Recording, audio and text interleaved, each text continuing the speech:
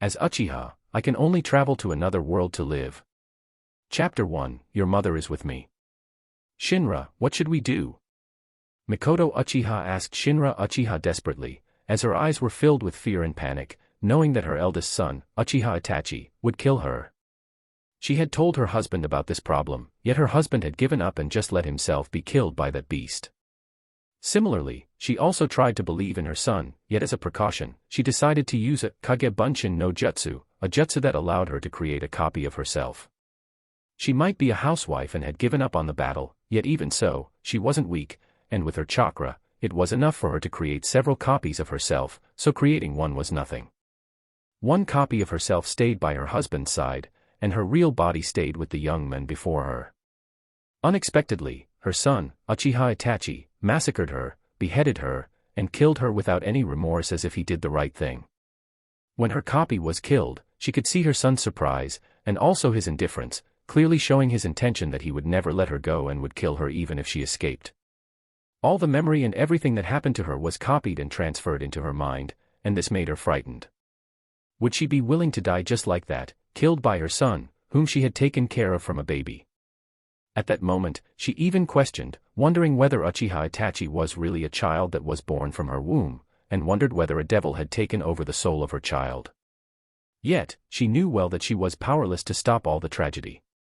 If it were in the original, she might not have had such a thought at all, but as she talked with this young man, she realized how wrong her son and everyone in the Konoha were. At this moment, there was no one she could rely on except for Shinra. Mikoto-san, let's escape together. Holding Mikoto's soft, warm hands, Shinra grasped her tightly and said those words. Shinra-kun. Mikoto was moved by his words, yet when she thought of her second son, she hesitated since, as a mother, her child was important. As for her husband, Uchiha Fugaku had passed away, so Mikoto had never thought of him. Still, during that struggle, Shinra said, if it's Sasuke, you don't have to worry since in Itachi's mind, Sasuke is his only family, and as for you. He had no need to continue since he was sure that Mikoto understood what he meant. As expected, Mikoto became depressed and sad, wondering whether she was wrong as a mother. Yet, she also knew that it was better to leave since if she stayed, she would die. As for Sasuke, Mikoto decided to believe what Shinra said since this young man had never lied to her. Shinra Uchiha. Like any reincarnation story, Shinra was happy that he could become a member of the Uchiha family when he was reincarnated in the world of Naruto, since not only was he handsome, but as long as he opened his innate ability, Sharingan, he would be stronger than the majority. In the world of Naruto, only those who are descendants of the originator of the ninja can become powerful. Then, what if one didn't have a powerful bloodline? One's fate could only become cannon fodder since no matter how hard one tried, it was impossible to get strong. What about physical training like that of the master of taijutsu, Might Guy?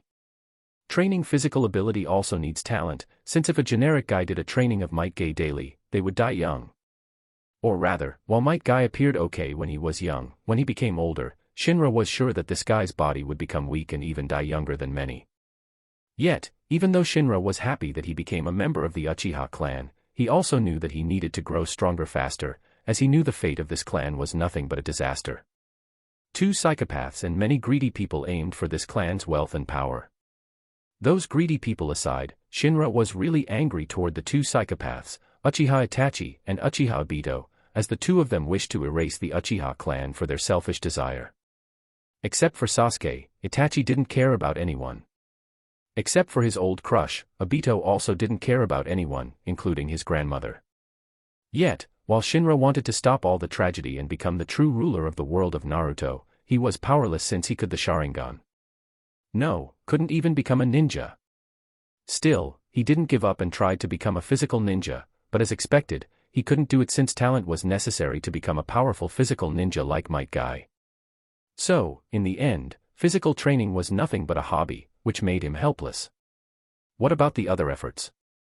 Shinra tried to increase the influence of the Uchiha clan, especially toward the nobles and daimyo, by making a lot of money for his family, yet when he thought of the nine-tailed demon fox's attack accident and the cowardly act of Uchiha Fugaku, who decided to give the money to Sarutobi Hiruzen and everyone, it made him boil with rage.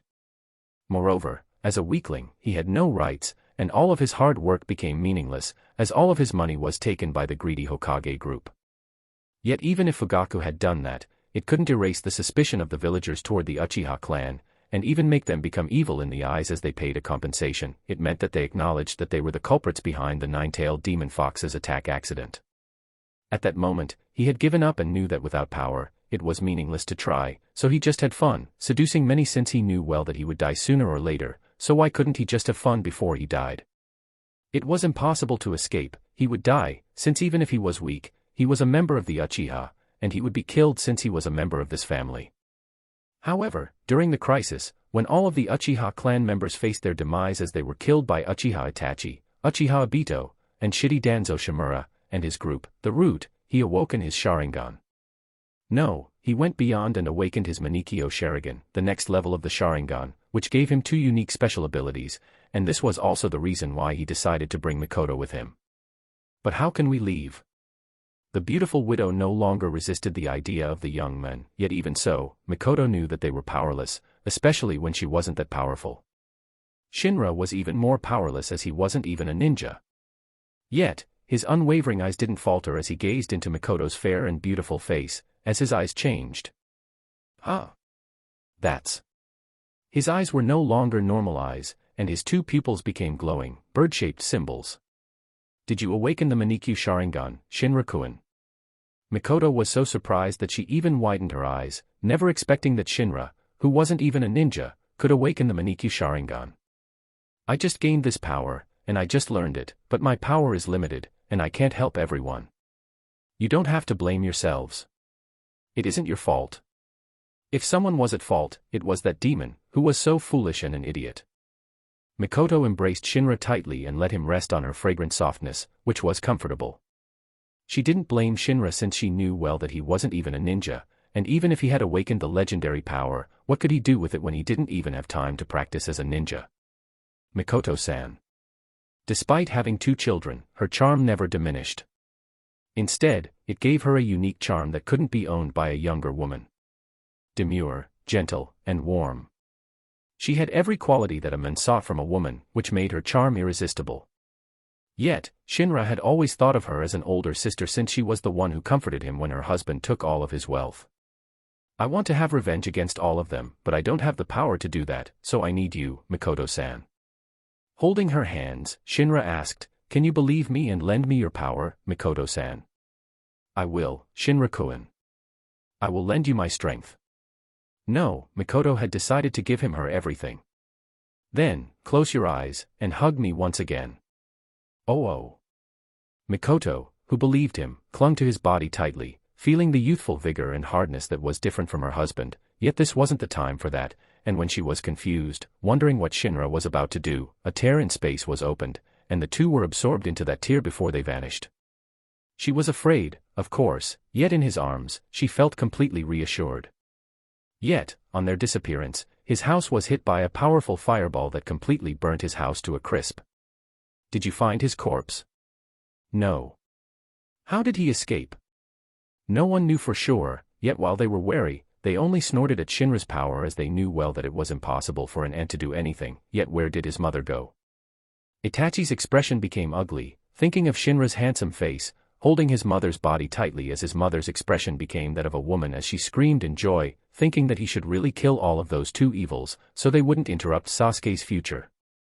Still, on the other hand, Danzo, Sarutobi, and 2 elders, who thought they would share their income from erasing the Uchiha clan, had an ugly expression as the treasury of this clan was completely empty. On the other hand, Shinra and Mikoto, who knew nothing about their anger, saw the new world before them and wondered where they were. Chapter 2, Having a housewife by your side is good. Where is this, Shinra-kun? Mikoto looked at the scenery before them with a baffled expression. I don't know. Shinra wasn't even sure what world they had come to, but for one thing, he knew that they were in Shibuya, Japan, especially when he saw the famous crossroads. Beep. Beep. Beep. A loud beeping sound, the noise of the people who continued their activity despite the night, many bright lights that made the night become the day, and many other things that they couldn't see in their original world. While Mikoto was slightly overwhelmed by the change before them, especially with how noisy this world was, Shinra felt quite comfortable when he returned to the modern world. Still, as expected, his left eye became blurry, almost dim, and it nearly made him blind, yet he knew that he could recover soon, probably in a year or two. It might take a long time, yet if he could become stronger in this world, he believed that it wouldn't take so long for his left eye to recover. If my eyes can't evolve further. Shaking his head softly, Shinra thought that it was good enough that he could awaken the Manikyu Sharingan and give him the ability to escape from danger. Beyond. This was the ability of his left eye, which made him able to travel to another universe, running away from the danger of his original world. Without a doubt, it was a powerful ability, and probably something that was sought by many since one could go to far, far away places. Yet, as for whether this world was more peaceful than the world of Naruto, Shinra wasn't sure, but he said, "All I know is that this place is known as Japan." Japan. Mikoto murmured that name and asked, "Is it only me, or are there languages similar to ours?" Even though everyone was so noisy, she felt like she could understand their languages, which surprised her. Yes. Even though she was prepared, she couldn't help but feel surprised by the truth that came out of his lips. Then, is this world our world from the future? While she mostly stayed as a housewife, she wasn't stupid, and she felt like, this is how the world of the future will be. Probably, a ninja should have existed, but similar to the world of Naruto, the number of ninja was small compared to normal people, so she felt like it was normal if she couldn't notice a ninja. No, this is a different world, but quite similar to ours. However, compared to our world, it should be the world of the future. If our world develops further, it might become similar to this world. Frankly, the level of technology in the world of Naruto was weird, since whether it was a computer, an electricity pole, or even a railgun cannon existed, but according to his understanding, the world of Naruto was similar to the 1970s or less, especially when it had no internet, so without a doubt, this world was the world of the future. So, there aren't any ninjas here? Only normal people. That's not what I am sure about. Even if my left eye gives me the ability to travel to another world, it only gives me limited information, so I don't know whether a ninja exists or not, but even if they exist, they will live in a special settlement like Konoha. You are right. Konoha, their home, was located in the land of fire, a country that was led by a fire daimyo. While this world might be different, it was more or less the same, since instead of the land of fire, it was Japan, but similar to Konoha, there was a high chance that people with special abilities would live in a special city. Like in the world of Naruto, where they would only see many ninja in the Konoha, but wouldn't see much outside, in this world, it should be the same. Yet, if so, then what kind of special individual would exist in this world? Was it a ninja? If not, then what? Shinra wasn't sure, but he wondered what kind of a chance that he could find in this world, since even though he had awoken the Manikyu Sharingan, the improvement of his strength wasn't much, since the increase of his chakra was limited, and his left eye was also about to become blind after he used that beyond to travel to another world. Being given a chance to travel to another world, of course, Shinra tried to seek an opportunity to grow stronger, as it was impossible for him not to have revenge. No, he had to do his revenge, since it was impossible for him to feel comfortable when he thought about how Sarutobi Hiruzen, Danzo, Uchiha Itachi, Uchiha Obito, and many others, who were involved in his misfortunes, live comfortably. Fortunately, he brought Mikoto, so that way, she could teach him the knowledge of a ninja, as he knew nothing of it. Still, without a doubt, he was glad that they landed on the top of the high-rise building, or else if they suddenly appeared within the crowd or in danger, he had to admit that it would be hard to deal, especially when they had to prepare their heart, ready for their new life in this world. Yet, regardless, it was great that they weren't alone. As their hands held each other tightly, Shinra explained what he knew to Mikoto, who asked him about many things, especially the surrounding scenery, as it was her first time seeing many tall reinforced buildings, which made her in awe and also quite nervous. They should probably talk about what they should do in the future, but they could do that tomorrow, since they need to understand what would happen to this world. Still, regardless, Shinra knew that they needed 3 important things to live in this world. What is that? An identity, a house, and money. As long as those 3 were completed, Shinra knew that they could live well in this world, as he slowly tried to search for a chance to grow stronger, especially with the ability of the right eye of his Manikyu Sharingan. If it's money, you don't have to worry. I have picked up all the money and treasures from the treasury of the clan, so we can live well. Moreover, if the situation were forced, Mikoto could steal, too, since as a ninja, it was easy for her to do so. At the same time, she also felt relief since, as an elder, she should be the one who took care of Shinra, yet she felt like she was spoiled by him, being taken care of, which made her helpless, so if she could do something for him, she was also happy. You bring everything. Yes. Mikoto nodded with a gentle smile. All the collection jutsu, wealth, and everything in the treasury of the Uchiha clan, I have collected all of them, so if you want, I can teach you everything. She knew that with the awakening of Manikyū Sharingan, Shinra had a chance to become a ninja, and she also would support him to grow stronger, and with all of the things that she had collected in the Uchiha clan, it was possible. Unfortunately, Mikoto couldn't get the eyes of her husband since if she could, she would give her husband's eyes to Shinra, so that way, his eyes could transform and be better, and making him stronger since she knew well that for the continuation of their clan, she had to rely on him. While Shinra was at a loss, he also had to admit that he was glad that he had brought Mikoto. Still, when they were ready to make their preparation to live in this new world. I smell the scent of blood. Really? To his surprise, Mikoto nodded and quickly gestured for him to move quietly toward the edge of the building to watch the dark, empty alley where the scent of blood came from. Yet when they came, they frowned since they saw several dead bodies on the dirty ground and a man who stood in the middle of them, showing a blank expression with bloody hands, clearly showing that he was the murderer. Yet, to their surprise, despite how quiet and hidden they were, the men seemed to notice them and smiled at their direction before he moved so fast, like a panther that hunted its prey in the dark forest, jumping on the stairs, getting closer and closer, ready to hunt them. But while Shinra was startled, feeling a bit in a panic, Mikoto only opened her Sharingan calmly, and used an illusion on the men, causing men to scream like a maniac. ARGGGGGGGGGHHHHHHHHHHH. As the men screamed in horror, Mikoto took out her blade, ready to kill him, but... Mikoto-san, can you let me handle this? Yet, inwardly, Shinra had to say, this housewife, while she was reliable, was also frightening. Chapter 3, The Eyes of Usurpation. Sharingan. This was the ultimate ability and the innate ability of the members of the Uchiha clan. Their eyes gave them many abilities and also made them one of the strongest ninjas that ever existed in the world of Naruto. One of those abilities gave them hypnosis or allowed them to become a master of illusion or genjutsu.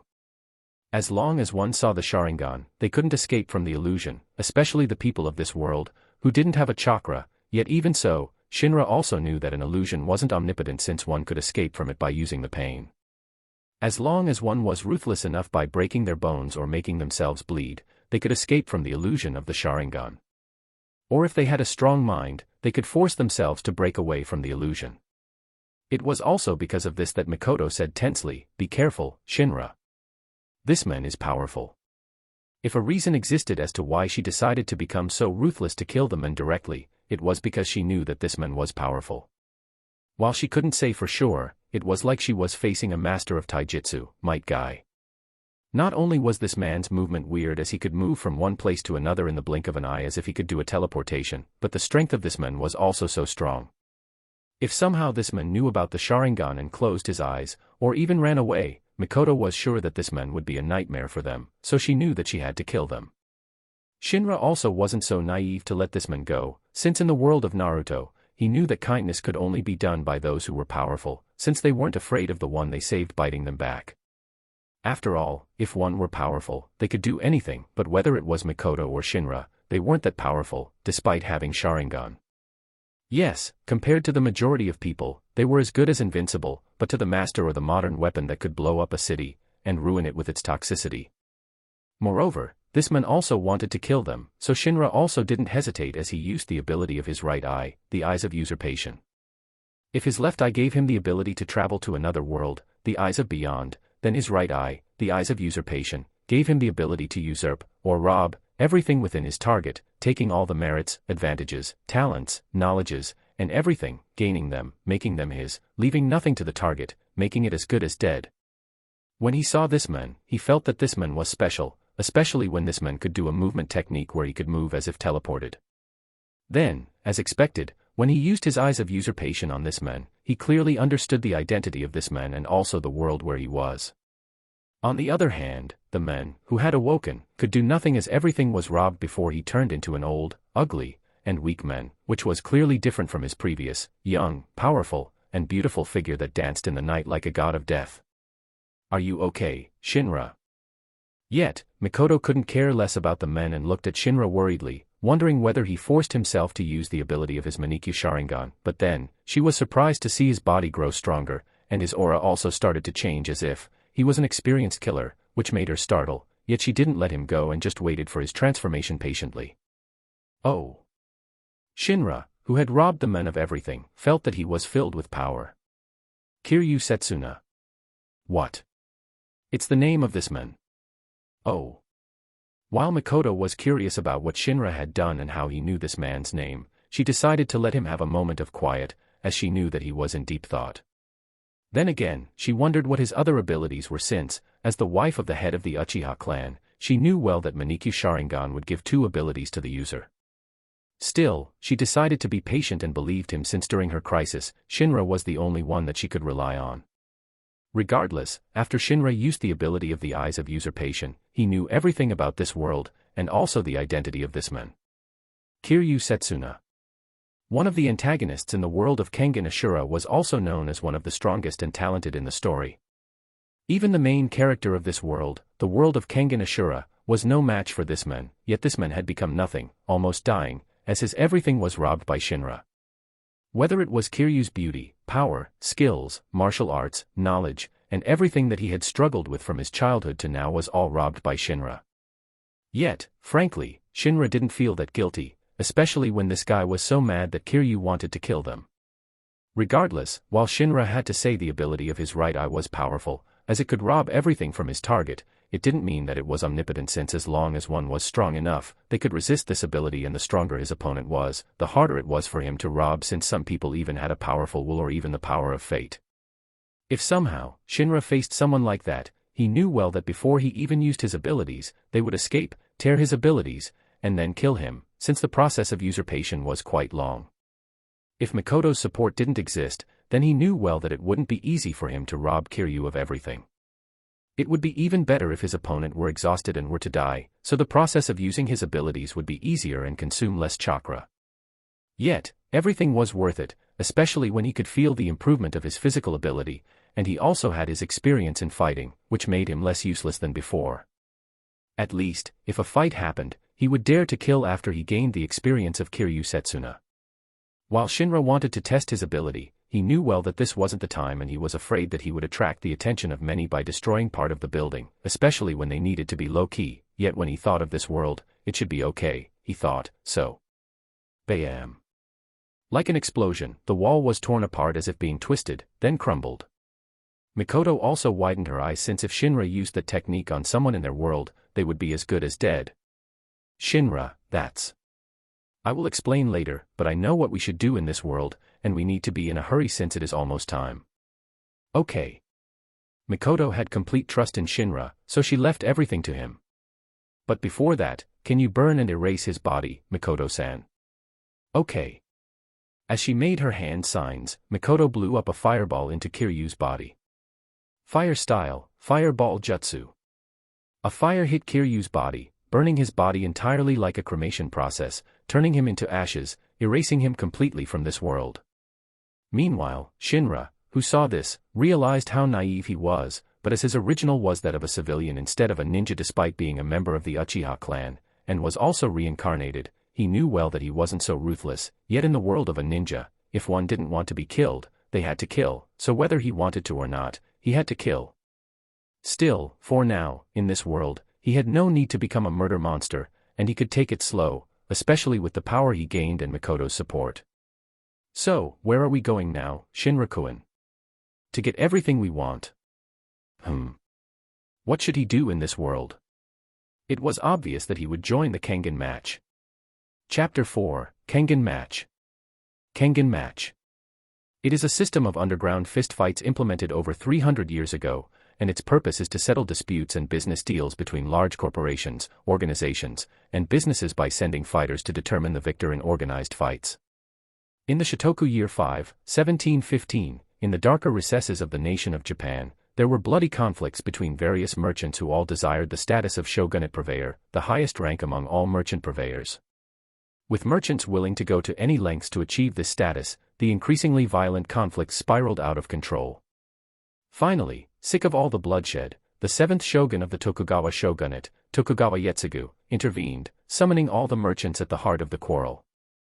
Yetsugu told them to settle their conflicts by battling it out fair and square. Naive and idealistic as this command was, it moved their hearts.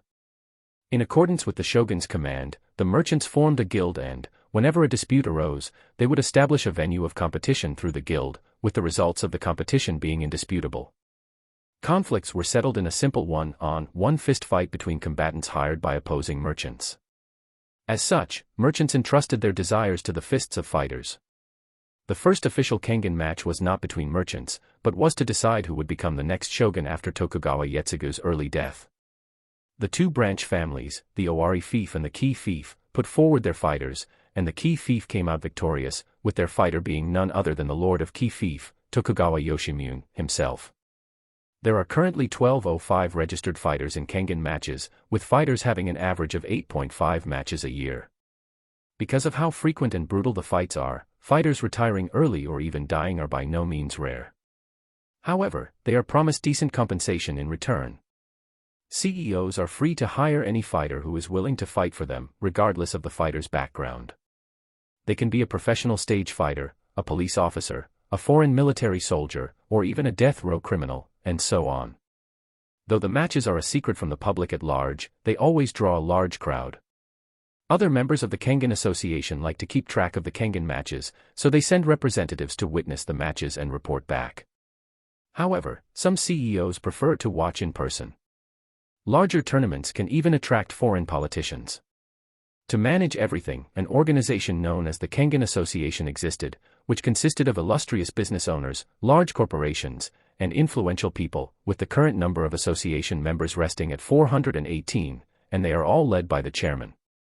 The chairman has massive power within the Kangan Association, being the only one who may set the rules of the matches and other bylaws of the association, and usually has more power and wealth than any other association member.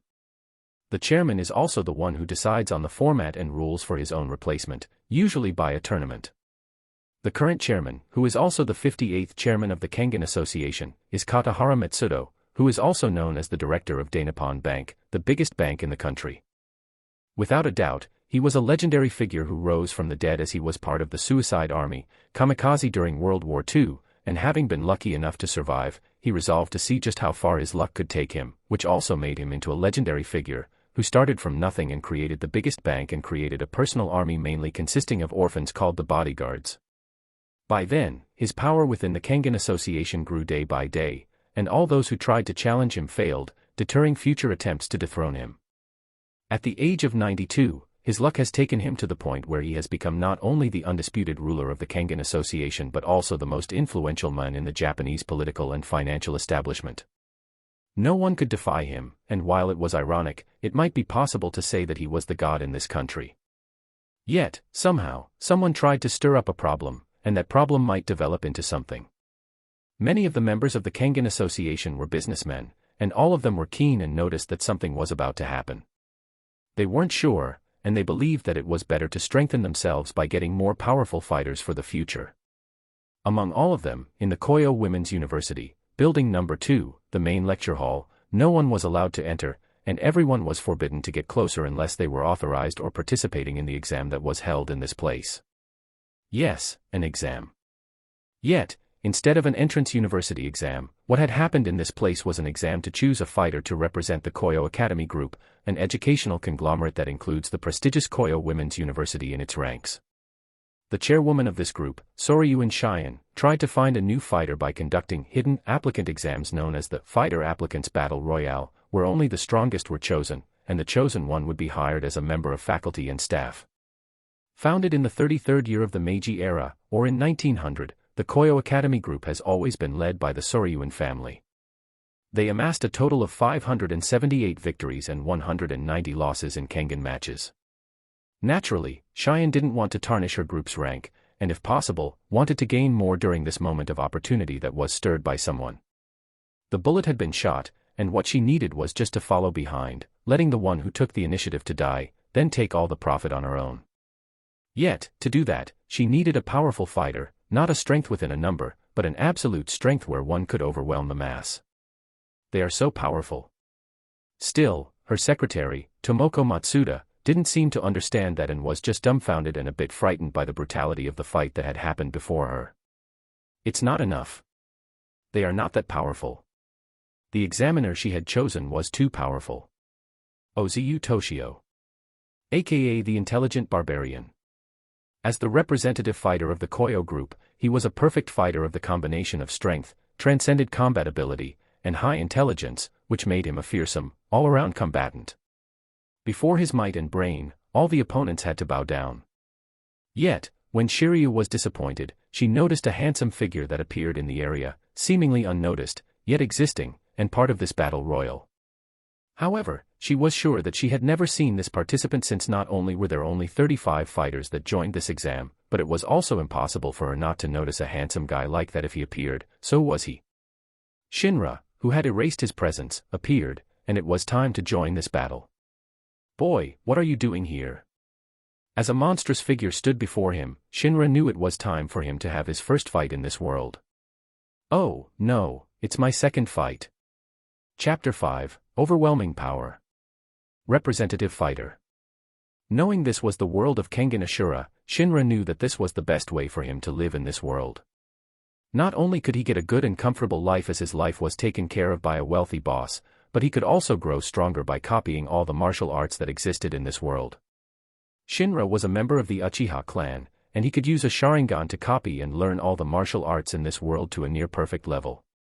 This was why the Uchiha clan was feared, and Sarutobi and his group wanted to erase it, as in his rule, this clan was the cause of instability, especially when everything was peaceful.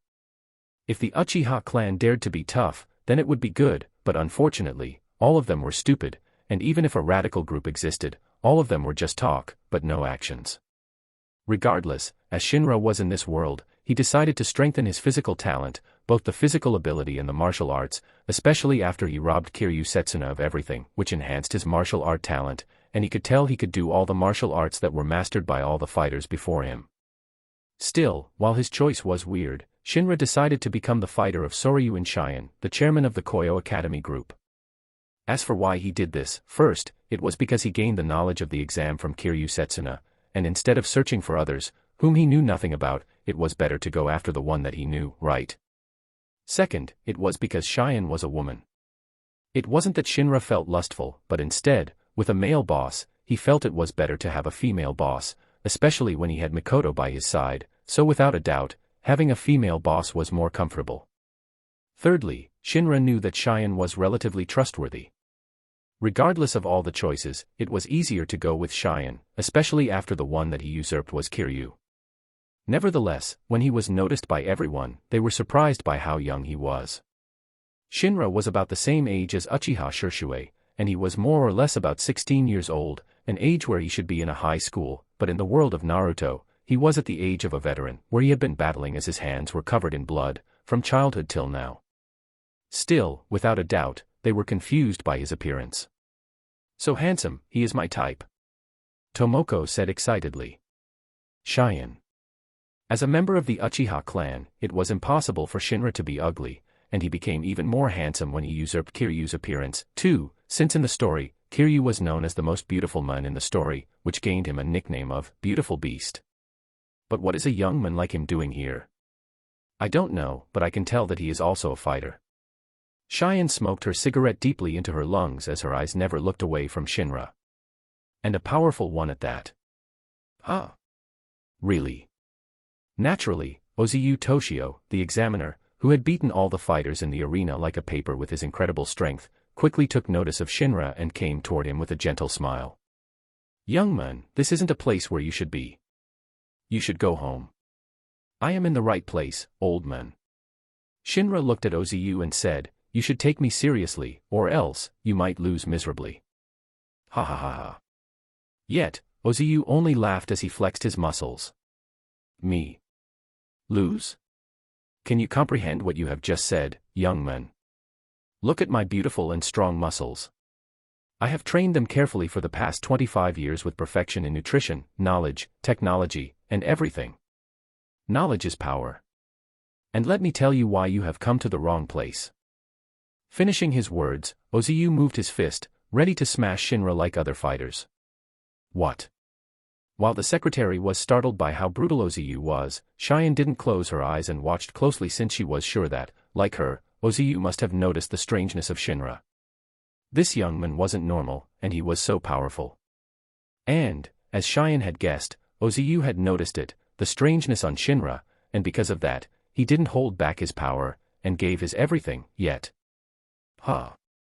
His snot somehow came out as Ozu saw how easily and relaxed Shinra put his palm on his fist, and all of a sudden, he lost his sense of gravity. More importantly, he realized his vision also started to spin, which confused him. Yet for Cheyenne and her secretary, the two were dumbfounded since Ozu, who was all muscles, a tall, strong, heavy man, was lifted into the air by Shinra before landing on the ground dumbfounded. Previously, Ozu was much taller than Shinra, but now, he could only look up at Shinra, who patted his shoulder softly. "Don't worry. I won't hurt you. You bray away at." Ozu was enraged. At that moment, he quickly stood up, combined his fists like a hammer, then slammed them into Shinra, ready to crush him. Yet, once again, Shinra met that attack gently, moving it softly to another wall, which made Ozu hit the concrete wall instead of him.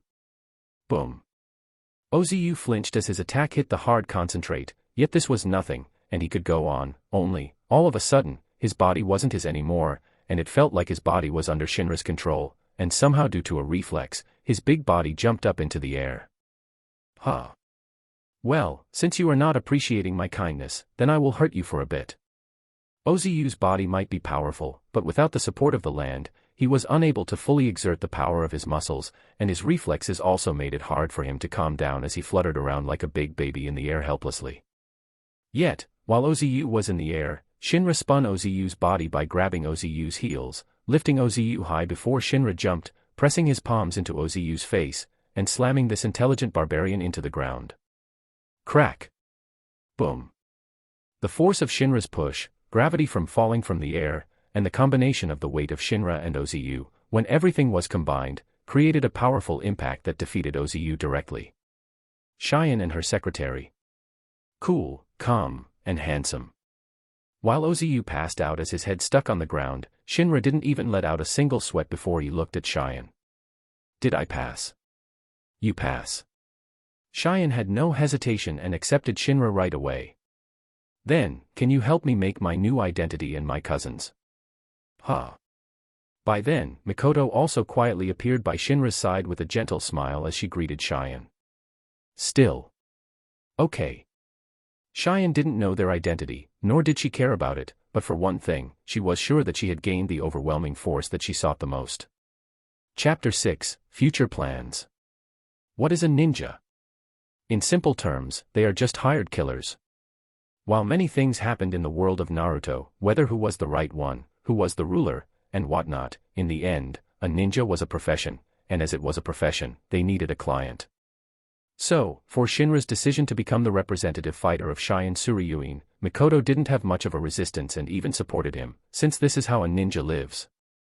Be a combatant for a wealthy client, whether it is to protect or to kill, this is how a ninja is taught to live. As expected, Shinra's decision was correct to choose Cheyenne, since after he was accepted and chosen as the representative fighter, they were given a luxurious condominium where they could live, and Cheyenne also quickly prepared their identity, and they would get their identity tomorrow. While Cheyenne wanted to talk about many things with them, especially about what they wanted to do, and their plan, and what she wanted them to do, Shinra told her that he wanted to rest first, which she agreed to as she could see that they appeared to be exhausted. More importantly, as they needed her to make their identity, and relied on her for money, living places, and everything, she knew that they wouldn't leave her. Then again, even if she wanted to stop them from leaving, she knew that it was impossible, especially since they could vanish and reappear like a ninja, making her speechless and powerless. Yet, without a doubt, they had a certain trust in each other, especially with Mikoto's existence, which made Cheyenne know that Shinra wanted to have a stable environment. "By the way, what's your age?" "My age?" "Yes." "Does it matter?" "Just answer me, okay." "It's 16 years old." "Okay." As for Mikoto, there was no need to ask for the age, as Cheyenne thought that Mikoto was more or less in her late 20s. Still, if Mikoto knew, she would only laugh as she was a mother of two. Regardless, when they arrived at the luxury condominium with many groceries and some simple clothing with the card given by Cheyenne, while Shinra was all relaxed, Makoto checked the place as she looked around curiously. It's like we're a noble. A tall home where one could see the scenery over the town had been the privilege of the nobles or daimyo, as they lived in the castle. Even if she was the wife of the Uchiha clan's head, she lived on the lower ground, and this was also the reason why she was completely captivated by the view when they arrived the first time in this world. Are you okay with this place? If I ask, it should be possible for us to have our own house. Instead of living in the condominium building, if Makoto wished to, Shinra could ask Cheyenne to prepare a house for them. While a house might be something that most people couldn't get in their lives, for Cheyenne, she could get as much as she wanted to. No, it's fine. I need to get used to everything here. You don't have to worry. I am here. Thank you, Shinra-kun. Subconsciously, she held his hand, feeling the warmth and security, since in this new world, Shinra was the only one that she could rely on. At the same time, she also felt helpless since, as the older one, she was the one who was being taken care of. No problem. I am glad that you are here too, Makoto-san. If Shinra was being honest, he hardly had any attachments to the world of Naruto, especially when in that world, even if he had many good memories, the majority were bad memories. Even in the Uchiha clan, most of them were shitty, who thought that they were above many, especially when he was weak. He might be good at making money, yet in the world of Naruto, what was important was individual power, especially in the Uchiha clan, where only strength mattered. Still, even so, not everyone was like that, many were still good, and he had good memories with many females, but then again, he had to leave, since if they stayed, they would be just affected by him, and he could do nothing to change the fate with his weak power. Or rather, staying there would only make him be killed. Naturally, if he left, he wanted to bring someone, and among all the people he knew, Makoto was the best choice, especially after she felt guilty of her husband's decision, who took over his wealth to compensate and rebuild the Kohona after the nine-tailed demon fox's attack. So, when he saw Fugaku had died, he was more than happy to do it. Still, due to that, Makoto often got close to him, taking care of his needs, especially when her time was quite free as a housewife, and he also treated her sincerely instead of lust. Then again, Shinra was still young at that time since he was less than 16 years old before. Still, now, he is 16 years old, and he is considered an adult in the world of Naruto. Well, he should be a high school student in this world, though. Still, do you know everything because of your power of the Manikyu Sharingan, Shinra-kun? Yup. Anyway, he decided to leave all the strangeness and understanding of this world due to the abilities of his Manikyu Sharingan. So, what should we do here, Shinra-kun? Sitting on the soft sofa, the two discussed his plan in this world. I will make myself stronger with martial arts, and also learn ninjutsu from you. Is that okay? In this world, martial arts were supreme. When one mastered it to the limit, it was even possible for one to take down a country or two, especially the small ones.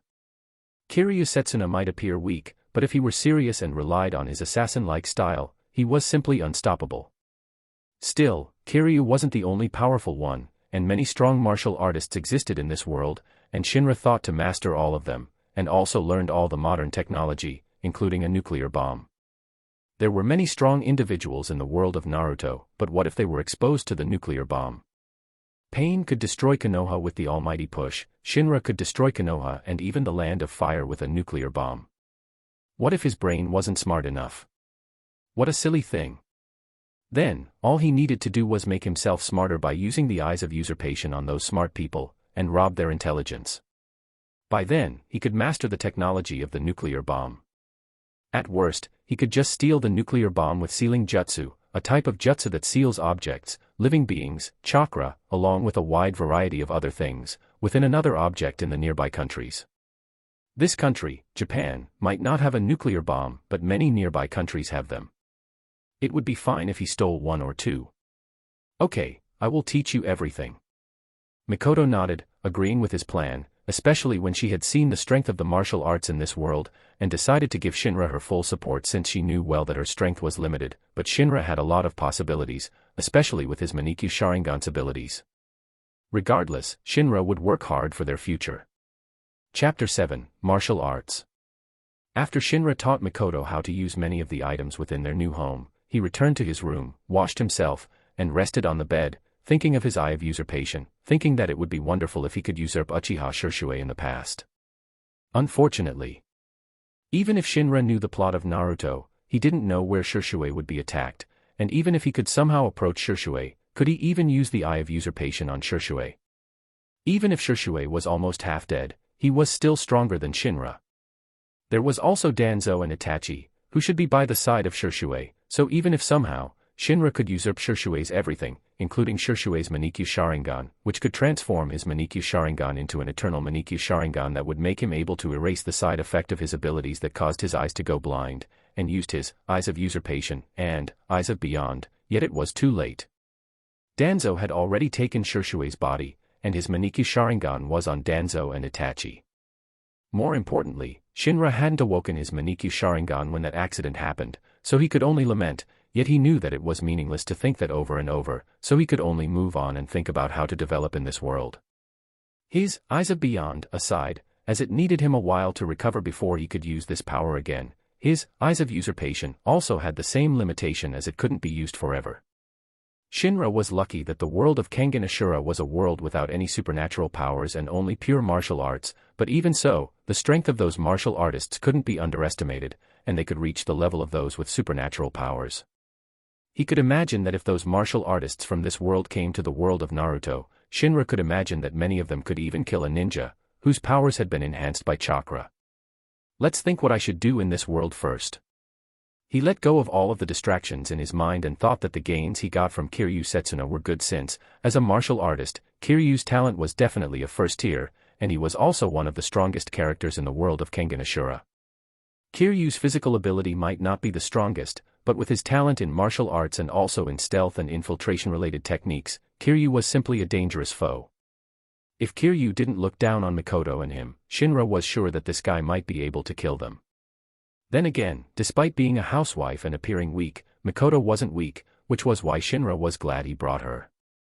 At the same time, he also needed someone to teach him ninja techniques and knowledge, so without a doubt, Mikoto, who was talented, brought all the records and treasures of the Uchiha clan, especially all the fighting experiences, techniques, and ninjutsu, which were precious, without a doubt was helpful to him. Still, aside from learning to be a ninja, Shinra also thought to train in the martial arts, too.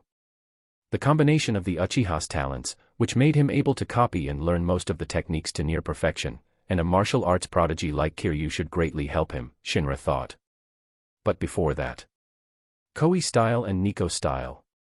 Those were the martial arts that Kiryu learned. The first Koei style was the one that he learned from his dead teacher, whom Kiryu killed for a strange reason. Shinra didn't care about Kiryu's reason, but the Koei style was a good martial art despite only having two techniques, a blink and a Rakasa's palm. Blink is a technique where the user moves into the opponent's blind spot at the moment that they blink, giving them the illusion of vanishing. The Rakasa palm is a palm strike with a twisting impact. The Rakasa palm aside, the blink should be the technique that Kiryu used when he moved like he teleported when he tried to approach them, Shinra thought. Frankly, Shinra could use the two of them with the same mastery as Kiryu, especially when he had robbed Kiryu of everything. No, he could do even better since he had the Sharingan and he wasn't a normal human but a ninja, a special breed in the world of Naruto.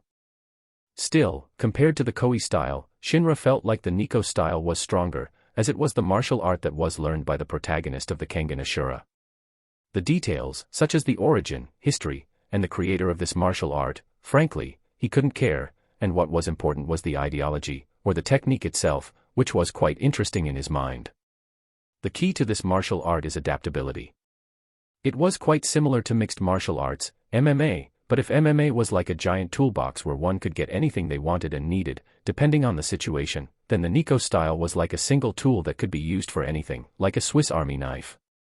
As for which one was better, Shinra could only say that it depended on the talent and capabilities of the user, since, depending on the user, the power of the Nico style was just SOSO.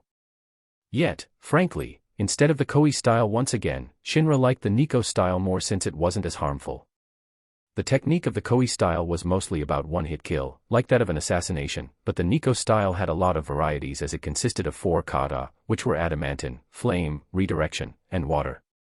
Adamantine is about hardness by tightening the muscles, thus hardening one's body, for both defensive and offensive purposes. Flame is about speed, as this technique is centered around movement and positioning, giving the user incredible speed and agility. Redirection involves seeing and manipulating the flow of power, using minimal motions to turn the opponent's attacks against them. Water is a grappling-based kata that places emphasis on flexibility and fluidity of motion. These 4 katas can be used on their own, combined, or used depending on the situation, making the Nikko style the most versatile martial art suitable in any situation, whether one-on-one or one versus many. Frankly, among all of those katas, his favorite was redirection as it relied on the kinetic vision and delicate physical control. The delicate control aside, Shinra had a Sharingan, which made him able to utilize this kata better than anyone, which was also the reason why he could redirect, spin, and move Ozu Toshio like a toy without much power. If Shinra had to say, the redirection was like Tai Chi, Aiki, or even a combination. In the real world, such martial arts are seen as fake and are just something used to fool people, yet Shinra could use them with ease and even defeat Ozu Toshio like an adult facing a little child. To use minimal effort and to use the power of the enemy to defeat them, Shinra felt this concept suited him well. Yet, as he was thinking about how to grow stronger by using a martial art, the door of his room was knocked on. Shinra-kun, are you sleeping? Not yet, what's wrong, Mikoto-san? I am sorry, but... As the door of his room was opened slightly, Mikoto showed an awkward yet shy expression as she held her pillow. Can we sleep together? Shinra. Chapter 8, Break Apart. Shinra felt like he should say something, but no words came out of his lips, especially when he saw how beautiful Mikoto was. Unlike when she was in the world of Naruto, where she dressed plainly, old-fashioned, and even deliberately made herself less attractive, yet even so, her charm couldn't be hidden, as she was one of the most beautiful women. If not, then it was impossible for Fugaku to give birth to Itachi and Sasuke, who were popular and had many people to crush on them. Unfortunately, even if their appearance was good, their brain were dead, Shinra thought. Yet, ignoring those shitty people as he knew that they couldn't chase him to another world, the current appearance of Mikoto preoccupied all his thought. Unlike when he saw her in the world of Naruto, and as they came to this world, before they settled on this place, Mikoto brought many clothes under the guidance of Matsuda Tomoko, a young woman with a bob haircut, who was also Cheyenne secretary. Unlike Cheyenne, who was all smoke and dead eyes, and only looking at the muscles, or rather she was a muscle fetish, Tomoko was an otaku, and was also quite good at communication, so she was in charge of helping them to buy many items. While Shinra wasn't sure what kind of clothes Tomoko had asked Mikoto to buy, he couldn't help but stay in a daze when he saw Mikoto, who was dressed in pajamas. No, instead of pajamas, she wore a satin pink-colored nightgown with frills on the collar area that showed her round, white shoulders. Still, as she felt like the nightgown was too flashy and bold, she covered her thin shoulders with a see-through robe of the same color as the nightgown. Despite being loose, it couldn't hide the seductive and beautiful curves of Mikoto's body, which made his throat a little dry. The blazing desire in his body was almost running amok, yet he forcefully stopped and suppressed it. He knew that it was rude of him to gaze at her like this, especially when he knew that she was worried and afraid as they arrived in the new world. Taking a deep breath, he tried to calm his voice as much as possible, as if he wasn't affected by this charm of hers. Okay. Thank you, Shinra-kun.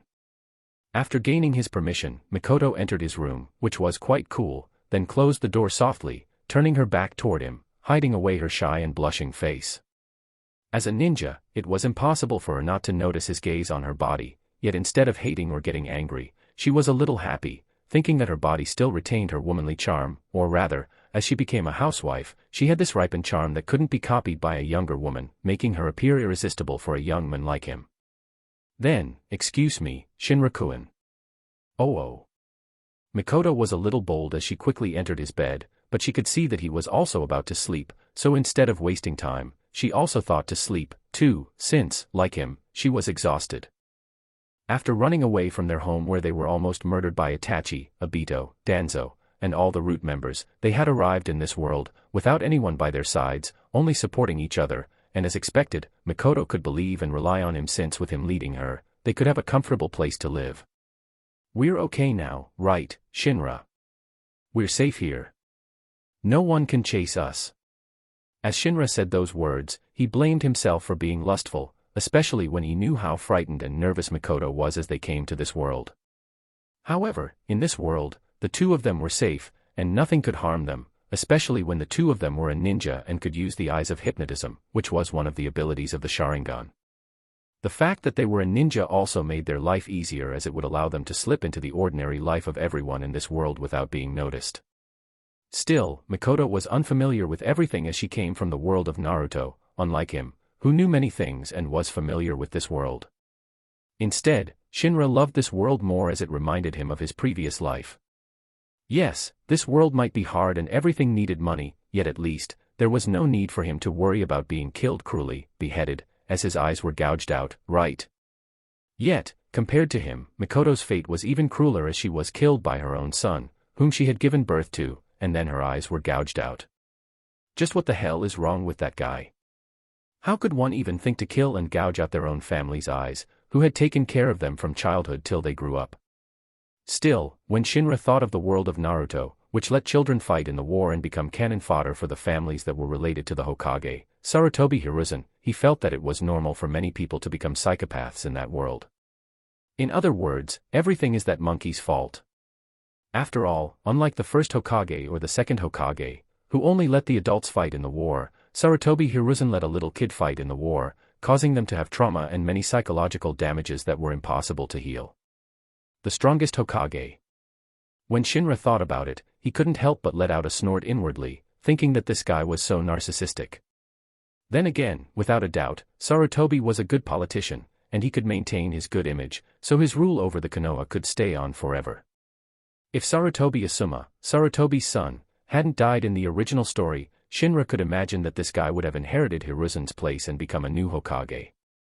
This wasn't just talk, especially when Asuma's students were the children of the heads of Akimichi, Yamanaka, and Nara, the powerful families within the Konoha. Moreover, his lover was Kurenai Yuhi, the daughter of a famous Jounin ninja, who had many connections, making his position to become the next Hokage firmer. By then, Konoha would become the land of Sarutobi. Even the grandson of Hiruzen was named Konohamaru, as if telling the world that Konoha was as good as owned by his family. Yet, when Shinra thought so, he also became more unhappy, especially when he could only run away and lose everything. I have to become stronger. It was because he was weak that he lost everything and was unable to protect all of his hard work. If he were strong, would he be like this? As he became irritated, all of a sudden, a warm, gentle softness wrapped around him, which stunned him. Me too. I will be by your side, so you don't have to worry. Her tender body tightly embraced him, yet instead of being happy, Shinra was in so much pain, as he knew well that he couldn't stop the natural reaction when Mikoto's ripened body tightly wrapped against his. Then, as expected, Mikoto's face quickly turned crimson as she looked at him, who was embarrassed. I am sorry, Mikoto-san. What could Shinra do? He could only apologize sincerely, as it was wrong of him to show such a reaction to the wife of the head of the Uchiha clan and the mother of Itachi and Sasuke, yet when he thought of her status, it made his part even harder, and even worse, he could feel a gentle touch, rubbing against his hardened part. I am sorry. This is my fault. I will take responsibility for it. Instead of getting angry, Mikoto soothed him, telling him that everything was okay, yet this also made the desire that Shinra had suppressed break out, and as the beast inside him awoke, Mikoto let herself be eaten, completely awoken her womanly nature that sought to be impregnated by her men. Chapter 9, White. The humming melody of a strange song was heard from the kitchen, which made Shinra feel helpless, as his body felt a little light. Still, it was good to know that Mikoto was happy and could expect a future with him. Yet, when he thought about her identity, he felt weird, as she was the former wife of Fugaku, the clan head of the Uchiha clan. She was simply an existence that he could only look up to and watch from a distance. Moreover, as they came from a different generation, he had never thought to get close to her, and tried to be respectful and kind when they were together. Probably, this was the reason why Mikoto came to him instead of staying by her husband's side when the massacre of the Uchiha clan happened. Between them, there was a wall that stopped them from being together, yet now, that wall was torn apart, as he was inside her, and even let out so many times inside her. Somehow, he wouldn't be surprised if she got pregnant, yet strangely enough, he was okay with it, since the horror of having a child was nothing compared to what he encountered in the world of Naruto. Nevertheless, while he knew he had to focus on thinking about how to grow stronger, especially in this world, his eyes couldn't help but turn towards Mikoto, who was preparing breakfast in the kitchen. As usual, her choice of dress was quite conservative since the wildness last night had left many lewd marks on her white, smooth skin. Naturally, she had to hide them, despite knowing that he would be the only one who saw her naked body. Yet, even so, she was shy, especially when she thought of how his young, virile body kept seeking her, and treated her so violently in a way that she couldn't imagine. When she thought of her sweet scream last night, saying how he was better than her husband, it made her face turn crimson, wondering how she could turn into such a slut. Mikoto had never known that she had such a side that she had imagined to exist before, and all of that was exposed by him, in front of him. She was bare, without hiding anything, as her body was completely devoured. Still, their relationship was improper and even immoral, especially when she was one generation above him, which meant that she should be a role model, lead him, and even protect him. Yet, despite having made such a plan, she felt that she could no longer have a face to do that since the words protect and take care could no longer be applied as their relationship had gone beyond a normal care of an older generation toward a younger generation. She let her weakness take over her, and her naughty desire overtook her judgment, which led to their immoral relationship. Yet, without a doubt, when she thought of how he made her crazy, it made her wet. Only, she underestimated the desire of a young man as she felt his embrace from behind, which made her feel the heat and hardness that made her body react in a way that shouldn't be. Shinrakuin. I am sorry, Mikoto-san. I can't help it. When Shinra saw how Mikoto tied her beautiful, fluffy, long hair into a loose, lazy ponytail, which she draped over her round shoulder, it made him unable to hold on, and he inhaled deeply her lovely scent. But I am still cooking. Despite telling him that she was still busy with cooking, her body reacted lewdly as she moved her hips and soft buttocks, rubbing them against his erection that was firm and immense, making her bite her lower lip, thinking how wonderful it was to be inside. I am just hugging you. I wouldn't do anything else. While Shinra tried to make an excuse, Mikoto looked at him sternly, yet helplessly. Just hugging. Can I do it again? Only one time, okay. After that, we have to eat. Gaining her permission, Shinra didn't hold back anymore and just lifted her skirt, which displayed her bold purple lace underwear that was slightly wet. You are wet here, though. Shut up. How cute. Kissing her pouting lips, Mikoto once again melted and was swallowed by this immoral exchange that made her forget her past and just sought happiness to be with him. Regardless, in the end, she needed time to recover, and Shinra, who still had energy, started to cook in her place, while thinking that Kiryu Setsuna, while this guy was weird and even abnormal, without a doubt, Kiryu was strong, which also affected his body too as he had usurped Kiryu's everything, so along with his strong talent, he quickly made her forget everything. Yet, this also made Mikoto feel slightly resentful, thinking about how this young man, who was younger than her, could make her this way. Shouldn't she be the one who taught him and made him succumb, but why was it the other way around? At this moment, Shinra was still naked, only wearing his apron, and Mikoto could see his long object that was hardened to the limit, which made her smile maliciously, thinking of pranking him. Huh. Shinra was startled when he felt a tenderness wrap around his nether region, making his body tense. Mikoto-san. Shoo. The trace of a gentle mother that was respected by many was no longer be seen, and her face was that of a woman, who only wanted to make her man happy, which made her appear lewd, and even slutty. I am still cooking. Why did he feel a déjà vu? Didn't you do this to me before? Oh, right. So, under her revenge toward him for playing around with her, Shinra could do nothing as he was toyed by Mikoto, who had become a female succubus, who could only live by consuming the essence of her beloved man. On the other hand, Cheyenne, who was on her way to Shinra's place, asked about the task that she had given to Tomoko yesterday. Have you found out their past? No, we didn't find anything about him. It was like they came out from another world, like those online novels. I believe that it is more realistic that they came from that place. Hidden place. Where? While Tomoko was confused, Cheyenne pursed her lips and didn't intend to explain. The inside. It is also known as the illegally occupied sector, an urban region of Japan that has been abandoned and closed off by the Japanese government. Law enforcement has no sway there, and therefore, laws are meaningless and anything goes. If there was a reason why her subordinates could find nothing, Cheyenne knew that Shinra and Mikoto should be coming from that place, and this was also the reason why they didn't have an identity, yet it was fine since what she needed was their power and they also needed her to live a comfortable life. The two of them needed each other, and their relationship was like that symbiosis mutualism. Still, if there was something she was curious about, it was the relationship between Shinra and Mikoto. Their hair color, eyes, and features were quite similar, so good-looking, which made her, who had a muscle fetish, tempted to go after Shinra, or even Mikoto, by becoming bi. But they are so handsome and beautiful, so I think that they are fine. More importantly, Mikoto-san is so gentle. If I were a lesbian, I would go after her.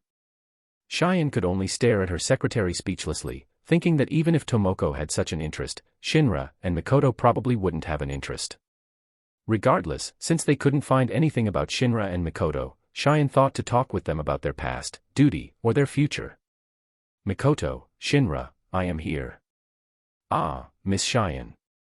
Wait a moment. As they arrived at their place, Cheyenne and Tomoko stood next to each other, waiting for Mikoto to open the door for them after they pressed the bell. I am sorry to make you wait. Mikoto opened the door as she wiped a trace of whiteness from her lips, then greeted them with a gentle smile on her flushed, yet quite lewd face. Please come in. Thank you. While Tomoko was as naive as ever, Cheyenne knew well that the relationship between Mikoto and Shinra definitely was that of lovers. Chapter 10, The Koyo Academy Group. What's wrong? As the two entered, Mikoto was startled when Cheyenne and Tomoko made a deep inhale with their nose as they looked up as if trying to smell something. Is it me, or does it smell delicious here? Cheyenne asked curiously, yet also felt slightly disappointed as she couldn't smell the fishy, manly scent she looked forward to. As for Tomoko, her action was done because she smelled delicious inside, downright greedy for food like a naughty cat. Shinra-kun is cooking. Do you want to have breakfast too, Tomoko-chan, Miss Cheyenne? Despite their weird action, nothing could be discovered from Mikoto's face, but inwardly, she sighed in relief that she was a ninja. If not, then she had no face to meet them. After all, with her age, how could she have a face-to-face with others when she had a relationship with someone whose age could be her son? Yet, if Shinra, Cheyenne, and Tomoko knew what Mikoto thought, the three could only roll their eyes since even if Mikoto had married and had 2 children, she was definitely not old. Instead, if she dressed up a little younger, no one would think that she was more than 20, which showed how charming she was. At the same time, the youthful energy given by Shinra also made Mikoto become even more beautiful as her skin became moist and radiant. It was said that love was the best makeup for a woman, and as expected, falling in love with this young man enhanced her beauty. Good morning, Miss Saoryuin, Tomoko-nizan. Unlike Cheyenne, Shinra informally greeted Tomoko, this silly, BL otaku woman. Good morning, Shinra. You call her with, Nei-san. Still, Cheyenne couldn't help but look at Tomoko, this silly woman, who had always been in her fantasy, dreaming of the love between men enviously. Do you want me to call you with that suffix, too? Okay. Cheyenne nodded. Call me Nei-san, too. You can also call me by my first name. Okay, Cheyenne Nei. Even though Cheyenne was in her mid-30s, it didn't matter even if Shinra called her with a Nei-san suffix despite a huge age difference between them. Moreover, she was also his boss, so he had to make her happy, right? Lastly, even though she was of an age, Cheyenne still appeared youthful with a beautiful face, with wavy, dark red hair, and red, beautiful lipstick-covered fleshy lips, giving her a mature and professional charm. Even though Shinra believed that he could live easily in this world of Kangan Ashura, especially when they were a ninja and also a member of the Uchiha clan, having a big backer like Cheyenne made it better and easier for them. Even Konoha had the backing of the daimyo, who gave them money and everything, so frankly, there was nothing wrong with him working under Cheyenne. Mikoto also didn't have any resistance since it was perfectly normal for a ninja to work under someone. That's good. As Cheyenne nodded in satisfaction, Shinra asked, do you want to eat breakfast too, Cheyenne Nei, Tomoko Nei? Okay. 2x. The two agreed as they hadn't eaten anything. Still, even so, Shinra didn't prepare anything special as he only made a typical Japanese breakfast with just a grilled salmon, rice, some vegetables, and miso soup. Yet, since he had a Sharingan, which made his vision several times better than most people, he also learned many skills easily at a near-perfect level. Naturally, while the four of them enjoyed their breakfast, Cheyenne and Tomoko closed their eyes as the warmth of the food seeped deeply into their bodies before they devoured their food happily. Regardless, without a doubt, it was a peaceful morning. Here is your identity. You can live as you wish now. As Cheyenne sipped her warm coffee, which made her eyes all bright and energized, she gave Shinra and Makoto their new identity. Several documents, cards, and the rest that were necessary for them to live. Everything was prepared by Cheyenne in just a single night. Thank you. 2x. While Shinra could do all of this even without Cheyenne's help, with Cheyenne's help, everything was easier. Koyo Academy Group. This was a giant education conglomerate in this country. If Shinra had to say, it would be like Keio University, a university founded by Fukuzawa Yukichi, the father of capitalism in Japan, and someone whose face was printed on the 10,000 yen bill in Japan. This was, without a doubt, the wealthiest university in the world. Even those famous universities in foreign countries, whether it was the USA, China, England, or many other famous ones, were no match for it. So, how could this university become wealthy? There were many sources, but the top three most significant incomes were from tuition and fees, medical care, and capital gain. Tuition and fees aside, the medical care of the Koyo Academy was famous as it even had its own faculty, which was advanced, and many of its practitioners had their own research that didn't fall behind any institutions in the world. As for the capital gain, as it was founded by the father of capitalism, it would be impossible if it didn't invest in something, but frankly, while Shinra didn't know much, he could tell that the Koyo Academy must have invested heavily in many stable, yet sure investments such as telecommunications, infrastructure, energy, food, media, education books, health care, and many other. At the same time, as it was an educational institution, it also received an endowment from the government, which added to its income. Lastly, and most importantly, many of the alumni of this university worked in famous companies, whether they were domestic or international, becoming the CEO, holding important positions, or having their own companies, including many from those Fortune 500. As a university created by the father of capitalism of this country, it could be said that many of its graduates followed the founder's path faithfully, becoming true capitalists. The one who inherited and became the helm of all that was the woman before him. Soryuin Cheyenne.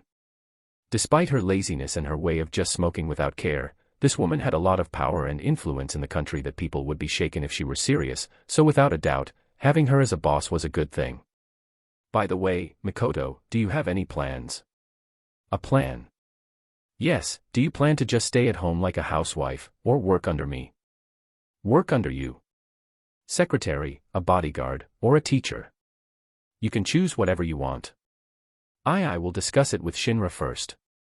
Even if Makoto had calmed down and accepted living in this world, she wasn't sure what to do and could only discuss this problem with Shinra first. Okay. Cheyenne didn't force Makoto since the most important one was Shinra's attitude, but as someone who stood at the pinnacle of the education sector, she couldn't help but say, Shinra, you are 16, right? Yes. Is there something wrong? Nothing, but go to school. Be a high school student. Chapter 11, What do you want? Me. A high school student. Yup. Cheyenne nodded and said, you don't have to study if you don't want to, but you can get your diploma. No, I am fine with studying. Really? Cheyenne was surprised by Shinra's answer, thinking he might be a rough guy who only thought to grow stronger with martial arts. I am interested in studying. That's good, then. Cheyenne sighed in relief since despite wishing Shinra to work as her fighter, she also wanted him to have his youth, but staring at Makoto, who appeared like an obedient kitten by his side, she felt that this guy enjoyed his youth much. So, can we talk about my duty? Yup, as he had worked under Cheyenne, of course, he would work. For now, there is nothing that you should do, but you should be prepared. Prepare. Let me talk from the beginning. By then, Cheyenne explained about the Kangan Ashura, its beginning till now, and all the necessary information, including the members, the famous fighters, and many others, including the problem that might arise soon. I know that I might be worrying, but I feel like a storm is going to come soon. This storm, was it started by this Nogi Hideki? Shinra asked as she looked at the data given by Tomoko. While he knew more or less about the story, as it was quite a simple story where companies sent their representative fighters to win what they wanted, he forgot some details, and he also wanted to make sure everything was more or less the same as his memory, as he was afraid his entrance to this world would change a particular plot. Well, I have devoured Kiryu. Then again, Kiryu wasn't the most important character despite being one of the strongest, and even if he disappeared, Shinra didn't think that it would affect the plot much, as long as he didn't touch the protagonist. Regardless, his focus was on the CEO, who made Cheyenne feel the need to create a battle royal to choose a stronger fighter, which gave him a chance to become her fighter. Nogi Hideki was the CEO of the Nogi Group, one of the famous companies in this country. The man had been in the limelight, especially when he got a new fighter who made him win several Kangan matches, but Shinra's focus was on the new fighter, who was also the protagonist of this world. Then again, compared to the characters in the world of Naruto, he didn't think that this protagonist was such an awesome character, especially when he also mastered the Nico style, the martial art that was mastered by the protagonist. Instead, Shinra felt like he should focus on the fighters who had certain, unique characteristics, who could somehow improve his strength. Unfortunately, as his Manikyu Sharingan wasn't eternal, he could only use the Eye of Usurpation for a limited time, so he didn't want to waste it on meaningless characters, especially when he could go to another world. Instead of wasting his chance to steal the talents, abilities, knowledge, and everything of his target in this world, he might as well go to another world. Probably, because his body had become stronger, he also felt like the recovery of his Eye of Beyond became faster, but he needed at least few months, and before that, he thought to strengthen himself by learning various knowledges of modern world, physical ability with the power of sciences, and the martial arts. Those were the keys, and frankly, he had no need to use the Eye of Usurpation for that. Or did he need to? Let's see how it goes first, since, once again, he didn't want to waste his limited chance to use the Eye of Usurpation. Oh, did you notice? Still, his answer surprised Cheyenne. According to the data that you have given to me, this is the conclusion that I came up with. You are right. Cheyenne nodded. There is a high chance that Nogi will cause trouble in the Kangan Association. What do you think of it? Shinra wanted to know Cheyenne's view toward Nogi's action. He is troublesome. Frankly, Cheyenne didn't care much about the Kangan Association, especially when her group was as stable as ever, especially under the current chairman of the 58th head of the Kangan Association, Katahara Mitsudo. So, you are fine with the way it is now? Yup. Unlike other businesses that were affected by the development and the economic situations of the world, Cheyenne's group wasn't affected at all, since whether an education was necessary for everyone, and if one wanted to change the class where they were born to, they had to enter an elite university, which was her university. The Koyo brand was imprinted on everyone's minds for over a century, and it was impossible to crumble. No, it wasn't allowed to crumble, as the government would do its best to protect it, too. So, you don't want to become the chairman of the Kangan Association? I do. When Shinra asked this question, Cheyenne answered without hesitation. Of course, I do, but this isn't our ultimate goal, since what I just want you to do is just to maintain everything as it is. I understand. If that was Cheyenne's wish, then Shinra wouldn't bother to change it, but that didn't change the fact that he would try his best to become stronger. You might not know, but Katahara is new money.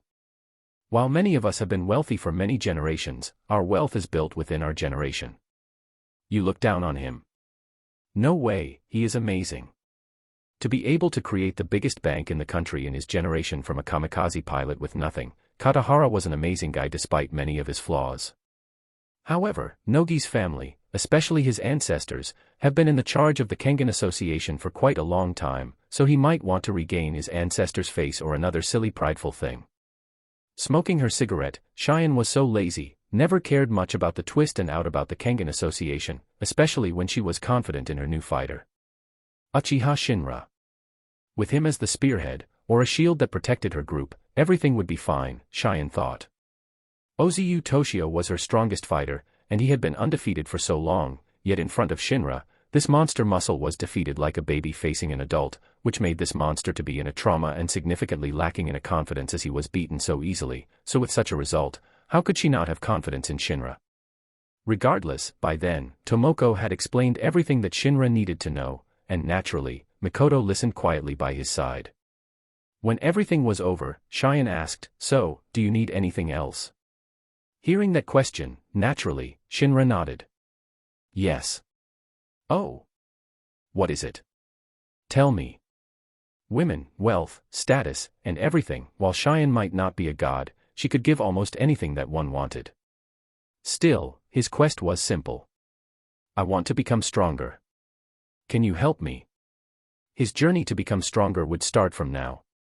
Chapter 12, What do you want to learn? Become stronger. In Shinra's mind, there were 3 points that he needed to grow stronger: nutrition, physical improvement, and knowledge. Nutrition was easy as Cheyenne never lacked money, and she could get him the best food and nutrition foods to make Shinra's body stronger. The physical improvement was also easy, especially. You want Ozu to train your physical ability? Cheyenne asked weirdly. Can he? Okay. Cheyenne nodded since, despite losing to Shinra, she knew well that Ozu was one of the most knowledgeable men in the world and had much research on the muscles, so without a doubt, Ozu was a good teacher for Shinra to grow stronger muscles. Still, the third was knowledge, and this was also easy for Cheyenne. You want me to collect all the powerful martial artists' fighting videos, and learn another martial arts, too? Can you? I can, but what's wrong with your martial arts? According to the judgment of all of her subordinates from the record of Shinra's fight against Ozu, all of them had come to the conclusion that Shinra should have mastered Aikido, a martial art that was mastered by her former lover. If possible, Cheyenne wanted Shinra to continue on with this martial art, so when Shinra defeated that former lover by her former lover's most prized martial art, she could somehow feel comfortable, especially when she still felt annoyed when she was cheated in the past by her former lover.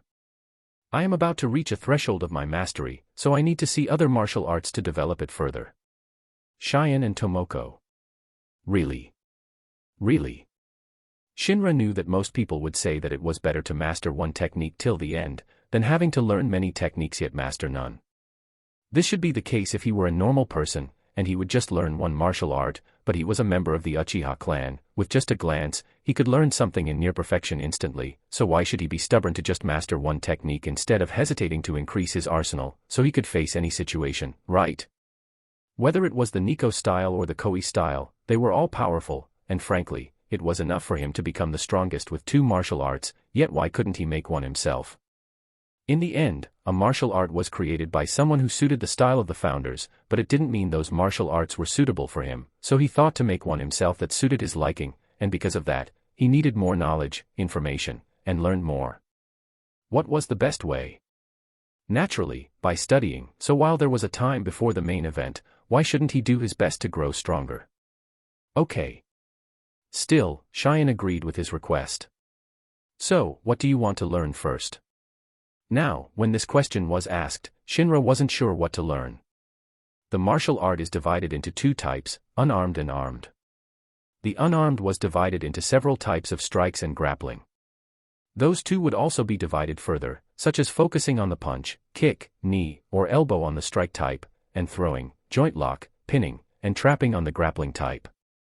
If one went further, it could be divided further by how one used their footwork, as several types of footwork existed.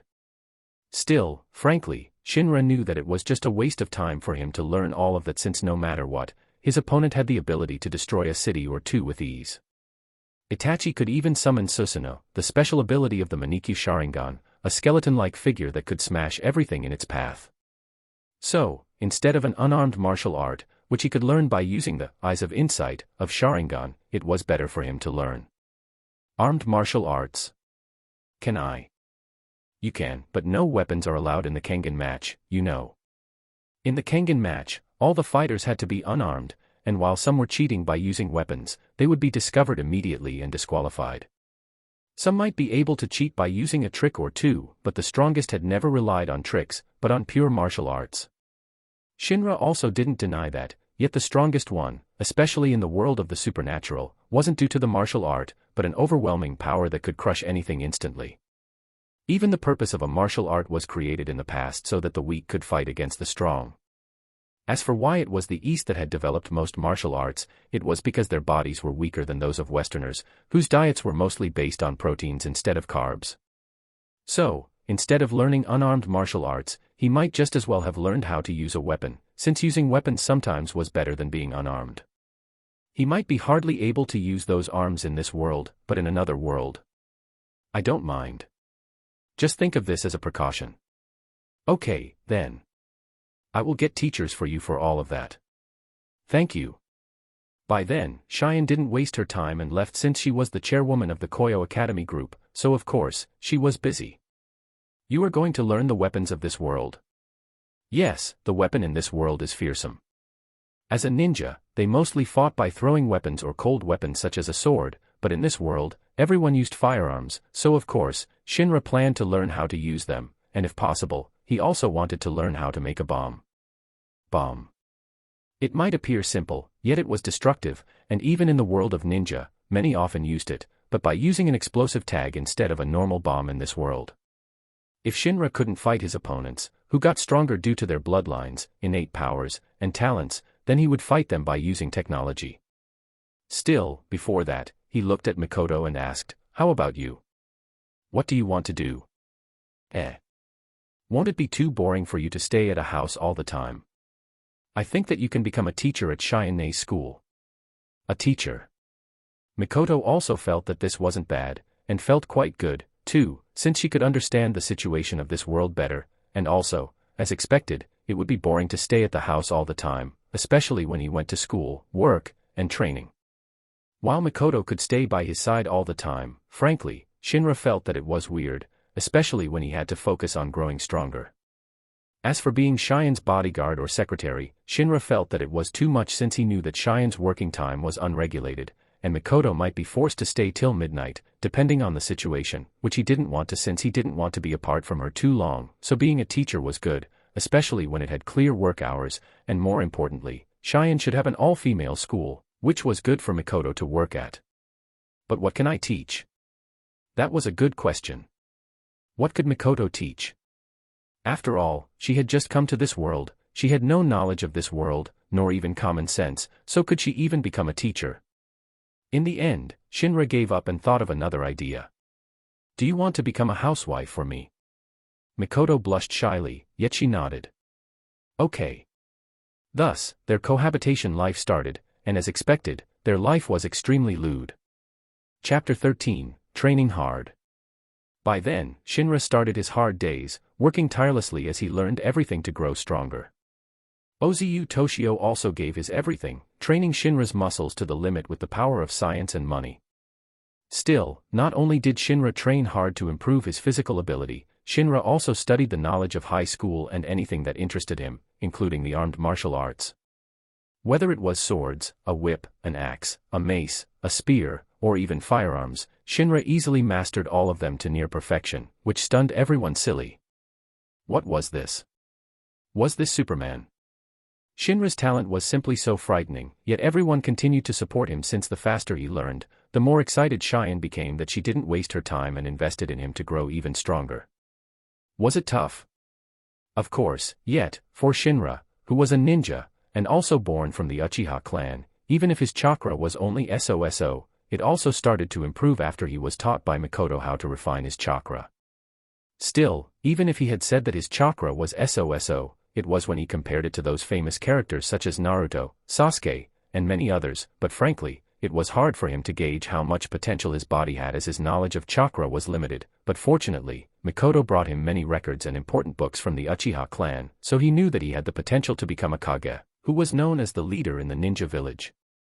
Still, this didn't surprise him since in the past, after Tsunade, Jiraiya, and Orochimaru left Konoha, the strongest ninja was Uchiha Shishiu, the indecisive fool, who thought all of he did was for the Uchiha clan, yet the truth, he was being manipulated by Sarutobi and his group before being killed as his eyes were gouged out.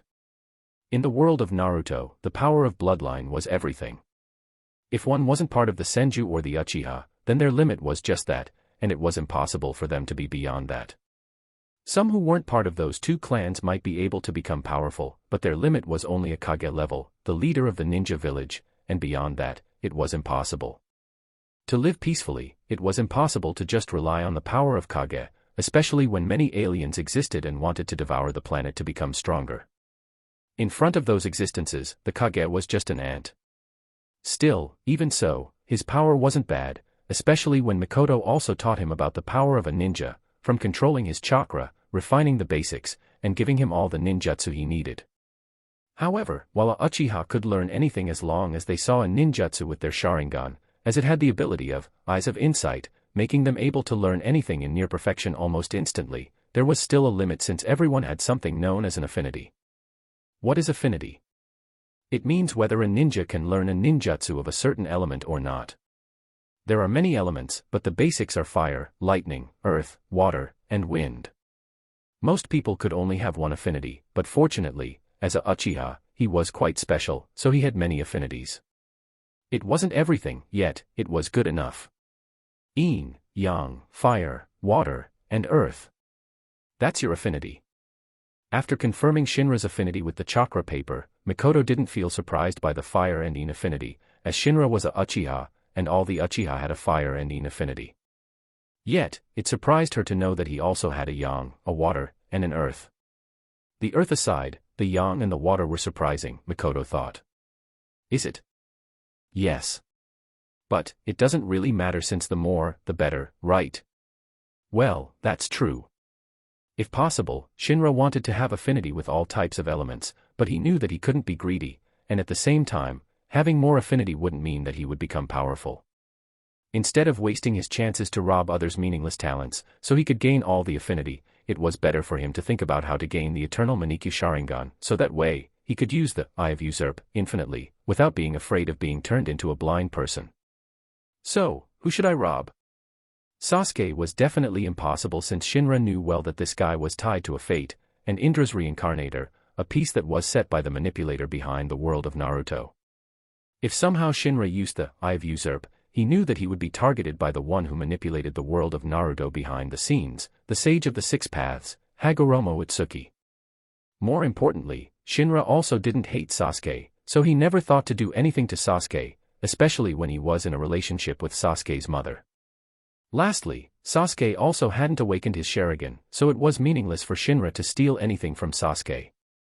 If Shinra had to rob the Eye of Usurp, the best person was Shisui, since as long as he robbed Shisui of everything, his eyes would become that eternal Manikyu Sharingan, but unfortunately, he couldn't as he didn't have a chance, he was still weak, and he also hadn't awoken his Manikyu Sharingan at that time.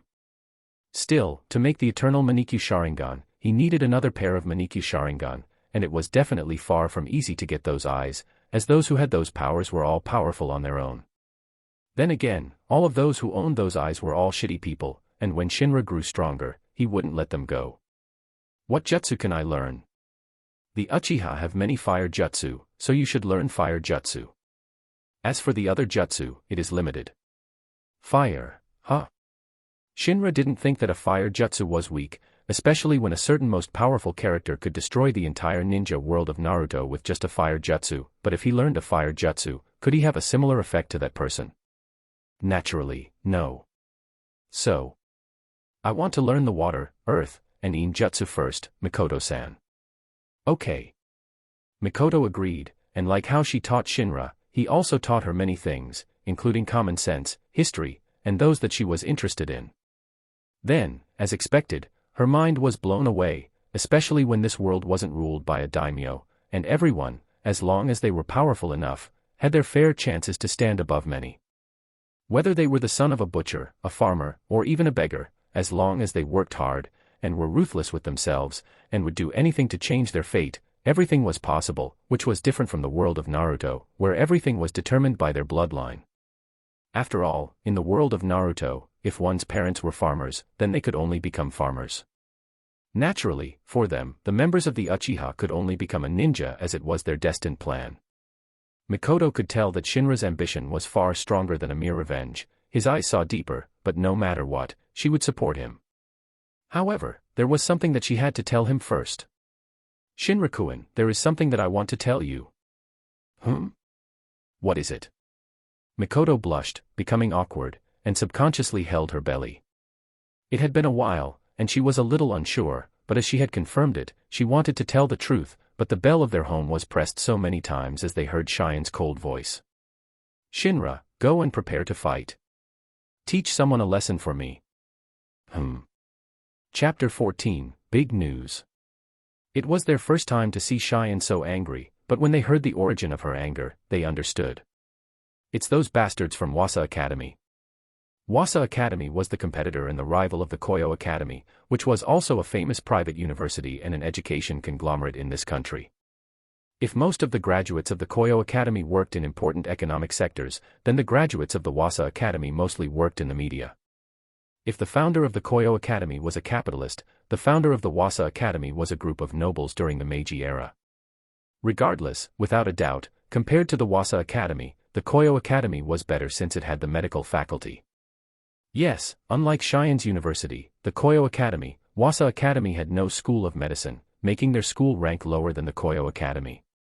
To have a medical school at the university meant a lot of prestige, but at the same time, it also required a lot of money. However, the Koyo Academy was more prepared as it had founded its school of medicine early and even had a century-long history, making it even more prestigious. At the same time, it also had its hospitals, which offered a lot of advantages, such as providing a setting for medical education, research, and advanced patient care. Yes, once again, it requested a lot of money, but the investment was worth it since the hospitals that were owned by the Koyo Academy gave this institution a lot of income. Still, during her tenure as the chairwoman, Shien thought she would go further by having a pharmacy faculty and acquiring Kairatsu University of Pharmacy. This acquisition was good since it would be beneficial to her group, especially when the School of Medicine of the Koyo Academy and the new Faculty of Pharmacy could support each other. If there was a problem, it was the fact that those who owned the Kairatsu University of Pharmacy still wanted Shien to give them more money, so this acquisition, or so-called merging in the public, could be done. Still, without a doubt, this university was as good as hers, and it was only a matter of time before the new pharmacy faculty was born in her university. However, during this moment, the Wasa Academy suddenly intercepted and showed its interest in the Kairatsu University of Pharmacy, making Shien extremely furious. This interception caused many problems since the budgets that she prepared to acquire the Kairatsu University of Pharmacy would increase, affecting the budgets of other areas that were needed in her group. So, in the end, everything is decided with the Kangan match. Yes. Seeing her boss's answer, Makoto was a bit helpless. Is it fine to determine everything like that? She wondered whether it was fine to determine who would acquire the Kairatsu University of Pharmacy with the Kangan match. While Makoto didn't think that Shinra would lose, if she were in Shien's place, she wondered how Shien would feel when the deal failed due to the loss of the fighter during the fight. It's better this way, so it won't be complicated. To acquire something, especially one that was expensive, such as a company or even a university like the Kairatsu University of Pharmacy, was complicated. Many things had to be done, and at the same time, it was also expensive, as it was necessary to give an extra budget for the acquisition team to help her acquire this university. On the other hand, it was more cost-effective to just pay the fighter to help her acquire this university. Still, this method had a lot of risk since if the fighter lost, then everything would end up in a failure and all of her hard work would become meaningless as the one that she wanted to acquire would be robbed by others, who won the Kangan match. However, with Shinra, everything was different. Shien had seen Shinra's training, and she had complete confidence in him, especially with the new creation of martial arts. With the combination of science, money, knowledge, and talents, Shinra finally completed that martial art, which made her happy, and this was why she never said anything, even though he hadn't even entered the school for a single time. Anyway, she could give him the diploma, so she didn't care much, and she was just happy that her investment ended up a success. Okay. Shinra had no reason to refuse, and he felt that it was good that he could repay Shien soon. Not only did she give him the best facilities, teachers, knowledge, and even tell him many secret researches that he wanted for his new martial art. At the same time, staying by her side, Shinra also got to know many damnable professors, who had good talents, yet shitty conducts, and also parts of the competitors of Shien's group, so he didn't hesitate and stole their IQ, which made him even smarter. Yes, at this moment, he had mastered the eye of usurp better since instead of a complete robbing, he only did a partial robbery, which made him only steal part of the talents, knowledge, or something that he was interested in his target. What is the advantage? The advantage of this technique was that it was cheaper and caused less damage to his eye. As his eyes hadn't reached the eternal Manikyu Sharingan, he couldn't use his eyes carelessly since the more he used them, the more he would go blind, but if there was something that interested him, then he wouldn't hesitate and rob them as the price was cheap, considering the one that he targeted was just a normal person. He was also a ninja and had a talent for infiltration from Kiryu Setsuna, nothing could stop him. Still, regardless, it was time for him to repay Shien, and of course, since she was angry, he had to make her feel comfortable by defeating her opponent completely in complete dominance. When is the Kangan match? Shinra asked curiously. In a week. Cheyenne looked at Shinra and asked, are you ready? Okay. Shinra nodded and asked, who is my opponent? Probably, a character that wasn't even mentioned in the story, someone that he didn't have to pay attention to, but... I don't know, but they seem to be confident. Still, it doesn't matter, right? Who can defeat you?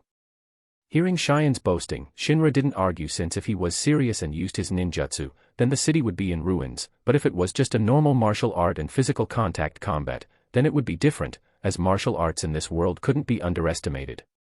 However... Shinra wondered whether his entrance to this world caused a certain plot to change, but it didn't matter, he thought, since compared to the people in the world of Naruto, they were nothing.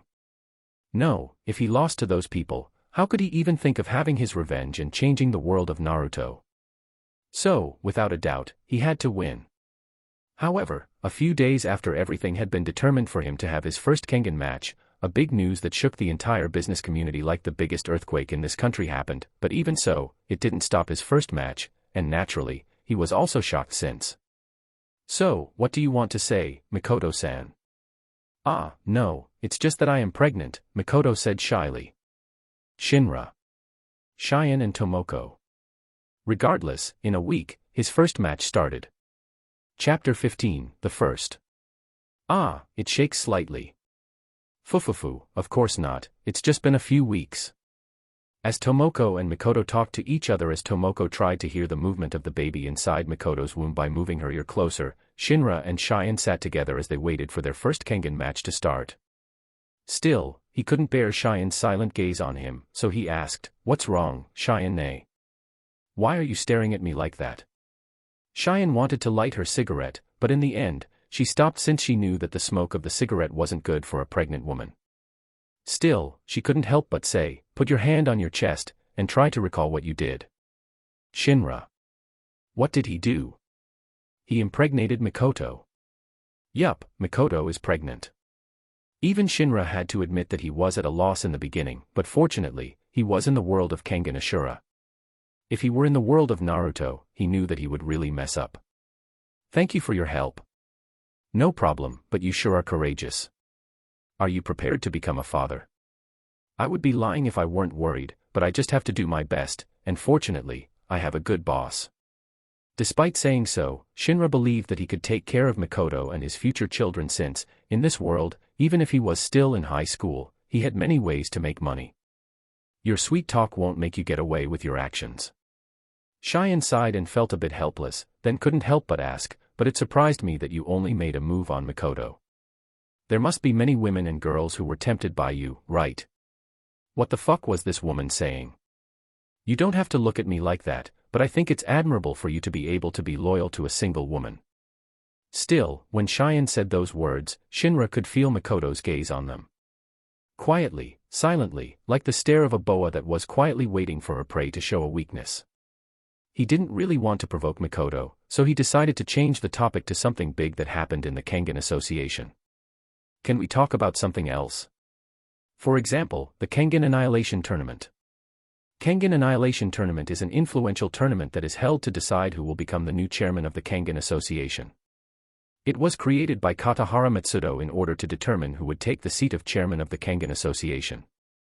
The CEO whose fighter wins the tournament would not become the chairman. Instead, the winning CEO would decide who in the Kangan Association becomes the next chairman.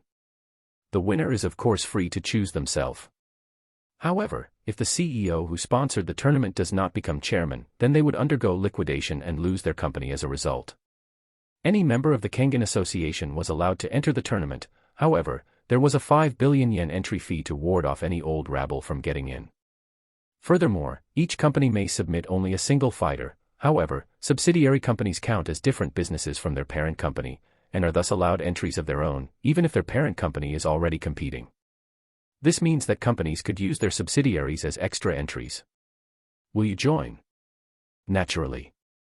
When Cheyenne knew that this tournament was about to happen, she was surprised since she had never expected that Nogi Hideki, the CEO of the Nogi Group, would be so bold, since if Nogi became a loser, he would lose everything. Well, probably not everything, as Nogi's family wealth wasn't just the company itself, especially when Nogi's family was a wealthy family that had existed for centuries. Still, this might be the end of Nogi, especially when Cheyenne was sure about her victory in this tournament. I will leave the fight to you, so you have to win this match, too. Leave everything to me. As they talked, before long, they arrived at the venue where his first Kangan match would be held. While Shinra more or less knew about it, and even watched it once before when Cheyenne invited him, he didn't show much interest as the level of the fighter was too low, but as his opponent was from one of the best private education conglomerates, he should expect something from the fighter that they had chosen, right? Regardless, they arrived at the warehouse, which was located near the port on Tokyo Bay, and as expected, when they arrived, it was filled with many people. It's the chairwoman of the Koyo Academy. Finally, she is coming. That young man, is he her fighter? When Cheyenne appeared, everyone quickly took notice of her as everyone knew her, but when they saw Shinra, they couldn't help but feel a doubt, wondering whether this was the fighter that she had chosen. Yet, from Shinra's clothes, it was easy to tell that he was the fighter, as he dressed in a long-sleeved black martial arts jumpsuit, light-colored pants, and Tai Chi slippers. His clothes might be simple, yet when they saw his body and muscles that were accentuated from his tight jumpsuit, they knew well that he was a martial artist. Still, this also made them frown since from his face, they could tell that he was so young. Is he like Cosmo? When they thought of the youngest fighter on the Kangan match, Imai Cosmo, all of them somehow accepted that Shinra was a fighter, yet it also made them doubt, too, wondering whether Cheyenne had made the right choice, especially when it was their first time seeing Shinra. But, he is so handsome. All the female guests couldn't help but stare at Shinra so much that they ignored their lovers or husbands, which made Mikoto link her arm against his. Still, while everyone was waiting for the fight to happen, an elderly man came to their spot and said, "Are you sure you want to bring your young lover in this fight? Aren't you afraid that he will get hurt and bring you shame? Enough of your cheap provocation. Let's just start the match, so I can go home." Even if Cheyenne didn't introduce the men who came, Shinra knew well that this was the chairman of the Wasa Academy. "As you wish, I can't wait to see a new pharmaceutical faculty at our university." The man was no longer entangled with Cheyenne, but he couldn't help but glance at Shinra, who ignored him, then snorted, before he walked to his group. "Beat his fighter badly, Shinra." Okay. Facing Cheyenne, who was angry, Shinra nodded calmly, as he also wondered who he would fight. Still, as Cheyenne and the chairman of the Wasa Academy didn't want to waste their time, the Kangan match started immediately, which made everyone happy, but then again, when Shinra saw his first opponent. "You are unlucky to meet me, boy." With a body far shorter than Shinra's and so thin that he was just bones and skin, a middle-aged Mexican man walked toward the arena, yet no one looked down on him since he was the legendary boxer, El Dorado, Carlos Medal. Chapter 16, Boxing. Isn't he kind of small? Don't be stupid. He is that legendary boxer. That one. You mean, the El Dorado. As the talks of the guests became even noisier, Mikoto looked at Cheyenne curiously and asked, "Are you familiar with Shinra's opponent, Miss Cheyenne?" "I do." Cheyenne nodded. "That man is quite famous in the past."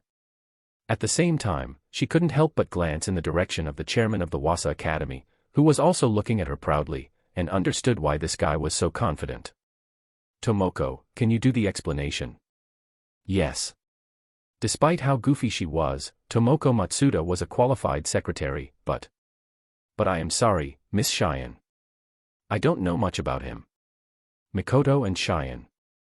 "You are not familiar with your fighter's opponent, Miss Cheyenne." A gentle, feminine voice was heard by the three, then they saw a figure of a beautiful woman who was accompanied by 2 women and 1 man. The 2 women were firm, prim, and instead of a secretary, they were like a bodyguard, and the man, while his eyes were blank, was strong. Yet, whether it was Cheyenne, Mikoto, or Tomoko, all of their eyes were on the woman who approached them, the most beautiful and seductive woman. Kurayoshi Rino. With maroon-colored hair, which she styled in ringlets, and dressed in a way that showed her womanly body, Rino was seductive and lewd, yet even so, she had a classy aura of a high-class lady that was impossible to be owned by a normal woman. Regardless, when all the beautiful ladies gathered, many men glanced in their direction. Still, those women ignored them as they talked. "I do, but I am a little bit troubled to explain." "Still, are you familiar with that fighter?" Not really, but Yamamoto-san, chairman of Wasa Academy, came to my club, and talked about his fighter excitedly, so I know how powerful that El Dorado is. Cheyenne. Carlos Mendel, the El Dorado, or the Golden Emperor, was a former professional boxer and was the champion across 5 weight divisions and the #1 pound-for-pound boxer in history before becoming an underground martial artist. 14 years ago, Carlos Mendel became the undisputed middleweight boxing class champion, despite being slightly shorter than the average boxer of that class. After achieving that goal, he surrendered his belts and switched to the super middleweight class. He eventually dominated every weight class until the heavyweight class, building his body up from scratch every time. His reputation from his career is so great, he is effectively worshipped as a god in Acapulco. Unfortunately, eventually, there was no one left who wanted to challenge him. With his promoter's spotty reputation, Carlos couldn't climb any higher in the public spotlight.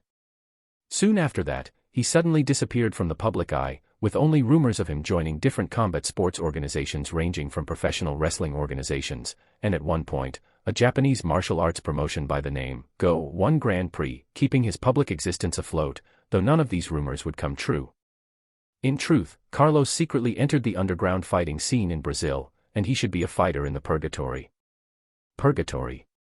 Cheyenne frowned and asked, Idemitsu allowed that guy to borrow his fighter? Many of his family were alumni of the Wasa Academy, after all. Still, even if Cheyenne heard the name of Idemitsu, her expression quickly calmed down as she had confidence in Shinra. Purgatory? A legend in boxing? Or Idemitsu and his followers? Cheyenne didn't care since she wasn't weak, and Shinra was strong. He might be an old legend, but he is a fighter who is used to fighting in the underground arena, but your fighter isn't right. Reno glanced at the handsome face of Shinra and said, he is so young. Isn't he still a high school student? Yes. Reno. Really? You let a high school student become your fighter? While Reno was a member of the Kangan Association, it didn't mean that she liked all its practices, especially with how they treated the fighters as tools, and didn't care about the deaths and lives of the fighters. Inwardly, they understood that those men fought with their pride and everything. Reno still felt sorry and didn't want them to lose their lives. Yet, for Cheyenne, who sent a high school student to this deadly battle, wasn't she too much? If I don't have confidence in him, then I won't send him. Cheyenne was calm and even said, also, remind your people not to smoke here. One of my people is pregnant. Ah, oh. Reno was startled, then looked at Tomoko, before she looked at Mikoto. Is it you? Yes. Mikoto nodded softly, which made Reno feel slightly overwhelmed. The two were beautiful on their own. If Reno was like a vibrant rose, then Mikoto was like a quiet white lily despite being pregnant. Regardless. Congratulations. Who is the father? Reno asked curiously, which made Mikoto feel a little awkward, but Cheyenne said, the father is my fighter. Reno. He is more adult than I imagined him to be. Right. So, is he good? Reno asked curiously of Mikoto, which made the eyes of all the women also draw to Mikoto's direction. I can't think of anyone except him in my heart and mind. Mikoto didn't shy away, especially since she had also made up her mind to help him. Shinra. What the heck did they talk about? While Shinra was helpless, Carlos was a little unhappy when Shinra was distracted.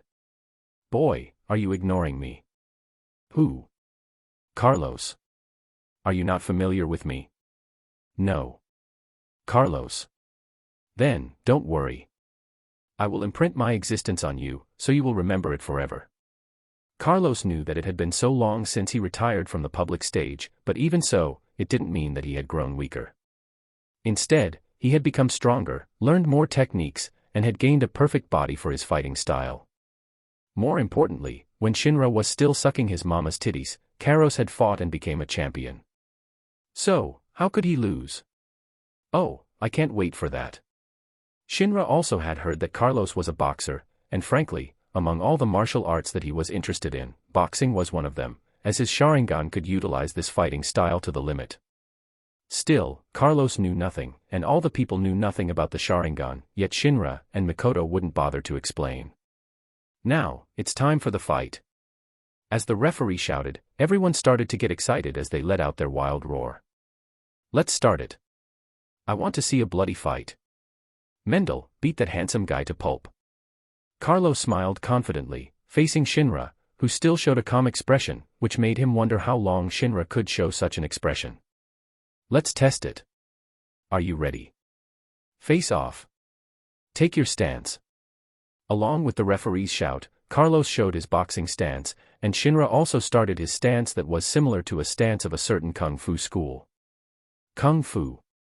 Not only Carlos, but the fighter that was brought by Reno, and many who saw Shinra's stance were surprised, startled, and some were even confused, as they were unfamiliar with his stance. Praying mantis style. Hearing those words, Reno looked at the men within her group. You are familiar with this style, Ray? Mikazuchi Ray was silent for a moment, then said, I am not really sure, so let's wait till their match starts. Okay. Somehow, Reno was curious. No, everyone was curious, yet could Shinra's unique style handle Carlos? Fight. As the fight started, Carlos released his swift jab that moved even faster than light. Take this, boy. Slap. A faster-than-light speed jab was repelled by a gentle tap, then Carlos, who was baffled by this situation, saw his body was out of control, forced to move by a momentum, and lost his balance, yet when he was about to fix his posture, dodging, moving away, his feet were swept and he fell to the ground. When Carlos wondered what was happening, he saw a fist that was about to hit his face, which made his eyes widen, realizing that he was about to lose, yet how could he lose so easily? Oh. When Shinra thought that it was over, Carlos made an acrobatic movement by rolling and raised his heel up, then smashed it into him. Bong. The heel smashed the ground, creating a small crater. Naturally, Carlos' kick missed as Shinra moved away, but it didn't cause him to despair. Instead, he started to dance, moving his feet left and right, which made it hard for his attacker to read. Sorry to disappoint you, but this time, I will get serious. As a genius striker type of martial artist, Carlos, who had always fought by using boxing, entered the underground fighting scene, was troubled, and because of that, he learned a new martial art to help him fight, and that martial art was capoeira. You are familiar with it, boy. I know, but are you sure you want to choose that fancy martial art? In Shinra's mind, while the damage caused by capoeira was good, especially the kick, it was a little too fancy. Then again, this martial art was created by slaves, who wanted to rebel by hiding it like a dance, which was also quite a complex martial art, but did Carlos think that he could defeat him with this martial art? It's because you don't know its real strength yet. Saying so, Carlos dashed once again and released his flicker jab that moved like a flash. Bang. Bang. Bang. Bang. Bang. Those jabs were as sharp as bullets, and as long as one of them hit the opponent, it was guaranteed to make them fall, but unexpectedly, all of them were easily deflected by Shinra. Nothing hit Shinra, and Shinra didn't even move from his spot, yet Carlos didn't lose his spirit and continued to throw aggressive jabs. Yet, for those who watched, all of them had lost their voices as the speed of Shinra and Carlos was too fast. So fast that their eyes couldn't follow, yet Shinra could be even faster. Is that all? It's my turn. Shinra had had enough of Carlos and learned Carlos' martial art, so when he saw an opening, he sent finger jabs into Carlos' solar plexus. Goa. Unlike a punch, the finger jabs had a longer distance but lacked power. Yet even so, Shinra was hurt, and it was extremely effective as Carlos curled up and lost his breath due to the pain. Still, at that moment, Shinra didn't hold back and finished Carlos off by hitting Carlos' chin and temple, sending 3 attacks instantly, without giving Carlos a chance to react. Then, as expected, Carlos fell to the ground and passed out like he had kowtowed in front of Shinra. Everyone. Shinra's expression didn't change much, and he just looked at the referee and asked, "You are not going to announce the result?" The referee was dumbfounded for a moment, then shouted, The winner is Uchiha Shinraya."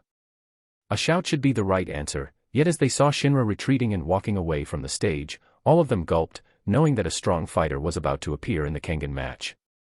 Chapter 17, Yamaro. And no way. Amazing.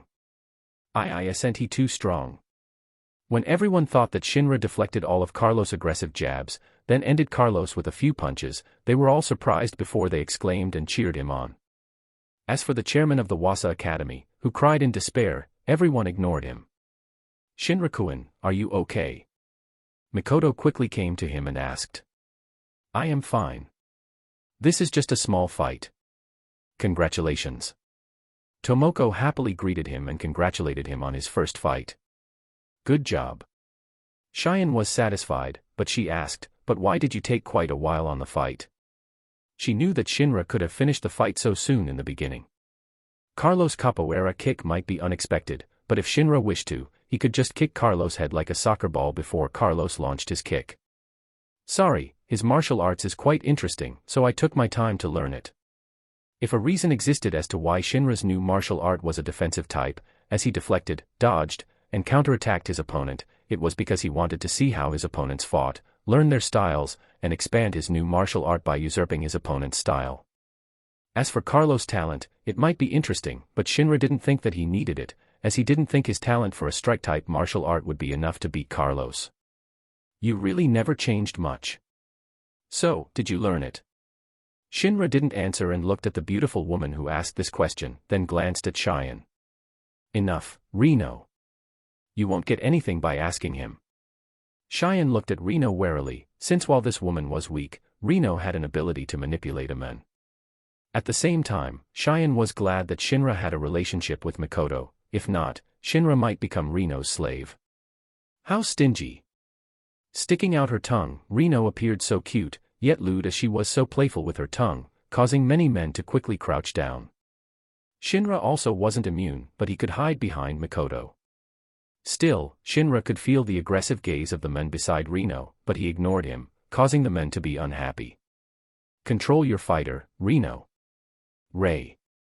The man, whose name was Mikazuchi Rei, pouted, but he didn't fight Reno's decision, and was as docile as a puppy. Everyone. Can I go back home, Cheyenne? Sure, go ahead. Then, excuse us.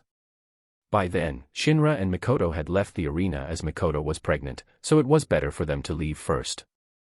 He is such a family man. Reno wasn't blind and could see that Shinra left because he was worried about Mikoto. He is so loving to his lover. Why did you look at me when you said those words? Cheyenne's lips twitched, and as she started to light up her cigarette, ignoring Reno's implication. If you keep talking nonsense, your lover might realize it. What do you mean? Reno was playing dumb, but as Cheyenne smoked, she felt her mind was calm, as the nicotine helped her to think and also sober, thinking that it was impossible between them. But seriously, you should control your fighter if you can't then. If not. Reno still maintained her smile and asked, what will happen? Your fighter will lose his martial arts. When those words fell, even Reno couldn't smile, as she was confused and felt a little scared, thinking of a certain possibility. What do you mean? Nothing. Waving her hand, Cheyenne decided not to talk with Reno anymore. You should focus on the annihilation competition. You are going to enter, right? I will manage this one first.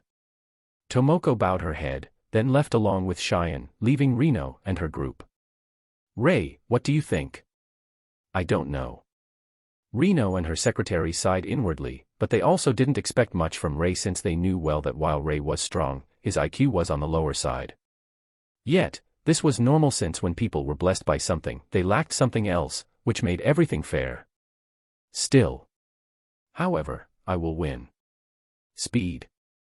While Carlos and Shinra were fast, Rei believed that he was much, much faster. That's good.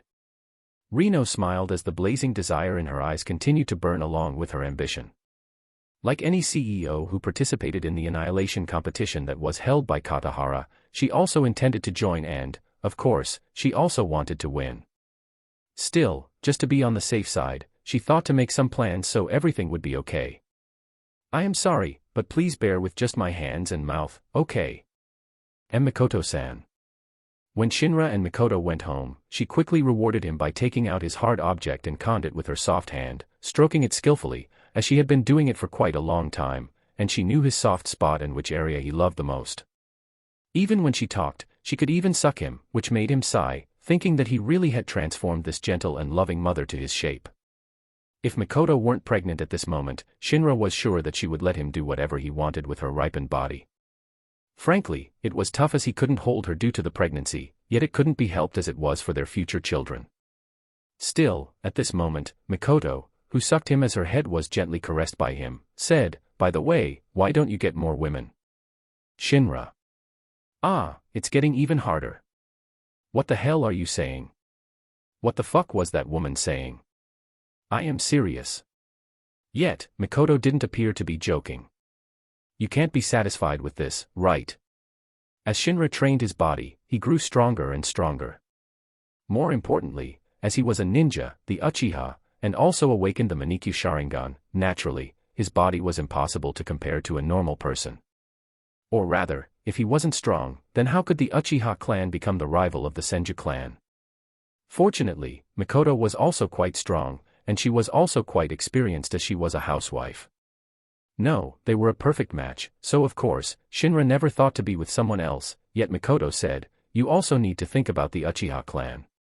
"What does the Uchiha clan have to do with our conversation?" "Of course it does. We're the only Uchiha clan, you know. For the future, isn't it better to have as many children as possible?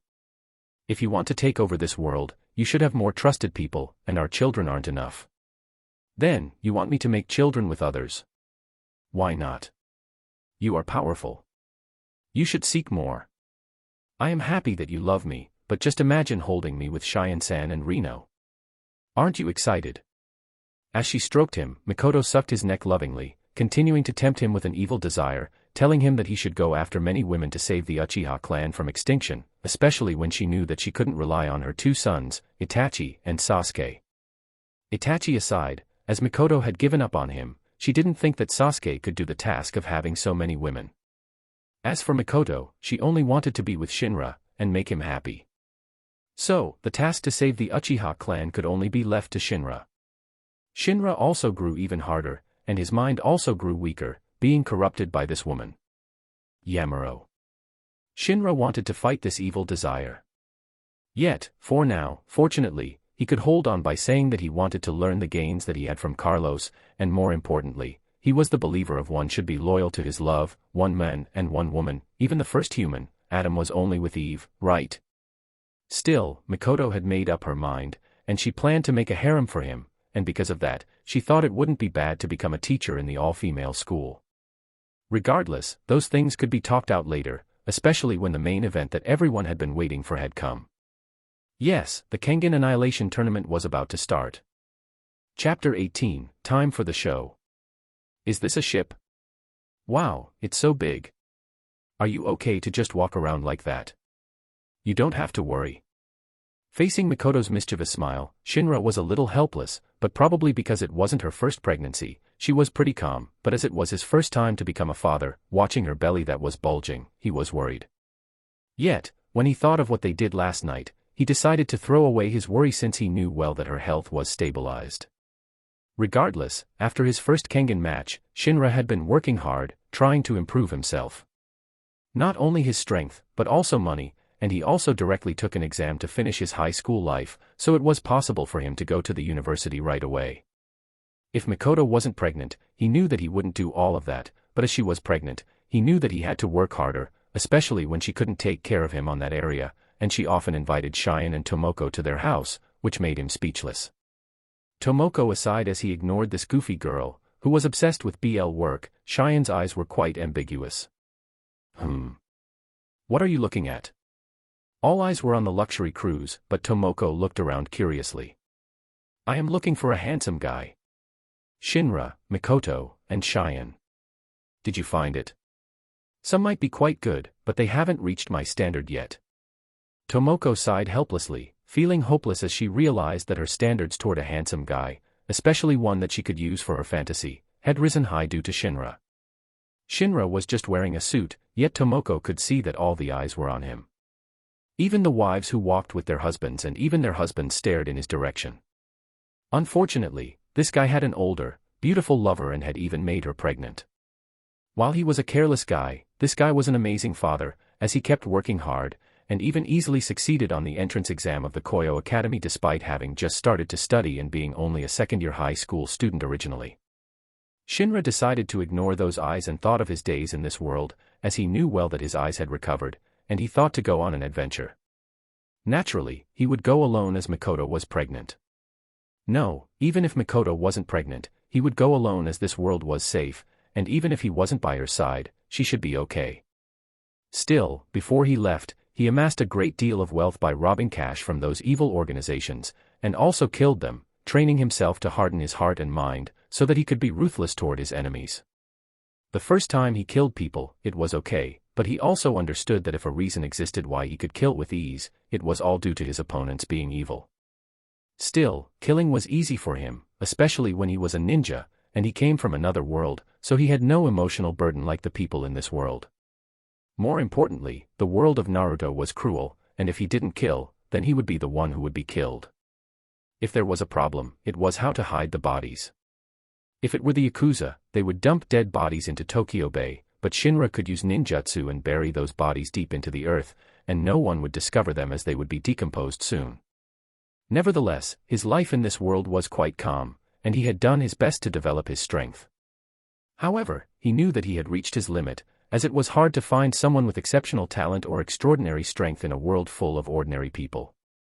More importantly, unlike in the world of ninja that had limited numbers, as most of them died due to war, poverty, and starvation, in this world, many people existed, and there were 7 billion of them. How could he find those special people within those numbers? So, all he could do was just wait for the Annihilation Tournament, since that way, he had no need to search for those people. "Have you found someone strong, Shinra?"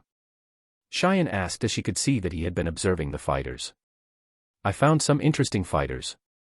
Like how Shinra found them, they also found him, looking at him with a fighter-like expression, either solemn, eager, or just silently watching him from a distance. Like how a stand user would find and attract another stand user, the strong fighter would attract another strong fighter, as they were eager to fight and show that they were the strongest. "Oh.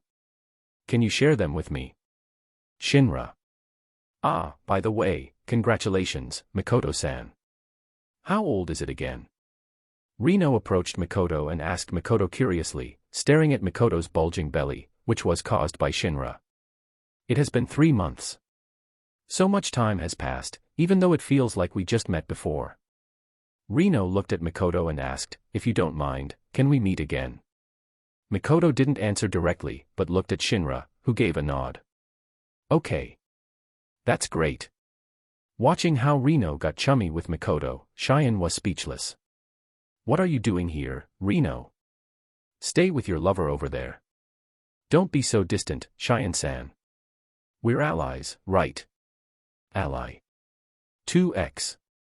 Shinra and Makoto were surprised and looked at Cheyenne curiously. "Well, this situation is a bit complicated, so let's just talk later." "Okay." Anyway, the two of them never thought much about Cheyenne's decision, since if she thought that it was good to make an ally with Rino, then it was all good, since whatever Cheyenne's decision was, Shinra's job was only one, and that was to win this tournament. "Let's go and enter." "Okay." Yet as they walked away, walking toward the luxury cruise, many started to talk about them. "Is he the deluge? Too young. But his strength is without a doubt." Many watched his fight against Carlos Metal, and naturally, Shinra's reputation spread as he became one of the most powerful fighters since he could defeat the old champion. Still, regardless, this tournament has become more interesting. No matter what, I will be the winner. Champion. Interesting. All of those chosen fighters in this place thought of themselves as the strongest, and naturally, they wouldn't allow anyone to be stronger than any of them, as their pride didn't allow it. It was also because of that they swore they would be the strongest and the winner. Fahahaha. As expected, it isn't wrong to start this tournament. Old, young, strong, weak, wealthy, or poor. All of them who could participate in this event were definitely not ordinary people, as each of them had their own skills, yet without a doubt, for this man, with curly, long hair that resembled seaweed, showed a grin, thinking that it was a time for him to show all of those people where their places be. Yet, what he didn't know was that a certain girl wasn't looking in his direction anymore, but instead just stared in the direction of Shinra in a complete daze before she quickly ran in his direction. As for what she planned to do, wasn't it obvious? Chapter 19, The Deluge. So, who should we watch out for, Shinra-kun? Reno showed a cute-like expression as she put her palms on her chin, supporting it, making a gesture, staring at Shinra with a charm that was different from her usual, yet under the table, her small feet lightly touched against his, being playful, and seduced him like a succubus, who wanted to take his essence. I will defeat you. Mikazuchi Rei's expression became stern as he said those words toward Shinra. Shinra. Regardless, unlike some other companies that had to enter a preliminary competition first by fighting on another ship, his group, which was led by Cheyenne, entered the luxury cruise directly. Still, as everyone watched the battle royal that happened on another ship, Shinra, Cheyenne, Mikoto, Tomoko, Reno, Rei, and Reno's secretaries made their own group. Yet, inwardly, Shinra wondered whether Cheyenne had made the right choice to make Reno her ally. Kurayoshi Reno. Everyone was familiar with her, the Queen of the Night, and the CEO of the Gold Night Pleasure, the largest night industry service in this country. If Shinra had to say, this woman's business was like McDonald's or Starbucks in the night industry, and this was why he tried to avoid this woman. No, he wasn't such a prude that cared about his woman not being a virgin since his first woman was a housewife, the wife of others, and even had 2 children before, but Reno was different since this woman was definitely far from being simple. While Mikoto told him that it was okay for him to go after those women around, as she wanted him to expand the Uchiha clan, he had a slight resistance at first, but as the time passed, it got harder for him to calm down, so, probably, if he couldn't hold on, then that's it. Regardless, Shinra didn't answer Reno's question first, but glanced at his boss. Just answer her. We will know who is strong or not later, after all. Still, Cheyenne was glad that Shinra asked her opinion first since it meant he wasn't affected by Reno's charm. Still, before that, what did those people mean by the deluge?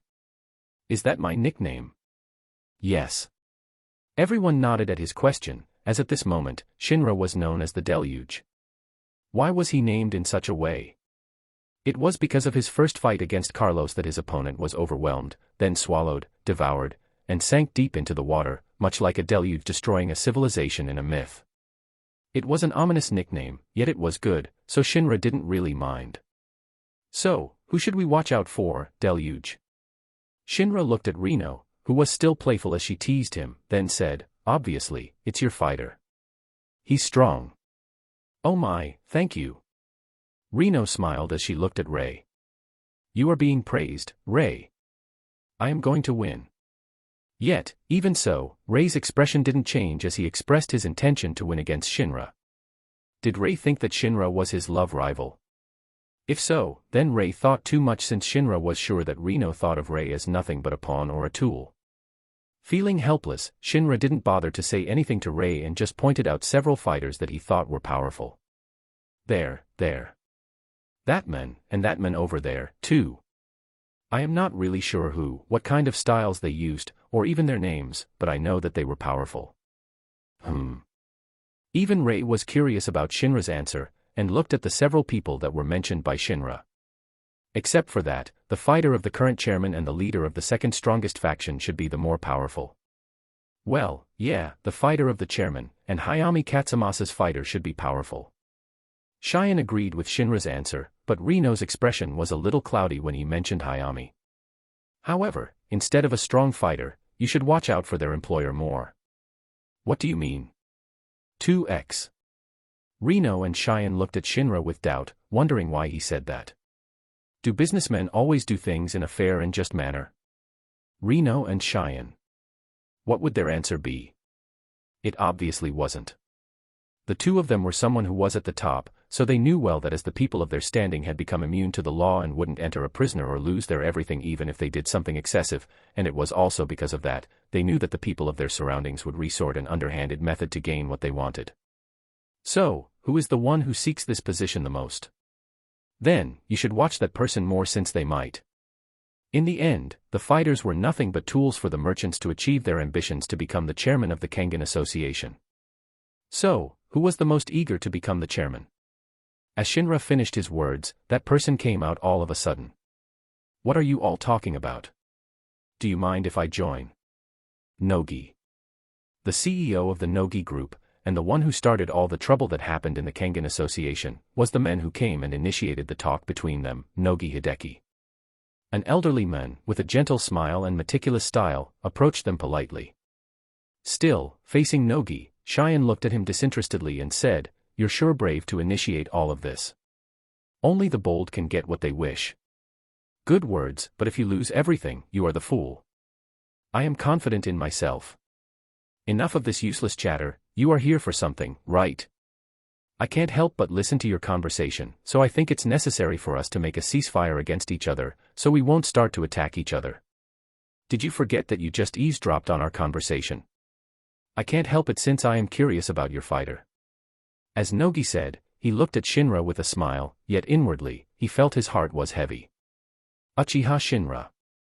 Even though Shinra had only fought once, his feat and reputation were already spread, especially his victory against the legendary boxing champion. He might be young, but it was because he was young that he was full of potential. Moreover, many of the troubles that Cheyenne had received previously had all disappeared, and all of her enemies had passed away by an accident, so naturally, as if they were targeted by a god of plague. While Nogi had no evidence, he had a feeling that Shinra might be related to all of those things. As for Mikoto, she was a pregnant woman, so what could she do? Yet, while no one said anything, all of them were clear, this young man, who was younger than any of them in this ship, was just a devil that couldn't be underestimated. The deluge. All of those who opposed Cheyenne had disappeared as if being dragged and sank into the deep water. Watching this young man, who appeared lazy and didn't appear to take this tournament seriously, made Nogi sigh inwardly, wondering why he wasn't the one who met Shinra first. Still, when Cheyenne and Nogi were about to talk, all of a sudden, a flying object came and flew in his direction. No, it wasn't an object but a human being that made a sudden attack as if a panther that leaped and was about to sink its fangs and claws into its prey, which made Shinra quickly react and grab the fist that was about to hit his head. The punch was ruthless, like a viper bite, which would definitely cause harm to him, and it was also because of this that Shinra's response was also ruthless. The attacker saw that the punch was caught by Shinra's palm, but instead of having met resistance that blocked this attack, Shinra pulled his attacker, making this person lose balance. The essence of his martial art wasn't to clash, but to blend, and lead the enemy, using their own powers to take them down, or double the damage. Still, as they were in the hall at the party, instead of using a strike, Shinra caught his attacker smoothly, and strangled the attacker with his arms and legs, stopping this person to move and tightly wrapped his arm around her neck like a chokehold, and moved his legs around hers, preventing her from moving and causing his attacker to not being able to breathe, like how a python took down its prey. Still, he was a little surprised when he noticed how soft his attacker's body was, as he saw a slight, gentle swell on her chest, and a sweet, lovely scent that tickled his nose, indicating that his opponent was a girl. Yet, without a doubt, to attack him so suddenly and dangerously on the back of his head, Shinra didn't show any mercy even if his opponent was a female as a gender. However, everyone was still stunned when they saw the act that happened so swiftly, and how Shinra could apprehend his attacker like a snake.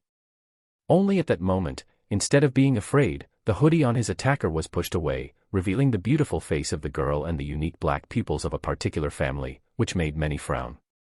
However, the girl ignored everyone's reaction, and as her face flushed red from shyness, lust, and even pain from Shinra's chokehold, yet even under such a situation, it didn't stop her from shouting, "Let's have a baby." Everyone. Chapter 20, My Nose is Itchy. Let's have a baby.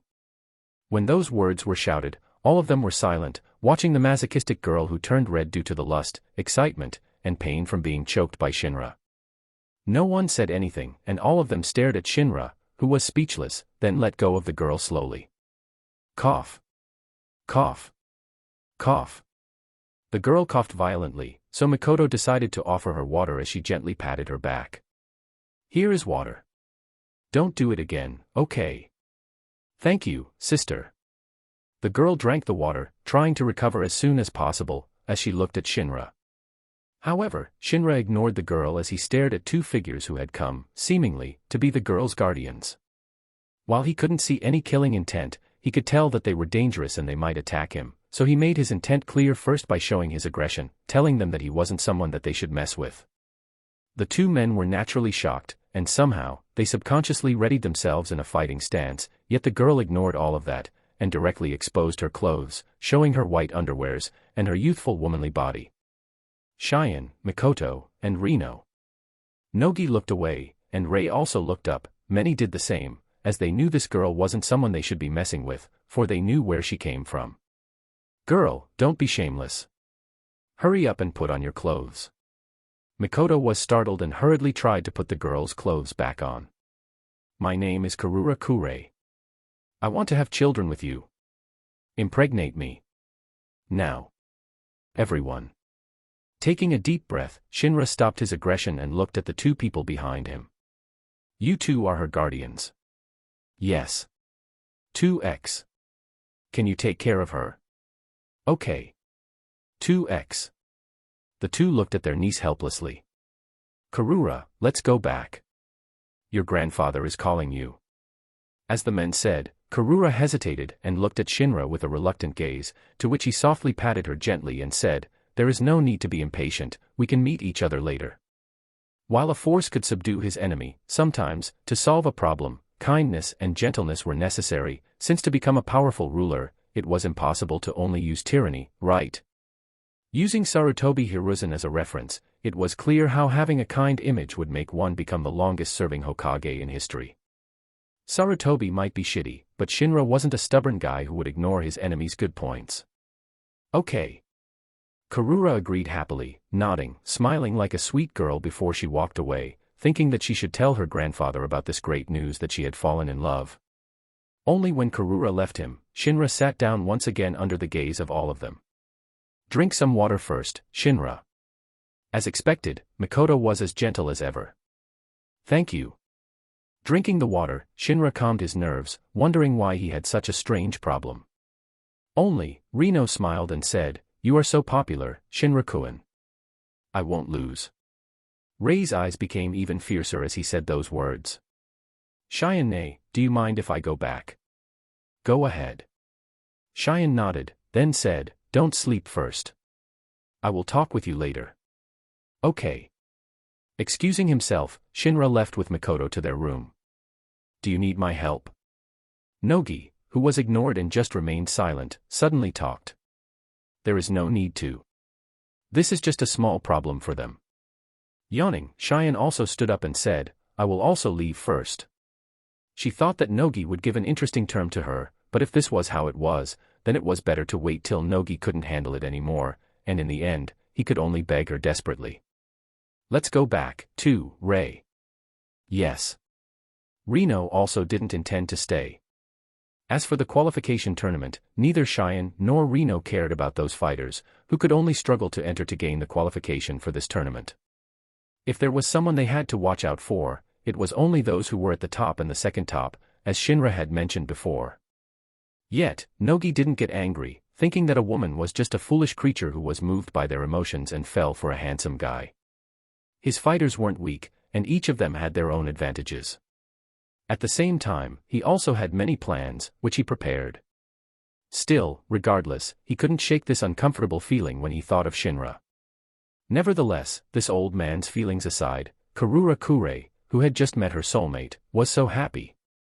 She thought that their meeting was fate, and she wanted to tell this good news to her great-grandfather as soon as possible, so that she could start having children right away. When she thought of Shinra's handsome face as he choked her neck so that she almost died, it made her womb tremble and wet, wishing to be impregnated right away. Shinra. Yet, for those two men who followed her, all of them were a little tense. What did you think? That young man is strong. I have just heard the rumor, but it seems that he is stronger than I imagined. Then, isn't it good? Well, that's true. With their family's tradition, instead of hating or stopping Karura from having children with Shinra, they supported her a lot. But what would their old man think? Karura, where have you been? I have been looking for you, you know. As they arrived at another hall, an elderly man with a gentle expression walked toward Karura and asked lovingly. It was clear that he doted on this great-granddaughter of hers so much that if she asked him to sink this luxury cruise, he would do it without hesitation. Still, as a strong person, he noticed the redness on his great-granddaughter's neck, which made him confused. Karura, what's wrong with your neck? Did something happen? Yet, Karura ignored that question and just said, Grandpa, I have something to talk about. What is it? The men didn't realize anything, yet Karura's expression was that of affection as she said, I have fallen in love and I want to have children with that person. The elderly men. The two men standing behind the elderly men were also stunned, but then, while one of them maintained a calm expression, the other burst out laughing. Ha ha ha, finally, the brat has started to fall in love. A crack somehow appeared on the elderly man's face, yet he calmed himself and asked softly, I see, then, you should go back to your room first. I have something to talk to your uncles about first. Okay.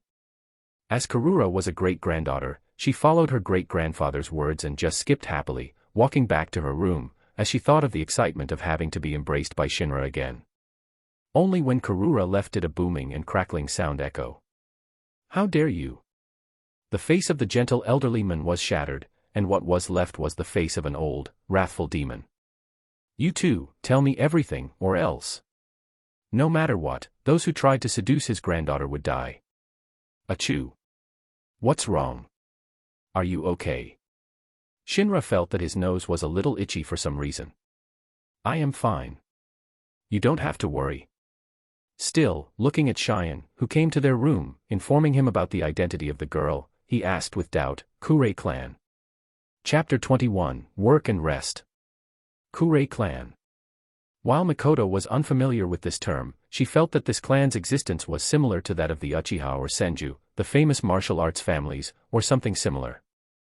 Then, as expected, when Cheyenne started her explanation, Makoto and Shinra nodded, but when they heard the tradition of this clan, their expression became weird. The Kurei clan is a powerful league of assassins that is notorious throughout the criminal underworld, where they are widely known as the Taboo Descendants. They are an old family that has existed for thousands of years. 1,000 years? Yes. How long have the Uchiha and the Senju existed? Makoto wasn't sure, but for Kurei clan to be able to exist for so long, she knew that this family was incredible, and if somehow Shinra impregnated Carla, she could imagine that their children would be strong. Shinra.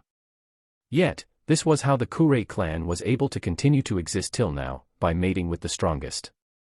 Whether it was the daughters of famous martial artists or mated with strong martial artists, by marrying their children to those people, using a selective breeding method, their descendants became stronger and inherited the talents of their parents, which made them one of the most dangerous families in the world. Then, what would they do when they saw how strong Shinra was? It was obvious, they wanted his genes. Shinra would become the stud to impregnate the women of this family. Hearing that, Shinra was at a loss for words. Only his lips trembled, unable to believe, yet he didn't think that Cheyenne was lying, or rather, she had no need to lie since this was the truth. His semen, genes, and his dick were sought after by the women of that family, so could he refuse? Of course, he would refuse. I am not a stud. Well, that's true. Unexpectedly, Cheyenne agreed. I have seen you for a while and I know that you are not someone who will lose himself to lust. Only loyal to a single woman, this guy was wonderful.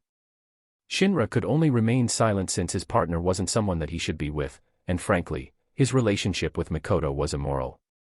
She was, after all, the wife of someone, and even if he didn't try to get close to her with such an intention from the beginning, he made her heart continue to waver consistently in the world of Naruto. Shinra might not have been able to do anything to Fugaku at that time, so he had been trying to sow discord between Fugaku and his wife, which he succeeded in doing. Yet, he couldn't help but think about the specialness of the Kurei clan. Did their ability only come from their selective breeding? Nothing else. If they had a unique ability, Shinra thought that it would be great, though, frankly, when he thought of one person in the qualification match, he thought of getting that person's talent, as it was quite interesting. Still, he decided to wait until the person became so weak that way, it would be easier, and the consumption of his eyes of usurp would be less. Sighing inwardly, he wondered why the Manjikyu Sharingan was extremely fragile, yet as it was his only way to grow stronger, it couldn't be helped. In a certain new world, it might be possible for him to grow stronger by using a certain unique system that existed in that new world, but before that, let's just focus on the Kangan Annihilation Tournament first, as he had to repay Cheyenne for all the help that she had given. By the way, Cheyenne-san, please stay here. 2x. When Shinra thought that Cheyenne was about to leave as it was already night, all of a sudden, Makoto made a proposal. There might be assassins or bad people who might target you. More importantly, the Kurei clan might do something, so instead of staying in your room, isn't it better to stay in our room? While Shinra was a fighter for Cheyenne, he also worked as her bodyguard, so of course, it was natural for him to protect Cheyenne, right? Yet, Even if Cheyenne stayed in her own room, Shinra believed that he could protect her as their rooms were just next to each other. Whether it was the Kurei clan or those who were involved in the antagonist that was prepared in the story, he believed that he could take them down. Then again, he also didn't underestimate them since people in this world could be so strong without a chakra. With a chakra, he could become stronger, and mixed with his physical ability, he could be stronger than anyone in this world, but he knew well that like Naruto, Sasuke, or other alien creatures that existed in the world of Naruto, an existence above many, one that could conquer a country with just his physical ability might exist. However, among all the people that existed in this ship, no one had such a level, he thought. Well, that might be good. Still, despite his confidence, Shinra was surprised by Cheyenne's answer, who agreed to Mikoto's offer. Come on. Go take a bath first, Shinra. I will take care of Cheyenne-san. There were many things that Shinra wanted to say, but in the end, when everything happened, he just lay on the bed being sandwiched by Mikoto and Cheyenne, who had just also taken a bath. Being surrounded by two beautiful, mature women with their ripened bodies that pressed against his skin gave him a pleasant feeling that couldn't be described. Their gentle body scent tickled his nose and almost overwhelmed him since, as the light was turned off, his sense of smell became particularly sensitive. What was this? Was this his prize for being a good person in the world of Naruto? Was this something that he gained because he saved Mikoto? Yet, he knew well that he wasn't a good person since he ignored others and just brought Mikoto with him. Not all of the Uchiha clan members were arrogant, and most of them were just tsundere, and as long as he was gentle enough, they would soften, and many also had shown him kindness, yet even so, he didn't save them and just brought Mikoto with him. The elderly, kids, women, and even babies, no one was spared, and all of them were killed by Itachi, Obito, Danzo, and all the members of the root. Even when Shinra brought Mikoto, it was because he knew that she was useful to him and could help him to become a powerful ninja, as she helped him to steal all the treasures from the Uchiha clan's treasury. While the relationship between the two had become closer to the point where she was even pregnant with his child, he knew that with how he was, it was impossible for him to give her a proper future, especially when he still wished to erase his hatred as he thought how those people who had made him run away and hid in another world like a little mice lived happily. So, with all of that, could he even think about women? Yet, they didn't even think about giving him a chance to refuse since, as he was in his own thoughts, their gentleness wrapped around him, touching his body, and made him unable to stop himself, then let himself follow his desire as he held Mikoto and Cheyenne at the same time. Still, he had to say, whether it was Mikoto or Cheyenne, they were all lewd women. Chapter 22, Leisure Time. You are all so cruel. How can you just leave me on the ship just like that? Don't you know that I was attacked before? Oh. While Mikoto, Tomoko, and Shinra didn't react much, Cheyenne looked at Reno with doubt, never expecting that Reno would have such an experience. After traveling on the luxury cruise, they arrived at the private island owned by Katahara, which was known as Ganryo Island, where the Kangan Annihilation Tournament would be held. Still, as expected of the one who founded the biggest bank in the country, when they arrived, they were welcomed by many young, peachy, and sexy women in bikinis. Their voices were like the sweetest melody, and while they might not be the most beautiful, they were all above average, and they had their own uniqueness, which made him think that he was in a flower garden. Yet, even if the scenery of the flowers was tempting, his eyes were straight and just focused on Mikoto and Cheyenne, and after they arrived, they just went to the beach and started their barbecue in their beach outfit, loose, little conservative as they hide most of their skins, yet on certain parts, whether it was their legs, arms, or upper bodies, when they made a movement, he would be able to catch a glimpse of their beautiful curves. Legs, nape, breasts, and everything. Everything about them was just beautiful, and he couldn't get enough of them, so when Reno and the others were attacked by the antagonist's group, whether it was Shinra, Mikoto, and Cheyenne, the three of them had just holed up in their room, enjoying each other's bodies. Mikoto's situation was also stabilized, so the three of them had been spending leisurely, lewd days together. This was also the reason why their clothes were rather conservative as they hid the marks of their lovemaking. Really. Still, when Cheyenne heard that they had been attacked by the assassin, she was a little surprised and was also in doubt. Really? If Ray isn't powerful, then I might be in danger. As Reno said those words, she looked at Cheyenne with contempt, thinking that this mature woman had been enjoying the body of a young man, so Cheyenne forgot about the danger and battle that they had to face in this tournament. Stretching her hands high, Cheyenne just lay on her lazy chair, feeling a little sleepy, yet appearing seductive and sexy as she glanced at Shinra, who exposed his muscles with just shorts due to her fetish, which made her red tongue lightly lick against her fleshy lips. Watching his awkward expression, Cheyenne laughed, thinking that tonight would be interesting, but Reno was angry. "You two stop being flirty in front of me. You have a boyfriend, too. Don't get salty." Reno. Was Mikazuchi Rei her lover? "Do you want to eat too, Reno-san?" Shinra asked. "Sure, I want the meat and the long sausage." Shinra. Reno had been tempted by the aroma of the barbecue, as it seemed that Shinra was good at cooking, too, which made her even more jealous of Cheyenne, who had such a fantastic lover.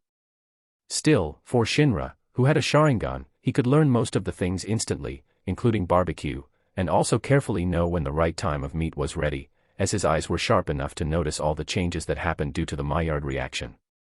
"Here you go." "Thanks, Shinra-kun." Accepting the plate filled with a long sausage, Reno sat carefully near Cheyenne as her finger lightly touched against his, which made Shinra wonder whether this was really okay since Reno's lover, Mikazuchi Rei, was by their side. Still, this guy had become a simp, so everything was okay, right? "I won't lose." Rei glared at Shinra and got ready to make his own barbecue. Shinra. Reno didn't say anything, ate Shinra's long sausage, then asked, "Are you ready for the tournament?" "Well, yes," Cheyenne said calmly as she ate her meat. "By the way, do you know who attacked you? It isn't the Kurei clan, right?" "No, they aren't, but they might aim for you, you know." Reno knew the identity of her attacker, but strangely enough, she wouldn't say it as it was related to her secret. "Well, let them do that. I am not afraid." How reliable. Still, as they enjoyed their leisure time, two people came in their direction. Shinraya. A beautiful girl in a black bikini waved her hand excitedly as she held the hand of a girl. Two girls. One had black hair and the other had blonde hair. Unlike the lewd, seductive charm of Cheyenne or the gentle charm of Mikoto, the two were lively, full of youth, as they were at the peak of their youth, filled with a spirit and loveliness. As for Reno, let's not mention her, as she was just a lewd woman. Karura. As Shinra greeted this silly girl, who asked him to impregnate her calmly, the girl, who followed Karura, looked at him curiously with a light blush on her face. Yet, while Mikoto was calm and happy, thinking that the Uchiha clan would start to expand in this world, the eyes of Reno and Cheyenne became sharp since while they were confident in their charms, they lost in the terms of age as they were older and they had to say, Karura's smile was so infuriating. Looking at their annoyed faces, Karura was happy, thinking that she had won. "Do you want some meat, Karura?" "Yes. I want a long sausage." "By the way, is she your friend?" "Yup." Karura nodded as she introduced her new friend. My name is Elena Robinson. You can call me Elena, Shinra-kun." "Nice to meet you, Elena." Unlike the lively Karura, Elena was a little reserved, yet it made her cuter. "Anyway, after we eat, let's make children, Shinra." Everyone. Still, on the corner, two people were hiding as they held binoculars, watching how chummy their great-granddaughter, little sister, was with Shinra. That shitty brat. 2x. Shinra felt the killing intent, then glanced at the corner, and asked, "Karura, Elena, do you know them?" 2x. The two turned and noticed their great-grandfather and big brother. "Grandpa. Oniai-chan." 2x. "Please join in." 2x. The great-grandfather and big brother looked at each other before they nodded, coming to the battlefield to protect their great-granddaughter and little sister. "The meat is a little too tough." "Yes, you should grill more." Regardless, strangely enough, their group became more festive as many people joined them. Still, having the Kurei clan, the strongest assassin clan, close to their side, and one fighter, was a good thing, right? Regardless, the elderly men and Elena's older brother couldn't help but look at Shinra, the youngest fighter among them all, yet the one with the most mystery. While many strong fighters existed, many of them were famous and had their own reputations, only Shinra was an unknown and mysterious identity. Yet, no matter what, Mikochi Robinson, the older brother of Elena, aside, Kurei Irio, had to see whether Shinra was suitable to become his great-grandson-in-law or not. Only. "Grandpa, I want to have a child with Shinra." Karura tightly embraced Shinra as she said those words in front of her grandfather. Shinra. Kure Irio. Everyone. Fortunately, the time to check whether Shinra was suitable or not could be seen right away, as his first opponent also came from a famous assassin family. Nikaido Ren. Chapter 23, Aikido. Over the span of 5 days, the tournament will be held on Ganryo Island, with a schedule prepared by the association. On the first day, all 16 matches of the first round were held, and then the following day, a break was given. On the third day, all 8 matches of the second round were held, with another break given the day after. Finally, on the 5th day, the quarterfinals, semifinals, and the finals were held. After they came to Ganryo Island, despite his leisure time, Shinra was ready for his battle, or rather, he had been waiting for the tournament to start since everything was over. It was his time to go to another world to grow stronger. This world was good, and he had also become stronger and smarter with all the knowledge of martial arts and the knowledge that he had learned. While probably many other things could be found in the place where the martial art flourished, such as in China, or other ancient places where technology was lacking, he felt that this was enough. Not only did he create a new martial art, but he also learned many other martial arts. What was left was just to see whether some among those fighters had a special ability or talent, such as the Kure clan, that could release their limiter and grow stronger. It's like Might Guy, he thought. Might Guy, the strongest taijutsu user in the world of Naruto. Somehow, when Shinra compared all the fighters in this world with Might Guy, all of them would die and turn into dust as they were hit by Might Guy's everything. Yet, even so, the development of science, logic, efficiency, and many other things in this world, even if they couldn't make him the strongest, Shinra knew that they could help him on the next adventure. Still, as he waited for a while as he watched all the fighters that fought in the arena, including the main protagonist, it was finally his turn to fight. Go for it. Feeling the gentle touch on his back, Shinra nodded at Mikoto. I will go back soon. Showing a gentle smile, Mikoto supported him like a good wife to her husband.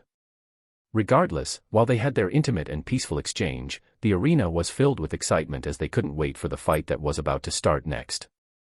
All the fights that happened were wonderful, and they made all the guests satisfied, and naturally, the MCs wouldn't let the excitement down.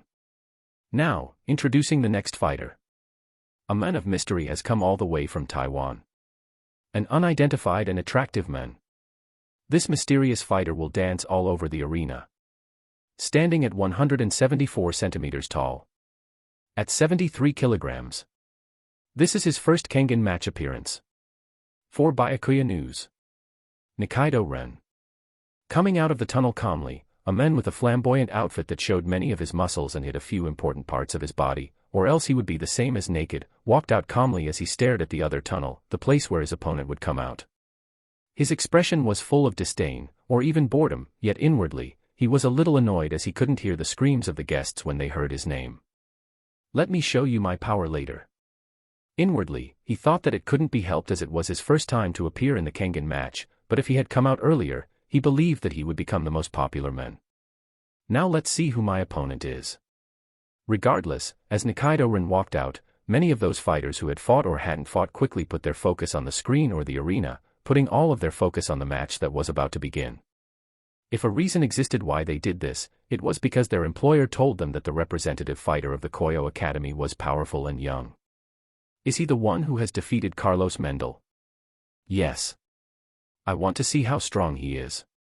Among all of those fighters, a certain boxing champion from Thailand who was also a participant in this tournament looked forward to the appearance of the young man, who had defeated the old legend in the boxing world. Now, next up is this young man. The MC, a beautiful young woman with platinum hair and smooth, tanned skin, introduced the next fighter who had been waiting for everyone. With a tender age of 16, he is the youngest fighter among all. Yet, he can't be underestimated as he is able to defeat the legendary boxing champion, Carlos Mendel. He is just as mysterious as his opponent. He suddenly appeared like a comet just in time to enter this tournament. The handsome beast descends upon this tournament. For Koyo Academy Group, Uchiha Shinra. As his name was called, Shinra walked out of the tunnel toward the arena. At that moment, everyone took their breath, feeling tense, yet also excited. His figure was like a tiger, elusive, powerful, yet it contained a beauty that made you not look away. Even all the fighters who had come before him had never made all the guests who had participated in this tournament feel this way, but soon, his aura started to become gentle like a falling cherry blossom that entranced those who saw its form. Then, Shinra, please look over here. Come to my hotel room. At that moment, the arena was in chaos as the echoes of all the guests couldn't be contained. Still, inwardly, Shinra thought that all of them were the same, they were too lustful, which made him helpless. Grandpa, let's kill all of them. Karura's eyes became sharp and filled with a killing intent. Shinra is mine. Kure Reo could only look up as he cried. All the members of the Kure clans. As expected, he is the most handsome. Tomoko, who sat beside Cheyenne in the VIP area, sighed and said, "You are lucky, Miss Cheyenne." If she were a boss, she would also ask Shinra to hold her and mess up her body. Smoking her cigarette, Cheyenne ignored Tomoko and just felt that her body was a little hot, thinking that she should ask him later when everything was finished. "You sure are popular, boy." Shinra looked at Nikaido, who said those words to him. "However, everyone will soon realize who is the most beautiful among us." "Don't call me beautiful, okay?" "Whatever, but..." Nikaido showed his stance as he stared at Shinra with the eyes of a killer. "As you have stood before me in this arena, then I will make you regret it." "Do it, then." Shinra also made his stance, which made everyone think of a certain martial art. Aikido. The fighters stared at Shinra with doubt, yet this was the martial art that they thought he had mastered when they saw his stance. The front foot faces directly forward while the back foot is in line and relatively perpendicular. Both feet are evenly weighted and are an appropriate distance apart, allowing for easy movement in any direction. The knees are slightly bent, with the back straight and shoulders relaxed. Arms are extended with hands open. This is Hanmi, or the half-body stance. Instead of making himself appear bigger and more intimidating, he appeared smaller, as if he was trying to make himself smaller so it would be harder for him to be attacked. Yet, if that's what your martial art is, you can't defeat the Fist of Heavenly Wolf. The information regarding Shinra was limited, and initially, Nikaido thought that Shinra had mastered a certain kung fu style, similar to the praying mantis style, but it seemed to be Aikido instead. Yes, it was a good martial art for self-protection, but Nikaido's Fist of Heavenly Wolf was an art of killing. In front of the art of a killing, a mere self-defense technique was nothing, and he would show that to Shinra. Begin. Then, as the referee started the match, Nikaido dashed, then leaped, like a wolf that moved toward its prey as he sent a flying kick, which was as sharp as the claws of the wolf. Only that sharp kick was dodged easily by Shinra. Yet, this was okay, and Nikaido also didn't expect his attack to connect easily. Still, if Shinra thought that this was his everything, then Shinra would be sorry. However, before Nikaido let Shinra feel sorry, he was the one who tasted the feeling of being sorry, since as he launched his flashy kick, Shinra caught Nikaido's ankle tightly, following the force of Nikaido's momentum, then slammed him into the ground like how one used a sling. Boom. As the hardened ground cracked, Nikaido's body was hit by a powerful impact, and his entire body was filled with pain, so severely that his bones were almost broken. Gwa. Still, while a wolf was powerful, what if it lost its leg? As Shinra thought so, he was about to twist Nikaido's ankle, disable him, and slowly defeat him, but a powerful kick was about to kick his face, which made him let go of Nikaido's ankle. Still, he didn't get angry and smiled. "That's good. Don't make it boring, okay?" Along with his voice, everyone cheered. Shinra. Chapter 24, The Heavenly Wolf Fist. Heavenly Wolves, an order of martial artists that took part in the Sino-Japanese War, suddenly appeared on the battlefield to aid the Japanese side in overwhelming the Chinese army. Nikaido Ren was its captain, the chief who had mastered the Heavenly Wolf Fist along with its secret techniques. Yet, despite this, in just a single exchange of his fight with Shinra, this 16-year-old brat had his body so critically damaged that he was almost defeated. If I hadn't hurriedly attacked. When Nikaido looked at his ankle, which was still reddened and tingling with pain due to Shinra's tight grip, he shuddered in horror. Still, even so, while his mouth was still bloody and his entire body was in pain, which made him unable to breathe, Nikaido forced himself to face Shinra, who, despite making himself smaller, exuded an aura that was bigger than him, which almost swallowed him. Deluge. If Shinra wasn't being playful before, Nikaido knew that he would be lying on the ground, defeated so pathetically, like one who dies from drowning. Ugly and pathetic. I'm not as weak as all the fighters that you have fought. Once you let me go, I will bite you to death. Humiliation and rage filled his bloody, demon-like face as Nikaido thought to use his secret technique to end Shinra. As their fight was about to continue, many people engaged in discussions, pondering how the fight would unfold. He is also using Aikido, Senator, what do you think? Nogi Hideki looked at his long-haired fighter by his side, who was also his representative fighter, Hatsumi Sr. He is good. Yet, inwardly, Sen felt a cold sweat and wondered whether his old lover chose this Aikido user fighter for revenge. Still, he wouldn't lose, he thought. Let's meet in the quarterfinals, boy.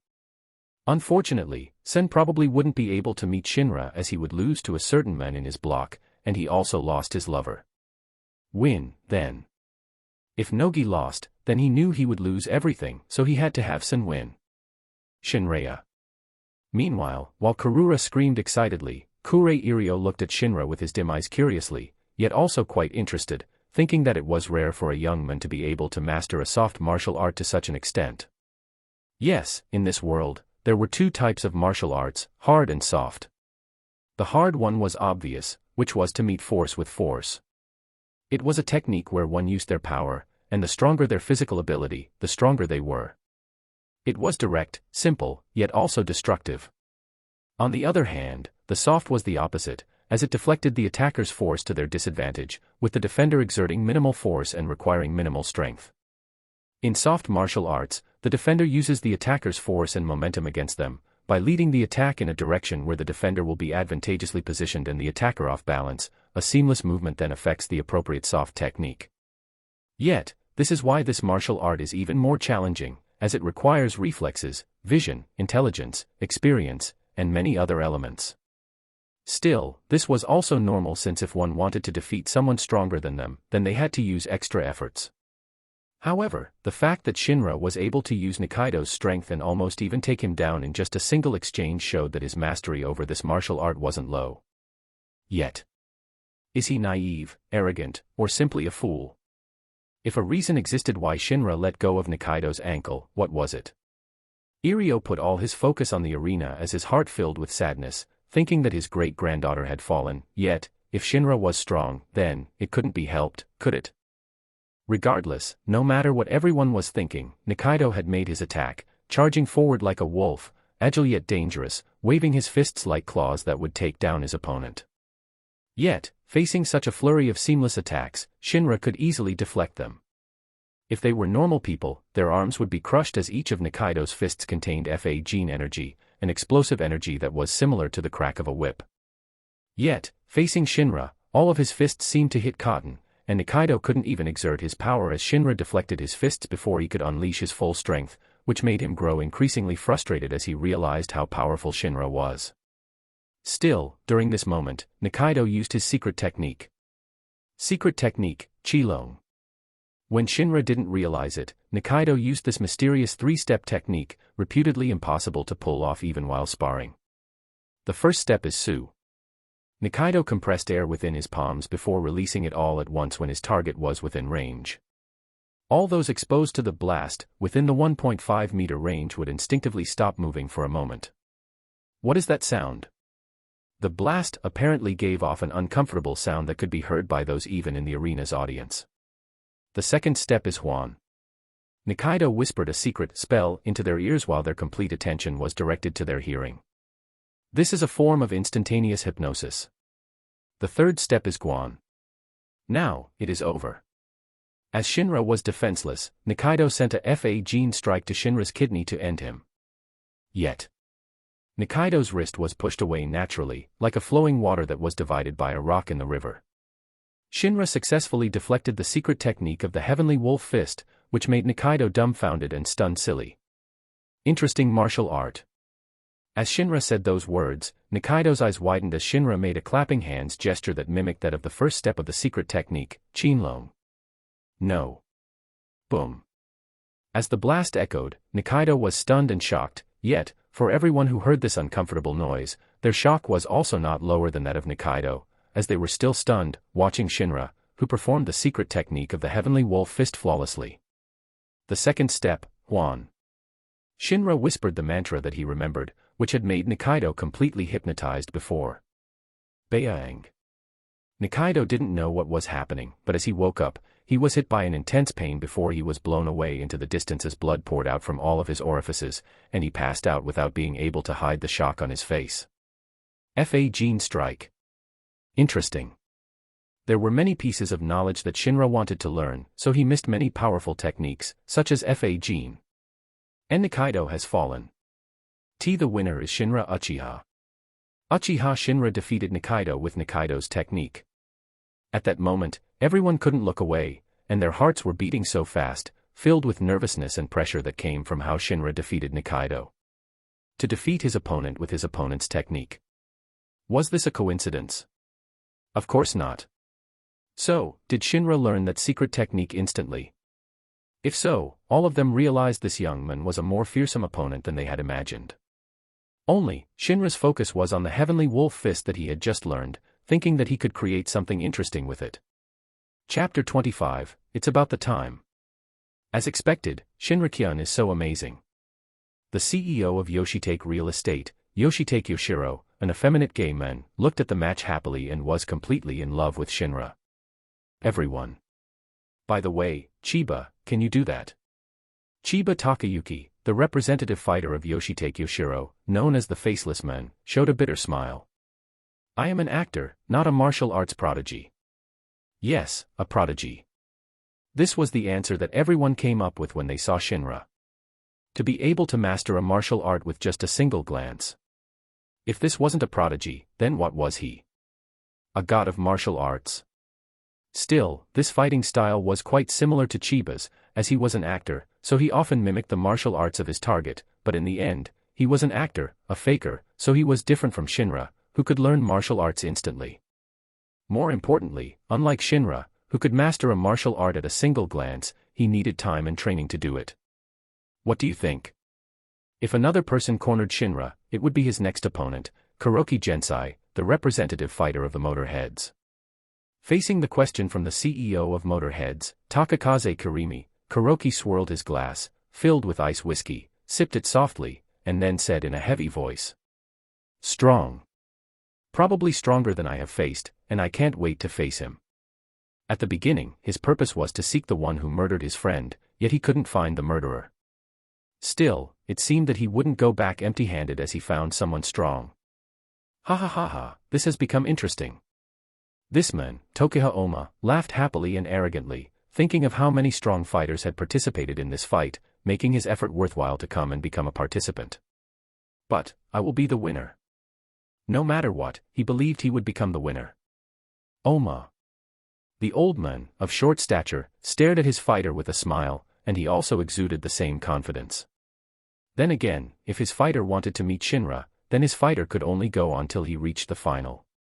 Regardless, no matter how strong Shinra was, he had to pass a powerful wall known as Kuroki Gensai, the Devil Lance, or known as the strongest assassin, if not fighter, in the whole country. Fuahaha.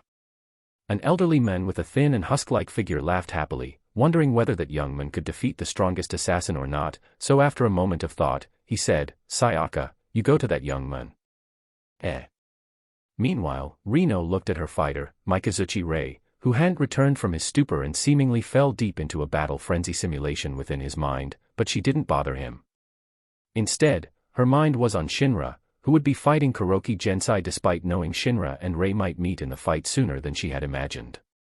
While it was unexpected, whether it was Rei or Shinra, the two of them were on the same Block C, and when they reached the quarterfinals, they would meet each other. Still, while Rei had a higher chance of winning on his side, Shinra's opponent was more fearsome, and that was Kuroki Gensai, the most fearsome karate master. Still, while all of them had their own thoughts regarding the battle, as the first day of the tournament ended, Shinra closed his eyes as he thought of all the fighters that he had watched in a day. They were all amazing, and if he had to say so, he would have understated them slightly, especially when he could tell that their power could reach that of a special jonin, or even a jonin-ranked ninja in the world of Naruto. Yet, even so, he had to say, he had seen many weird things since, while many fighters could crack a gigantic boulder with their fist, they still lost to a weakling like Kaneda Swakichi. All the fighters in this tournament were more or less top athletes or even the peak of humanity's physical ability, as many of them could somehow deflect bullets, yet despite such an amazing feat, they all lost to Kaneda, whose special ability was only foresight, an ability to read further of the enemy's movements, similar to chess, shogi, or other mind-related sports where one gained an advantage when they were able to read the movements of the enemy. Yet, despite having a technique, Kaneda's physical ability was just about that of a normal person, or even less. If Shinra made a comparison, it was akin to a child throwing a tantrum to join the Olympics. He didn't despise an effort, yet somehow, watching how a weakling like Kaneda could gain a position among the strong despite having a limited physical ability, it made him realize that it was better that he didn't stay in this world for a little longer, and this was the limit of this world. The martial arts might be good, but a martial art is only useful when it faces an opponent whose strength is about the same or slightly above. When one's strength was more or less about the same or the opponent had a slightly above strength, a martial art could help one find a victory. Or rather, a martial art was created so the weak could defend against the strong. Yet, Shinra's opponent was someone whose might was comparable to a nuclear weapon. Could a mere martial art bring him to do that? He could probably mimic Might Guy, but he didn't want to become a glass cannon type of fighter, where he would fall down after he used his high-powered attack. Stable, firm, and certain. This was what he sought the most, and until he was 120% sure of his chance of victory, he wouldn't go back to his original world. Still, it didn't mean that he underestimated this world since he had seen many masters, whose might was so staggering that it made him realize the potential of a human being. Unfortunately, the number of people who could unlock that potential was limited. Sighing inwardly, he was a bit disappointed by the number of strong people, yet it also made him relieved that he came to this world, as it gave him time to get used to fighting and bloodshed. He wasn't even a ninja before, and he hardly had a fight, so this world gave him time to learn all the basics that he needed to gain power in the new world. His eyes of beyond had recovered, and he knew it was about time for him to leave this world to gain a stronger strength. Chapter 26, The Koei Style. The first day of the tournament was full of excitement, and everyone was pleased to watch many fighters with their own unique fighting styles, as well as their understanding of martial arts and other aspects they hadn't seen before. Even many presidents, politicians, industrialists, wealthy individuals, influential figures, and other notable people were invited to this tournament and were satisfied with how the first day of the tournament went. Still, while the first day was good, on the second day, everyone was given time to break. Shinra didn't take the time to break, but thought of all the gains he had made from the beginning of his coming to this world till now. There are many, he thought. Yet, it couldn't be helped since he sought many things, especially the knowledge that came from the modern world. While it wouldn't help much during a battle, it would greatly benefit him in his daily life, as he was well aware that most of his life didn't revolve around battle. Fighting those who wanted to kill him aside, Shinra was about to become a family man, someone with children. If this were an ancient world where one could gain wealth through war or hunting, then it would be all fine, but this was a modern world where knowledge was far more valuable than might. More importantly, strength alone was meaningless, especially when he had many examples, such as Uchiha Shirsue or Uchiha Itachi. Those two were strong, probably the strongest in Konoha when the three legendary ninja of Konoha weren't in the village. Whether it was Sarutobi or Danzo might be strong, but in front of the might of Susanoo, who could fight Shirsue or Itachi, who had awoken their Manikyu Sharingan.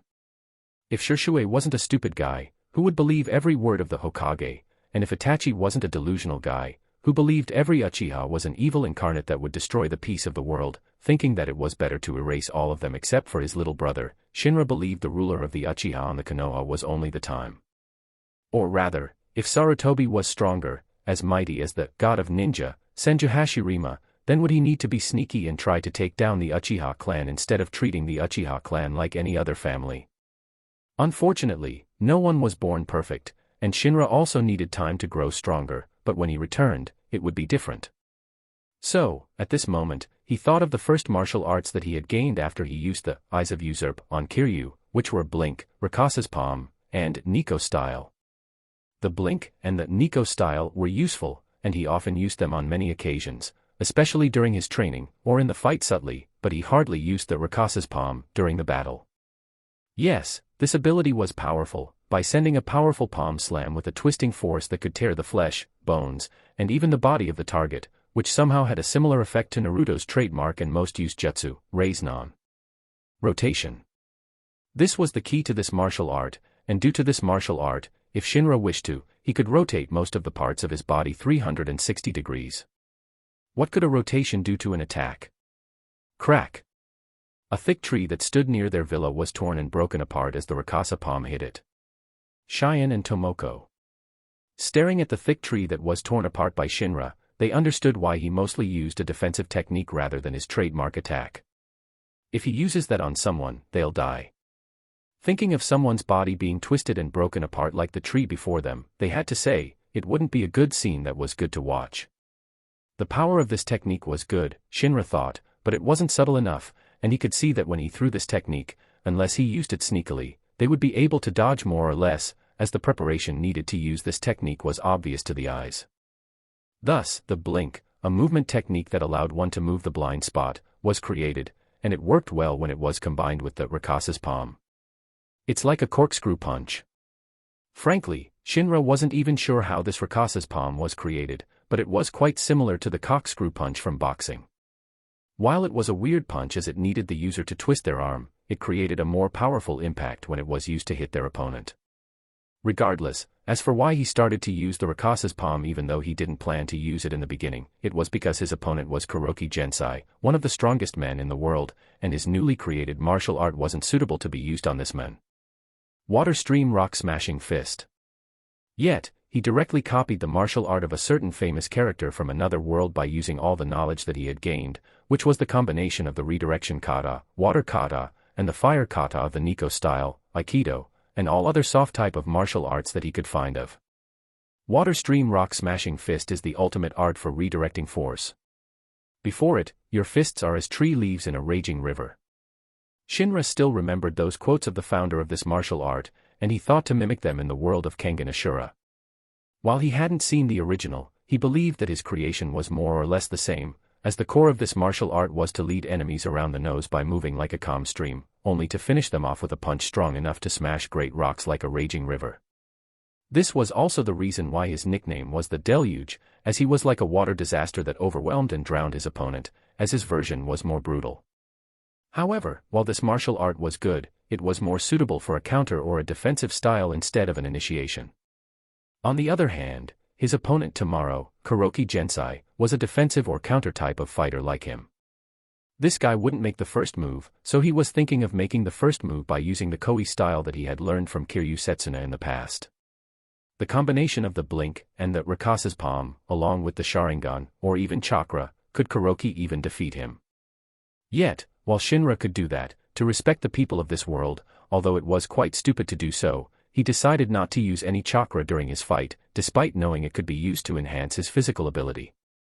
This is so-called martial arts pride. Sighing inwardly, Shinra felt that he was affected by the mood and the atmosphere, and at the same time, he wanted to show that even if he just used a martial art, he could defeat everyone in this place and become the strongest. Still, as he was thinking about tomorrow's match. Is that your secret technique for your match with Kuroki Gensai? As an elderly voice filled with curiosity and heaviness, Shinra knew that a small group of people had come to visit the villa where he stayed, and naturally, when this group of people came, a certain someone also came. Shinra, let's make a baby. A powerful impact was felt on his body before his body was tightly wrapped by powerful arms that made him almost lose his breath. Kure Karura. If somehow, Shinra made her pregnant, he was sure their children would be powerful. Chapter 27, A New Technique.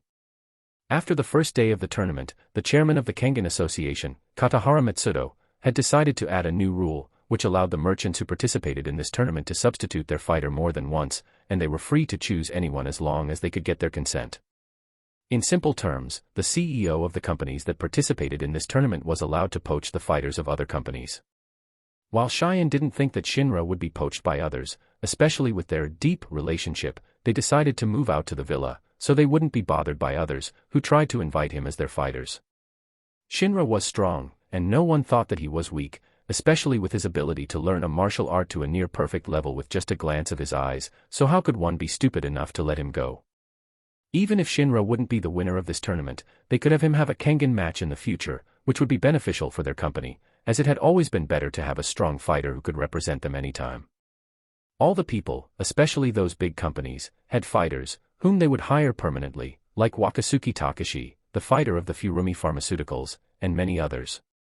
However, in many cases, most fighters were hired when a company needed them, considering the expenses associated with them were high. If the fighters weren't so strong and had great potential, then the companies wouldn't try to hire them permanently, but in most cases, that wasn't the case. While Cheyenne might always appear disinterested, her treatment towards Shinra was quite luxurious or even high, especially when he was so talented, whether it was in martial arts, physical ability, academics, or even in that area, which made all the money she spent on him worth it. Regardless, if it was only the Kurei clan, Karura, and Ryo, Cheyenne wouldn't bother to show much of a reaction, but when she saw the person who followed the Kurei clan, who was the chairman of the Kangan Association, Katahara Matsudo, her expression changed. "What are you planning to do here, old man?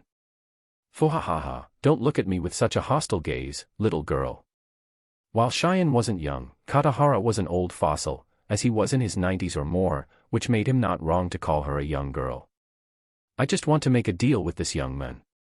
Katahara's gaze towards Shinra was filled with extreme appreciation. "Young man, do you want to become my fighter?" Especially when he heard that Shinra had impregnated Mikoto and Cheyenne, he felt like this young man was like the young him. No. Everyone.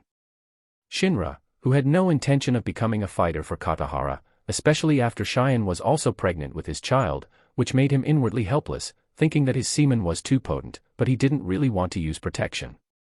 "You sure, boy?" Shinra had no hesitation, which made Katahara a little speechless. "I won't repeat my answer.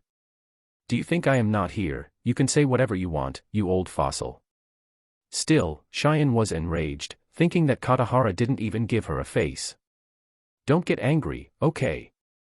I am just trying, but you are lucky to be able to have such a fighter, little girl." Shinra's advantage was obvious, young. He was just a high school student, but he had become one of the strongest fighters, and all of them had also seen the power of his Rakasa's palm, which allowed him to twist a gigantic tree with just a single attack, showing how much potential he had. Moreover, he wasn't just strong, but also intelligent, as he was able to pass the entrance exam of the best university. Lastly, his face was so handsome. Even if Shinra might not have anything now, Katahara wanted to marry his daughter to him right away. Even Kurei Iryo, who doted on and loved his great-granddaughter so much, didn't seem to have much resistance if somehow Shinra made Karura pregnant. Yet, without a doubt, even if Shinra was amazing, he had a significant flaw, and that was that he was a womanizer, and it seemed he was also a mature woman lover. After all, his two lovers weren't young, and they were older than he was, which made Katahara and Iryo feel a little speechless, but everyone was free to have their own fetishes, and a mature woman fetish was nothing. Still, Karura aside, if somehow it was her mother who would come, the conclusion that happened might not be like this, Katahara thought inwardly. Regardless. Then, how about we make a deal? Deal. Shinra looked at Katahara strangely, wondering what this old man wanted to do. "I want you to fight them." As Katahara finished his words, Nikaido Rain and his group, the Heavenly Wolf's Fist, came out from their hiding places as they looked at Shinra with a grim expression. Why did they show such an expression toward Shinra? It was obvious because Shinra mastered their secret technique. "Boy, I hope that you don't share our secret technique with anyone." Their eyes were full of hostility, yet the shock on their eyes was greater as Shinra was able to master the secret technique of the Heavenly Wolf's Fist, Chinlong, with just a glance and even executed it to defeat their leader, Nikaido Ren. Regardless, for someone who wasn't part of their group to master their secret martial art, then they had to kill him, or, frankly, they hoped him to become part of their group, and Mei, the only female member, was ready to give birth to his children, too, as Shinra was her type. Still. Hearing those words, Shinra sighed and said helplessly, "Your secret technique isn't so strong. Why do you think that someone will take an interest in it?" "Everyone. You little shit." The members of the Heavenly Wolf's Fist were furious, but they didn't dare to move as they knew that once they moved, they would become his enemies, and when they showed their intent, Shinra also showed his intent, ready to erase all of them directly. His eyes became sharper, deeper, colder, like those of an Asura, a creature that sought to take down devas, or deities, pulling them down from heaven in Hindu mythology, which made them tremble. While Katahara, Iryo, those bodyguards that were brought by Katahara, or the rest of the members of the Kurei clan that followed, had a cold sweat when they faced Shinra. "You just want to have a sparing fight, right?" It's not a fight to the death, right? If they became his enemy, then even if he had to sink the entire island of Taiwan, he would do it, as he wouldn't let his enemy live, especially when he planned to let Mikoto stay in this world. Despite his nervousness and fear, Nikaido nodded. Yes. Let's have a duel with the Heavenly Wolf's Fist. Shinra didn't answer Nikaido first, and looked at Katahara. What do I get from this fight? Whatever you want. Tell me. I can give you anything. Money. Honor. Women. Anything. Katahara's words might be arrogant, yet for him, it was impossible to give Shinra everything, especially when he faced Shinra like this. This young man wasn't like any of them. Shinra was a higher breed, an existence akin to a deva, those born different and at the top of the food chain. If you say it that way, then I don't have any reason to refuse. Shinra started to stretch his palms, moving them in a way that was almost impossible for a human body to do. Step down, Karura. Okay. As Karura stepped away from him, Shinra faced all the members of the Heavenly Wolf's Fist. I also happen to be in need of sparing opponents. You all go together, so I won't waste my time. What did you say, bastard? Shinra ignored their anger and said, let me show you the technique that I developed from your secret technique. A new technique developed from the Heavenly Wolf's Fists. When everyone was dumbfounded, Shinra asked, do you know what the most poisonous gas in the world is? Chapter 28, Vacuum Hand. What is the most poisonous gas in the world? When everyone was confused by Shinra's sudden question, Shinra started to walk toward the group of Heavenly Wolf's Fist calmly, which made all of them tense, filled with edginess and nervousness, as they knew nothing about what he planned to do. Naturally, it was the same with the bodyguards of Katahara, especially when Shinra talked about poisonous gas. Did Shinra keep a poisonous gas? Still, Katahara, Irio, Mikoto, Cheyenne, Tomoko, Karura, and those strong, who stayed in this place, continued to watch Shinra with fascination and even an obsession. On our planet, which gas is the most harmful to our bodies? When Shinra asked that question, his posture was extremely relaxed, as if he was taking a stroll in the park instead of facing the legendary fighters of Taiwan. Don't let your guard down, everyone. Everyone in the Heavenly Wolves was nervous, yet the oldest, Kai, reminded everyone to be careful. Still, despite this, they showed both confusion and unsettled emotion as Shinra walked toward them calmly. Sarin gas and carbon dioxide are both toxic. Hydrogen cyanide can also cause death. What is this posture? The more Shinra talked and walked, the more they felt this creepy feeling that came from an unseen terror. However, when someone dies under the effect of those gases. Nikaido continued to observe Shinra, who remained calm and tranquil, which only made him even more uneasy, as he had no idea what Shinra was about to do. It was a new technique that was developed from the secret technique of the Heavenly Wolf's Fist, Chinlong. What would Shinra do? The more they thought, the more they felt restless. Whether they became disoriented or suffocated, death only comes slowly, very slowly, like a gentle breeze. Then, Shinra suddenly appeared in front of Nikaido. Attack him, Lord. Nikaido, who was in a fighting stance, was at a loss when he saw Shinra in front of him in just a moment, yet when he was about to make his attack, Shinra's palm was in front of his nose, then.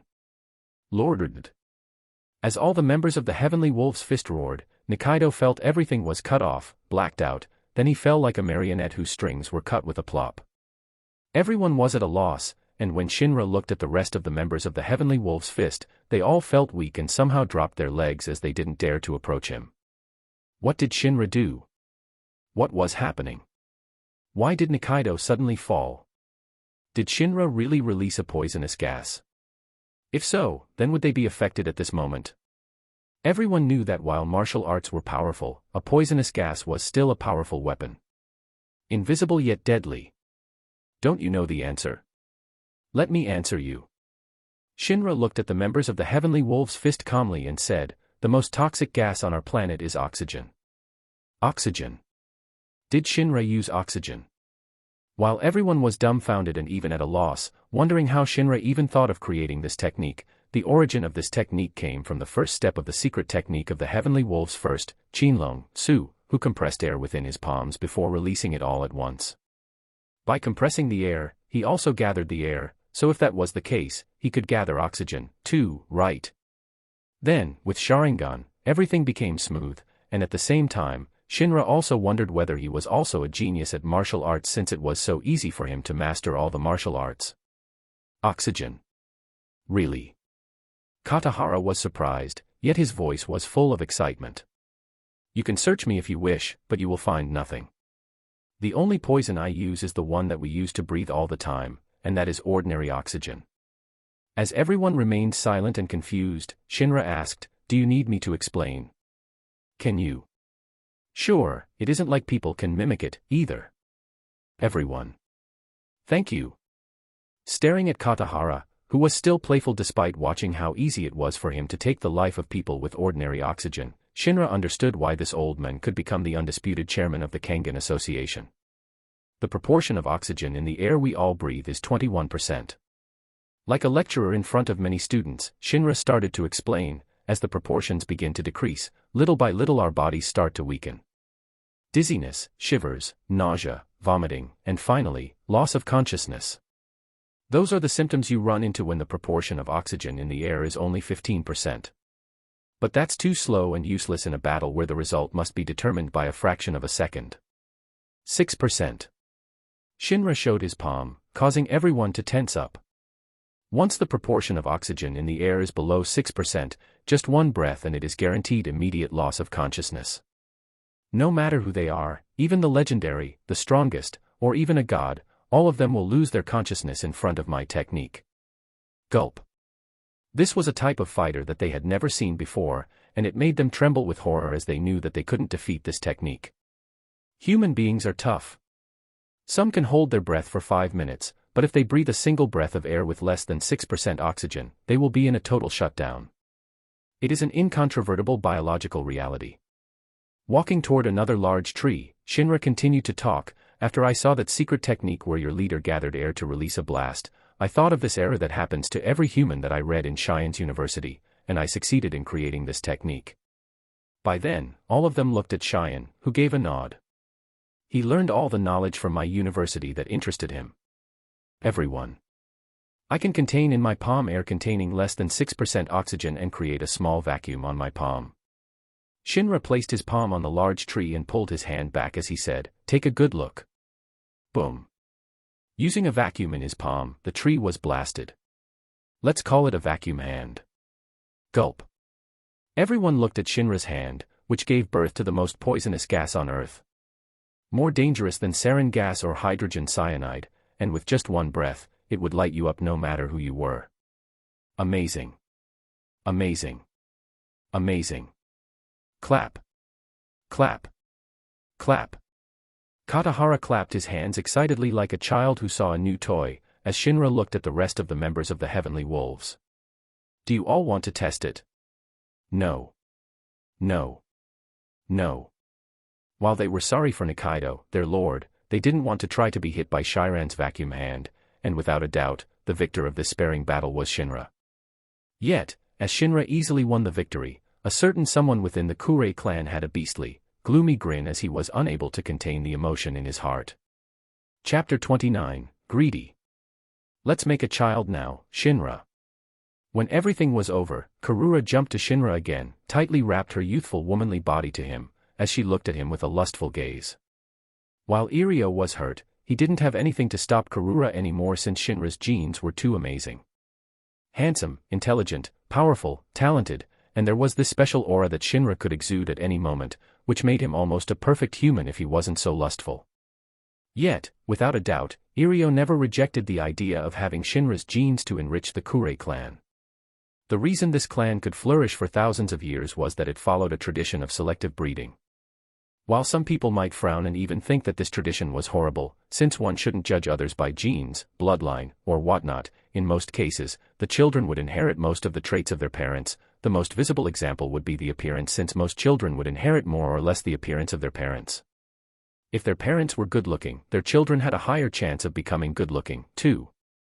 As for IQ, talents, or other traits that couldn't be seen, while some people believed that those traits couldn't be predicted and everything was a gift from God, many people believed that those traits could be inherited by their children, so this was why, whether it was a royalty, scientist, or those that were born from a big family would choose someone with a higher education, a good family, or even good looking at their ideal partner. As for a feeling, this didn't really matter for the Kurei clan since it was their trait to seek the strongest. Yet, it didn't mean that Irio could accept Shinra right away. How could this little brat think that he could take away his precious, dearly beloved great-granddaughter? Fortunately, even if Irio didn't move, he knew that the troublemaker in his clan would cause trouble for Shinra, but watching how Shinra could develop a fearsome technique, could this troublemaker in his clan do something to Shinra? Vacuum hand. The most poisonous technique in the world. Could Irio even defeat this? Will you use this technique tomorrow? Katahara asked curiously. No. No. Katahara and the others were surprised to hear such an answer from Shinra. All of them had seen how powerful the vacuum hand was, and even if Kuroki Gensai was the strongest karate master in the world, he wouldn't be able to fully defend against a gas that was invisible and needed by the body daily. Oxygen. Could even one try to defend against it? Unless one was a creature that had no need to breathe oxygen like an alien, then it was impossible to defend against the vacuum hand, yet Shinra told them that he wouldn't use it. What was this kid thinking? Yet, somehow, some of them also understood why Shinra did this. Water stream smashing rock fist. While this new martial art that he developed might not be a good martial art against an opponent like Kuroki Gensai, who was a defensive and counter-type fighter, but if Shinra didn't persist and continue to use this martial art, changing to another martial art that was more suitable, then what was the point of developing this martial art?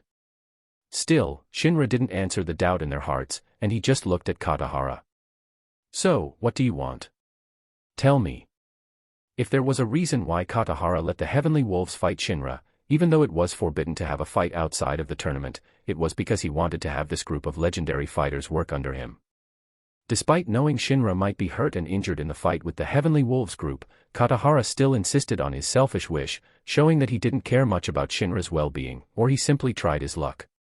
Nevertheless, as Shinra had finished with the deal, Katahara had to pay, and it was impossible for him to default on the payment or promise to Shinra. The reason? It was extremely simple since, as Shinra showed his vacuum hand, no bodyguards that Katahara brought would be able to protect him. Even if Shinra used this technique and killed everyone in this place, no one could catch him, especially with Cheyenne's protection and the lack of evidence. After all, oxygen was everywhere, and no one would believe that Shinra had killed all of them with this gas, but at the same time, everyone realized that everyone had become a group of sheep in front of the bloody, hungry predator. To protect themselves, they had to make this predator full, otherwise, all of them would be devoured. If a reason existed why the United States was the strongest country, it was because it had a lot of army in many parts of the world, and powerful weapons, so no one dared to challenge or refute its business interests, allowing the free market to spread around the world. Shinra looked at Katahara with a smile and didn't hold back. I want to fight all of your fighters. Blinking his eyes, Katahara narrowed his eyes as his voice grew heavy. You are so greedy. Why did Shinra want to fight all of the fighters under him? Shinra wanted to learn all the martial arts that Katahara's fighters had mastered. Aren't you the same? If Katahara wasn't so greedy, then would he come to Shinra? Katahara wanted to hire the Heavenly Wolves group as his subordinates and followers, and because of that, he tried to help them fight against Shinra despite a rule that it wasn't allowed to fight outside of the tournament. So, for him to break this rule without hesitation, so he could hire this legendary fighter group, if Katahara wasn't greedy, then what was he? Okay, then. Katahara looked at the petite man, who stood next to him. Misesa, you go first. Okay. The man had an ordinary height, and even appeared petite and slender among all the giants within Katahara's fighters, yet even so, he wasn't weak. You want to start now? Okay. Even without Shinra saying anything, Karura stepped away, so she wouldn't bother him. Still, as Shinra and Misesa faced each other, he was surprised to see Misesa's stance since as Misesa faced him, Misesa's right foot was in front, left foot facing left as Misesa started to crouch with a unique hand movement. Silent. Oh, you know it. I just happened to want to learn it. Shinra wanted to learn all the soft types of martial arts, but it was hard to find a master of this type of martial art, since most people relied on hard-type martial arts, which typically relied on physical ability rather than technique. I hope that you can learn it, then. While Misesa said those words, his tone was light, filled with a provocation, but quietly, Shinra, who wore lens contacts, activated his Sharingan, and spent his entire holiday to learn all the martial arts that were mastered by all of Katahara's fighters except for the representative fighter. "You don't want to fight against my Fong?" Katahara asked as his thirst for fun stopped when Shinra finished his training by fighting with all of his fighters except for his strongest fighter, the Fong of Metsudo, Kano Agito.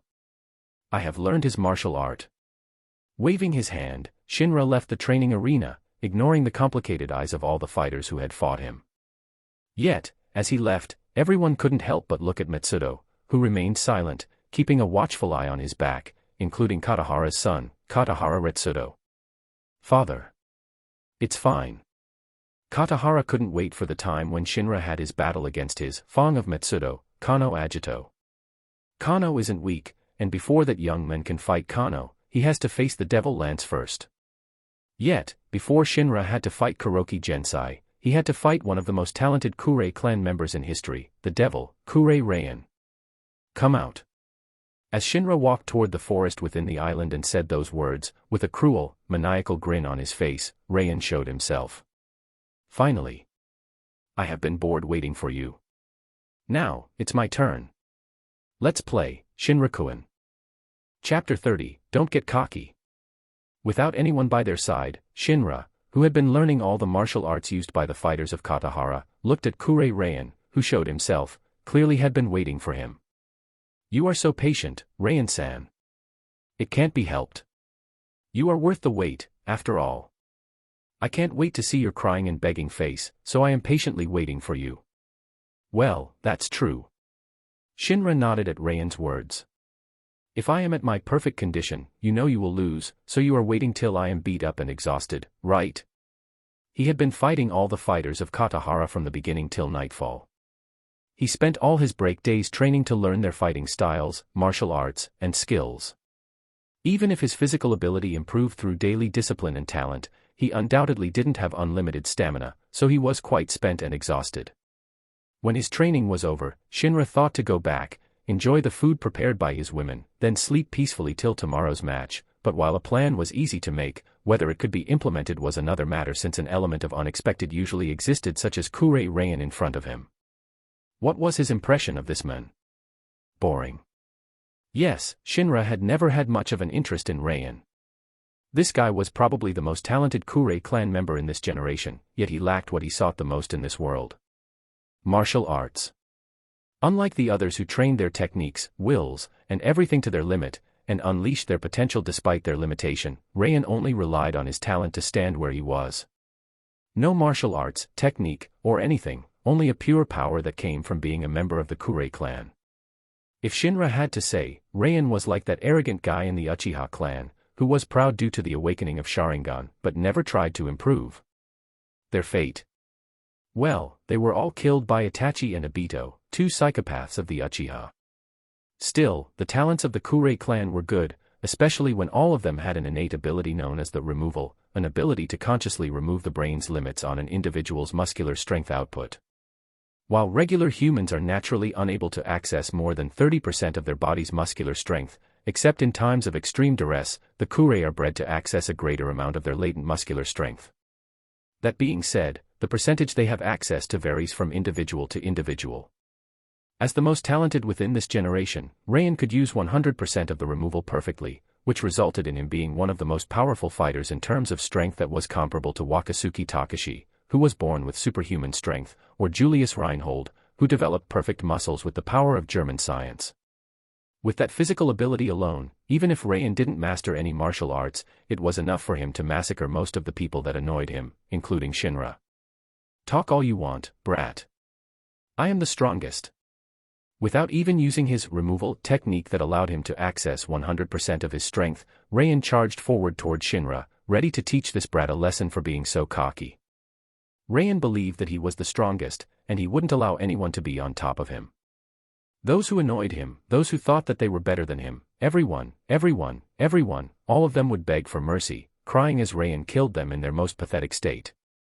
Only, even though Shinra no longer had stamina, it didn't mean that he had become weaker. Instead, this pressure, when he was at his lowest, as he faced the strongest, made him grow stronger. Relying on his pure strength, Rayan smashed Shinra, but he missed, as Shinra made an unexpected movement by crouching down like a turtle, which made him off balance, and swept, causing him to fall to the dirty ground with his face. Yet, even so, it didn't stop him from trash-talking. "What's with that position? Are you begging me to apologize?" When Shinra swept Rayan, his position was akin to Dejiza, which led Rayan to believe that Shinra was begging. However, when he said those words, Rayan saw that Shinra's finger was grasping his own. Rayan felt a creepy feeling, then, as expected, when Shinra tried to break that finger bone, it made him move subconsciously to stop it, but by following that reflex to prevent his broken finger, Shinra threw his body, and his face hit and smashed against the surface of the hard tree. Bang! As the tree shook, Rayan's face was bloody, his nose bone broken, and his teeth fell out. The impact and shock that came from the combination of Rayan's physical ability, reflex, gravity, and Shinra's technique made Rayan's face bloody and injured severely as his head was dizzy, but this wasn't over since. Crack! The bone on his index finger was twisted by Shinra. "Don't get cocky, you little shit." Yet, despite his disfigured, bloody face and broken finger and nose, Rayan shouted all of his might, ready for a counter, smashing Shinra's face to pulp. "It's you, who is cocky." Shinra kicked the back of Rayan's face on the tree, making Rayan's face almost flat. Painful, it was so painful, yet Rayan, who was used to the pain, still showed his cruel smile, never intending to let go of Shinra. Bastard. Removal. Rayan's face became that of a demon as his skin turned a dark shade of red-violet with bulging blood vessels on the surface. "You think you have won? I'm going to kill you and rape you." Crack. Boom. Crack. Boom. Crack. Boom. Before Rayan finished his words, Shinra brutally tortured Rayan, twisting his bones, smashing him on any surface from the rock, earth, tree, gravel, and many other things in the forest. 206. This was the total number of bones in the human body, and Shinra broke all Rayan's bones, giving him the torment that this guy had never thought before, humiliating him, and broke all of the nerves within him, which made him unable to see, taste, feel, smell, leaving on his sense of hearing so Rayan could hear his voice and sense of pain, which made him wish to die than living then. "You said too much." As Rayan's bones were all broken, Shinra tied Shinra's limbs together, which he shaped into Rubik's Cube as he looked at this cocky guy coldly. If Rayan was just provoking him, then it was all fine, and he would just continue to fight him, but if Rayan involved those who were important to him, then he would let this guy go. Grasping Rayan's face that was full of tears and horror, then slowly everything about him was taken and devoured by Shinra. As his eyes closed, Shinra gained the traits of Rayan and robbed everything about him, then killing him. "Come out." As no one seemed to move, Shinra just turned his head as he threw Rayan's body, which had become that husk, thin, old, before throwing it away, showing his crimson eyes in the direction of the people, who watched his fight. Slowly, Irio and his group emerged from their hiding places and then knelt. "We're sorry. We won't do it again. We will make sure of it." Shinra stared at the group of the Kurei clan for a moment before he walked away. "Don't make me kill all of your family." No one moved, just groveled, till even if Shinra had completely gone, as this was the only way for them to calm their fears and terror. Chapter 31, The Gains. The next day, everyone was full of excitement, waiting for the continuation of the tournament they had been eagerly anticipating. Naturally, this round of the tournament didn't disappoint anyone, as it was more exciting because the fighters who could become the winner were strong fighters who could win and showed their strength in the first round. Yet, even so, everyone was surprised when they saw that Takeda Oma's opponent had changed into a different person. While this person was still a member of the Kurei clan, Kurei Rayan, the devil, who had killed his opponent deliberately, Mokichi Robinso, was nowhere to be seen. Fortunately, Mokichi was able to be saved due to the genius doctor, who was also part of the fighters within the tournament, but even so, when Rayan wasn't in the tournament, the current representative fighter of Undermounting changed into Kurei Raiki, which still surprised all of them. "Where is that guy?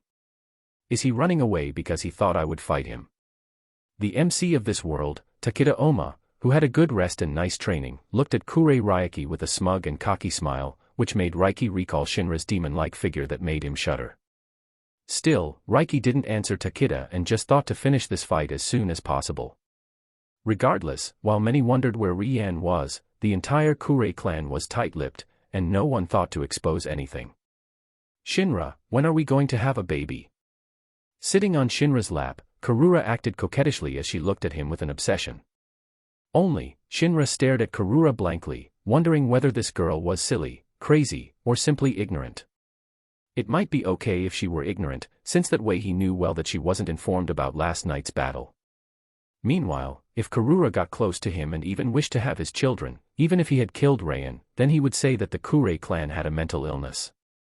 Yet, regardless of her attitude, the attitude of the Kurei clan was to just let it go, ignoring the past, and even sent Karura to his side, making him understand why this clan had persisted from the Asuka period. A clan that has existed for thousands of years. In this world, besides the Kurei clan, Shinra wondered whether there was a family that had persisted for so long and continued to maintain its authority. But I don't regret it. After what he encountered in the world of Naruto, he knew that the weak had no rights. Instead of letting a wild dog that would cause trouble everywhere, it was better to kill it directly, as it could serve as a warning to everyone that it wasn't someone they should mess with. Kill the chicken to scare the monkey. Most monkeys were naughty, and he needed to teach them so they would be obedient. If he wished to, he could do what Itachi did to the Uchiha clan, erase everyone in the family, from the old, baby, men, and women, simply make them extinct, but instead of dying, in his mind, they were more useful when they lived as they could be used as his family's army in this world. Power.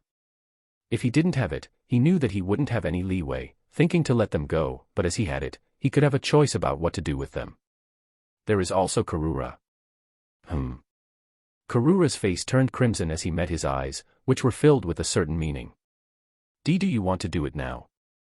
Even if this girl was a bit silly, if she were somehow pregnant with his child, then their children might become the clan head of the Kurei clan, especially when Karura was still within the part of Irio's family tree. No. Stop it, Shinra. How can you think like that? Unlike Mikoto and Cheyenne, who were together due to love, if Shinra and Karura were together, would their feelings be genuine? In Karura's mind, what was he? A stud for impregnating a mare? He felt conflicted, but his logic told him that the benefits that came from being Karura were higher. She was also beautiful with perky, soft buttocks and a flexible waist that made him sometimes imagine she might become a beautiful female cowboy who tried to tame a wild, fierce stallion with her waist and bottom tightly, and danced as her body tightened. Yet, no matter what their future would be, Shinra didn't feel regret for devouring Rayan, especially with how shitty this guy was. Shitty, sick, yet powerful. The world was quite unfair since for those good and honest people they would have to live uncomfortably, but for those who were shitty, sick, and even crazy, they lived peacefully and happily as they could do anything without thinking, especially those with power. While many might not be able to see the resemblance, Shinra felt that Rayan was similar to Itachi. Because the two of them had power, they thought that they could do whatever they wanted and force their beliefs on others. Shinra couldn't say that he was different from the two, but at this moment, after revenge, he just wanted to live peacefully without having his children live in a struggle like him. Nevertheless, after he devoured Rayan, he gained Rayan's everything, whether it was skills, knowledge, and more importantly, talents and special traits of the Kurei clan. Skills and knowledge aside, since Rayan never tried to study, disdaining everything as his talents and special trait of the Kurei clan allowed him to become the strongest, in his mind, it made Shinra feel a little helpless, but without a doubt, Rayan's potential was one of the highest, and a high chance that he became the strongest, especially when Rayan was still young. Kuroki Gensai might be the strongest in this tournament, but he was already in his 50s.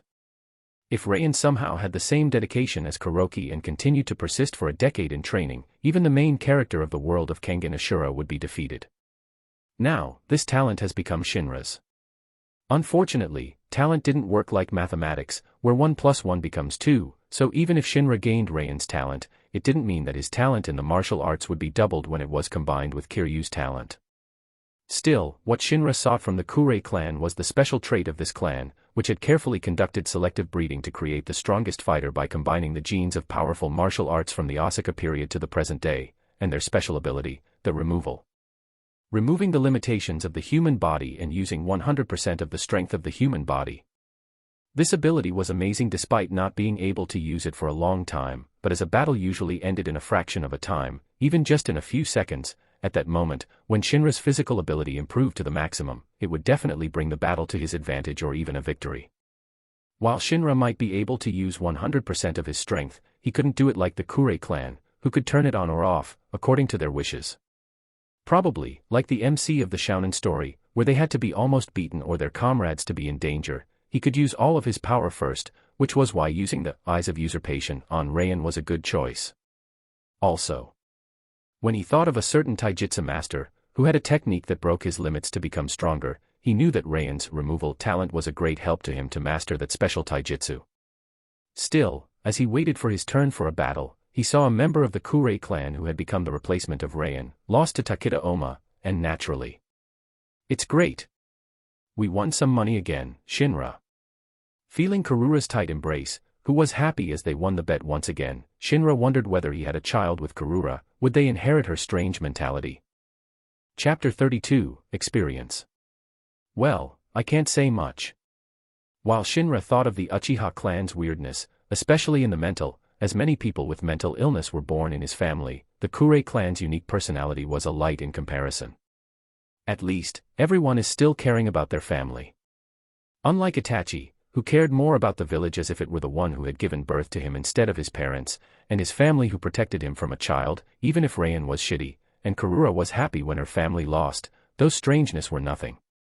Then again, Shinra was sure that Rayan had killed his clan member in a fight, too, so Rayan and Itachi were more or less the same, but Rayan was better than the beast known as Itachi. Still, those problems aside, he wondered what was truly in the mind of Karura when she saw her clan member being defeated. That's it. You don't think about anything. Well, yes. You expected that a member of my clan would lose anyway. You have such 100% trust in me. I do. Whether it was Karura, who joined in the middle, Mikoto, Cheyenne, or even Tomoko, they all had bet on all the fighters that Shinra had told them would win.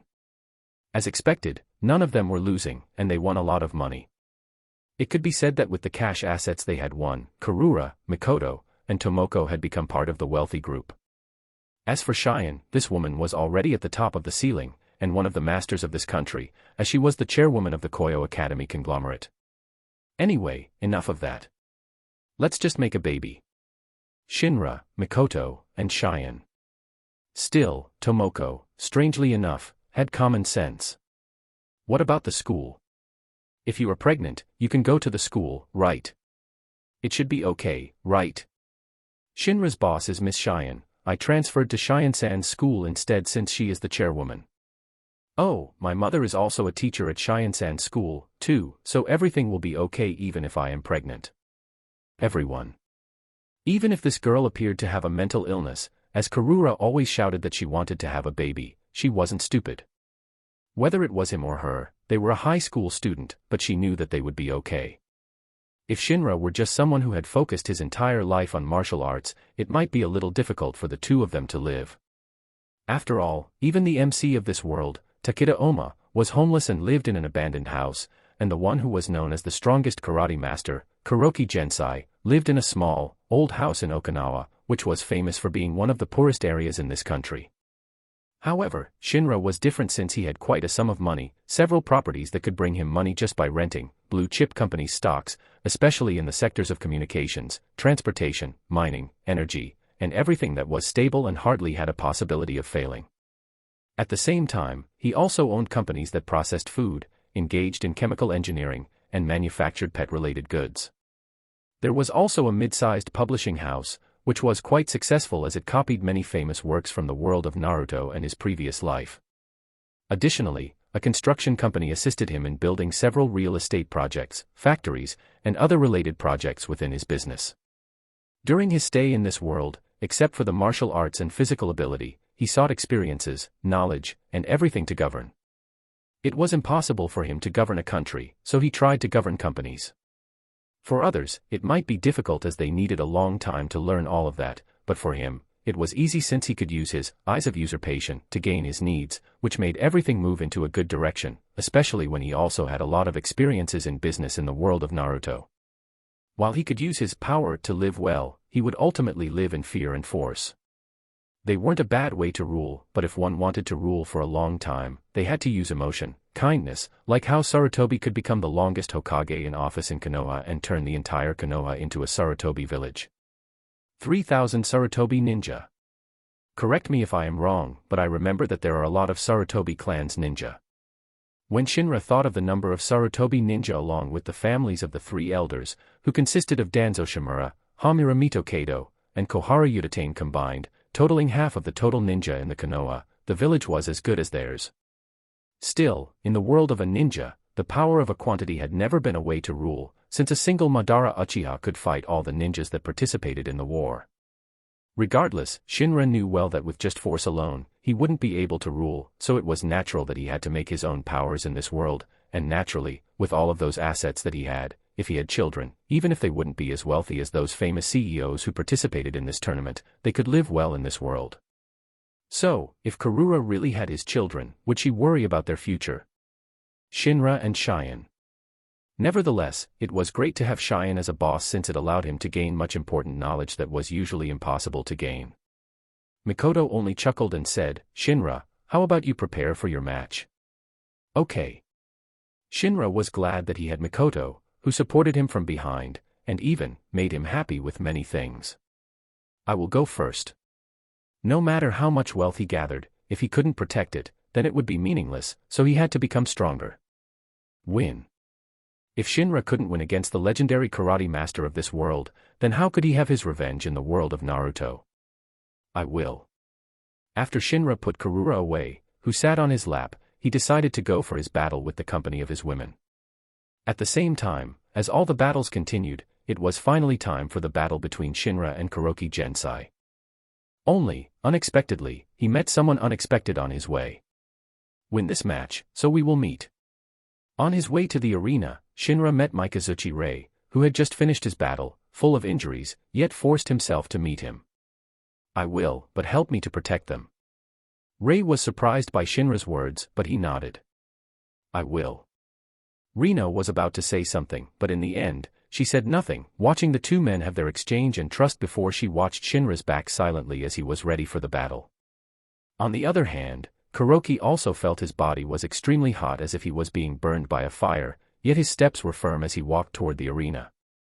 As the two entered the arena, no one was looking away, all the eyes were on the two as they wanted to know who was stronger. Chapter 33, Prodigy 1. Now, it's finally the time.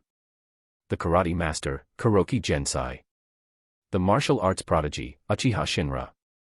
The two of them finally meet each other and have their battle. Who will win? Ah, I can't wait anymore. Calm down, Sayaka. But I can understand your feelings. I share a similar enthusiasm since I can't even wait to watch their match. As the two MCs continued to talk as they fueled up everyone's excitement for this match, everyone also shared similar feelings. He killed him. Yes. You are not doing anything. Rayan reaped what he sowed. Irio's eyes were full of an obsession toward Shinra. He is a monster. Gensai will be his stepping stone. The future of their clan was with the Uchiha, and he knew well that if their clan wanted to reach greater heights, the best way was to get Shinra's genes, especially if possible, it would be great if his great-granddaughter would marry Shinra. Instead of hating Shinra, Irio loved him further, which, if Shinra knew, he would look at this guy weirdly. Katahara didn't say anything, but when he read all the records of Shinra, from how Shinra appeared to how he developed till now, it reminded him of himself somehow.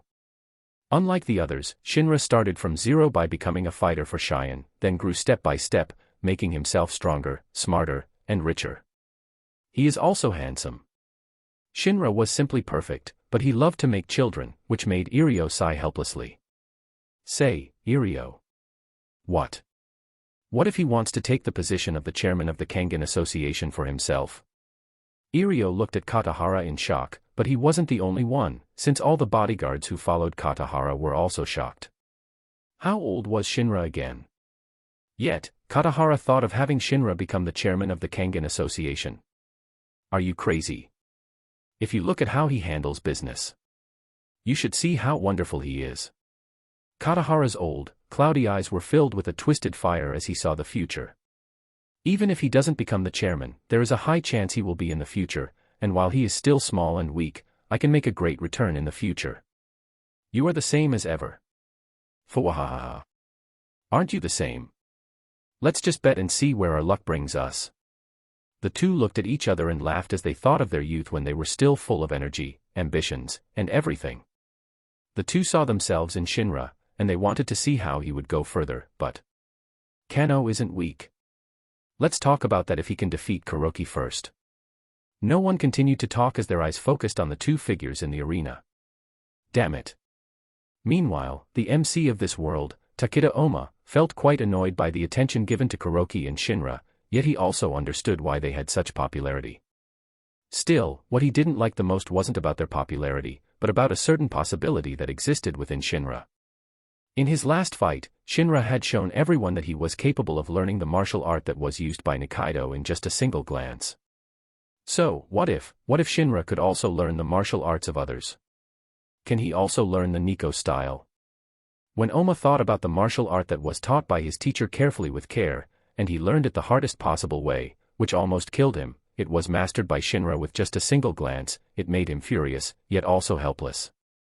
This concern was also shared by everyone as they thought that Shinra also mastered their martial art. Their martial arts was everything, something they had struggled for and worked hard to achieve, and sometimes they thought it was better to give up and die. Yet, they continued to persist due to their love and pride. When all of that was mastered by someone with just a single glance, it made them angry, yet also helpless and jealous of Shinra's talent. I am jealous of him. Kaneda Swakichi, who was talentless, felt it was painful to watch Shinra, yet he persisted. This feeling was also shared by everyone, and because of that, all of them watched this battle that was about to start. Yet, even so, while Shinra's talent was dazzling, it was still far from Gensai, who had been hailed as the strongest and had decades of experience. So, who would win? The strongest would be determined between the two, which made many fighters become desperate and frustrated, yet it didn't mean they would give up. You are the most talented young man that I have seen in my life. When Kuroki faced Shinra for the first time, he felt this young man's talent was so deep that it was impossible to see the bottom. Like Shinra's nickname, the deluge, if he wasn't careful, a chance might exist that he would drown. Also, it is my first time to see someone who masters Aiki. You will be more surprised later. Aiki. Most of the time, this martial style was viewed as a sham, a deception, a means for the masters to profit. Even the real master of this martial art probably never existed. Some fighters might be famous Aikido users, but unlike Shinra, who used the essence of Aiki to the limit, focusing on the skills to perfection, those Aikido users were like a normal combat, using a hard type instead of a soft type skill. So, without a doubt, Shinra was the only pure soft-type martial arts user. But that won't be enough to defeat me. While he said those words, Kuroki put a kakutsudachi, back stance, a defensive stance that could also be used offensively, delivering strong blocks or angular attacks to the neck and arms. It can also be used in grappling situations as the basis for sweeps and throws. Yet, with this stance, Kuroki showed a clear intention that he wouldn't make the first move. Aiki was strong, yes, strong enough to use the power of the enemy, and combine it with the user's power to create more powerful damage. However, to use this technique, the enemy had to make the first move. If the enemy were still, firm, and didn't make the first move, then would Shinra be able to do something? Still, even if Shinra knew that Kuroki showed such an intent, he didn't back away and used his usual half-body stance or hanmi of Aikido. Begin. As the referee made his announcement, their duel started, but as Shinra and Kuroki made such a defensive stance, how could this fight even start?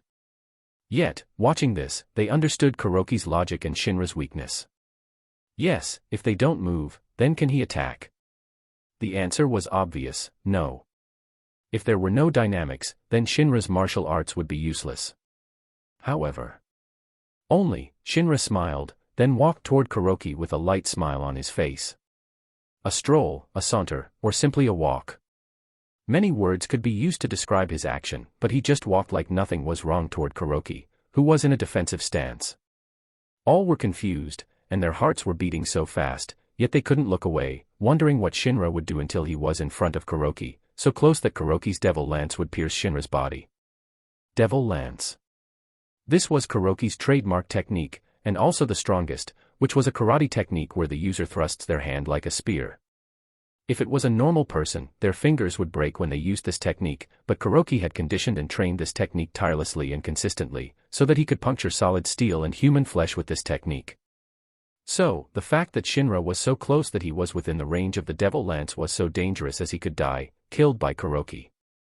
Yet, despite having Shinra within his range of attack, Kuroki didn't move and was as motionless as ever, stable, and firm like a mountain. However, facing this, Shinra wasn't annoyed and just laughed, then said, "Coward." Everyone. Shinra had come so close, letting himself be hit, becoming a bit, showing an opening, yet Kuroki didn't attack him, so he decided to provoke him. Then, as expected, Kuroki delivered his devil lance, aimed directly at Shinra's neck, yet Shinra twisted his neck lightly, dodging the devil lance, and caught Kuroki's arm by grabbing it with a force between his chin and chest, pulling Kuroki, who quickly lost his balance and was thrown. Kuroki saw that his face was about to meet the ground, but he could use his feet and hands to stop this impact. What a little devil. Kuroki was shocked and a little angry by being provoked, but if Shinra wanted to defeat him like this, then it was too early. A little chick can't defeat the soaring hawk.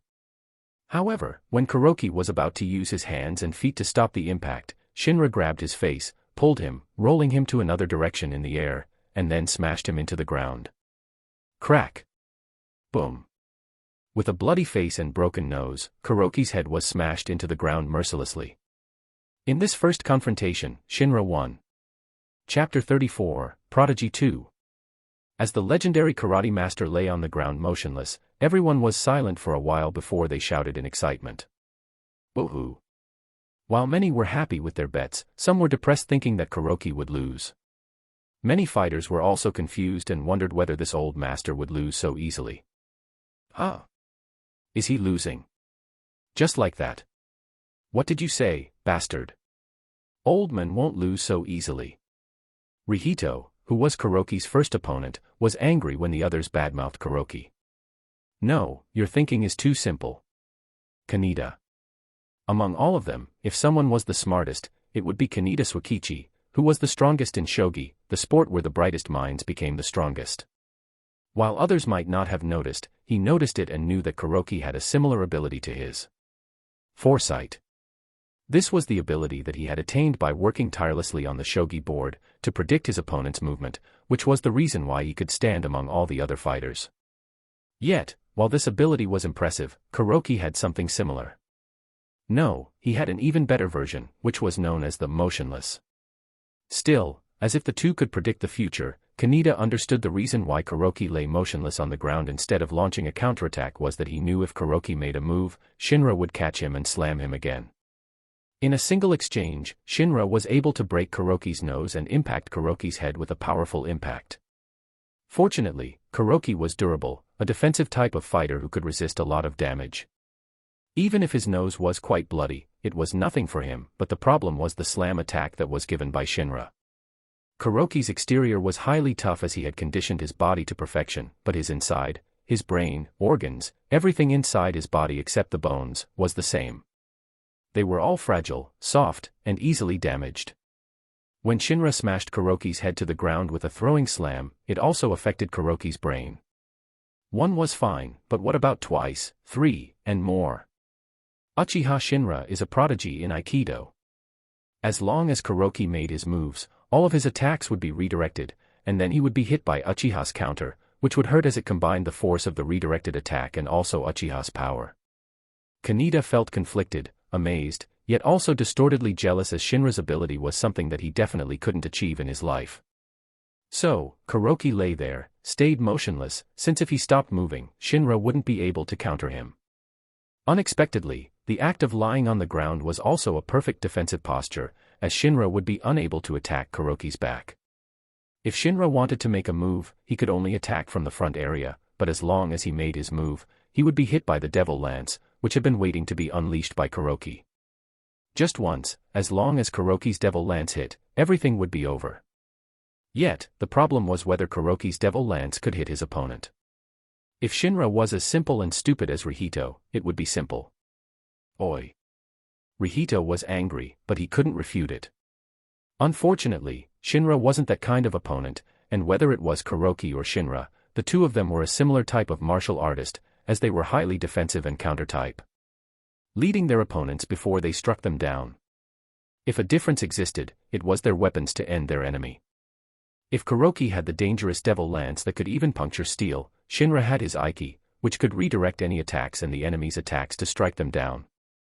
If it were a pure counter, without a doubt, Shinra was above Kuroki, as his style was versatile, and his reaction time was faster due to his kinetic vision ability being better than anyone's, but this only worked if his opponent made a move. Before, he could succeed in making Kuroki move by provoking Kuroki, mocking him as a coward, but as Kuroki learned his lesson, would he make his move? Impossible. It was still impossible to determine the victor of this fight, and it was too early to say that Shinra would become the victor. As Kaneda continued to talk, expressing his idea, everyone realized how deep Kuroki's action was, yet even so, they knew that Shinra would remain in silence, and he definitely would make his move. As someone who could even say that Kuroki was a coward, Shinra definitely wouldn't stay low and would do something. Nevertheless, for those familiar with it, Kuroki's position was akin to Brazilian Jiu-Jitsu's, BJJ, lying back open guard stance, which allowed him to counter Shinra's attacks despite being on the ground with his back exposed. As long as Shinra made his attack, Kuroki would deliver his devil lance, yet would it be so easy? Kuroki had learned his lesson, and he wouldn't make the first move, but would Shinra make his move? Whether it was Shinra or Kuroki, once again, the two of them were counter-type fighters, and instead of making the first move, they let their enemies make their move, and after they learned everything about their opponents and saw an opening, they would finish their opponent in a swift attack. The one that made the first move would lose and would be at a disadvantage, they thought, and without a doubt, their battle was several levels higher than everyone else, which made all of the fighters unable to keep their eyes away, hoping to learn everything, and gain a chance to defeat those superhuman. However, even though it was clear that the one who made the first move would be at a disadvantage, unexpectedly, Shinra made a move, raised his leg, and lowered his heel against Kuroki's face like an axe that was about to chop timber down in half. Watching this opening, Kuroki's eyes turned fierce and wouldn't let this chance to escape. Facing Shinra's kick, Kuroki delivered his devil lance, stabbing his fingers in the form of a spear, which would pierce anything apart. Only, as expected, Shinra's kick was nothing but a feint, as his kick seemed to twist and move into a different direction, firming his position on the ground, dodging Kuroki's devil's lance. Kuroki's eyes widened, surprised by the method of Shinra's twisting foot as if reminding him of a technique of his dearest friend, who had passed away. Yet, he had no way to ask or focus on something else, and as his mind was distracted for a moment, his arm was caught by Shinra, and snap. Snap. Snap. Crack. All the joints on Kuroki's arm were dislocated, and his ulna and radius bones were broken by Shinra. Still, this wasn't the end, as Shinra started his submission technique on Kuroki, but he got away, trying to escape with one limping hand, but Shinra continued to chase and started to unleash boxer jabs one after another, which made Kuroki unable to run away, and push toward the edge of the arena. Boxing, too. Yet, for everyone who saw Shinra's relentless techniques, they could only stare in a daze. Aikido, Judo, BJJ, Chinese martial arts, boxing, and everything else were combined and used together, seamlessly connected, like mortise and tenon joints. Shinra continued to use one technique after another, pushing Kuroki further until Kuroki could no longer run, as his back was against the wall. At that moment, Shinra also released his new technique, which came from the Koi style that he gained from Kiryu. His shoulders twisted and rotated, then he launched merciless punches that hammered down Kuroki like a machine gun. Bang. Bang. Bang. Bang. Kuroki felt his entire body being broken, and even if Shinra's punch might appear reckless, it also contained a FA gene, which was hurt as it attacked his inside. Yet, Kuroki was resolute, the flame in his eyes never died, burned like a blazing volcano before he saw a chance, and swept his feet against Shinra. Shinra dodged by jumping, and Kuroki mercilessly delivered the devil lance with his other arm. Now, it's over. Kuroki saw victory before his eyes, but Shinra dodged again. Yet, instead of trying to give Kuroki an armbar, Shinra smashed his knee into Kuroki's cheek. Crack. Shining Wizard. Sekibayashi Jun, the only pro wrestler among the fighters, widened his eyes as he saw Shinra's technique. One of the most popular pro wrestling techniques involves stepping on one's target and then smashing their knee against the target's face. The Shining Wizard. Shinra used it so skillfully in a real battle before he snapped Kuroki's arm, yet. Erherga. Like a lion that showed its last struggle before its defeat, Kuroki was like a furious beast, ready to tear Shinra's neck apart with his teeth. Kuroki opened his mouth, like a beast, ready to snap Shinra's neck, but Shinra was so slippery that he dodged and moved behind Kuroki, grabbed him from behind, lifted him, and fell backwards while bridging his back and legs, slamming Kuroki to the ground. German suplex. This time, everyone was familiar with this pro wrestler technique, as they never thought Shinra would use it on Kuroki. Kuroki's head was dizzy, completely bloody, but he still had his last power until his neck was choked. Shinra wrapped his hands under Kuroki's armpit and his legs around Kuroki's legs, before finishing Kuroki with a rear-naked chokehold, the simplest yet deadly submission technique. Still, Kuroki tried to fight and escape despite being locked in the technique, even if he lost his 2 arms. However, Shinra never underestimated Kuroki, and in the end, he mimicked a certain animal's deathly technique, crocodile's death roll. Their bodies kept rolling, twisting, and spinning around the arena as Shinra patiently tried to take down his large prey. Everyone held their breath, no one closed their eyes, as they waited for the moment of the last exchange. Finally, Shinra stopped, then let go of Kuroki, who passed out as Kuroki's eyes were still widened, staring at the bright ceiling with a limp body. The CEO of the Moto Heads, Takakaze Kirimi, closed his eyes as he covered his face with his cowboy hat. Meanwhile, Mikoto, Cheyenne, Tomoko, and everyone else stood up along with the announcement of the referee. The winner is Uchiha Shinra. Ooh. Chapter 35, It is a Time. As Shinra patted the dust off his body, those fighters could only stare at the scene helplessly, since, except for a little dirt on his clothes, he had received no damage and was completely unscathed from the fight. I will go first. Irio decided to leave, which Katahara asked in wonder, where are you going? My great-granddaughter. If I let her go, she might really go all the way with him. Irio knew that Shinra wasn't a virgin, and if his cute and beautiful great-granddaughter pushed Shinra, then he was afraid that everything would go all the way, and the purity of Karura would vanish. Katahara wanted to say something, but he shut his mouth as he looked at Shinra's back with a helpless sigh. What a shame. Shaking his head softly, he hoped for a miracle to happen so that time could rewind, and he could return to the time when he met Shinra first. We will win. In another corner, the Fong of Agito, Katahara's strongest fighter, Kano Agito, stared solemnly at Shinra's figure. He won. In the room, a woman with a crazed and shark teeth-like face watched the conclusion of the battle in surprise. Then, looking at her fighter, who shook his head helplessly, telling her that Shinra wasn't serious at all about this battle, as Shinra never thought to fight for a kill. Shinra might be young, but it was clear that his hands had been dirted by blood. If Shinra went for the kill, then everything would be over very soon, which made the woman go into deep thought before a bald man with the master of pro wrestling came with a certain purpose. On the other hand, a man with a half-disfigured face stared at the conclusion of the battle, with a blank expression that no one could read. Similarly, everyone showed their own reactions, clearly shocked and surprised by the result, yet without a doubt, Shinra had become the strongest fighter in this tournament. Old man. While Rihito cried as he looked at Kuroki in shock, sadness, and even cried, the others had a heavy heart, watching how horrible Kuroki's situation was. He can be cruel by snapping Kuroki's neck. Yet, while everyone's relationship was good after they lost and talked to each other, it didn't mean that all of them supported Kuroki, especially when they knew well that Shinra was quite gentle with his methods.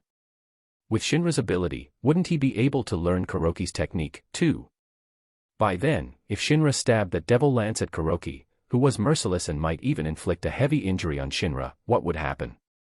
Do you want him not to fight seriously? I mean, why do you want to fight for him so much? Losing is losing. That's it. While the conclusion of this fight led to a conflict for them, without a doubt, the victory of this battle was on Shinra's side, and no one could deny his strength anymore. So, was there anyone who could defeat him? He won. Rino was surprised and also happy, especially when she saw Shinra had returned, but I will go and train. Rei, who had seen Shinra, quickly left as he needed to get ready for tomorrow's fight. Shinra won this battle, and after this, it would be a match between Shinra and Rei on Block C before the victor would continue to the semifinals. Who would be the winner? Even if their fight hadn't started, Rei felt a tremendous pressure on his shoulders that he might break, yet he wouldn't give up, as his love would win. Shinra, let's make children now. As Karura clung to him tightly, he could feel that her lower body was so wet that it stained his body. Shinra stared at this crazy girl speechlessly. If it was someone else, they would suck and lick that part of her that was soaked wet due to how horny she was, but in his case, he would throw her away. If he were clean, but fortunately, he was also dirty, so it didn't really matter. Regardless, after this battle, Shinra could have a peaceful day. Congratulations. Mikoto, Cheyenne, and Tomoko were all happy for Shinra's victory and wanted to give him a little surprise. Still, while Shinra knew that they were happy, he couldn't help but look at Reno with doubt. You are not following him. Rei was, after all, Reno's fighter, so was it okay for her to leave Rei out? Or did Reno see Rei as nothing but a tool?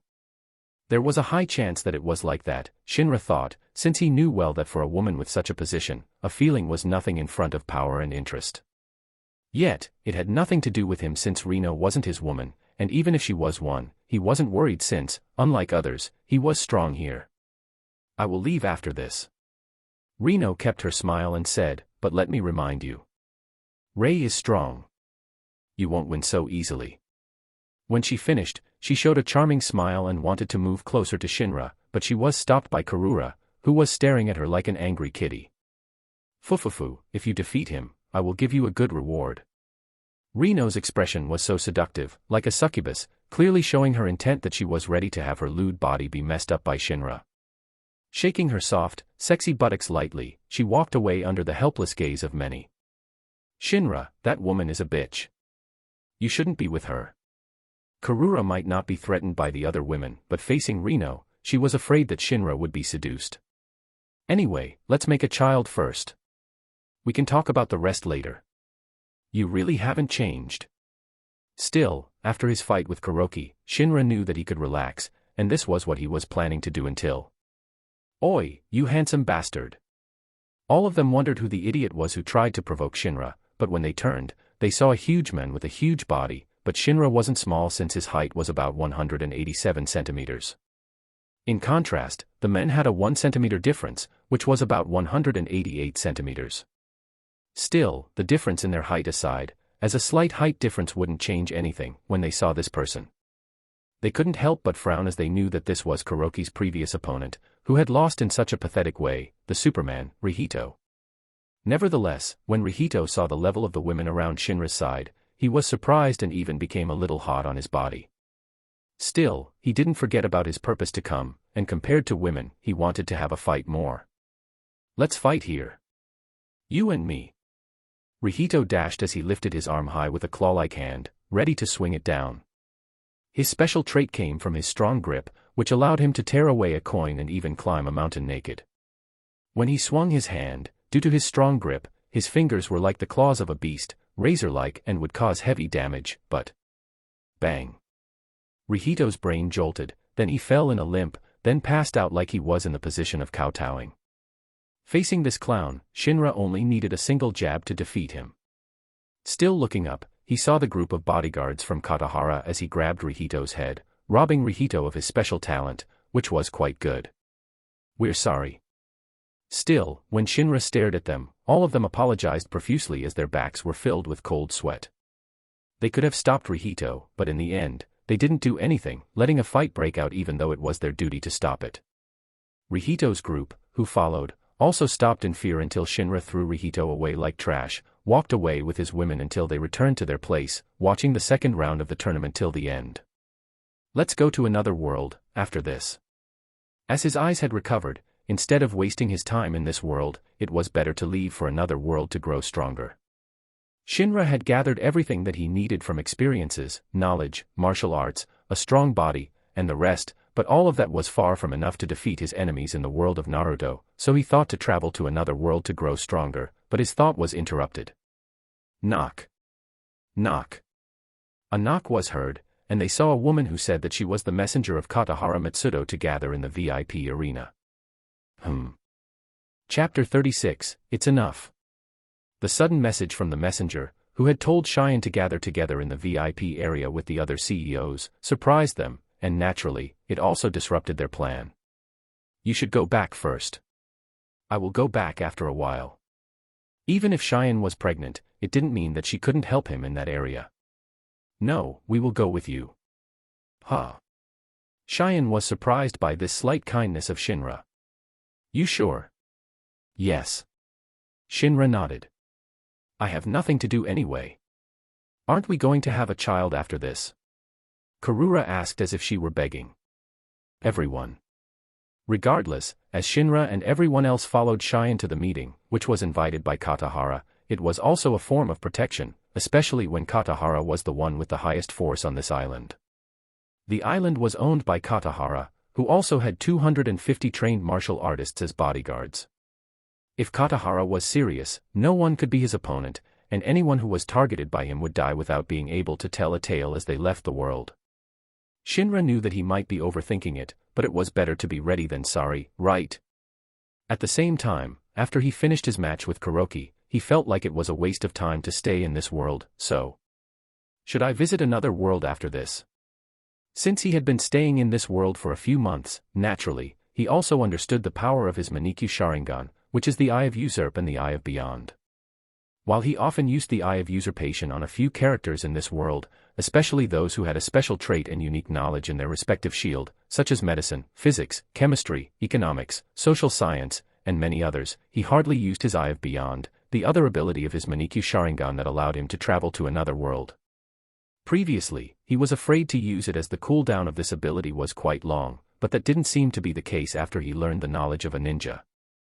If the reason why the recovery and the cooldown of the Eye of Beyond took a long time was because he knew nothing about the knowledge of a ninja, nor was he a ninja before. Also, Mikoto. Shinra didn't blame Mikoto since he was glad she brought him back and was glad he had made him pregnant with his child, but she was also why the recovery of his Eye of Beyond took a while. However, as he had become stronger after he acquired Kiryu Setsuna, Kure Rayan, and several others, he developed his talents and potential further. Even if he couldn't use the Eye of Beyond infinitely, it shouldn't be a problem for him to use it tens of times. At least, as long as he didn't overuse it and gave his eyes time to rest, his eyes wouldn't become blind. Moreover, after he saw a certain fighter with blind eyes in the tournament, having blind eyes wasn't a problem since there were many ways to see the world. While it was troublesome if he couldn't use his eyes, as long as the gains were worth it, then why not, right? Lastly, as long as his Eye of Usurpation existed, his chance to gain the eternal Manikyu Sharingan wouldn't completely disappear. Maybe there is also another method. The owners of the Manikyu Sharingan were also powerful and troublesome to fight, and he didn't have complete confidence in fighting them, as their techniques were so weird, and they were also good at escaping. All of his opponents were ninjas, and they weren't stupid enough to fight in a direct way, without dodging due to their pride as fighters. As a ninja, if their victory couldn't be guaranteed, they would use a sneaky and dirty method, so long as they could complete their missions. Regardless, he decided to go to another world when the night came, then returned when the morning came. Let's see how it goes first. While it might appear a little cowardly, he prioritized his safety first, so if the world was too dangerous, he would return to this world or change to another world, so he could gain an easier improvement. As he was in his thoughts, soon, they arrived at the VIP hall where Katahara had asked all of them to come, and naturally, except for Cheyenne, all the CEOs were also there, and when Cheyenne and Shinra appeared, everyone, who talked about what Katahara planned to do, stopped as they looked at the two with a solemn attitude. Cheyenne Saoryuan. No one had ever thought that she could continue till the round of the tournament, and after her fighter defeated Kuroki Gensai, who was probably the strongest fighter in the tournament, all of them knew well that she had a higher chance to become the new chairman of the Kangan Association. While those who also passed the next round were still stubborn, thinking that they had a chance to become the leader of everyone, those who had lost, the losers, weren't so stubborn and quickly curried favor toward Cheyenne, so they could get a good position on her side. Cheyenne's industry was quite good as her family owned an education conglomerate and had a huge influence on education, medicine, and various fields, but unfortunately, Cheyenne also knew that she wasn't so strong and not everyone needed an education in the respective field for their business to flourish. Cheyenne's industry was different from Katahara, who owned the biggest bank in the country, which made those who were part of the Kangan Association dare not offend him, as everyone needed money, especially for their business. However, it didn't mean that Katahara was the strongest since even if his bank was the biggest in the country, it didn't mean there were no other banks. Being the head of the Kangan Association would give one a lot of power, but it didn't mean that one was omnipotent. Suryuin-san, congratulations on your victory. I can see that you will become the head of the Kangan Association. As expected of the chairwoman of the Koyo Academy, you are great. Everyone tried their best to suck Cheyenne to become her followers, but their eyes naturally drew toward Shinra, who sat on the nearby chair lazily, seemingly resting after his battle, so they didn't bother him. However, facing all of them, Cheyenne didn't have the patience to humor them. Enough, all of you. Still, Yoshitake Yoshiro, the CEO of Yoshitake Real Estate, looked at Cheyenne with jealousy.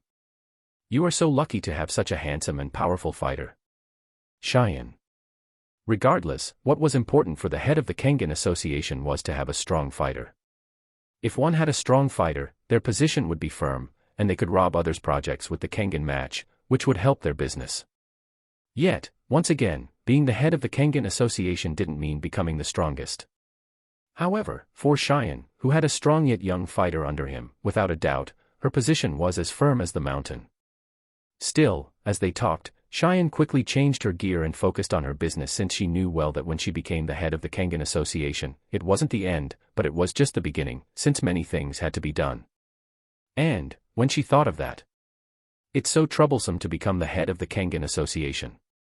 Cheyenne was pregnant with her first child, and while she still would manage her group, it was too troublesome to manage the Kangan Association, too, which made her feel like she should make a deal with someone. While this was a shame, she could get a lot of advantages, and if Shinra wished to, he could get this position anytime, as she believed that he was the strongest. As long as Shinra was by her side, she had nothing to worry about. Only, as their conversation turned into a wonder why Katahara gathered all of them, Katahara appeared with his group, and they quickly asked, "Chairman, why did you gather all of us?" Huh? Katahara showed confusion. I should be the one who asks you that question. Why are you all here like you are in a gala? On that moment, while some were confused, many realized something was wrong and they quickly ran as fast as possible to get a help, but as soon as they reached the door, a lot of people with a trained body and white suits came in, surrounded all the CEO before a man with a half-disfigured face walked in, clearly showing his position as the leader of this group. Enough of this competition, I will become the chairman. You are all okay with that, right? As the men said, all the men in the white suits showed their cruel smiles as they held various weapons ready to use force to make all of them agree with their boss's demand. Chapter 37, The Human Nunchaku. Hayami Katsumasa, the CEO of the Toyo Electric Power Company, was in control of the majority of energy in the Kanto region and nearby regions, giving him both wealth and power that no one could imagine, which enabled him to create the 100, the biggest society within the Kangan Association. Yet, even so, this act of his was definitely out of line. What do you mean by this, Hayami? Katahara stared at his old friend with a dim yet fierce eye. Your time is over, Katahara. Now, it is my turn. Enough of this stupid tournament. If all of you can't agree to let me become the chairman, then I will kill all of you like these people. As he said so, Hayami let his subordinates show a real-life broadcast of several CEOs, whom he had caught and was about to kill, executed in public. Naturally, with all of this, the victory was in front of him, but don't be kidding me. I will stand on top with my own power. I won't agree with you. What did you say, little flea? Hayami looked at the little flea, who tried to refute him with a cold expression. Despite being extremely afraid, Yoshitake Yoshiro screamed and refuted Hayami's selfish and evil intent. Anyway, I won't agree. Oh, you've grown some balls now, Yoshitake. Cheyenne looked at this transvestite CEO in surprise. Shut up, Cheyenne. If you have time to say that, let your fighter protect me, too. Yoshitake followed Cheyenne and quickly stood behind Shinra with a happy, blessed expression since Shinra's scent calmed him. Smell so good. Shinra. He wanted to throw Yoshitake away, but somehow, this guy was so brave that he would refute Hayami, who had taken control of everything on this island with his men. Still, as Cheyenne didn't intend to throw Yoshitake away, he wouldn't do anything, and as he had helped, Yoshitake would owe him a favor. This guy might be a transvestite gay, but without a doubt, Yoshitake's skill in the real estate business was just extraordinary. Naturally, Yoshitake wasn't the only one, since not everyone would bow their heads toward Hayami's tyranny. Did you think that you had a chance just because you are under his protection? Hayami looked at everyone with disdain, thinking that they could save themselves just by having Shinra by their side. Yes, Shinra was powerful, but do you think he can handle my 1,000 men? Even if Katahara's men are only 250. Also, I have planted a bomb in this area, and when everything explodes, it will be your ruin. Oh. A bomb. Can you tell me more about that? Katahara, who stood next to Irio, asked with doubt.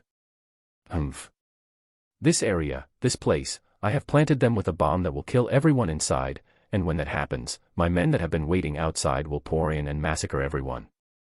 Are you crazy? There are many important dignitaries here on this island. Not only 2 presidents of the strongest country, but a certain president who often rode on a bear was also there. If Hayami detonated a bomb in this place, then it would lead to a huge scandal that might even destroy this country. For a great revolution, a necessary sacrifice is needed. Yes, Hayami had never cared about the tournament since what he wished was just to destroy all the order and everything that had been built by Katahara. Only. Okay, I recorded everything. Katahara showed the recorder device in his pocket as he laughed. I wonder how everyone will react when they hear everything, especially with so many presidents in the place. Everyone was shocked when they saw Katahara, who reacted in a way that no one expected. Are you an idiot, Katahara? Haven't you realized your position is? Even with the many fighters who joined the tournament, it was impossible to defeat Hayami, who had 1,000 men under his command. Katahara had only 250 men under his command, and all of them were mostly unarmed. On the other hand, Hayami's men were all armed and also powerful martial artists. It was clear who would be the victor, right? Did Katahara want to die so much? As Hayami thought so, the loud noise was heard before the glass window of the hall crashed as several people jumped out from the helicopter. Kurei clan.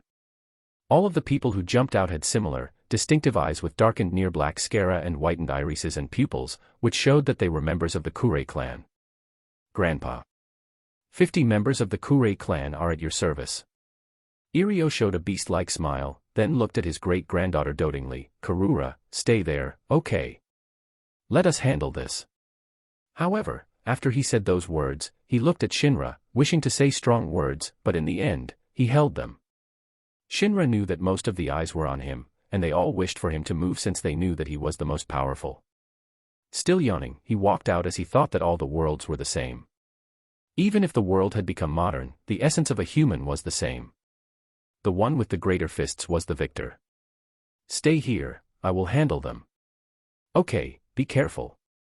Hayami looked at Shinra with interest, but the men under him, who seemed to be the strongest, also walked out, ready to meet Shinra.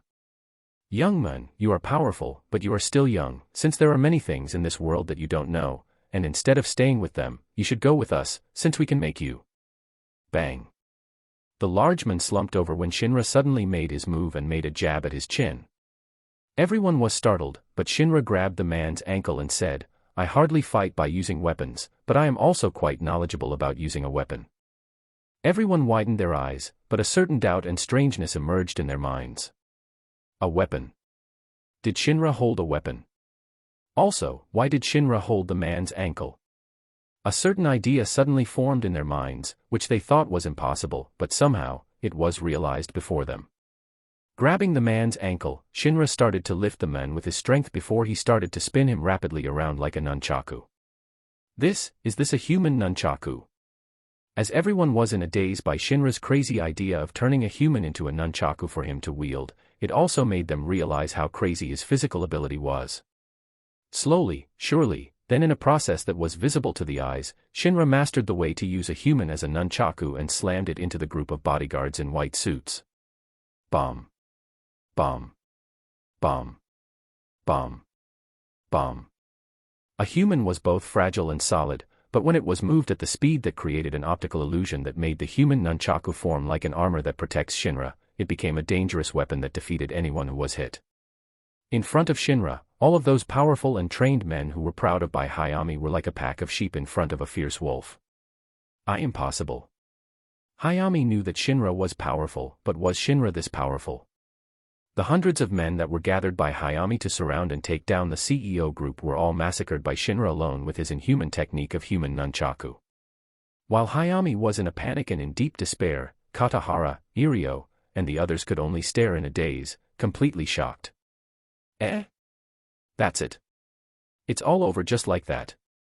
Regardless, everyone understood that in front of an overwhelming might, All the conspiracies, ants, and everything were meaningless.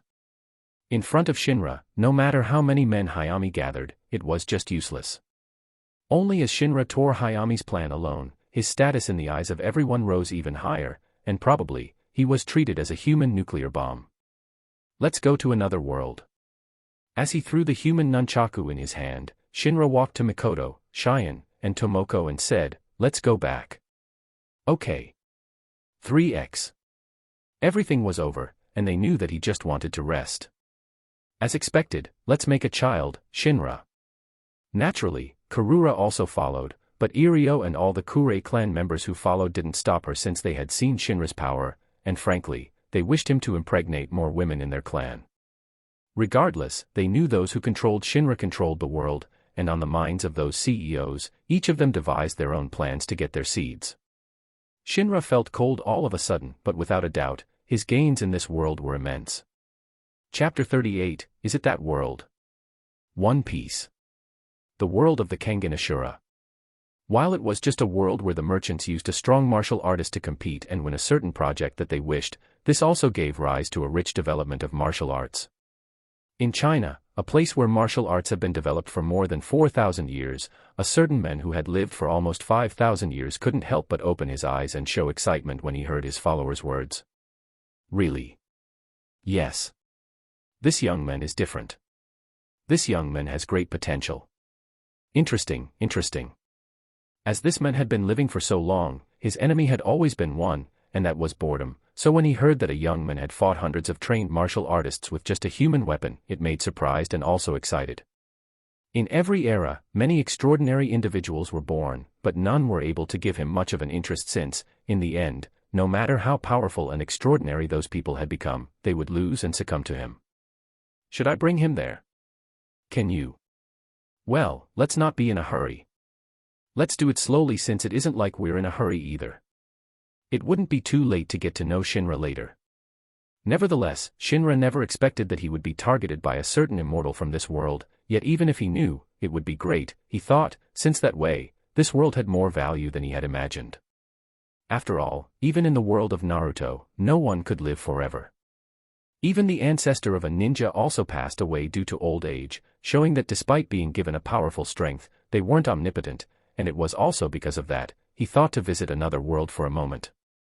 As the coup d'état that was initiated by Hayami ended up in a complete failure, Shinra knew that he had nothing to worry about, especially when Mikoto was also relatively powerful despite not having been in a fight for a while, except for having a fight with him on the bed.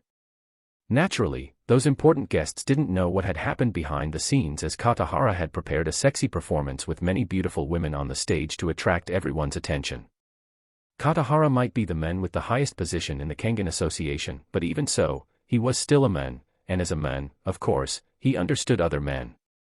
Regardless, as Hayami and his group were imprisoned in the prison and sent out of the island, all the CEOs and fighters who had fought to fight this crisis together were having a party to celebrate their victory. Naturally, Karura was the same as she lay on Shinra's bed with an exhausted, yet lewd face. Her expression was so vulgar, which definitely wasn't something that one should show to others, but without a doubt, it was easy to tell that she was happy as a milky sticky liquid dripped out from her beautiful honeypot. The erotic scent was just too unbelievable as Karura wasn't alone since by her side, Mikoto and Cheyenne were all sleeping. Meanwhile, Shinra, who washed his body, thought that it was time to use his eyes of beyond, as he wanted to try to go to another world for a moment. If there is a danger, let's just return. Hopefully, the world that he would be in would give him a lot of chances to grow stronger, but it wasn't to the point that it would endanger him to the point that he would lose his life. Still, if he were a coward, then how could he go on? When there is a time, let's return to the world of Naruto. While it would take time for him to have his revenge on Itachi, Obito, and Sarutobi's gangs, he could make a lot of trouble for them as he wouldn't allow them to be happy so soon. Regardless, as he made his preparations, he opened his Manikyu Sharingan and activated his Eye of Beyond. The scenery before him flashed, like he was inside a warp, or inside the vehicle during the night, as the lights flickered, as he was on his way to his destination. Still, as he was on his way to another world, many fighters who would fight in the next round were in their own meditations as they got ready for their fight to become the champion. Unfortunately, he didn't care about them, especially when he arrived in the new world. Where is this? Unlike his first use of the Eye of Beyond, which made him land on the rooftop of a high building, this time, he landed near the beach that was surrounded by forest. Gwahaha. More. Give me more booze. Get the hell out of here, you beggar. However, at a distance, he could hear a loud noise, which showed that a certain group of people was living there.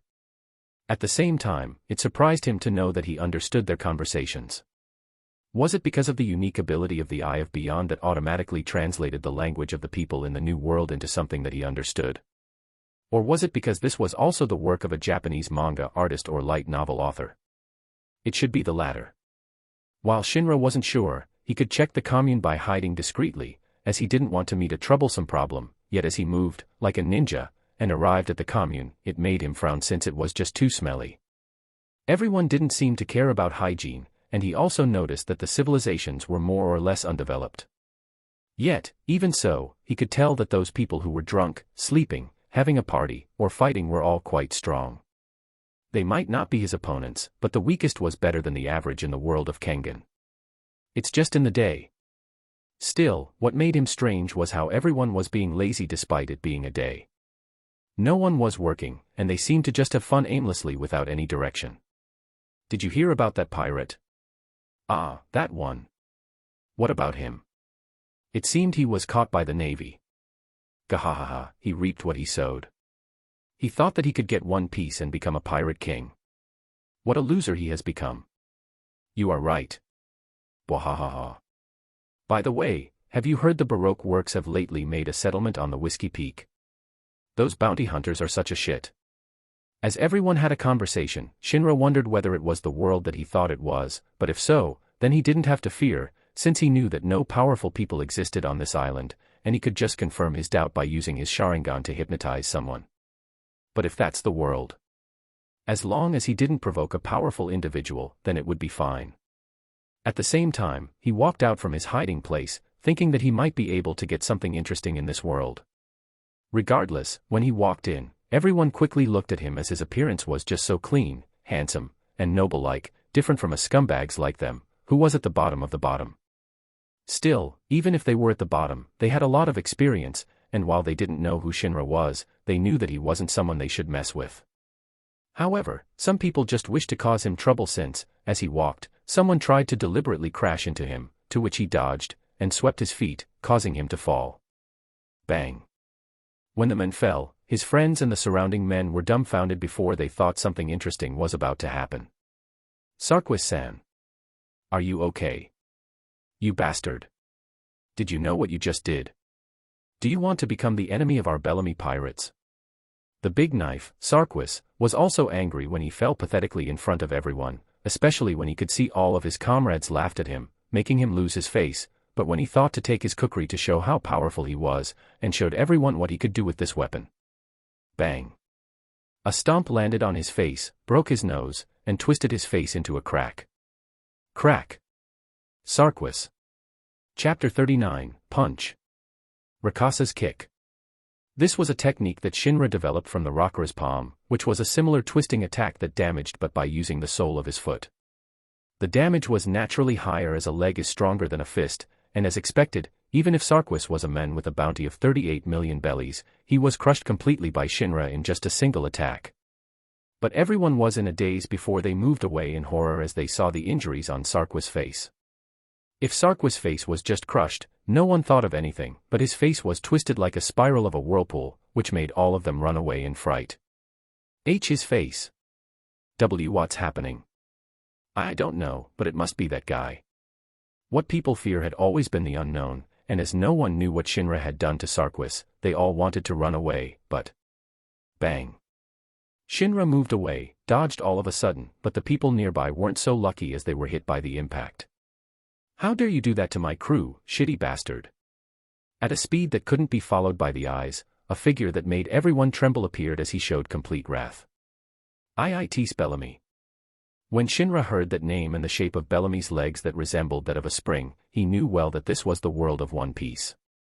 He knew well what kind of world this was. No, he was even more familiar with this world than the world of Kangan, and more or less, this world was quite similar to the world of Naruto. However, unlike the world of Naruto, which was dominated by a ninja, this world was dominated by pirates, and everyone sought to become the king of pirates by taking the important secret treasure known as the One Piece. Shinra didn't have much of an interest in pirates, but he was more interested in the powers that he could gain in this world.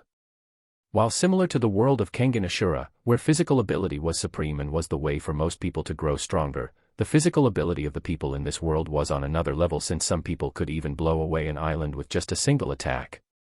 Naturally, in a world where most people relied on physical ability, the martial arts in this world were also quite high, as many of them made the users capable of mimicking certain superhuman capabilities. However, the special value of this world came from the devil fruit, a special fruit that could give the user a special ability, such as Bellamy, who could transform part of his body into that of a spring. Among the devil fruits, 3 types existed, which were Zoan, Paramecia, and Logia. Zoan type will give the power of a certain creature, which will make the eater of the devil fruit have improvements in physical ability and special traits of the creature. Paramecia will give the eater of the devil fruit a special ability. Lastly, the Logia will make the eater able to turn and manipulate a certain element depending on the type of devil fruit. Naturally, the devil fruit was the power that Shinra sought the most. Still, while the devil fruit would give an amazing power to the eater, it also gave them a curse of the sea, which made them weak toward the water and sea, as it made them lose their abilities and drain their powers. If I use my Eye of Usurp, will it be okay? The weakness of the water might not be a problem in the world of One Piece, but in the world of Naruto, it was a fatal weakness since many characters often used water jutsu. While it might be possible for him to train himself so that the effect of the water would be limited or to walk on top of water by manipulating his chakra, if he could get an ability without a weakness, then it would all be good, right? So, instead of eating the devil fruit directly, it would be better if he could just rob the power of others directly. Fortunately, he had a way to test whether his Eye of Usurp could work to steal the power of the devil fruit's eater or not. Boom. Once again, Bellamy made a move, slamming his fist into Shinra, to which Shinra dodged and caused his body to crash into the nearby building, completely crushing it. Yet, despite his body crashing into the building, Bellamy appeared to be uninjured and even grew stronger as the rage in his body made him wish even further to teach this young man a lesson that one shouldn't anger him, the hyena, Bellamy. Run away. Damn it, why did he have to fight in this place? That young man is so crazy. Everyone was clear about how powerful Bellamy was, and they also understood Bellamy's ability, so they had to run away or else they would be affected by his indiscriminate attack. You are so good at running away, boy. As Bellamy said, his eyes never looked away from Shinra, who just wore a simple white shirt, jeans, and boots. Even if Shinra dressed in a simple way, he was no way a weak guy, yet Bellamy didn't know about him, so he knew that it was just another flea, who thought that he could hunt him down. You might be able to beat Sarquis, but I am on another level.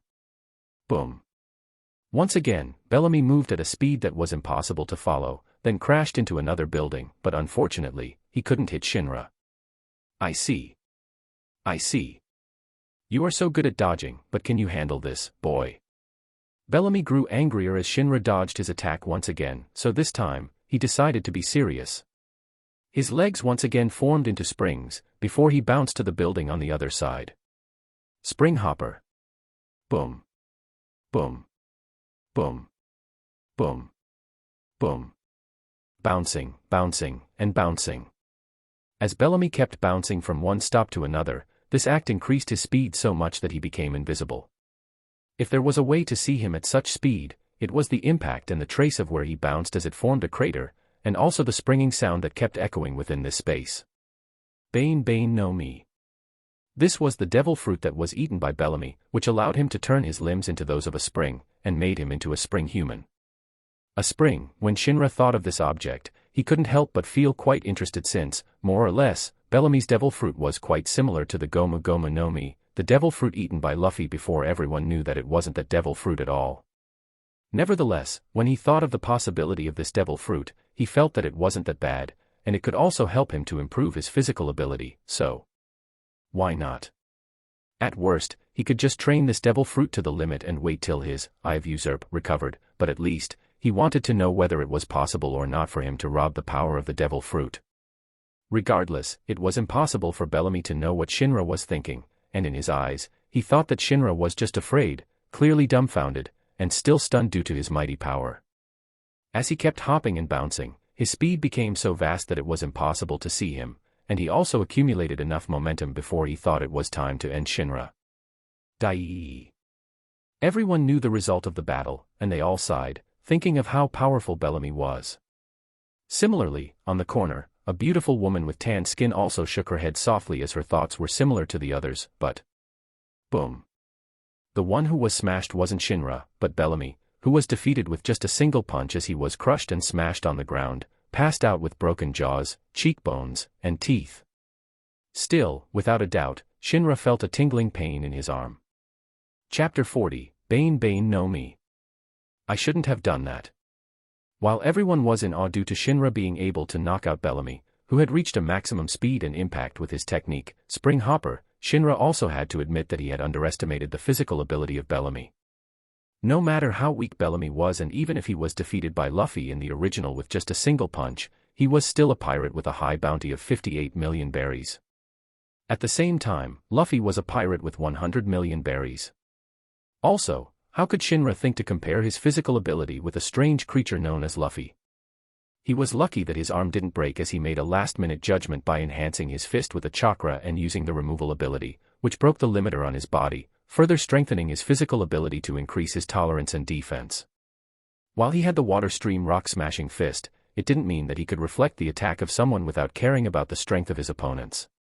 The strong people in the One Piece series, each of their attacks could easily destroy several buildings, which was different from the world of Kangan, where they could only crack the exterior of a hard object, and even if they could destroy something, it was because they aimed the weak point of the object when they attacked instead of making a reckless attack on anything.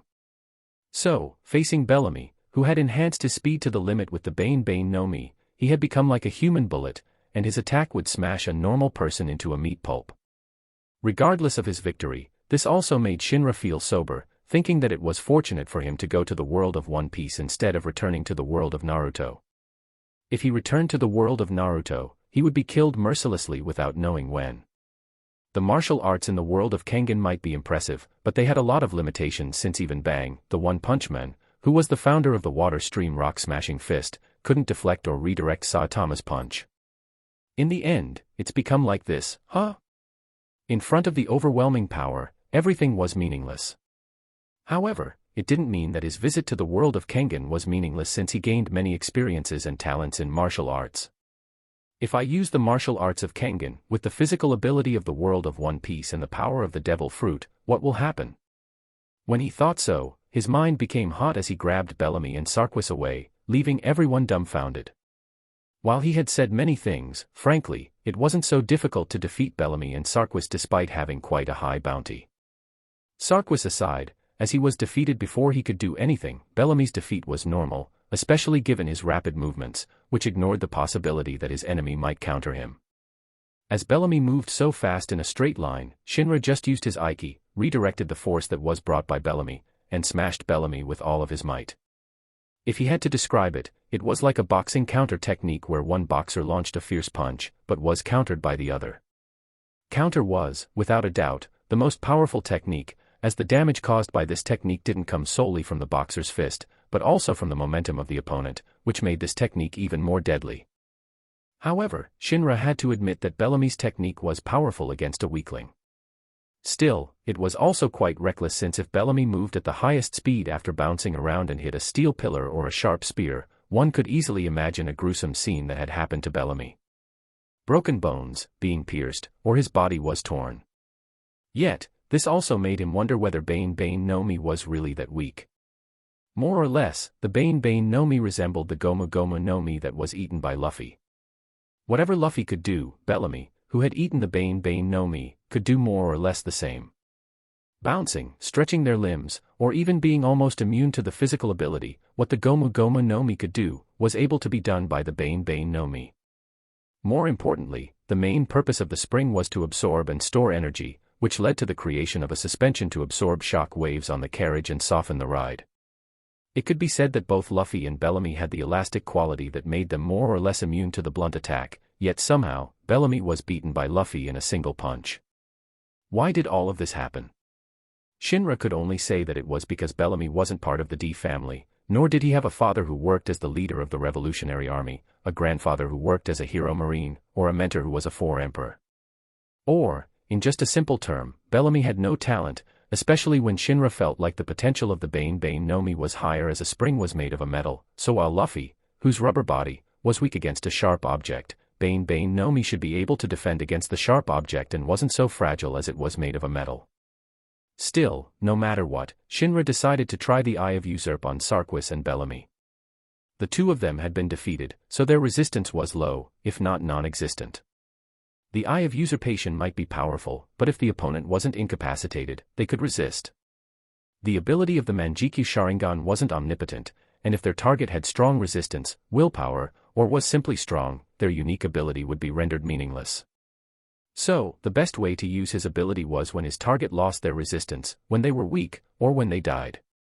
If they lost their resistance aside or if they died aside, if they were weak, but a protagonist of the story, Shinra felt like his ability would be blocked by a certain force such as luck, fate, or simply a protagonist's aura would make it hard for him to usurp every one of this opponent. Regardless of whether it was Sarquis or Bellamy, neither was the protagonist, and Shinra could usurp their everything without worry. As he walked toward the forest, away from the crowd, hidden, his eyes changed into those of Manjiki Sharingan. He stared at the two, usurping everything before turning them into an old, fragile thing, like an empty husk. Yet, while the two were in disbelief and shock, Shinra felt a boundless energy enter his body, and at the same time. Boing. His arm turned into that of a spring, which made him feel a little uneasy, but he turned his eyes in a certain direction before his arm stretched so far that it smashed into the gigantic tree, tearing it apart. Boom. Boing. As his fist returned, Shinra felt that this ability was more interesting than he had imagined it to be and thought to learn it further, but before that, he had to take down the one who had been tailing him, following, and spying on him first. Chapter 41, Dirty. As the tree where she stood was torn and fell, the woman didn't waste a moment and ran away, feeling panicked. How?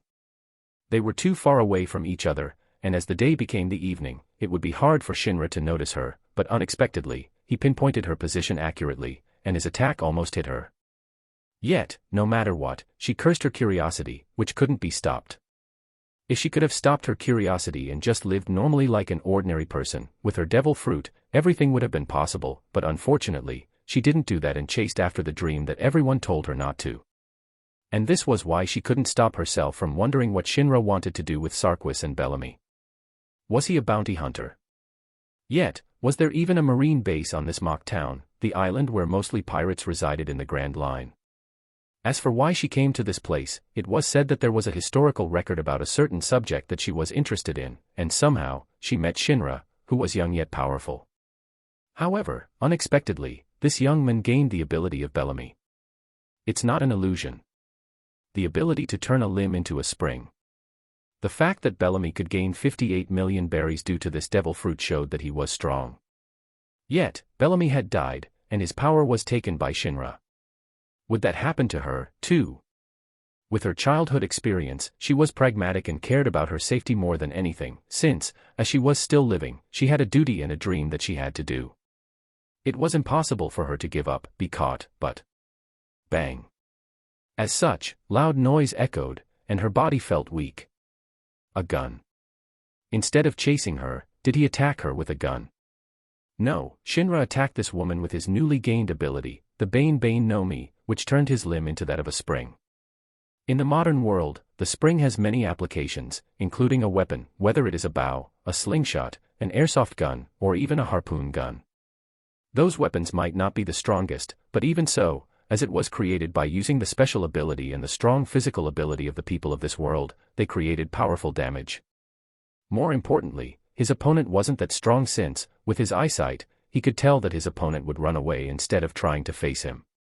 By turning the middle part of his hand into that of a spring, he pulled that spring to the limit, then put a stone as ammunition before launching it like that of a harpoon gun or a ballista mechanism.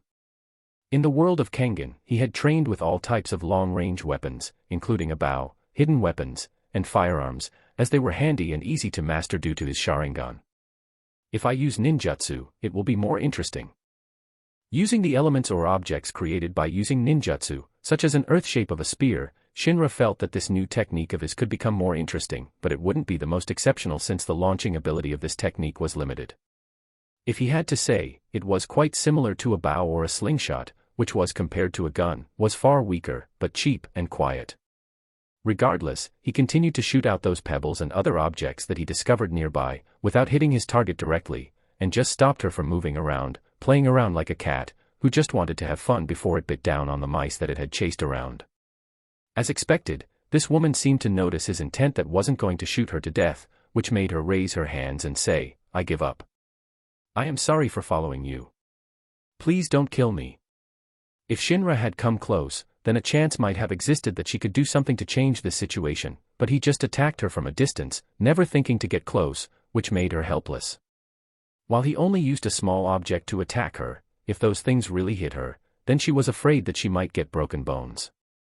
She might be eating the devil fruit, but it didn't mean that she had become so powerful that she could ignore everything, and fighting also wasn't her forte. Only, while she gave up and appeared powerless, showing her charm to the limit as she begged for him to let her go, her mind was far deeper than other thoughts. Her experience in childhood had made it impossible for her to trust others, and she definitely wouldn't entrust her life to the kindness of others unless that person were quite stupid. Instead, she would use this chance to take Shinra down. Her ability in a fight might not be the best, but she wasn't weak, and her devil fruit allowed her to make a discreet, and assassination-like attack. It also helped her to find her enemies, walking without being noticed, as she could observe the others from a distance, and from a place that they had never thought of. At the same time, her curiosity got the better of her as she tried to follow someone that she shouldn't, and peeked at what he was doing. Shinra, who had been observing from a distance, felt like this woman was quite familiar, and the memories of Sarquis and Bellamy helped him understand the basics of this world. The two might not have the brightest minds, but they were better than Luffy, whose mind was as good as brain dead, and with their memories, he knew who she was. Is it her? If so, then he hesitated to erase her. His eye of usurpation was a secret, and no one could definitely know about this ability, but when he looked at this woman, he didn't really want to kill her. Why didn't he kill her? Because he was a man. He thought for a while, made up his mind, but he wasn't stupid enough to approach her, since he knew well that she wasn't a naive woman who thought that everything would be okay as long as she said that she gave up and apologized. He was sure that this woman would attack him when he let his guard down. Unfortunately, instead of coming and walking toward her, he turned his arm into that of a spring, stretched it from a distance, twisted around her, and trapped her inside the middle of his coil spring-like arm, which her alluring, womanly body tightly wrapped inside the coils, and made her unable to breathe before she was dragged, realizing his opponent was more dirty than her. In her deepest despair, she realized her end was near, especially when she saw his deadly, scarlet eyes that stared at her like a predator toward his prey. Chapter 42, The Most Powerful Devil Fruit. Nico Robin. Yes. Who? As she said her name, Robin waited to see his reaction, but unexpectedly, she didn't know him. What was this? Was this a generation gap? She was almost in her 30s, and she could see that Shinra was young, which made him seem not to care or not even know her. Still, while she felt a little conflicted due to her age, Shinra was glad that he was born into the Uchiha clan, as everyone in the Uchiha clan could maintain their blank, emotionless, and cool expression, which was the template expression of every Uchiha. Most of the people in the Uchiha had such an expression, but fortunately, most of them were handsome, so even if they had such an expression, they were all popular. Yet, without a doubt, he was dumbfounded since the one he met on this island was Nico Robin. Among all the heroines in One Piece, without a doubt, she was one of the most popular. Even for some people, Nami wasn't Robin's opponent who owned this mature and cool charm. As Shinra gazed into her further, he sighed inwardly since, despite his poker face, she seemed to notice his naughty eyes. Using her beautiful face and lewd body, even if she was tightly wrapped by Shinra's arm that had transformed into that of a coil spring, causing her fleshy, womanly body to swell in a way that was so alluring in the eyes of a man. If he were a virgin, he was afraid that he would be taken down, but fortunately, Mikoto, Cheyenne, and Karura had helped him to make him quite immune to the woman's charm. Still, she's so tall. Shinra was tall for his age, and among all the fighters in the world of Kangan, or even those in Naruto, as he was about 187 centimeters tall, but Robin was even taller, with a height of about 188 centimeters, which was 1 cm taller, and even more outrageous, she wore high heels, which made her even taller. With slightly tanned skin that made her appear like an exotic beauty, and a cowboy leather outfit that revealed most of her skin, whether it was her lower body or upper, enhancing the appeal of her thighs and breasts. Even worse, her face showed an apologetic expression as if she really regretted her action, but he was a man of steel, and when he thought of what had happened to him in the world of Naruto, he quickly calmed down, but somehow, after his stay in the world of Kangan, his urge to have revenge was slightly subdued as he wasn't in a hurry and all the initiative was on his hand, considering his enemies wouldn't expect him to escape to another world. Regardless, in the world of One Piece, his time to take revenge was closer. So, what are you doing here? I am looking for an important historical record. 4. Watching his curiosity, Robin smiled and said, I don't really know what kind of a record it was before, but now, I know. However, she didn't continue and just stared at him pitifully. Do you want me to let you go to listen to the rest? Can you? I will throw you into the ocean so you will be sober when we talk. I am sorry. If it were another place, Robin might not care, but an ocean was a different matter since she was a devil fruit user, and as everyone knew, the weakness of this power had always been the ocean. So, sighing inwardly, Robin said honestly, it's Bato Bato no Mi, model, vampire. Bato Bato no Mi, model, vampire. Are you interested? Of course, he was interested, since compared to the Bane Bane no Mi, which could turn his limbs into those of a spring, the Bato Bato no Mi, model, vampire, was more powerful. Well, he couldn't say that in terms of potential. If one developed the Bane Bane no Mi further, with the power of the spring, one could absorb all the energy and redirect it. Moreover, he felt like the Bane Bane no Mi could mimic Kuma's Nikyu Nikyu no Mi, which made Kuma able to bounce anything. Lastly, it could do something similar to Luffy's Nika Nika no Mi, too, since a spring also has an elasticity factor to it. Yet, the Bato Bato no Mi also wasn't bad since it gave him fast improvement on physical ability, along with all the abilities of a vampire in the legend. Compared to the Bane Bane no Mi, Shinra had to admit that Bato Bato no Mi, model, vampire was more interesting. But, are you sure you're going to tell me that? Just think of this as my apology to you for peeking at your secret.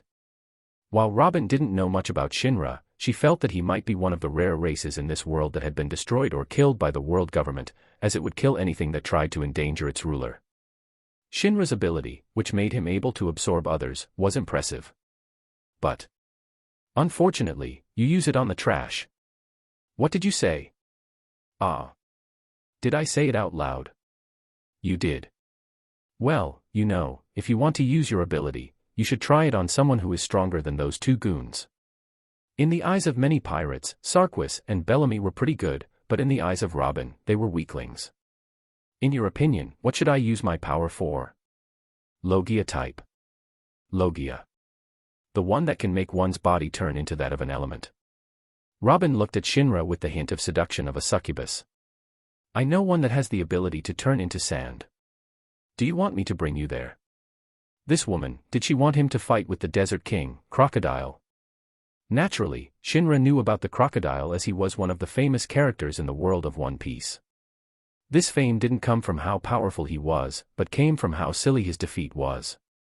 Crocodile had eaten the Suna Suna no Mi, which made him able to turn into sand, manipulate it, and even become one with it.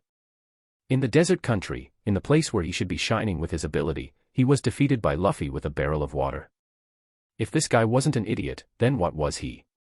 However, Shinra also understood that it was impossible to underestimate the MC since if he did, he would be defeated, and instead of making the enemy of the MC, he might as well become the ally of Luffy as it was more comfortable to stay by the side of the Luffy than becoming his enemies. Still. By the way, what's your power? Robin. Can you tell me? Robin didn't know whether Shinra could use his ability again or not, but if he did, then she might be in danger. No, in the first place, why didn't he use his ability as soon as she caught her? So she decided to make a bet. Taking a deep breath, she said, it's Hana Hana no Mi. Hana Hana no Mi. Flowers. What can it do? Do you want to see? Can you? Please loosen your limbs for a bit. I can't move well with your strong arm wrapped around my breasts, buttocks, and thighs like this. Shinra. While Robin wasn't wrong about Shinra's spring-like arm, which was in the shape of a coil, trapping her inside, it made him feel weird when she mentioned those words, and it made him crouch down slightly, trying to stop a beast from awakening, which made her giggle. Still, as he loosened his spring-like arm that trapped her body, Robin showed her ability. It's like this. Fleurs. All of a sudden, two beautiful arms that resembled Robin sprouted between Shinra's legs, leaving him dumbfounded, and he quickly tried to stop this woman. Stop. It's fine. You don't have to worry. This isn't good. Don't worry. It's just my ability. You don't have to overthink. Before Shinra could refute strongly, he was in a mess as the comforting gentleness that exuded a pleasant scent of a flower wrapped kindly around his tense area, and made him loosen Robin, who taught him not to mess with his elder. Ah, no. Oh. In his mind, without a doubt, Hana no Mi was the strongest devil fruit. Chapter 43, Let's Return. Oh, so much. While Shinra was all depressed as he was in a mess and couldn't fight against this temptation, he quickly let go of Robin, who had helped him relax his tension. Still. The Bane no Mi is more interesting than I thought it would be. Showing a meaningful, seductive smile, Robin had a shock inwardly since the Bane no Mi, which she thought was useless, could make part of his body swell up and become bigger. Yes, as a spring has an elasticity property similar to that of a rubber, naturally, it could swell up and expand, which made Shinra's body bigger. His size might not be bad, but if he could become bigger, why not, right? This was probably why Luffy was envied by many, since despite his weird devil fruit, the Goma no Mi, which was known in the beginning, strangely enough, all the men were envious of him, especially when he could do the third gear, which made his body swell up. Still, as a spring was more or less similar to a rubber, Shinra naturally did the same, especially when he wanted to scare Robin. Unfortunately, Robin was a more fearsome opponent than he had imagined to be. Was this the reason why you robbed this devil fruit? Yes, Robin thought that if a reason existed, Shinra robbed this devil fruit from Bellamy for this reason. Don't be stupid. Shinra was enraged.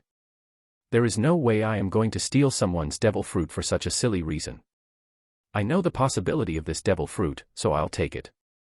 Yes, unlike the others, who were looking down and blind to the power of Bane no Mi, he could see the potential of this ability, so he took it and didn't feel regret about it. Really. Still, when he was about to get angry again, Robin sprouted out of his hands, which slipped into his pants again, making him helpless. Stop it. Enough. Yes, he might be easily swayed by a beautiful woman, and he had lost once, but this time, he wouldn't be swayed anymore. He was a man with a mission, so how could he be swayed by Robin's temptations? I am sorry. Don't get angry, okay? Regardless of his anger, Robin was still gentle and even hugged him softly. I am just thinking that it will make you calm down. If you don't want to, then I won't do it. Shinra. Did he not want her gentleness anymore?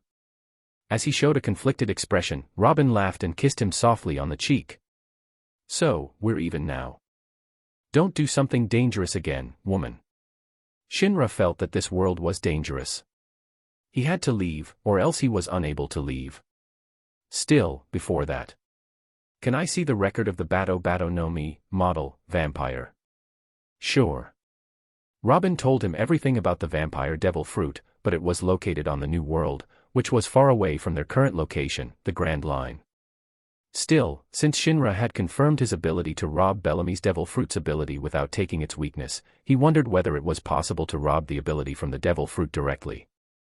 Moreover, with the vampire's ability, could he heal, regenerate, or erase the side effects of his Manjikyu Sharingan even without waiting for it to become an eternal Manjikyu Sharingan? If not, then it can only be that devil fruit. Shinra remembered a strange yet unique devil fruit that could somehow enhance its eater, making them stronger. Yes, this devil fruit might not be the strongest, but it was practical. Unfortunately, there was still some time before the original timeline, so he could only wait till that time. Still, as he listened to Robin carefully, her lovely, flower-like scent made him restless, so he said, "Thank you." With what he planned to do, he knew that instead of staying by Robin's side, he had to go to the other side, as he wanted to grow stronger as soon as possible, and while having Robin was good, it was too dangerous, at least for now. "You are going to leave?" Robin asked. Although she showed nothing unusual, Shinra felt that her voice was a little meek and sad, which made him feel horrible, but he had something to do, and he knew that despite their little intimate exchange, she still had a doubt about him, and he also couldn't stay in this world too long. There is something that I have to do, so goodbye. As he said so, he decided to quickly leave and return to the world of Kangan. Yet, for Robin, who saw that Shinra had really left, she should sigh in relief, thinking that it was better for her to be alone, as she couldn't trust anyone, considering they might betray her. Still, when she thought of his face that showed a struggle, yet showed a happy, perverted face, she couldn't help but sigh, staring at her smooth, white palm, and brought it close to her nose. Although he had left her, she could still smell his intense scent, which made her body throbbing before letting out a helpless sigh and threw all of her thoughts away to leave, since she had a mission that she had to do, and it was impossible for him to throw all of that away for just a young man who had that naughty little exchange with her. Only, she wondered, would they ever meet again? She wasn't sure, but she was certain that when they met again, their positions would be different, and he would become an amazing man, so that she could look up at him as she hid in the dark, as usual, until her mission was completed. Nevertheless, as Shinra returned, as expected, it was almost time for his match. "Shinra, where have you been?" When he returned, everyone sighed in relief since they were all worried. "I am sorry. I am just in the middle of the training. I am not late, right?" "No, you are on the right time." Cheyenne let out a sigh of relief when Shinra returned, but then again, she didn't have much of a strong emotion toward the position of the chairman of the Kangan Association, but it was too wasteful if they didn't go all the way with the possibility that could be given by Shinra. Still, his safety was first. "But you are okay, right?" Shinra appeared to be in a mess after he returned, since he couldn't even change his clothes, which were quite in a mess due to his fight with Bellamy and Nico Robin. "Don't worry. I am in my optimum condition." With Bellamy's physical ability, while this guy wasn't the strongest, Shinra felt that he had become stronger. If there was a disadvantage, it was the fact that he needed to eat more, like a bigger machine that required more fuel. A stronger body needed more food to sustain itself. "Good." Cheyenne nodded. "Everyone is waiting. You should go now and don't forget to win." "Don't worry." Leaving those words, Shinra walked toward the familiar arena and met his third opponent, the representative fighter of the Golden Pleasure, Mikazuchi Rei. As Shinra appeared, everyone quickly released an excited howl, but Rei felt an immense pressure. Yet, even so, Rei still believed. "I will win." Only, Shinra smiled, and wondered how Rei would win. Chapter 44, Instant Battle. Rei. Reno didn't stay with Cheyenne, Mikoto, and Tomoko. Instead, she was in a position where she could support Rei, her representative fighter. While it was weird, their meeting was far from good, since instead of being hired, Rei got to know Reno when he was tasked to assassinate her, but instead of killing her, he fell in love instantly with this woman, and she was also happy to make him fall, since that way, she had a strong fighter under her. Rei might appear silly, but he was one of the strongest fighters in the tournament, as he was the inheritor of the Narration style, a mysterious and fearsome assassination fist that was secretly passed down through the Mikazuchi clan for 1,200 years. Apparently created by Takamikazuchi no Kami, the martial art focuses on its users becoming one with everything in order to achieve a state of oneness, thereby allowing its users to become like lightning itself. Because of the unique physical constitution required to use the Narration style, it is a martial art that can only be used by those of Mikazuchi blood. Regardless, with this martial art, Rei would win. Reno gives me strength. As Rei was her representative fighter, Reno also decided to let him give his all. To fight with everything without any regrets. This was the wish of every fighter in this tournament, yet could the descendant of the Mikazuchi clan, and the current master of the Narration clan, break away from the raging water known as Shinra? No one looked away, all the eyes were on them, since they knew the battle would start in a single moment. Whether it was Kuroki, who had been defeated by Shinra, and all other fighters, who had participated, whether they had lost or won, all of them gathered together to watch the battle that was about to begin. They had seen how Shinra would use the body of his opponent as a nunchaku to defeat Hayami's army, which had planned a coup d'état. However, Rei wasn't a weak opponent, as everyone had seen how fast he was during his many fights. A prodigy versus the fastest fighter. Who would win? As the tension reached the peak, the referee shouted, "Staarrrtttttttt." Like a flash of lightning, Rei made his move. Lightning flash. As soon as the match started, Rei didn't waste his time and used his fastest technique, which led him to most of the victories and assassinations. Using this technique, Ray attacked with a supremely quick frontal strike, performed at such speed that the target barely has time to register what has happened before the effects of the strike knock them out. Oh. While this technique appeared simple, Ray was fast, so fast that no one could see him as a member of the Mikazuchi clan, which was built specifically for speed, and based on Shinra's understanding, he knew that there were two reasons for that. First, by using a special autosuggestion technique that was able to unlock Ray's brain's muscular limiters, enabling him to unleash his full physical potential, which was quite similar to the Kure clan's limiter. Secondly, from the moment they learn how to walk, they undergo intensive training to develop legs specialized for running. The combination of autosuggestion and powerful legs enables the Mikazuchi to attain speeds that far exceed those of the Kure clan. Naturally, this was far from enough to defeat Shinra, and because of that, Ray asked Reno, his boss, to use her special ability, which was known as the reproductive instinct, which was a form of brainwashing that made her able to issue verbal orders that transcend simple persuasion and suppress the ego instincts of any male, forcing them into servitude. As long as they are male, they cannot reject her. By using this ability, Reno asked Ray to go beyond his ability, which enhanced his speed even further. At this moment, Ray had become a lightning blitz toward Shinra and was ready to take him down. This was Ray's only chance, and if he failed, then he would be defeated. After all, the Narration clan was an assassination technique, which meant that he had to defeat his opponent in one blow, or else he would be at a great disadvantage. The strain on his body tore many of his muscles, the drag from the air, gravity, and everything made his body so heavy, and the moisture on his body was also evaporated due to the heat created from his speed. It could be said that this one moment, just one moment of this technique, had put so much stress on his body that he might die. Yet, he never stopped. Even if the soles of his feet were torn apart, and he could feel his body was twitching as if breaking, Ray moved faster, faster, and faster in a speed that couldn't be seen by everyone. His attack was simple, which was just moving in a linear movement, easy to protect, yet with his speed, could anyone stop him? Now. Shinra was in his stance, seemingly ready to redirect and return all the attacks he received, yet Ray didn't care and struck Shinra on the chest. Boom. I hit him.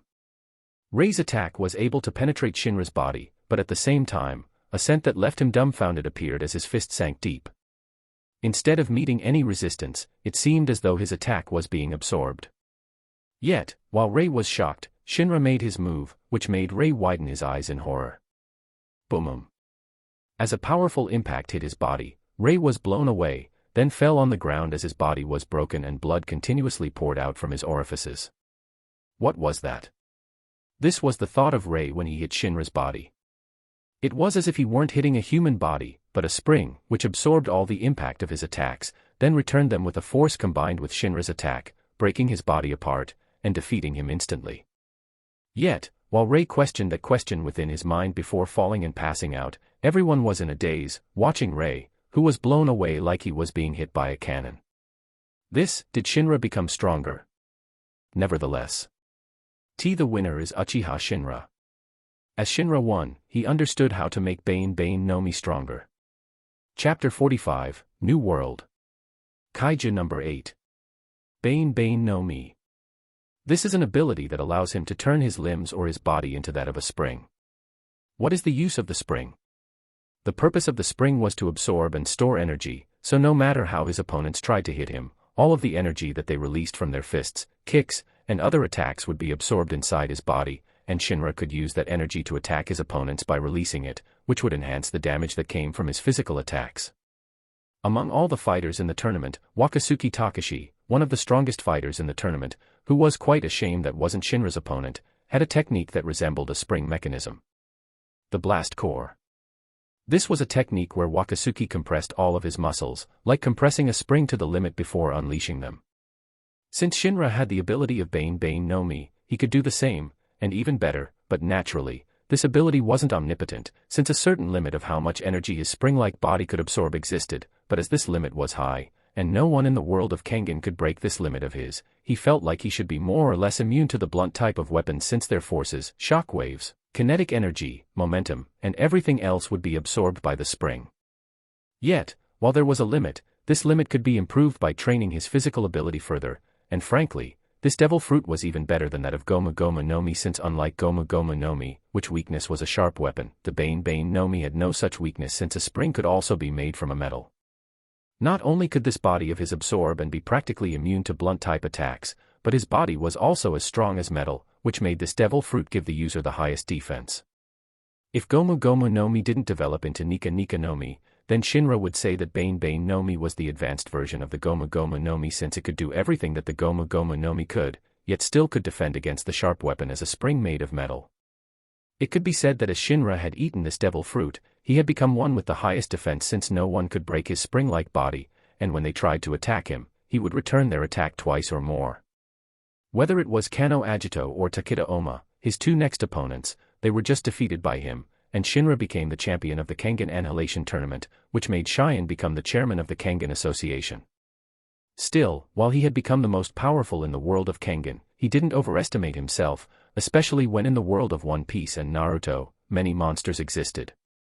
Should I train in the world of One Piece?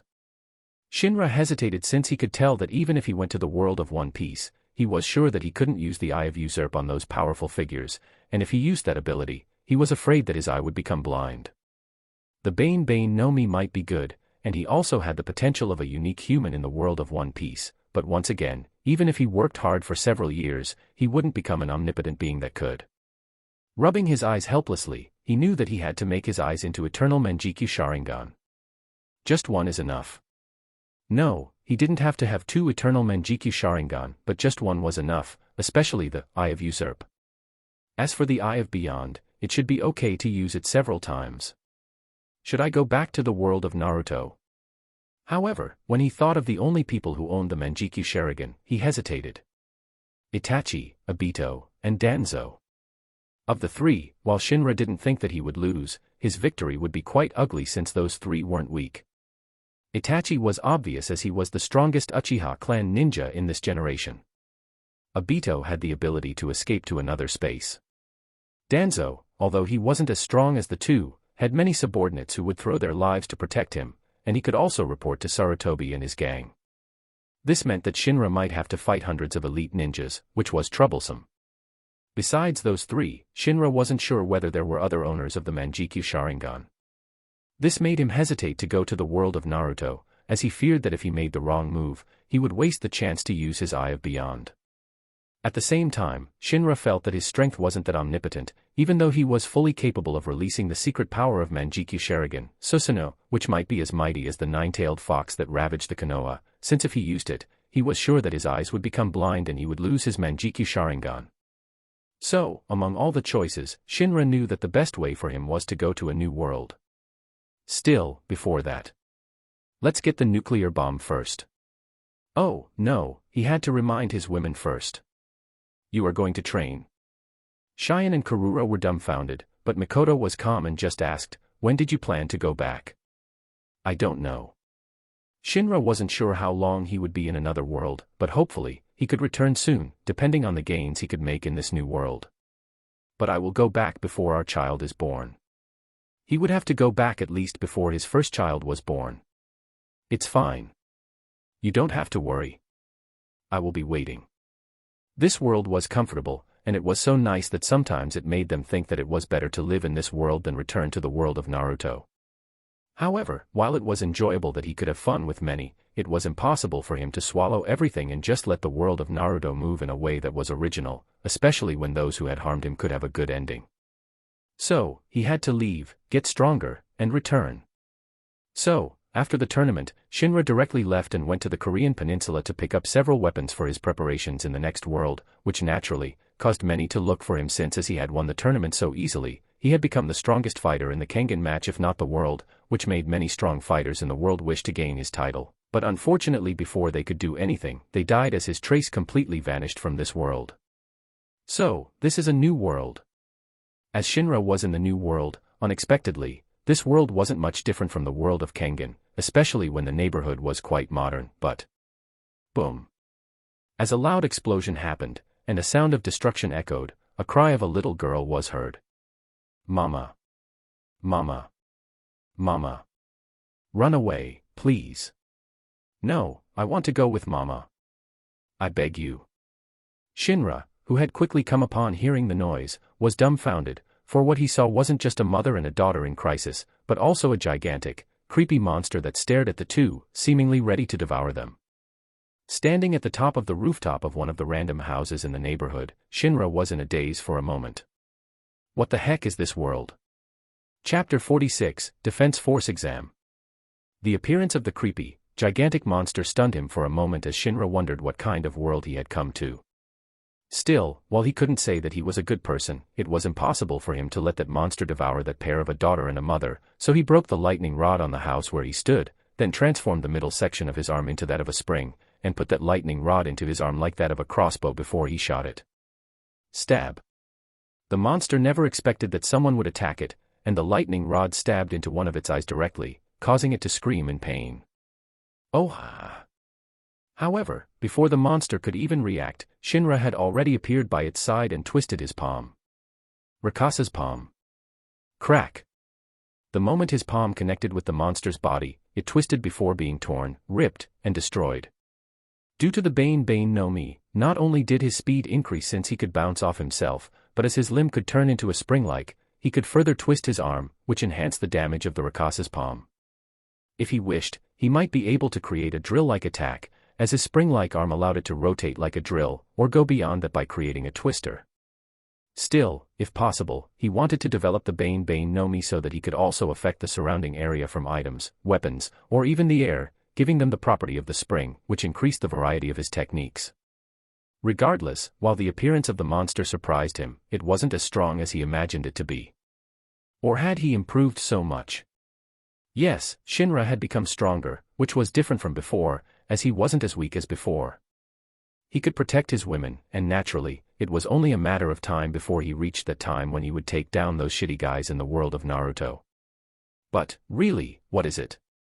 When he looked at the torn, dead monster, Shinra wondered what it was, which made him even more curious about this world. While he could somehow use his eye of usurpation on this monster, he decided not to since it seemed to be a weakling, and it was just a waste to use his ability on it. Instead of using his eye of usurpation to usurp the memory of the monster, he might as well visit the library or hypnotize someone to learn more about this world. Still, while he wanted to know more about this world, he heard two people who were about to come toward him. Senpai, quickly change your face. I can't control this power. Your face is like a kaiju now. Hurry up. Unlike the two who were preoccupied with their own concerns, seemingly panicked as one of them turned into a monster, while Shinra had an urge to make a move, he felt that they were different from the grotesque monster he had killed. Still, while those two were anomalies, he could tell that they weren't bad, and he also didn't want to be seen as an anomaly either, especially after he had killed a monster with just his bare hands. When he saw those people in the vicinity, he knew that with their ordinary human power, it was impossible for them to do anything toward the monster that he saw and killed. Instead, there might be an extraordinary power, abilities, or a certain technology that were developed in this world to fight against those monsters, which made his curiosity become even stronger. So, when he saw that the mother and daughter were okay after he killed the monster, he decided to leave to learn more about this world, as those two noisy guys were there to help the people. Huh? What is this? Why is a kaiju dead here? Who did it? As the two saw the dead monster, whose body was twisted, it made them tremble before they noticed a pair of a mother and a daughter, who were still in a daze, and trapped under the ruined house. Let's help them first, Ichikawa. Why yes, senpai. Only the daughter and mother were dumbfounded and cried when they saw a humanoid monster appear before them. Hiuea. 2x. No. No. No. I am not a kaiju. No, I am a kaiju, but I am not a bad one. Senpai, just leave.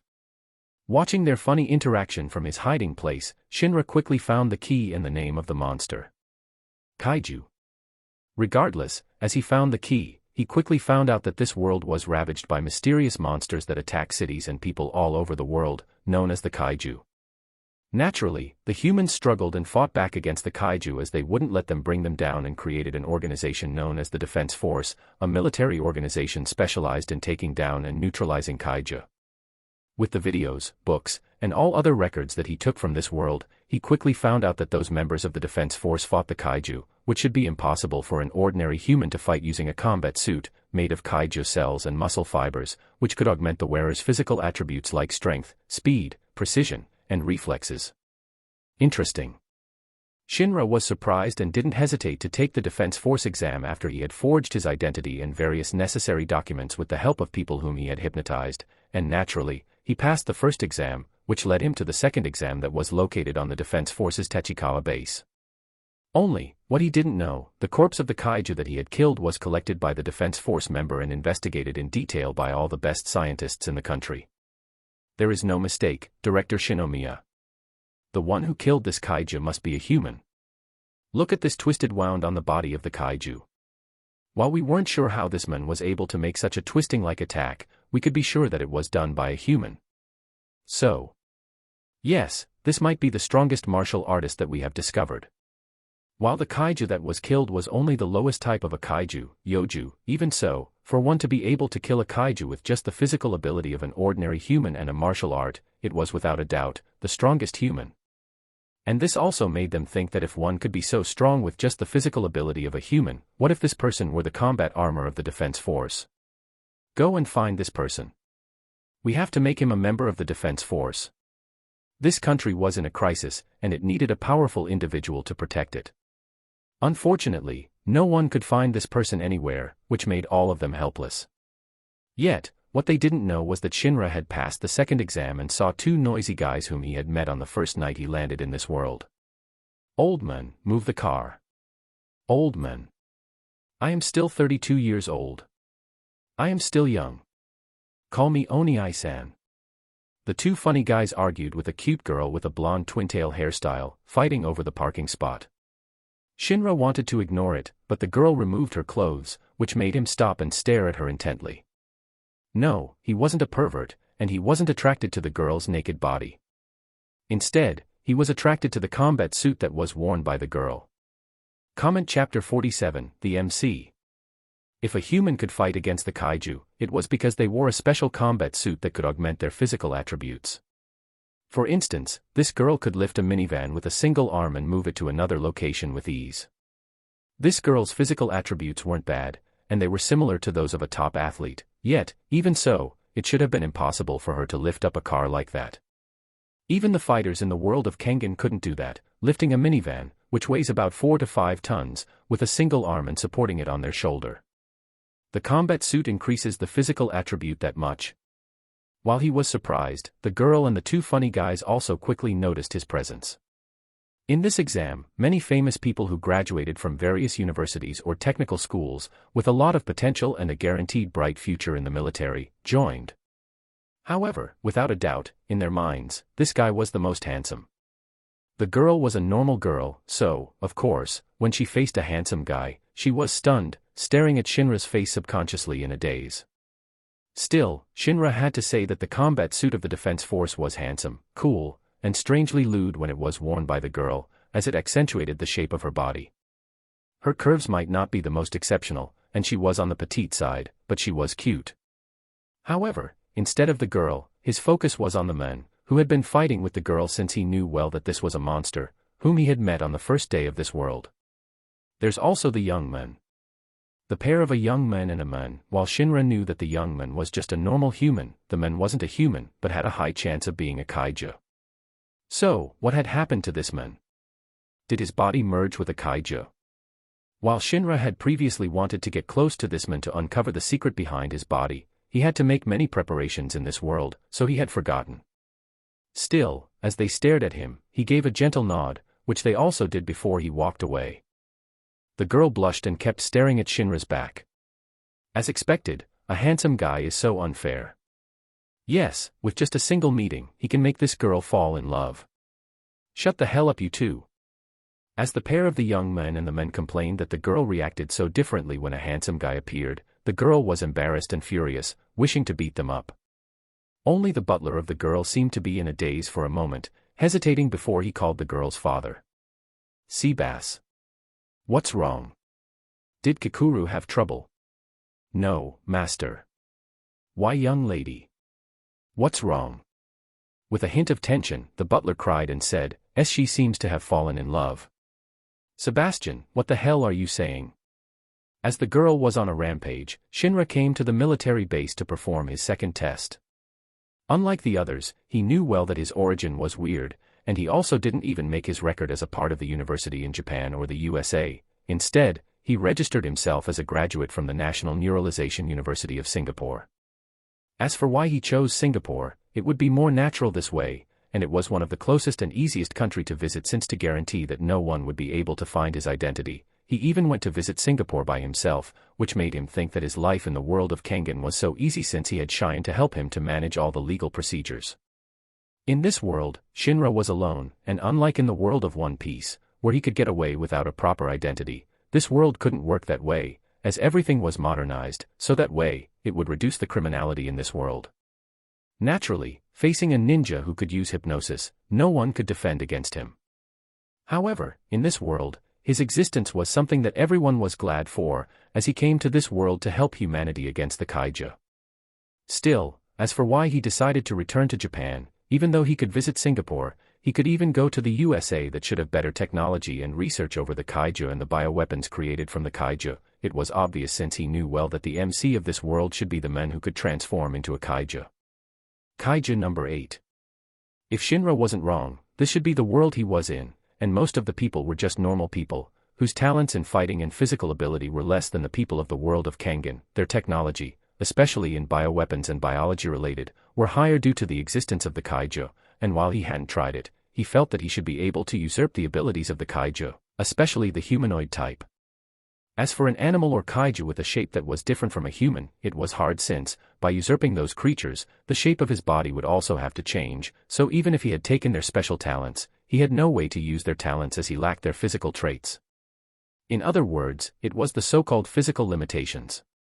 While he had taken several special traits from the fighters in the world of Kangan, they were all still humans, so it was easier, but in this world, humans weren't the only living beings, and there were many other living creatures such as insects, birds, or even fish, but unfortunately, he didn't dare to test his ability on such creatures since he felt that it was just a waste of the limited chances of using his eye of usurpation.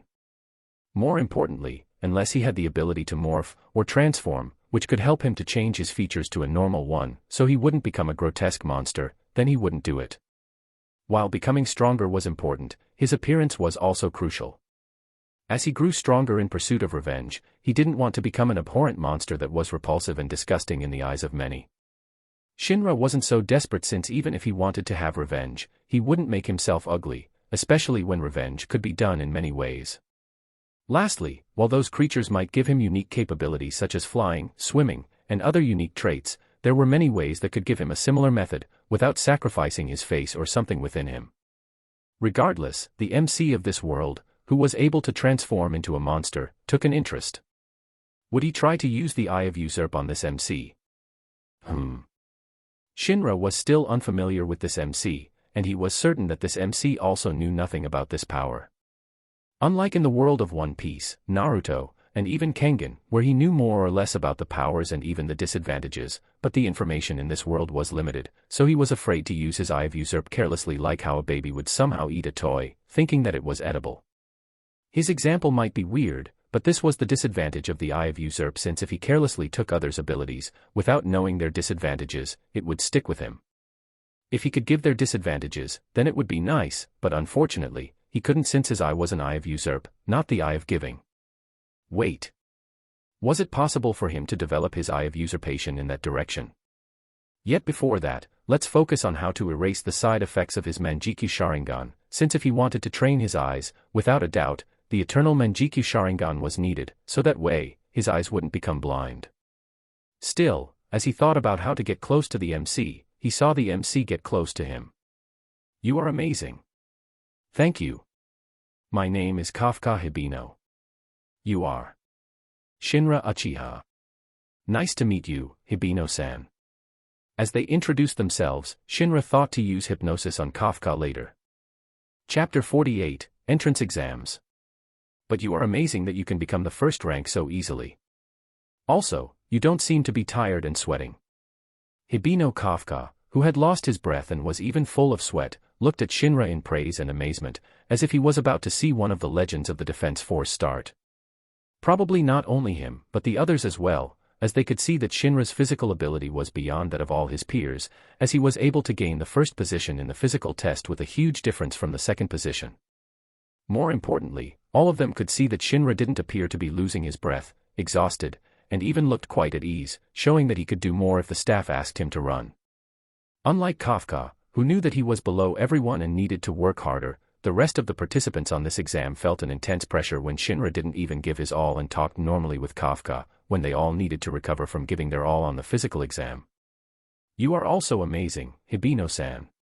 "Ah. Am I amazing?"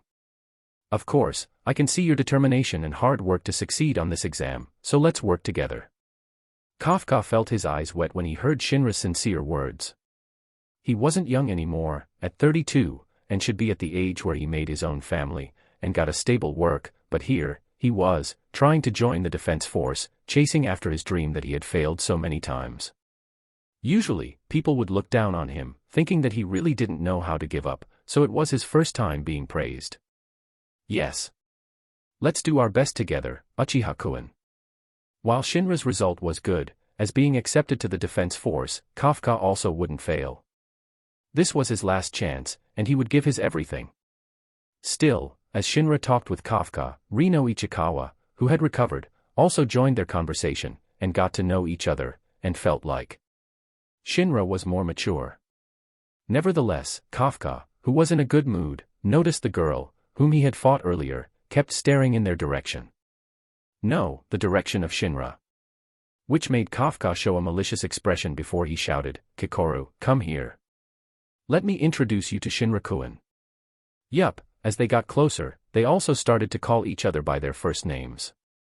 "Don't call me like you are my good friend." Kikoru Shinomiya got angry at Kafka, before she looked at Shinra with a complicated, yet still competitive expression. "You are good, but this is just the beginning. I will show you who is the best on the next exam."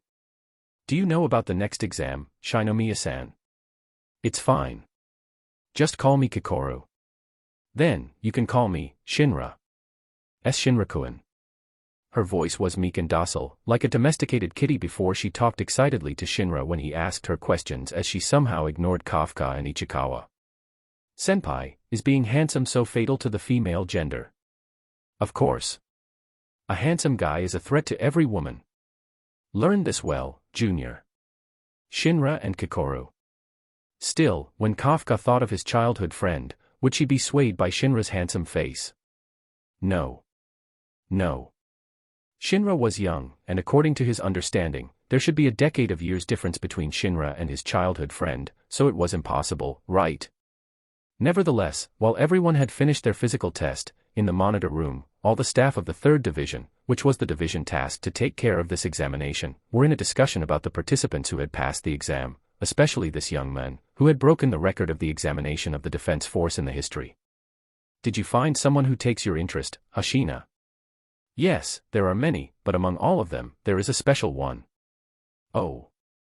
As the captain of the 3rd Division looked at the data of the participants on the exam, she quickly understood who her vice captain was interested with, but at the same time, a familiar face also registered within her eyes, which made her think of her past that she had buried deeply due to nerves, fears, and everything, as she had risen to a high position where the lives of many was under her responsibility. So if someone could share this burden and even take away this responsibility for her, then she would be grateful and happy to support that person. Still, staring at the face of a childhood friend, the one that she had been waiting for, yet never came by her side, finally, came, hopefully, he could pass, but even if he could he stand by her side?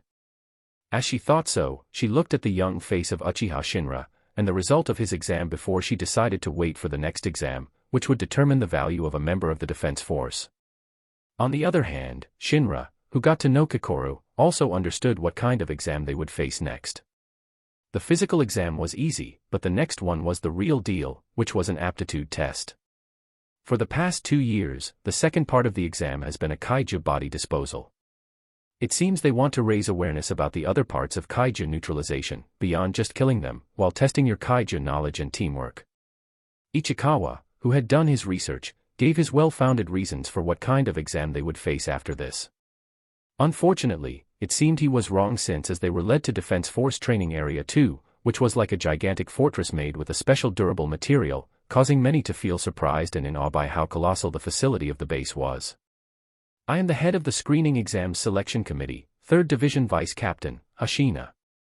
A slender man with a mushroom-like hairstyle and slit-like eyes stood before everyone as he introduced himself as the number 2 person within this base, which surprised many, yet Hashina ignored their reaction and pressed a button that opened the gigantic gate, where they could see the ruined city with many kaiju that made all of them tense. For the second exam, your task in the training area will be to neutralize kaiju. As the gate was opened, several kaiju quickly leaped toward the entrance, ready to fill their grotesque mouths with the bloody meat of the people they saw, until several massive pillars that were formed into a net stopped their movements under the nervousness that was felt by the participants. Naturally, we won't send you there unarmed. We'll lend you there. As Hashina pointed his thumb toward the automatic storage, several combat suits that resembled the one Kikoru had worn previously were displayed before everyone. Taking a deep breath, this was what Shinra had been waiting for. Chapter 49, The Strongest Soldier. As the 3rd Division prepared the combat suit for everyone, Shinra didn't hesitate and put it on, as this was what he had been waiting for. While he knew that the combat suit was created by using the body of the kaiju that was disposed of by the defense force member, it didn't mean that this knowledge was widespread, since every country had its own specialty, advantages, and disadvantages, depending on technology and type of material they used. Also, as this was also a source of money for everyone, especially those conglomerates that made a deal with the politicians and military, it was impossible for the combat suit to be dismantled by him. Or, could he? Anyway, if this country were destroyed, all those people would lose everything. So, instead of money, in this world, what was needed was a power that could overcome every crisis. So, after he gained the combat suit, he knew he should show it first.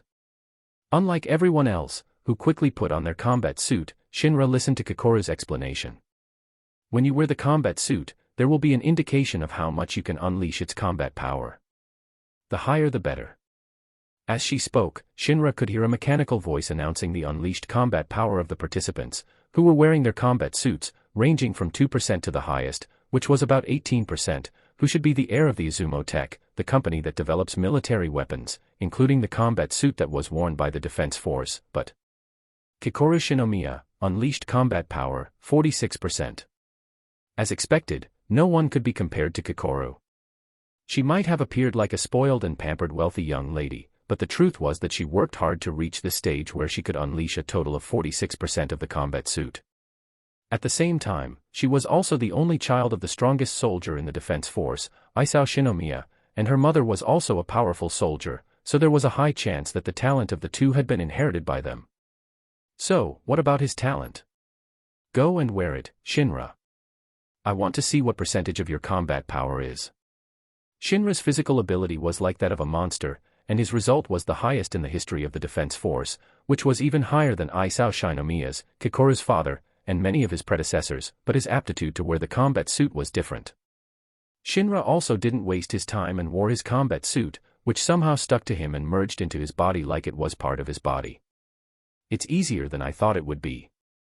His body was hot, and he could feel his entire body grow tremendously as he felt the power of the kaiju that was used to create this combat suit augmenting his physical attributes. Everyone also stared at him, waiting for the result, wondering how much combat power he could unleash, but 10%. Oh. Everyone sighed in relief, feeling that it was a normal number, but 20%. 30%. 40%. The percentage of combat power continued to increase, reaching 50%, and surpassed the combat power unleashed by Kikoru, who had been trained from childhood to become a soldier of the defense force. No way. Is this possible? What is he? Everyone was dumbfounded, especially when they found out that it was Shinra's first time wearing the combat suit. Still, the percentage continued to increase, causing everyone to lose their voices until Uchiha Shinra, unleash combat power, 100%. When that announcement was made, everyone was unable to speak and stared at Shinra with shock and disbelief. Yet, for Shinra, it was easier than he had imagined. Among the kaiju, a level existed that was known as the fortitude level, which is a way for the defense force to measure the creature's power and its potential threat to humanity. According to the fortitude level, kaiju are then classified power-wise. First, and the weakest, was known as a yoju, a smaller kaiju which usually has a fortitude number below 6.0 magnitude. Some yoju can have a fortitude number above 6.0, which is about the same level as hanju, a strong kaiju one level above yoju, but it is a rare case. Secondly, hanju, the biggest and most powerful kaiju, and the one who generates and guides all the other yoju through their proliferative organs. Their fortitude level is usually above 6.0. A hanju with a fortitude level of 6.4 would require an entire platoon of defense force soldiers to defeat it, and only a captain or vice-captain could defeat one alone. Usually, only yoju or hoju appeared in the area, but above them, a special case known as daikaiju also existed, a distinct category of kaiju. It is the name given to particularly strong kaiju, whose fortitude level exceeds 8.0. Lastly, the most powerful kaiju known as the identified kaiju is extremely powerful and has a fortitude level of 9.0 or higher. The combat suit is usually created by using the body and organs of the yoju. Yes, it might be possible to create a stronger combat suit or a weapon by using the body of the stronger kaiju, but to use such a combat suit or a weapon was on another level since a human body wasn't strong enough to wield such a monstrous power unless they were like Shinra, whose body was special due to being a ninja and also gained the unique physical ability of the human in the world of One Piece. Bellamy might not be the strongest, but he had the potential to become a pirate with 195 million berries. While this guy might not be the strongest in the world of One Piece, it was a different problem in this world where most humans were just ordinary humans. Naturally, wielding the 100% power of a combat suit that was created from the body of a yoju was nothing for Shinra, as this type of kaiju was the weakest that could be killed by him with a pure martial arts technique. Yet, without a doubt, when he showed such an ability, it stunned all of them and caused all of them to be unable to react, especially when Kafka's unleashed combat power was about 0%. Regardless, while this combat suit was amazing as it could give a human's physical ability of that of a kaiju, even if it was the weakest one, it was amazing, but naturally, this augmentation couldn't be done forever as it would take a toll on the body of the user and spirit. Probably, no, in most cases, the majority of the soldiers of the defense force died young due to the combat forces and weapons that reduced their lifespan and energy.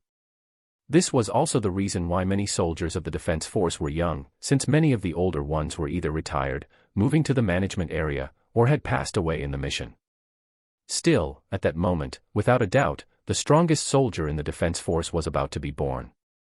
By the way, if you are unfamiliar with Kaiju number 8, please try to watch it since it is a pretty nice and simple story, but if you can't wait, then you can check my Patreon since it is on the One Piece arc now. Chapter 50, Last Exam. Amazing, it's the first time I've seen someone with 100% of unleashed combat power. Hashina, the vice-captain of the 3rd Division, praised Shinra honestly in amazement. Naturally, the captain of the 3rd Division, Mina Ashiro, who stayed in the monitor room to observe everyone, was also amazed, but at the same time, she also realized the importance of Shinra, which made her know that she had to make a quick report to the higher-up since the existence of a powerful soldier was sought after by the country. Yet, while this was a great hope for this country, Mina was also worried since an immense burden would be given to this young man, who was so talented. While Mina's talent for close combat was just average, her talent at long-range combat was exceptional. She was above many, the best of the best, which made her rely on everyone, whether it was her comrades or everyone in this country, but this also put her under pressure and stress that no one could understand. "Should we give a report to the higher-up, Captain?" Hashina asked quickly. "No, let's wait till we finish the exam." Shaking her head softly, Mina, who didn't plan to come out to meet the participants of the exam, decided to come out, thinking that she might need to give extra care to this young man since, unlike those others with ordinary aptitude, Shinra's responsibility was higher than anyone's. On the other hand, Shinra felt that the consumption of the combat suit was just SOSO instead of high. His unleashed combat power might have been 100%, but that didn't mean that the consumption of his combat suit was high. Instead, he could control the consumption perfectly, like how much he would exert without wasting a single bit of energy, which made him able to use the suit for a long time. Still, the improvement wasn't as high as he imagined. If he were a normal human, it might be impressive, but he had taken the physical ability of Bellamy, and when he added his chakra, his physical ability would be even further augmented, like that of a Daikaiju or further. "Is this really your first time?" Kikoru, who was shocked and couldn't talk, finally asked this question. "Yes, this is my first time." "I see." While Kikoru knew that Shinra was exceptional, this was on another level, and also made her frustrated. After the death of her mother, she swore to become stronger and protect her family, so the same tragedy wouldn't happen to her or another person, but her hard work was beaten so easily by Shinra. Still, while she was frustrated, it didn't mean that she had given up and thought that she had lost, since, unlike Shinra, she should have a better experience, and also, she wouldn't lose. While the others were shocked and wanted to approach him, it was quite hard as Shinra stood next to Kokoro, the daughter of Isao Shinomiya, the strongest soldier in the defense force. Only, their surprise was about to start since not only Hashina, but also Mina Oshiro, came out to meet all the participants. You are all ready. Let's start the last exam now. Not only was she beautiful, but she also had this heroic charisma that made everyone subconsciously straighten their backs and show her the highest respect, since many of them had been saved by Mina. Naturally, Kafka was surprised when he met Mina, and was happy. It was also due to this that even if his unleashed combat power was just 0%, he wouldn't give up. Still, Shinra could feel that Mina was staring at him for a while before she changed her focus to the exam, wondering whether she came out due to him. No, he wasn't so narcissistic to believe that his face would make people fall in love instantly, especially in this world where people were stressed, anxious, and also terrorized by kaiju. Being good-looking would bring someone an advantage, but in this world, a force was better than a face. Instead of a face, he felt that it should be his unleashed combat power that attracted her attention. Regardless, with Hashina and Mina, all the participants once again came to the Defense Force Training Area 2 to start the last exam. Naturally, besides the combat suit, they were also given weapons, which consisted of several types of grenades, from a flashbang, and a normal grenade, along with a special assault rifle, which made him wonder whether all of the participants were used to wielding those weapons in this world. Fortunately, Shinra had trained with all types of firearms in the world of Kangan, so he wouldn't fumble when he wielded one, but he had to say, this rifle was different since instead of normal ammunition with cartridges that were filled with reserved bullets, the ammunition area was replaced by something known as unisocket, magazines carrying the power-bestowing organs of kaiju, known as uniorgan that allowed the bullets to recreate the kaiju's powers. Among those bullets, while there were several types, the one that was given was an explosive round that would create an explosive power when it was shot. Still, it was kind of ironic since to defeat a kaiju, humanity needed the power of kaiju by turning them into weapons and armor. However, he also understood that using the body of a kaiju was far cheaper to create a weapon, especially in Japan, which lacked resources.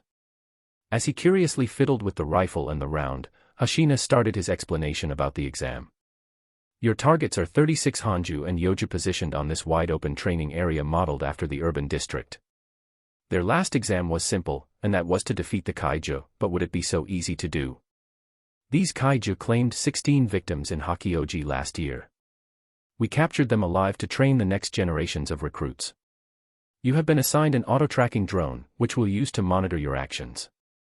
In the event we determine your life is in danger, we will activate your suit's shield remotely, but be aware that if we take that action, you have failed. Gulp. As everyone was nervous, Hashina opened his slit eyes slightly, showing a solemn attitude and reminded them further. To be frank, there is no guarantee you will make it out of this with your lives, but if you are prepared to forge ahead anyway, in spite of that, then get out of there. Hashina had given his reminder, yet even so, all the young people in this place never thought to back down since they dreamed of becoming the defenders of this country from those kaijus. While Shinra was quite calm, he saw that Kokoro had dashed ahead, leaving everyone behind, and started to shoot down the first kaiju that stayed nearby. Did she want to show that she was better?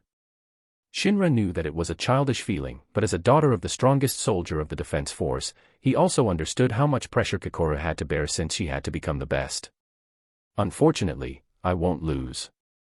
Similarly, as Shinra made a dash, no one could pursue him, and when he saw the first kaiju that roared in his direction.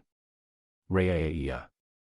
The four-legged kaiju with massive buck teeth was blasted and killed in just a single shot. Not bad. Holding the new type of rifle that was combined with the power of kaiju, Shinra thought to bring it home later. Yet, for the other participants, the power that was shown by Shinra and Kokoro brought them to the deepest despair. Chapter 51, It Isn't Over Yet. As soon as he saw the kaiju, Shinra shot them down, and their bodies exploded, and they died. At first, some of the kaiju could resist the explosive round, but somehow, he got the knack of it, realizing that while some parts of the kaiju were durable, some parts of them were weak, so that they exploded in just one shot. Aim for the belly. That one's weakness is the belly. When Shinra was about to take down one kaiju, he heard a voice by his side, who happened to be Kafka. Unlike him, who could move around flexibly like a monkey in the forest, Kafka, who couldn't even use 1% of the ability of the combat suit, needed a long time to walk as the weapon wasn't light. Instead, the rifles that the staff had prepared for them were so heavy that even those who were trained in a discipline would have a hard time carrying them. Yet, for the soldiers of the defense force, all of them wore a combat suit, and even with just 1%, it would bring an unbelievable improvement. Still, Shinra decided to follow Kafka's words and aimed for the belly, which caused the kaiju that he was about to kill to explode in one shot. Boom. Amazing. It was nothing special, an orthodox way, like that came from the textbook, but for a soldier to be able to do that perfectly without any mistakes, it was amazing, Kafka thought. The belly is really its weakness. Shinra looked at the dead kaiju, then looked at Kafka, who followed him along with Ichikawa. Are you familiar with the kaiju's weaknesses, Kafka-san? I do. Kafka nodded confidently. I have been working on the kaiju disposal company for a decade, so I know everything about the kaiju's anatomy. He knew well that he couldn't be the perfect soldier like Shinra or Kikoru, but he believed that this knowledge of the kaiju would be beneficial for everyone. While this test was also used as a way to test the soldier's individual ability in fighting against a kaiju, Kafka believed that wasn't everything. The purpose of this exam wasn't just to see how many kaiju they could kill. Instead, many other things should be watched out for, including teamwork. If not, then the participants would be followed by an individual drone that would follow one participant everywhere. So, when Kafka saw Shinra, he thought to help him, showing his worth by using his knowledge. That's impressive. Shinra also understood that the defense force wasn't a one-man army show where one person would defend everything, but an organization where a group of people worked as a team to take down the crisis, so he decided to bring Kafka with him to learn and also work as a team, showing his leadership talent, so that way, he could be promoted as soon as possible, which made him able to access many secrets within this organization. Really? If you don't mind, how about we team up, Kafka-san, Ichikawa-san? Really? 2x. Why not? Your knowledge is useful, and it is better to work together, or do you not think so? No, let's do it. I will be your greatest support. Okay, please let me follow you. Kafka and Ichikawa had no reason to refuse since they had seen how impressive Shinra was, but for others, while some were jealous as they hesitated to approach him, Kikoru frowned, thinking that Shinra was just playing around, which made her snort, and wondered whether he believed that he had won this exam. No. I can't think like this. Kikoru knew that it was wrong of her to think this way, especially when she might be working with Shinra in the same division in the future. He should be her partner, and she also could tell that he would become stronger, yet somehow, for now, on this test, she wanted to become the best. Bang. Bang. Bang. Bang. Bang. So, at this moment, she gave her everything and tried to become the best. At the same time, in the monitor room, Mina, Hashina, and all the staff observed all the participants through the drone cameras, which followed each participant individually. He is good. He seems to be a natural leader, too. Hashina couldn't help but say those words when he saw many people start to follow Shinra, following his order as they worked together. He is just beyond everyone. This test is just a play for him. Mina wasn't blind, and she could tell that Shinra never took this test seriously. Instead, he used this test to instruct others, or simply trying to put his position above everyone, yet this was normal since in the defense force, it wasn't the older, nor was it those who were well-connected, that were sought after. Instead, it was the strongest. The stronger the individual, the better they were, and the higher their position. Even if some people had certain quirks, such as a love of gambling, borrowing money, or even drinking alcohol at the meeting, as long as they were strong, they would be forgiven and their position would rise. It could be said that in this country, no place was as fair as the defense force, since those with the highest abilities would be in a high position, and no other organizations would talk about it, since if they didn't want their lives to disappear when the kaijus made an attack, then they could only follow the wish of this organization, and for those who relied on the relationship or money to enter this organization, they wouldn't last long since the casualty rate was higher than anyone else. But the daughter of Director Shinomiya isn't bad at all. You are right. As expected of the daughter of the director. Even if Kokoro might appear like relying on the relationship, no one could really talk down on her since she was really powerful, and with her tragic background, as her mother passed away due to the previous mission to save a country, wasn't it normal for her to be treated specially? Yet, while Kokoro was treated in a special way, better than anyone, especially when she had her own private combat suit, she continued to train hard and proved that her ability matched the status and privilege given to her. Still, unlike Kokoro, who worked alone, and Shinra, who worked in a group, they quickly finished the test. Wow, it's over so quickly. Kafka was surprised by the efficiency of the group under the leadership of everyone. Yes, he is impressive. Ichikawa was a bit helpless, thinking that there was always a bigger mountain out there. Only as everyone was almost wiped out by the kaiju, they let their guard down, and never expected a kaiju to suddenly break away from the wall of the building, open its gigantic mouth, and be ready to chomp down on Kafka. While Kafka could only stare in a daze, a powerful blow exploded from the mouth of the kaiju. Boom. The head of the kaiju exploded, and its flesh spread to everyone, staining their face. You okay? However, no one blamed Shinra, the cause of this dirtiness, as he just tried to save them. Ah, yes, thank you very much, Shinra-kun. No problem. Just be careful next time since I can't help you all the time. Yes. On this test, it might be easy since Shinra could close all the errors within the teamwork of the group, but when they became a real soldier, it would be a different matter since he couldn't be by their sides all the time. The final test is over. Regardless, with this, the exam ended as all the kaiju were wiped out, but Kokoro, who was away from the group, found 2 kaiju that were still alive, which made her confused, but the kaiju with a mushroom-like shape of a head pointed its finger in her direction, and bang. Bang. Kokoro's eyes widened as a powerful impact created a hole-like wound on her critical part. Yet, at the same time, the monitor room quickly realized something was wrong, especially when all the dead kaiju rose from the dead. Chapter 52, Bang. Huh? What's happening? Why did they stand up all of a sudden? Didn't we kill them before? As everyone panicked, emergency reminders were broadcast from the main base, alerting everyone to the unfolding unnatural accident that had occurred during this test. Emergency outbreak. Emergency outbreak. All examinees immediately evacuate to the nearest shelters. Yet, that reminder didn't calm everyone. Instead, it made all of them become even more panicked, so Shinra simply smashed the nearest monster with a hammer fist. Boom. The grotesque monster was directly destroyed, unable to defend against Shinra's blow. Don't panic. Even if they have risen from the dead once again, they are weaker than before. Shinra didn't think that those zombie-like kaiju were a threat since they were far weaker than the living kaiju that they had fought before, but the minds of everyone were far from right, and it was better to be careful than sorry. Izumo-san, Kaguraji-san, please lead everyone to evacuate. Yes. 2x.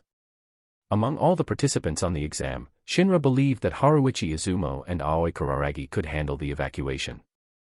What are you going to do, Shinra-kun?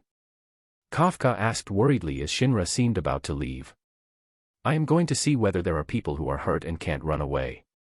Shinra's ability was beyond all of them, and if someone could save others from the crisis, then it would be him. The soldiers from the 3rd Division would take some time to rescue them, so before that, even if he couldn't defeat all the kaiju, he should slow down those kaijus so everyone could evacuate as soon as possible. Also, I haven't seen Shinomiya-san. I'll leave the rest to you guys. Saying so, Shinra left the group as he used his Bane no Mi discreetly, which made his leap even longer and faster. The spring on his feet made him move like a grasshopper, propelling himself into the air and moving at a speed that was unbelievable in the eyes of many. Amazing. All of them realized that it wasn't that Shinra, with 100% of unleashed combat power, wasn't so special, but that he had just matched himself to their level. If he were serious, then would they be able to chase him? Yet, while everyone was relieved when they saw Shinra's speed, Kafka felt worried and thought of going by Shinra's side, who was worried about Kokoro. Wait, I will be there, too.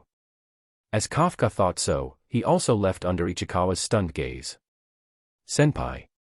However, Shinra's feeling was correct since Kokoro was really in danger, especially after she was hit by a strange bullet that almost penetrated her heart.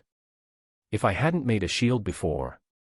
Yet, her eyes never looked away from the mushroom-like head of the kaiju, who spoke in a human way with a large kaiju, who seemed to be at the level of Hanju, but unlike the one that was inside the exam, this one was much larger, as if from another level, causing all the staff to be instantly alerted as it had a 6.4 magnitude of danger. Clutching to her body tightly, Kikoru heard the reminders for everyone to evacuate, but if she evacuated, then who would stop the kaiju from massacring the participants of the exam? Her petite body was riddled with wounds. It seemed about to crumble. No, she was already on her knees, holding her wounds tightly, so blood wouldn't come out and make her pass out, giving her more time to stay awake, so she could be of help to others. Unlike the others, Kikoru had made up her mind to do this job, especially after the death of her mother. Her mother was an impressive soldier, and she loved her very much, but as she passed away, she was the one who would inherit her place.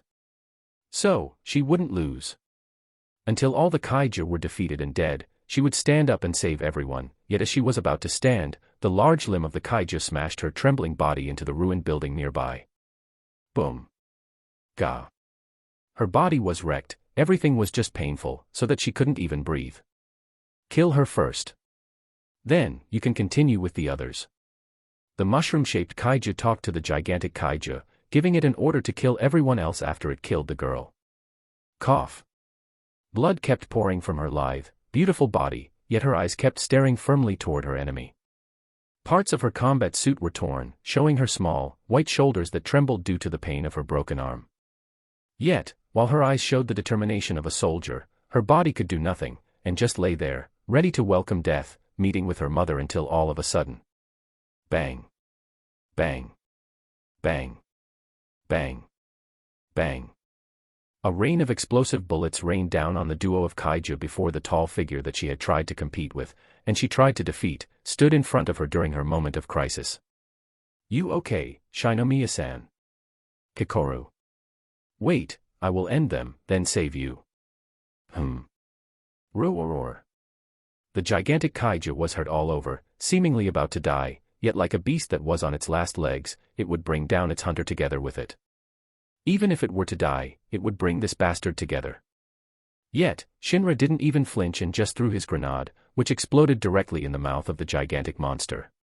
Boom. The explosion was harsh, but it was far from enough to kill the kaiju. Yet, this wasn't the end since Shinra continued to shoot down the kaiju on its vital points until it was no longer able to stand up any longer, and die. Boom. Still, Shinra ignored the gigantic kaiju and stared at the mushroom head of kaiju that had lost its limb, staring at it for a while, then used his eye of usurp to take everything. He wasn't sure why he did this, but he had a feeling that this kaiju would give him a surprise. More importantly, it was his first time seeing a humanoid shape of a kaiju.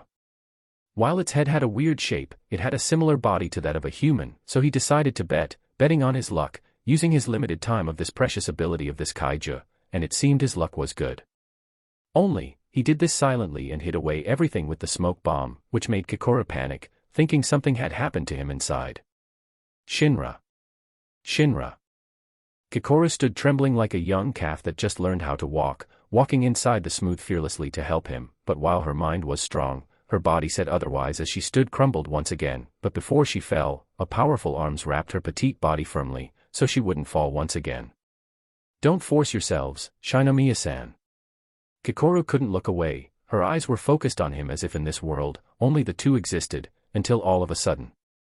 Ah, are you two okay? As they heard this voice, they turned their heads and saw a humanoid monster asking with a doubtful and silly expression, scratching his head in a silly manner. 2x. Shinra raised his rifle and shot the monster directly. Bang. Chapter 53, Everything is set in motion. Bang. Bang. Bang. Bang. Bang. Wait. I am not the enemy. The fierce humanoid monster raised both of his arms in a shield-like posture, trying to protect himself from Shinra's ruthless attacks as it tried to say that it wasn't an enemy. However, how could a kaiju not be an enemy? Whether it was Shinra or Kikoru, they knew that this monster was powerful, especially when the energy exuded from this monster was so immense that it made their bodies tremble. Well, it was only Kikoru's, but Shinra was all calm since he knew well that this was Kafka. Yup, while he knew well how cruel his action would be for making merciless attacks with the purpose of killing despite knowing Kafka's identity, this was something that he had to do, especially when Kafka had transformed himself into a monster. For a man to become a powerful monster, something must happen no matter what. As Kafka had become a kaiju, it was impossible for him to be a normal human. No, he shouldn't be a human anymore. As Kafka had become a kaiju, he was an enemy of humanity. If this were an isekai world, then Shinra might say that there was a possibility of humanity and kaiju living in peace, living together with love and understanding, but this was a different genre of world. It was impossible for a naive world to be realized. Still, Shinra knew that Kafka could become a monster, yet why did Kafka become one? Did Kafka really think that he would be okay to transform during this exam? This was the base of the defense force. Did Kafka want to die and be used as an experiment? No, he is a naive guy. While Shinra was helpless, he also understood that Kafka was a naive guy, a single-minded guy, who just chased his dream, ignoring the rest. So if a reason existed why this guy transformed into a kaiju despite knowing its consequences, then there was only one. To save them. It was because Kafka knew that Shinra and Kikoru were in danger that Kafka decided to transform into a kaiju to save them. Yet, while Shinra understood that, it was impossible for him to stop his attack, especially when Kafka's body wasn't that of a human but of a kaiju. A kaiju is the human's enemy. Even if Kafka tried to save the two, Shinra knew that he had to act like he didn't know, and thought that this guy was a kaiju. Also, at the same time, he wanted to know how strong Kafka had become after he became a kaiju. Kafka is weak. This is an irrefutable fact that no one can change, especially when his unleashed combat force was just 0%.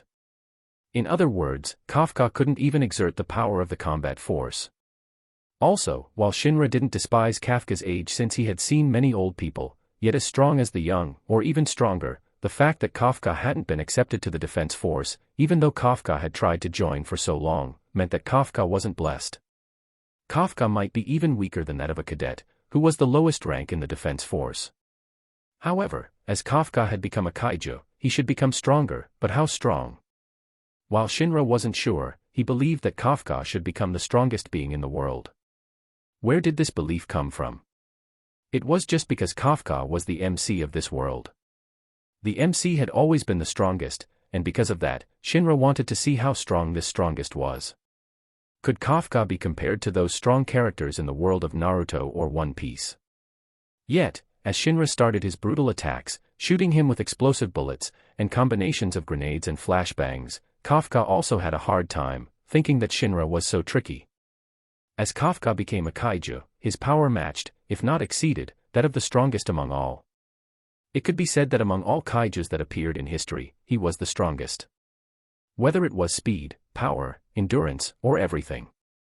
At the same time, Kafka also gained a beast-like, or a kaiju-like instinct to fight. Yet, even so, it was as if Shinra could read all of his movements. When Kafka wanted to run to the right, Shinra would stop him, blocking that path, and it would continue that he was being cornered to the point that he couldn't fight at all. As expected of the most talented soldier. While Kafka felt his heart was heavy, he also grew more desperate since if this continued, he was afraid that he might die. Such a thought had never crossed his mind before, but Shinra was stronger than he had imagined to be, especially when Shinra's fist was also so heavy. It's like being hit by a truck. Kafka was never hit by a truck, but if he were hit, then it would be like this. No, this isn't the time for that. Yet. Wait a moment. He isn't an enemy. When Kafka was in his crisis, Ichikawa came and quickly tried to stop Shinra. Ichikawa. While Shinra was confused, Kafka also used this chance to transform back and decided to show who he truly was. I am Kafka. I am not a kaiju. Whether it was Shinra or Kikoru, they were in silence, watching the kaiju that Shinra had fought before become the men whom they had talked to before. Kafka. Only Shinra and Kikoru were the only ones who saw this transformation, since Mina and Hashina also saw how Kafka returned from being a kaiju. Oh God. Kafka knew well that he had messed up. Meanwhile, the mushroom-shaped head of the kaiju frowned when it felt its body was dying. It dies. While it was confusing, it felt like some part of him was taken, robbed, which made him feel even more confused. It wanted to try to get the truth behind everything, yet when it thought about what had happened, it hesitated for a moment, but... No, I have to get to the truth behind it. As a kaiju whose purpose was to dominate this world, how could it stop just because of a strangeness that happened on the Tachikawa base of the 3rd Division? Only when it was thinking of setting its revenge in motion, giving its everything to take down the 3rd Division, and the mysterious men. Ring. Yes. While it wanted to ignore the smartphone, it couldn't, and soon, the kaiju transformed into that of a man, like a human, and no one would think that it was a kaiju before answering the call. Newcomer, where have you been? We're looking for you. I am sorry. I am on the toilet. Then, tell us beforehand, okay? You make us worried. I am sorry. As they talked for a while, they then hung up the call before it complained about a human being noisy for a time. Yet, it was just a small problem for it since its purpose was clear, and that was to attack the 3rd Division, where the last time of its part disappeared, seemingly taken away by something. Chapter 54, Decision. That's the gist of it, and after I realized, I became like this. Yes, I can assure you that he told the truth. I was by his side when that happened. When everything ended, all the participants were taken away to evacuate, and all the staff had to stay overworked to discover what truly happened on the last exam. It wasn't just about the kaiju that released a 6.4 magnitude level, but also about Kafka, who became a kaiju. Fortunately, Kafka wasn't recorded on the drone, and no one saw him become a kaiju except for the 4 people who stood at the exam location, but when he fought Shinra before, he subconsciously released his pressure, which caused the device to malfunction and seemed to release a 9.4 magnitude level of fortitude. Yet, instead of a malfunction, the device worked well, but no kaiju had ever reached such a level of fortitude in history, and thinking that it was done by the malfunction was far better than having to believe that a kaiju with such a level of fortitude really existed. After all, if such a kaiju really existed, then this city, no, this country might be as good as over, and even if such a kaiju could be destroyed, millions of lives would disappear, and that was a scenario that everyone wanted to avoid. Unfortunately, the device wasn't malfunctioning, and the kaiju really existed. That kaiju was Kafka, who desperately tried to explain what had happened to him. Whether it was Kafka or Ichikawa, it was clear that Kafka had messed up, but even so, Ichikawa tried his best to save Kafka. Please believe him. He isn't lying. That's the truth of it. Kafka had saved Ichikawa's life before, so this time, it was his turn to save Kafka. For Kafka, who could stand up and even use his life for him, Ichikawa never hesitated to save him and believe in him. However, it was a different problem with Shinra, Kikoru, Mina, and Hashina. Aside from Mina, the 3 of them hardly knew Kafka, and what they knew about him was just a joke with an aptitude that wasn't suitable even for the lowest position of the defense force. Fortunately, Kafka wasn't entirely useless, as his decades of experience working for a kaiju disposal company provided him with a good understanding of a kaiju's anatomy, which enabled him to detect its weaknesses and offer appropriate support to everyone during the exam. Yet, somehow, during that exam, Kafka became like a kaiju, and even if everything was calmed down, and he had told everything in the infirmary room, which was asked by Shinra, so that way, Kikoru, Ichikawa, Kafka, and even him could be taken care after their unexpected fights. After they heard Kafka's story, no one could say anything, except for Ichikawa, who was saved by Kafka. Yes, the reason why Kafka became a kaiju was to save Shinra and Kikoru, but even so, without a doubt, Kafka was a kaiju. This fact couldn't change, and he wasn't a human anymore. Still, while Kikoru needed to rest due to the injuries on her body, especially her chest, which was hit by the bullet-like attack shot by the mushroom head of kaiju, she wasn't so weak that she would rest immediately before she heard everything. Yet, without a doubt, Kafka's story was unbelievable, especially when an insect-like kaiju somehow entered his mouth and merged into his body, making him into a kaiju.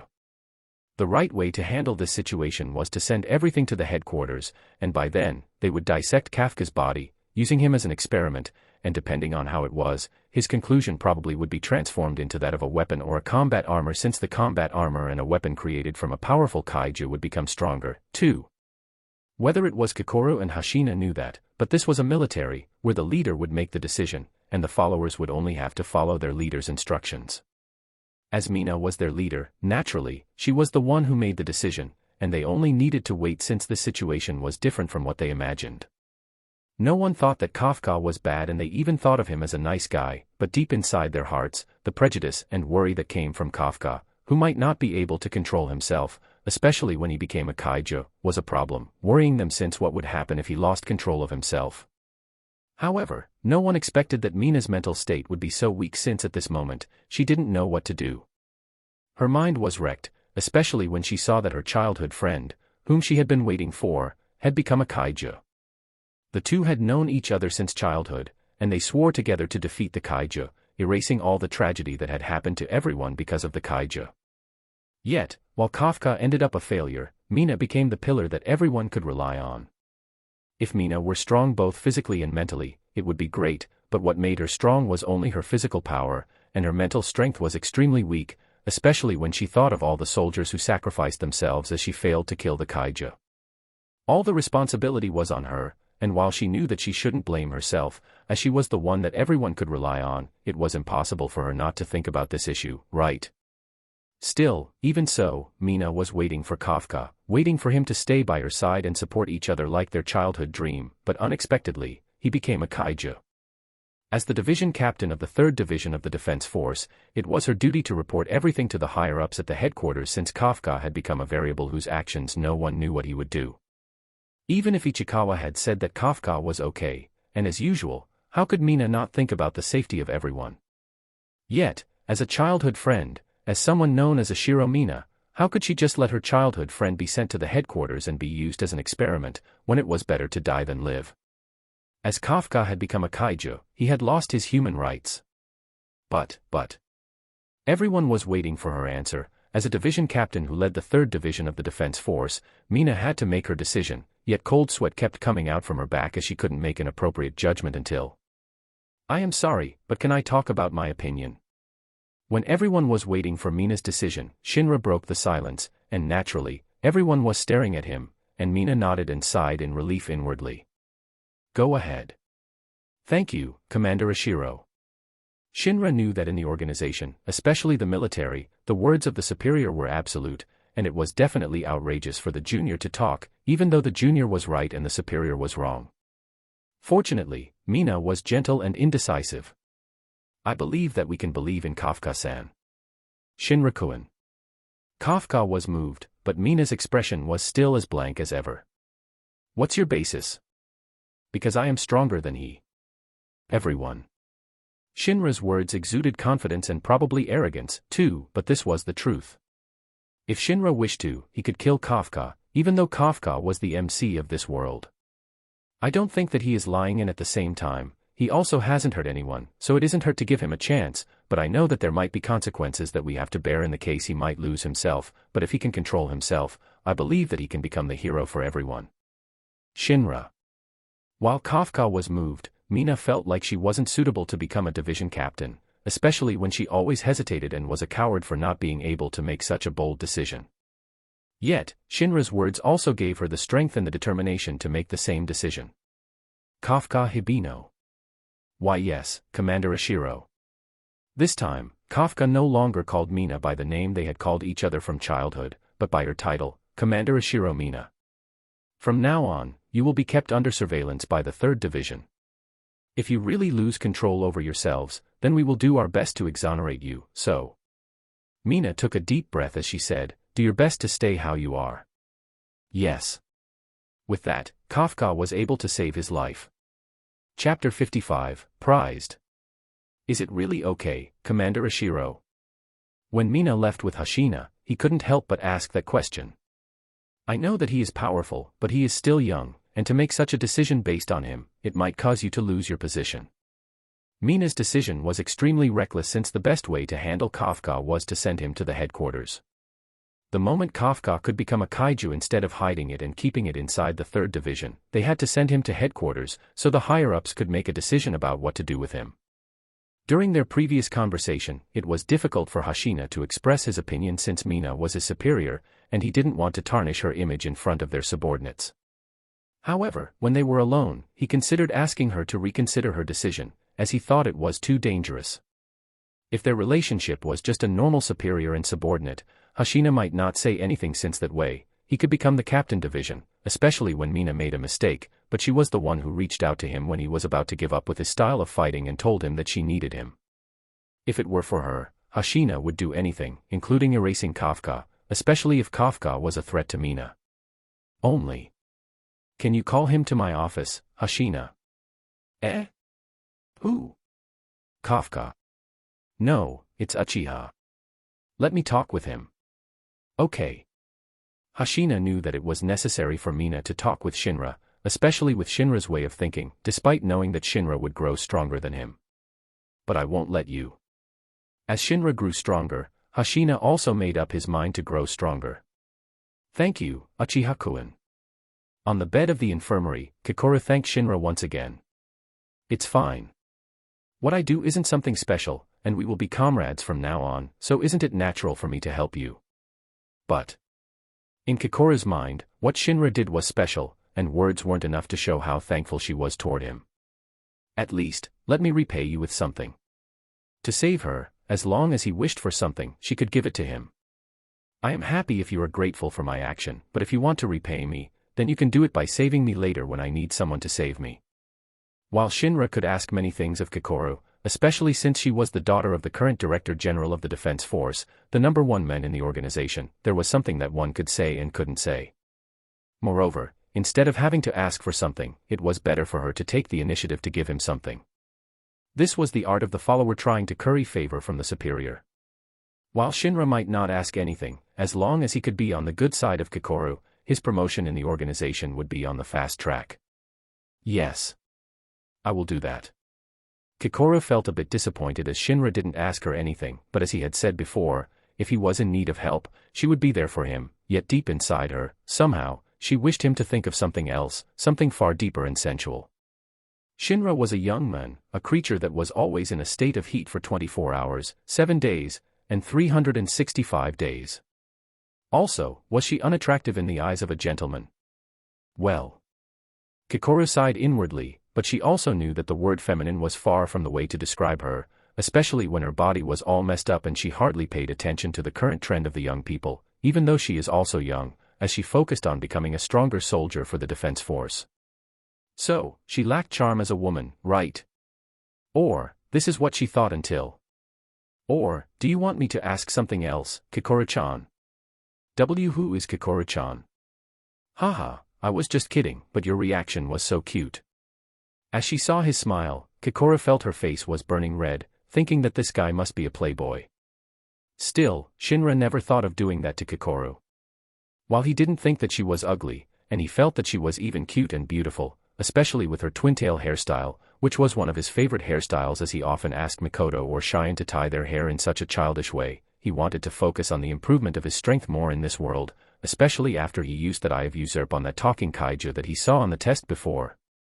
This kaiju may not have a name, but it has been alive for so long, dating back to the Mairiki era, which began in 1657.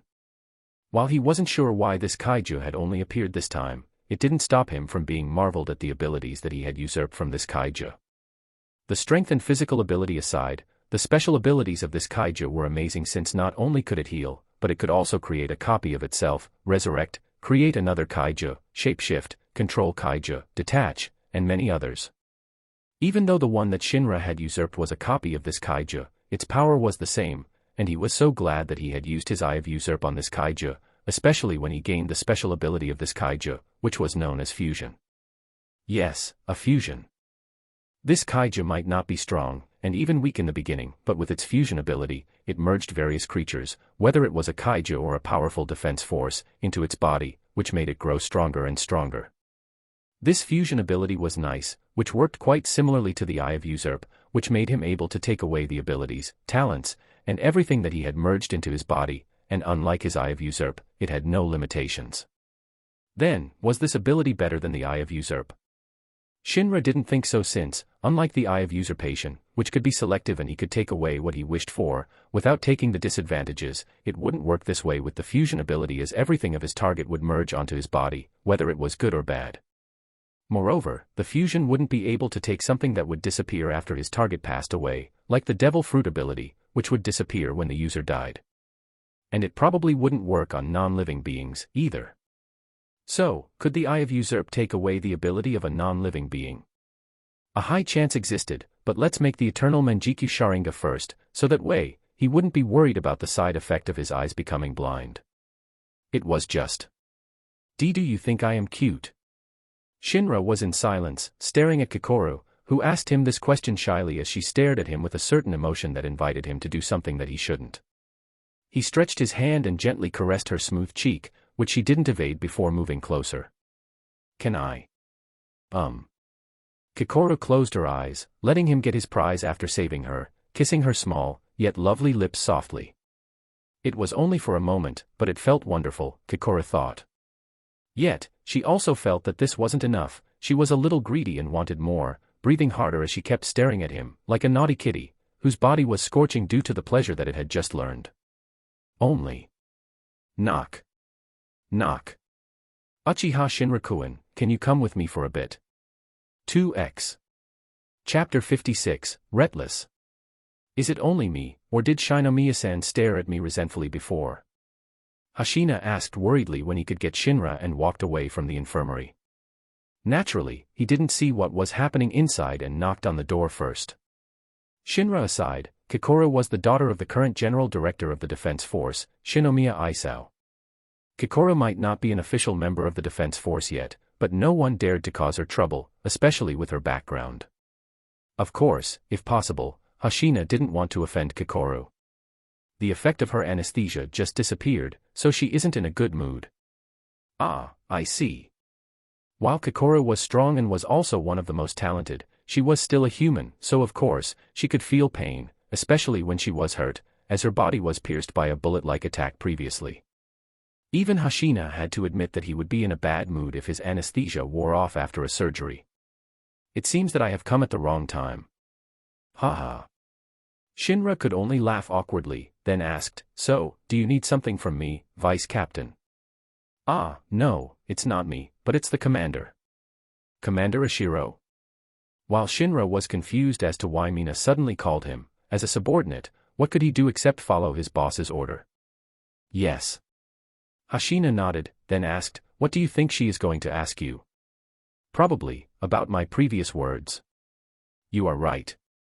Hashina nodded. You are strong, talented, and probably might become the best of the best, but even so, your words might endanger everyone in this place. Compared to the life of Kafka, Hashina cared about the lives of everyone in the 3rd Division. Still, Kafka-san has helped me, so should I just remain blind to his problem? Even if Shinra had no need of Kafka's help, it didn't change the fact that Kafka would dare to transform to help him, exposing his real identity to Kokoro, Mina, and Hashina. Also, as he had said before, even if he had seen how strong Kafka wasn't his opponent. You are naive. I might be, but as I know that my words might endanger everyone, if something really happens, then I will do my best to stop him, even if I have to use my life. While the military had to follow the words of the superior faithfully, a human wasn't a robot.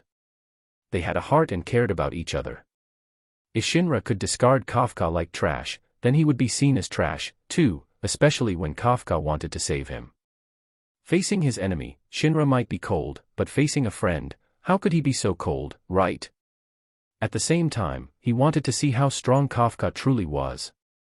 Physical ability aside, he wondered whether it was all about Kafka's kaiju transformation.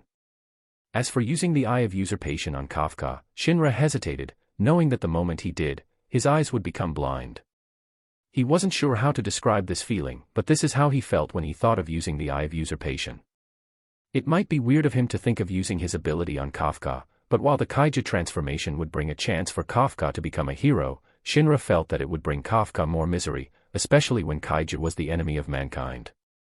If Shinra wasn't there, he could imagine that Kafka would be sent to the headquarters of the defense force and transformed into a weapon or a combat suit. But I don't hate that part of you. Then, as expected, Hashina's expression softened when he heard Shinra's words. If someone else heard it, they would think that Shinra's words were naive, yet no one would hate him due to his willingness to save someone who wanted to save him. But you need to discuss those determinations carefully with Commander Ashiro. I will, Vice Captain. This is her room. Do your best. Ah, you are not coming. Of course not. Please handle the troubles that you have made by yourselves. With a laid-back and laughing face, Hashina left with a laugh. As he watched Hashina leave, Shinra wondered whether Hashina had ever thought that something would happen between him and Mina. Still, their age difference was quite high since Mina was about a decade older, but as someone who had made 2 older women pregnant on his record, if Hashina knew about that, he was sure that Hashina wouldn't let him be alone with Mina. Unfortunately, Hashina wouldn't know since those 2 women, Mikoto and Cheyenne, were in another world. Knock. Knock. Please come in. Excuse me. Shinra opened the door and came to Mina's room, which was just normal. Practical, simple, and efficient. He couldn't see her preferences or personality from this room, which made him wonder whether she was lazy, professional, or something else, but he wouldn't judge her just because of this room. Sorry for calling you when you are about to rest. No, it's not a problem. Shinra made a ceremonial salute, following the standard of the military, and asked, Do you need me for something, Commander? There is no need for a formal exchange. Just relax. I have called you for a personal reason. Sit down first. Are you okay with tea? Yes, thank you very much. Inra didn't know what Mina was thinking, but he could tell that Mina must have known Kafka, as evidenced by her hesitation during the decision on what to do with him, which revealed her worry through her eyes. Yet, without a doubt, he also had to admit that she was the most beautiful woman in the defense force, with black, silky hair that she tied in a ponytail, and a military suit that perfectly displayed her curves while giving her a heroic charm. While many men were probably in awe of her due to how powerful Mina was, many also dreamed of having her under them, showing a slutty expression as she cried lewdly under them. Still, while he had such a thought, he didn't show it on his face, and he also wouldn't do it, especially when he had kissed Kikoru before. Probably, Kikoru had already thought of him as her man, and knowing her, she might tell her father, the general director of the defense force, Shinomiya Isao. If Kikoru somehow found out that Shinra had a relationship with Mina, what would she do? Even if Kikoru wouldn't do anything, Kikoru's father might cut his penis. Fortunately, as he had used the Eye of Usurp on the kaiju before, he gained a regeneration ability, so he wouldn't worry about losing his penis. Still, without a doubt, when he saw Mina bent forward, trying to make tea for him, causing her skirt to stretch and become tight, it made his young body restless. Chapter 57, Yes, Sir. Thank you. As they sat face to face after Mina prepared the tea and some snacks on the table, she thanked him sincerely as she bowed her head. What's happening? Also, please don't bow your head, Commander. Shinra quickly stopped Mina, but she didn't move and thanked him. I am afraid to make a decision at that time, which is unfit for someone in my position, but because of you, I can save him. Thank you. Kafka might have become a kaiju, but even so, it was still hard for her to just give Kafka to the headquarters when she knew well his fate would become that of the materials for the weapons or the combat suit. However, as the division captain of the 3rd Division, Mina knew what she had to do, yet her heart said otherwise, and she couldn't say to save Kafka since her position didn't allow her to do so. Fortunately, Shinra showed his determination to save Kafka, which gave her a chance to save him. I didn't do anything special. I just want to save my friend, so please raise your head, okay? Shinra wasn't sure what kind of relationship Mina and Kafka had, but as she had done this to save Kafka, he could tell that their relationship must be special, and because of that, he knew well that nothing would happen between them. Uchiha-kun. Waiting. This was the most painful thing in the world. When Mina was alone, fighting many dangerous kaiju, as everyone's expectations, lives, and responsibilities were on her fragile shoulders, it was so tough that she wasn't sure how many times she had cried secretly in her room. Yes, she might be the most special and the strongest long-range specialist combatant of the defense force, but instead of being proud and fearless, she was filled with anxiety and fear as she had become the one that everyone relied on. The responsibility that she had to bear in every fight was almost crushing her every moment, and at that moment, she just hoped for Kafka to become a member of the defense force as soon as possible so they could fight side by side, and she could have someone whom she could rely on when her heart was weak. Unfortunately, after she waited for so long, almost a decade that she had been waiting, Kafka didn't come to her, and when they met once again, Kafka had become a kaiju, which she had to protect. If Shinra hadn't taken the initiative to talk at that time, Mina was sure that she would have broken apart. No one in the combat force was sane, and all of them had their own mental problems since every moment they were dispatched they might die any moment, especially those who were known as the strongest, but fortunately, many of them had many ways to cope with those emotions, such as by drinking alcohol, playing games, or becoming a shopaholic, but unfortunately, Mina had no way to cope with those emotions except for just hugging her pet, gray tiger, Bakko. If it were anyone else, Mina wouldn't have asked them this question, whether it was the other division captains, or those with higher positions, but it was different with Shinra.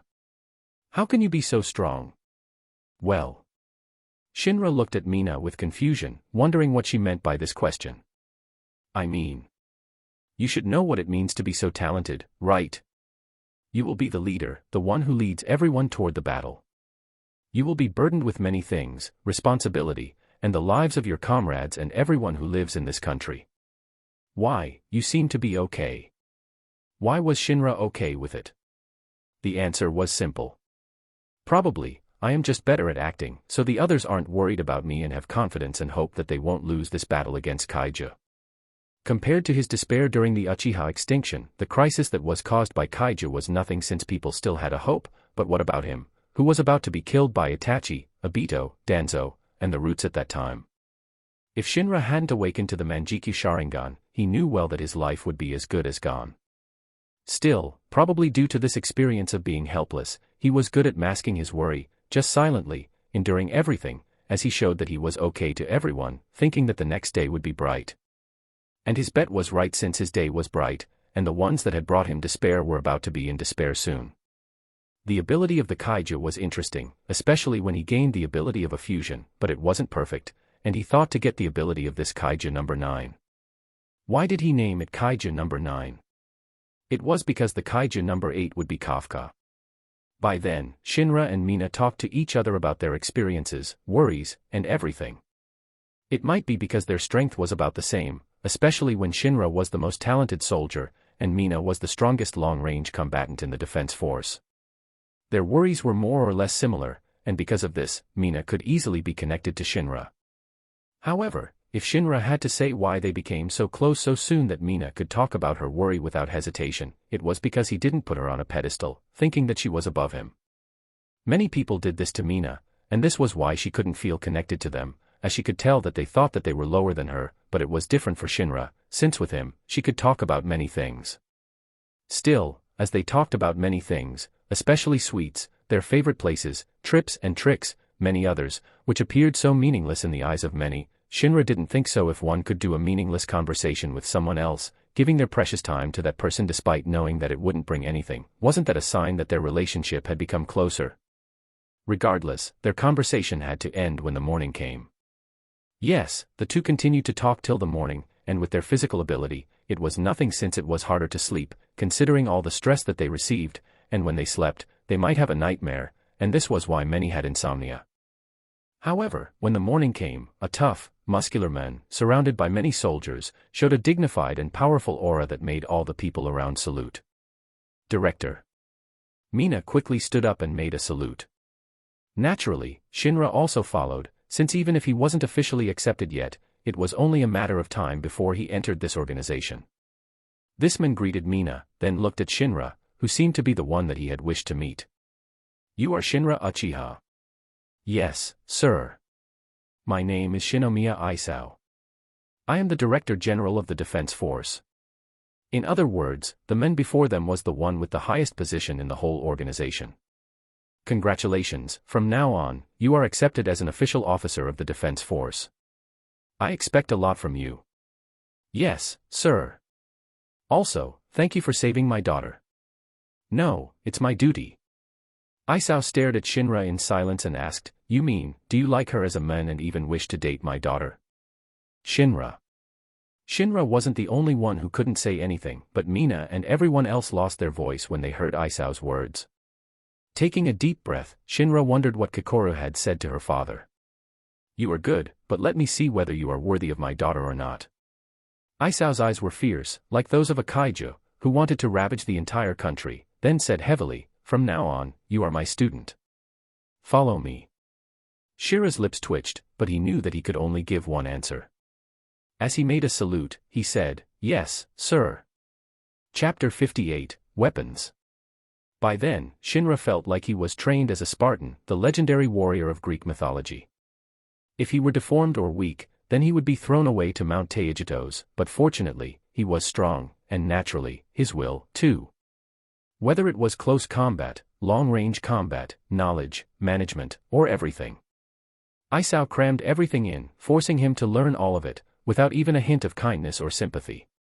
Yet, Shinra didn't complain and just accepted all of his tasks calmly since the improvement that he received was real, and Isao even gave him the blueprint of many secrets that he wanted to get, which showed that Isao wasn't bad. Why did you go to Japan? With your ability, you can search for a better country, right? Still, Isao couldn't help but ask this question to Shinra, especially when Shinra was really that talented, and was born in Southeast Asia, and studied in Singapore. With Shinra's talent, no matter which country Shinra wished to go to, he would have a chance to be in a high position within the organization, especially when every country needed a strong soldier. After all, it wasn't just Japan that was attacked by a kaiju. So, what should Shinra say at this moment? I believe that this country needs me the most. Frankly, Shinra came to this world by accident since it was impossible to determine where he would go in the new world, as it was random.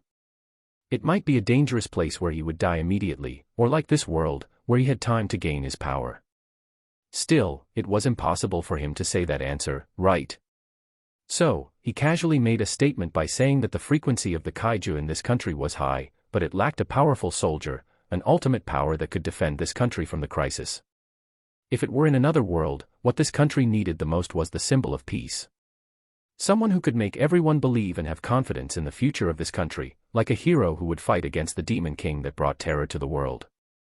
Isao was such a person, and he was a hero in the eyes of many, and this was why he had become someone with the highest position in the organization. However, unfortunately, he had grown older, and he also grew weaker as he wasn't as strong as he used to be in his youth. Isao needed someone who could inherit his mantle, and fortunately, he met one. Someone who could protect and accompany his daughter, too. Good. Isao nodded and liked Shinra's answer since Shinra wasn't as naive, and also had a certain greed, and he could see that Shinra loved his daughter sincerely. Still, before that. Tomorrow, let's get you a new weapon. New weapon. After being under Isao's tutelage, Shinra had been training in many weapons, and also learned the ins and outs of everything, including the customized weapon, which was a special weapon that was given to a special soldier. So, would Isao give him such a weapon? Number Weapon 6. Try to wield it tomorrow. It seemed Isao had a higher expectation of him than he had thought to be. Number Weapon. This was a special weapon that was created from the strongest type of kaiju, the identified kaiju. An extremely powerful kaiju with a fortitude level of 9.0 or higher is usually given a codename. Among all of them, the number Weapon 6 was created from the kaiju number 6, a kaiju that appeared 10 years ago that brought the death of 200 Defense Force officers and 3 captains, with 2nd Division Captain Hikari Shinomiya being the most notable victim, which earned it the title of the King of Kaiju and the symbol of despair. Fortunately, this kaiju had died and was transformed into a weapon that could be used to protect the people of this country. However, unfortunately, due to its power and tyranny, even after it had been converted into a weapon 10 years ago, no soldiers could wield it. Naturally, Shinra also knew about this weapon and read the data of those number weapons, including their unique abilities that would be given to those who became the users of those weapons. Isao Shinomiya, his teacher in the defense force, was also a user of the number weapon, and wielded the number weapon 2 that gave him the power to generate a powerful blast, a sonic attack, and a shield-like barrier force. Shinra had often sparred with Isao as he was taught the martial arts that Isao mastered, but as Isao couldn't find the advantage of fighting against him in pure martial arts, he often cheated by using the power of his weapon, the number weapon 2. Shinra had seen how powerful the number weapon was, so how could he not have an interest in it? What's wrong? Do you not have the confidence to wield that power? Isao asked with a hint of provocation as Shinra was silent after that announcement. No, I just thought that you would give me a customized weapon instead. Isao had asked him before what kind of weapon Shinra was the best at, and naturally, he answered that he was the best at using a kukri. This choice of a weapon might be weird, but as he had gained the mastery of a kukri from Sarkis in the world of One Piece, naturally, he was the best at using a kukri. More importantly, this weapon suited his identity well as he graduated from the National Neuralization University of Singapore. Why does it suit his identity? It was because many of the soldiers of Singapore came from the Gurkha, the legendary mercenary army that was often hired by the British Empire to conquer. As Shinra came from Singapore, it wasn't unusual for him to learn from the Gurkhas. Additionally, the Gurkha's specialty and main weapon was a kukri, which suited his identity. Probably, with his identity in the place where he was working, he should say that he should get a katana, but he wasn't that good with a katana, and just because it was the most famous blade in the world, it didn't mean that it was the most suitable for him. Moreover, a kukri was a nice weapon as it could easily chop his opponent. Don't worry. I will get your customized weapon, but you should also try to use this number weapon 6.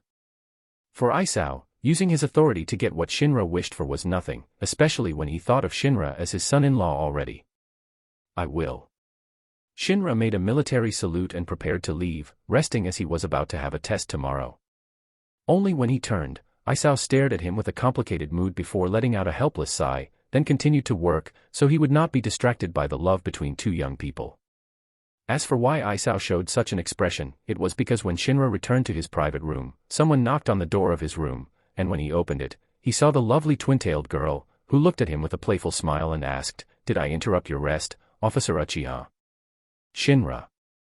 Still, when he was in front of him, Kokoro quickly clung to him and inhaled his scent that was mixed with his sweat, which strangely made her addicted. "I miss you." Her voice was a little low, so Shinra also embraced her and closed the door quietly. Chapter 59, Shinra's Kaiju. How is the 3rd Division? It's fine. That old man is looking for you, though. The old man that was mentioned by Kokoro was Kafka, who was accepted into the 3rd Division. Unlike Kokoro, Ichikawa, and Kafka, who were accepted to the 3rd Division under Mina, Shinra went directly to the headquarters under Isao. Was this nepotism? Probably, since Shinra knew well that in the eyes of many, he was Isao's son-in-law due to his relationship with Kokoro, and because of that, he was treated differently, but then again, he felt that instead of feeling envious, all of them could only look at him with empathy since Isao was too harsh on him. To shape him into a perfect son-in-law, Isao assigned him many challenging tasks, which made many feel sorry, but Shinra was more than happy, as he could learn many secrets, valuable knowledge, and critical information about the kaiju and the defense force. Frankly, for him, doing nothing was more painful than anything, especially when someone was waiting for him, and his heart also felt uncomfortable if he didn't do anything, as he wanted to go back to the world of Naruto as soon as possible, wishing to evolve his eyes, and while he couldn't give a complete revenge, he wanted to give those who messed his life to feel pain. Still, he wasn't a robot, and even a robot needed to be maintained, so a moment of relaxation was needed. Fortunately, he had Kokoro here, and even after they parted ways after that exam, they still kept in touch by smartphone to ease their loneliness. To be honest, this was the first time they had met each other again, as they had parted ways after Isao pulled him by his side, and probably, this was Isao's gift for Shinra, who had accepted all of his rigorous and heavy training without a single complaint. Also, there is tomorrow. Tomorrow, he also needed to test wielding the numbered weapons, which was practically dangerous and might put his life on the line. If Shinra was too tense, he might end up in a failure, so Kokoro was by his side, accompanying him to relax, but unfortunately, with her by his side, it made another part of his body tense. When the two of them met, they wanted to talk about many things, since they had been apart for so long, but when they sat down on his bed instead of talking, they started to kiss, making out, and even had a lewd kiss where they entangled their tongues and sucked each other's saliva. If Isao and the others saw what had happened to Kokoro at this moment, without a doubt, they would kill Shinra, since instead of the graceful lady that was favored and respected by many due to her hard work, talent, and power, she had become a little slut that was completely enraptured by immoral pleasure. I wonder what they will think if they see you like this, Kokoro. Who made me like this? Tapping his broad chest with her palm, Kokoro sulked as she snuggled cozily in his arms like a loving kitty. As expected, it's great to be by his side.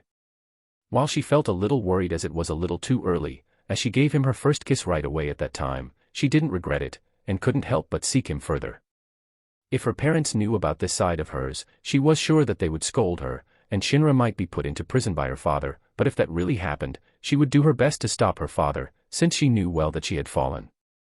As the daughter of the hero, and a mother, who was also a member of the defense force, Kokoro knew that her life, while it was easier than many as she received many facilities and wealth that were much more than normal people, her responsibility was also higher since she had to protect everyone, those who had given their support from kaiju.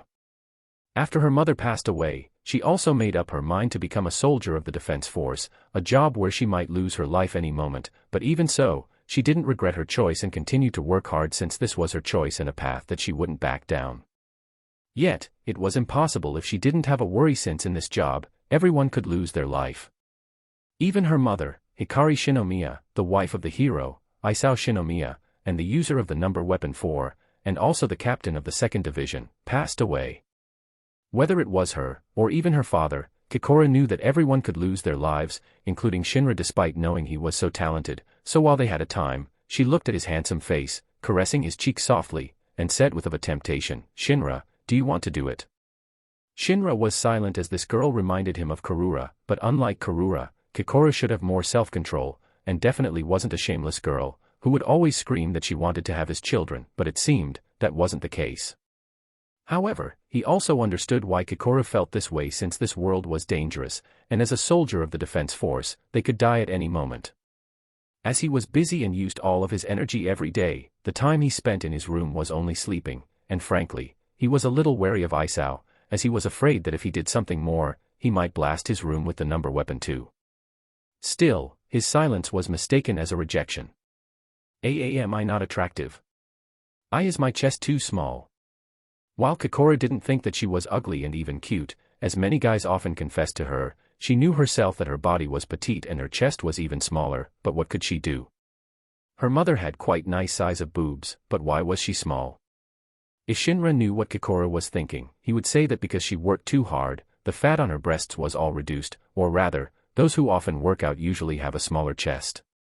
Still, he kissed her and stopped her worry by pushing her into his bed, and started to undress her softly, and even took off her bra, which exposed her small, yet cute breasts. During that process, Kikora was in a daze, wondering why Shinra was so skillful, yet why she was also so eager to become one with him. That's not true. They're so cute, which makes me like this. Blinking her eyes, Kikora saw the large object that was comparable to that of a kaiju. Shinra's kaiju were originally about 20 in number, but with Bane no Mi, he could expand the size of his kaiju as he wished. Yet, while many things that she wanted to say, when his lips were pressed against hers, her petite body writhed in pleasure before the large object that intimidated her gave her a happiness that she had never thought before she completely fell. Only the next day, on the day of the test where Shinra was expected to wield the number weapon 6, he could feel Isao's stare on him was a little too fierce. Chapter 60, Classic Development. What's wrong with you, Isao? Why is your face like someone who wants to kill a kaiju? Yugo Urota, a middle-aged man with a lazy and dispirited face, who often brought a bottle of sake to work, was the captain of the 4th Division, looking at his old friend with a strange expression. Shouldn't Isao be happy or nervous, thinking that Shinra, this disciple of his, wanted to take a test to wield the number weapon 6, the numbered weapon that was created from the strongest kaiju that ever appeared in this country? Yet, why was Isao's face so fierce that Isao seemed to wish to beat the hell out of Shinra? Somehow, if Shinra wasn't about to face an important test, and stood by the side of Isao on the observation room, Yugo felt like Isao might beat the crap out of Shinra. Nothing. However, Isao couldn't give an answer, since how could he tell his old friend that he had just learned from his butler that his daughter hadn't returned from Shinra's room and had been staying with this disciple of his? What did Shinra and Kikora do in Shinra's room for a night? Isao wasn't naive enough to believe that Shinra and Kikora were just playing a video game on the computer or game console. While the two were playing a game, they must have been playing an adult game. Yes, Isao was happy to know that Kikora could get someone she loved, but he felt conflicted and even wanted to beat up Shinra, who couldn't wait until they married. Did he date your daughter or something? Yugo asked with a laugh, but as he saw his friend, he couldn't laugh and even appeared gloomy. Watching this reaction, he became dumbfounded and asked incredulously, "Really? They should have been doing that." Instead of following the two to Nagano, Kikora decided to rest as she was exhausted as if she hadn't slept for a night. If it wasn't because of that, then what was it? Hopefully, Isao could find another answer, but unfortunately, he couldn't. Yet, somehow, it also made him relieved since, as a father, he couldn't give his daughter the love that she should have, especially with his position and the dream that she had after the death of his wife. Taking a deep breath, Yugo turned on the microphone and said, "Uchiha Shinra, I hope that you are ready. If you fail, then you should be prepared." Kikora might not be his daughter, but the daughter of Hikari and Isao, yet Yugo thought of Kokoro as his daughter, too, as he was a close friend of Hikari and Isao, and also had taken care of Kokoro when she was a child, so when he heard that a beast had eaten that dearest daughter, how could he remain calm? Shinra was helpless, but he still answered, "Yes, sir." Under the fierce gaze of the two strongest men in this Matsumoto base in Nagano, Shinra put the number weapon 6 with the help of the staff, yet while many were confused by the gaze of Isao and Yugo, many had a high expectation on him, especially when he was known as the most talented and highest potential in the history. Or rather, if Shinra couldn't wield this number weapon 6, who would be able to wield it? All the training, study, and hard work that Shinra had done were for this moment, for him to become the strongest soldier in the history of the defense force and take the mantle of Isao. So, somehow, even if Isao and Yugo looked at Shinra that way, they had a high hope for him since, compared to the lives of the people in this country, Shinra's love rendezvous with Kokoro was nothing. The number weapon, while it was powerful, was also dangerous, as using this weapon would take a toll and stress the body of the user in ways they couldn't imagine, and many of them had lost their lives as they wielded this weapon. As the strongest number weapon, weapon number 6 naturally brought a lot more stress and a higher toll than any other weapon. So, it was clear that it was dangerous, yet as Shinra was prepared and had trained so hard for more than a month, of course, he wouldn't hesitate even if he faced danger. We will now begin the compatibility test for weapon 6. As all the staff were ready, Shinra looked at the observation room and nodded. "Please start." "Good." Shinra's face was as calm as the surface of the lake, and no one could see the hesitation, anxiety, or even the smug overconfidence that made them wonder whether something that could shake his heart existed. Probably, such a thing didn't exist as Shinra dared to sleep with Kokoro, the daughter of Isao, the Director General of the Defense Force. Regardless, Shinra looked at weapon 6, which had the shape of a combat suit. Usually, the tester would only wear the arm parts, but this time, he wore all the body parts completely, since frankly, he couldn't wield this weapon, then he would shame the name of Uchiha. "Start." Along with that announcement, all the staff started the compatibility test of the number weapon 6 on Shinra. Starting up eminent monster weapon, weapon 6. No issues with assimilation or nerve turning. At that moment, Shinra felt like he saw the existence of number 6, the colossal kaiju with a fortitude level of 9.6 that managed to guide an unparalleled cataclysm alongside multiple Hanju-level kaiju and was known as one of the most catastrophic kaiju tragedies that appeared in human history. Yet. Bow down. As his eyes changed into that of Manjikyu Sharingan, the soul of the number 6 was quickly controlled by him, and this weapon was completely under his control as everyone could see his unleashed combat power continue to rise in a speed that no one could imagine till. See compatibility rate 100%. Along with that announcement, everyone stayed in a daze, watching Shinra, who had completely mastered the strongest weapon that was created from the strongest weapon. How do you feel? Even Isao was slightly shaken by how monstrous Shinra's talent was. "I feel okay."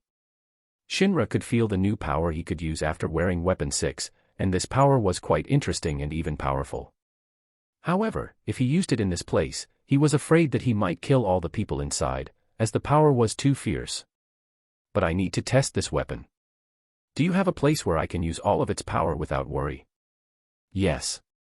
Isao nodded, satisfied with his son-in-law's capabilities. "We have the facility here, and you can use all of your power there." It was the first time someone had been able to use weapon 6 to such mastery, and, of course, they wanted to gather as much data as possible. "Thank you." Shinra nodded, glad that his father-in-law held the highest position in the organization. "By the way, to make it more interesting, how about you fight one of our strongest soldiers?" "Huh."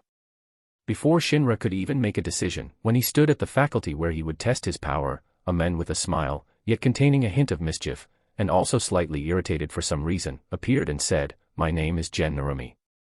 I am the division captain of the 1st Division. You might be known as the most talented and potential, but there is no way that you are stronger than me. Let me see how powerful you are, boy." Taking a deep breath, Shinra felt that this development was classic. Chapter 61, Frozen World. As Gen Narumi stood in front of Shinra, and provoked him, ready to have a fight with him, everyone was speechless, but they knew well how childish this guy was, or rather, Narumi was famous for being known as a troublesome child among the defense force. If a reason existed as to why this troublesome guy could be chosen as the division captain of the first division, it was because Narumi was strong, stronger than anyone, at least, in the current generation of the defense force. Yes, whether it was Hashina or Mina, the two of them were strong, but one of them was only strong in close combat, and the other was strong in long-range combat. However, Narumi was a strong combatant in both close and long-range combat, utilizing a specialized style of fighting that employed a bayonet-shaped weapon. With this style, he even created a new fighting style for everyone, especially in a way of using a bayonet, as everyone often used his style to fight the kaiju, like how Aisao's martial art became the official martial art taught in the defense force. Narumi's influence in the bayonet became the mainstream style of the soldier of this organization to defeat the kaiju. Despite how Narumi appeared, he was the strongest, especially when Aisao had grown older and weaker. Your opponent is more or less one of the strongest, Shinra. What do you mean by more or less? Also, I am the strongest. As Narumi complained, Aisao ignored that and continued to talk with Shinra. Like you, he also uses the number weapon, but unlike you, he uses weapon 1 that has an ability to predict the future. Oi, director. You told him everything about me. Your way to treat him is so unfair. Narumi was so angry when Aisao told Shinra everything about his ability, since it felt like he could see Aisao liked Shinra better. Damn it. Watching Narumi's angry reaction, Yugo sighed, but he felt that it was normal since Shinra would become a son-in-law of Aisao, so for Aisao to have special treatment toward Shinra was perfectly normal. On the other hand, while Narumi was talented, he was just more or less a soldier who had worked under Aisao, and probably a half-disciple since Aisao had taught him many things when Aisao worked as the division captain of the first division. So, a half-disciple against a complete disciple and a son-in-law, who would Aisao choose? Even if Yugo was blind or completely drunk, he didn't need to guess the answer. Well, he is more pleasing to the eyes. Yugo thought about how polite and hard-working Shinra was.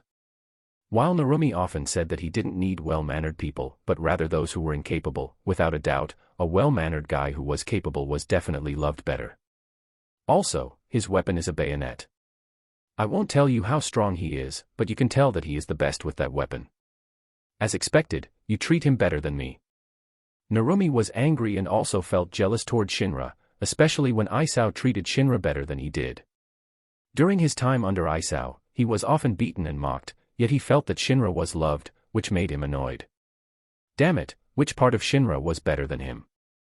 Sorry, Shinra was the son-in-law, so it was clear who Aisao would choose, right? It's a good handicap, or you think that you can't win against him, Narumi? Don't be kidding me. Narumi exploded when he heard Aisao's words. Just tell him everything about me. I will definitely won't lose to a newbie. So what if Shinra could become a perfect wielder of number weapon 6? In Narumi's eyes, Shinra was nothing but a greenhorn. A newbie. Even if Shinra worked hard for hundreds of years, he definitely wouldn't be his opponent. Still, Shinra was quite interested in the ability of number weapon 1. Seeing the future? Yes, but instead of seeing the future, the real ability of the number weapon 1 is the ability to visualize the brain signals of a living being and predict their movements before they make them, and combining that with his bayonet skill, he is a fearsome opponent. Aisao looked at Shinra from the monitor room with a hint of provocation and asked, "Can you win against him?" Let's see how it goes first. Shinra didn't plan to make a confident promise that he would definitely win. If you win, I will agree to your relationship. I will win, sir. If the reward of this victory was to get permission to have a relationship with Kikoru, then it couldn't be helped. Even if Shinra wasn't interested in the victory or defeat in this small fight, he had decided to win. However, Narumi felt unpleasant about Shinra's confident and casual promise to Aisao, which made him even more unhappy. Do you think you can win against me? Let's start the match, so we can settle the match right away. Shinra wasn't afraid of Narumi, especially when he had the backing of his father-in-law. Oh ho. Let's see whether you can keep that confidence of yours or not when we fight. Narumi also didn't plan to say any more nonsense, and everything would be settled in the duel between the two. While he wasn't sure why Aisao treated Shinra differently, did Aisao think that Shinra was better than anyone just because Aisao became the wielder of weapon number 6? Yes, weapon number 6 might be the strongest weapon that had ever been created, as it was made from the king of Kaiju, Kaiju number 6, but did Shinra think that he would win with that weapon alone?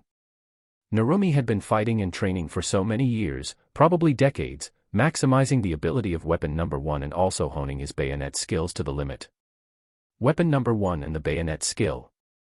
Those were Narumi's trump cards. His bayonet skills allowed him to stab the kaiju with tremendous force or to slash and shoot his enemies simultaneously in waves, which made his attacks hard to predict.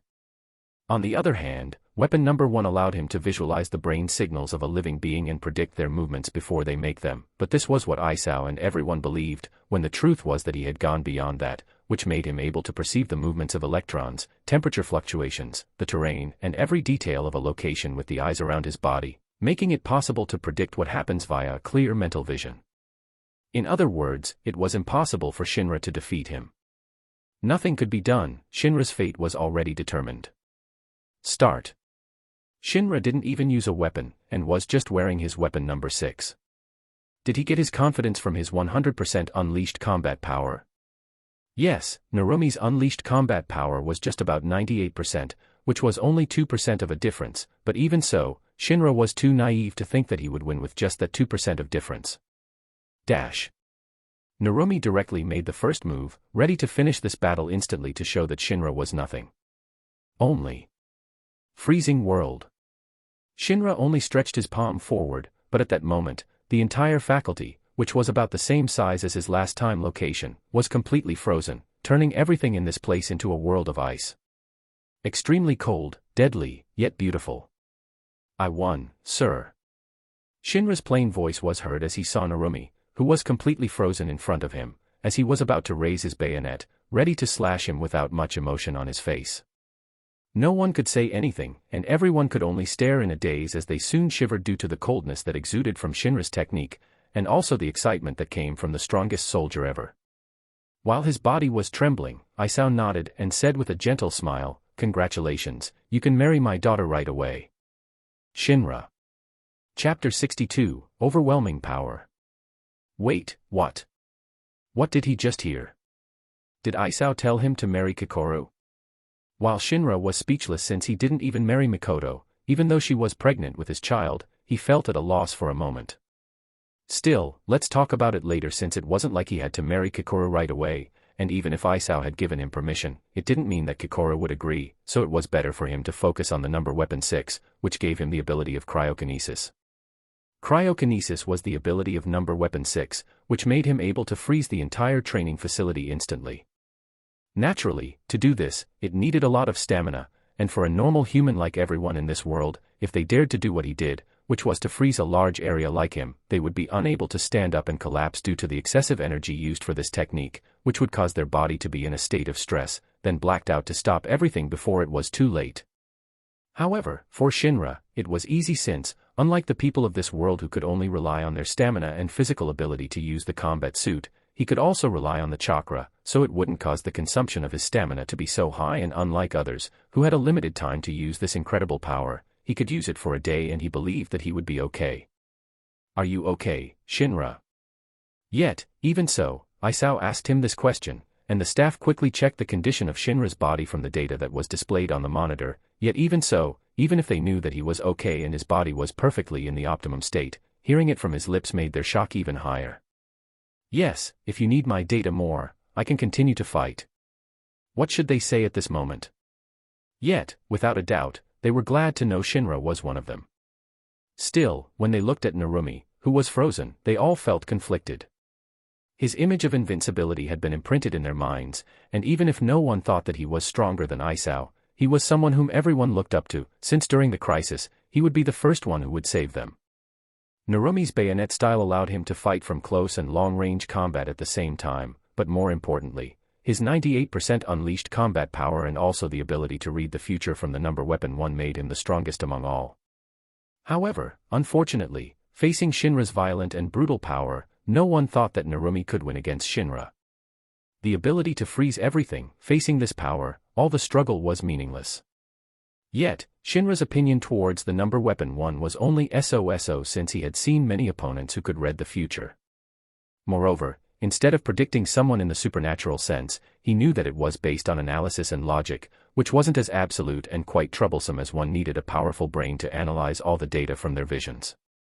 On the other hand, The number weapon 6 was far simpler as it gave Shinra's cryokinesis ability, and he could freeze anything he wished to be.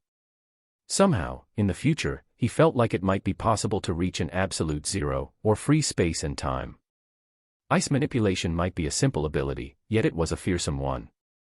However, while Narumi's number weapon 1 didn't interest him much, Shinra was interested in Narumi's bayonet style, which was the combination of short and long-range combat. The shape might be a little weird, and the weight must be so heavy, but without a doubt, it was practical. Only when Shinra thought to try many ways to test his ability did he quickly create a blade of ice on his hand and block an attack that was about to slice him. The sound of the ice and the metallic weapon clashed, echoing in the frozen space, before everyone was stunned as they saw Narumi, who had made an attack on Shinra. Narumi. It's so cold, bastard. While many were happy with Narumi's comeback as he was able to break away from the ice, Narumi was complaining inwardly, especially when Shinra was able to react so swiftly to his attack, even if he did it so quietly. Yes, he did a sneak attack. When Shinra ignored him, Narumi finally broke away from the ice and wanted to teach this greenhorn a lesson that one shouldn't let their guard down before they confirmed their enemy was truly dead, but unfortunately, Shinra was able to react and block his attack. Does the division captain have to resort to a sneak attack? All is fair in a war. War had to end in a victory, since if they lost, the consequences couldn't be imagined by anyone. So, no matter what, Narumi knew that he had to win. Still, he knew well that Shinra was strong. His ability to freeze everything and even create a weapon made of ice also dumbfounded him, but if Shinra thought that he would be able to win just that, then it would be wrong. Narumi's eyes started to bleed, but his vision became sharper as if everything had turned into slow motion. Yes, he used all his strength to fight Shinra, knowing that if he didn't, he would lose once again. The ability of the number weapon 6 was too strong, and even with the combat force that would warm up the body of the user, Narumi felt a bone-chilling coldness that seeped deep into his body, and the longer this battle would be, he knew that he would lose, so he had to end everything in an instant. His finger was on the trigger, ready to show the bayonet, as once again the blade of his bayonet was blocked by Shinra. Only. There you go. Ah. Narumi saw the future and knew what would happen, yet even so, he could do nothing since once again, Shinra used his ability to freeze a 100-meter radius from where he stood, ignoring the consumption, and went all out for the kill. Staring at Narumi, who was completely frozen again, but unlike before, this time, Narumi could no longer wake up or come back, as he had been completely defeated. The ability to read the future was powerful, but even so, Shinra's power was so overwhelming that one couldn't even do anything, even if one saw the future. If you run away, it will be different, though. With the ability to read the future, would Narumi be able to be caught? Well, you are not the only one who has this ability. Shinra also had a Sharingan, and similar to Narumi's number weapon 1, he could do the same things. Only when he thought that everything was okay, and he could relax. What? The third division is attacked.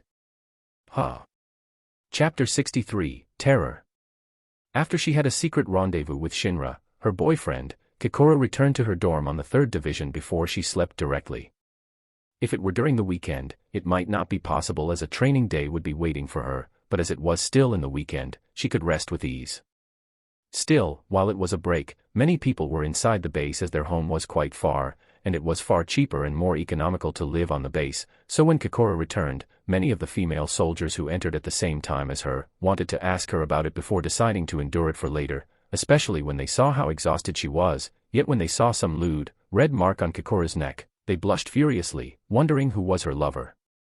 Frankly, Kikoro could live in the private room or return to her home, but she felt that it was a little awkward to go back to her home in her current situation, and to live together with the same soldiers would make her appear approachable and accepted by everyone, since the key of an organization, especially a military, was a comradeship. Yes, she could have her own room, using her father's authority, but this type of bonding and modesty was needed, especially when she knew well that she could stand up higher than anyone due to her pedigree, and to become a good leader, she needed to start from the bottom. Kikoro might appear like a spoiled lady, yet she was responsible and knew that she had to give her everything to become the best of the best. Still, let's think of that later, especially when she was sleepy, and just enjoyed the aftermath that came from her lovemaking with her precious boyfriend, yet what would happen if she knew her father had agreed to their relationship and even urged them to get married? Fufufu. As Kikoro laughed in her dream, Mina, who was managing the data of the base and various things inside the base, was helped by Hashina, her vice-captain. Do you know Commander? What? I have heard that he is in the middle of the test for the number weapon 6. Him? You mean Shinra-kun? Yes. Hashina let out a helpless sigh and said, it's great to have a good father-in-law. The relationship between Shinra and Kokoro wasn't exactly a secret, yet it made him feel a bit helpless by the special treatment that Shinra gained after he dated Kokoro.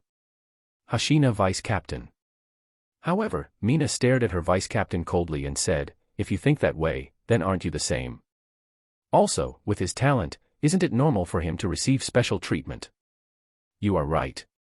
I am sorry. Hashina raised both of his hands, showing his submission as he apologized. He just intended to joke, but he never expected that he would get a strong reaction from Mina. He, himself, knew that if a reason existed why Shinra received the special treatment from Isao Shinomiya, it was because Shinra was really that talented. At the same time, while Shinra received special treatment, Hashina also received the same treatment, as his house was that of a famous swordsmanship instructor who had taught all the military-related organizations in the country, and many of his family members had worked for the defense force within the organization. If there was a reason Hashina could use a sword despite being told not to, it was because his family had so much prestige, which was why he could also become the vice-captain so easily. Regardless, I hope that he can wield the number weapon and come back to us.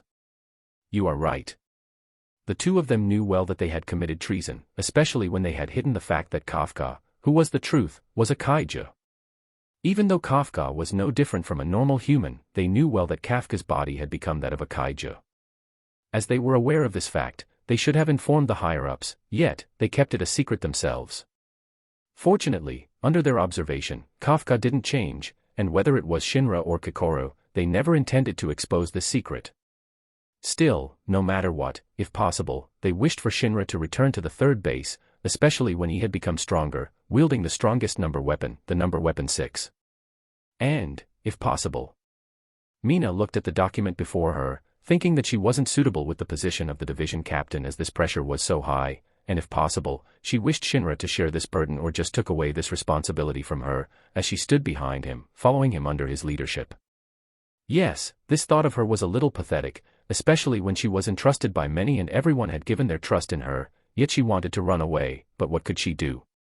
Her purpose had never been to stand above many, burdened by the responsibility due to her talent. Instead, she just wanted to become a soldier along with everyone to fight against the kaiju, not to become a hero where all the lives of her comrades were entrusted on her frail back.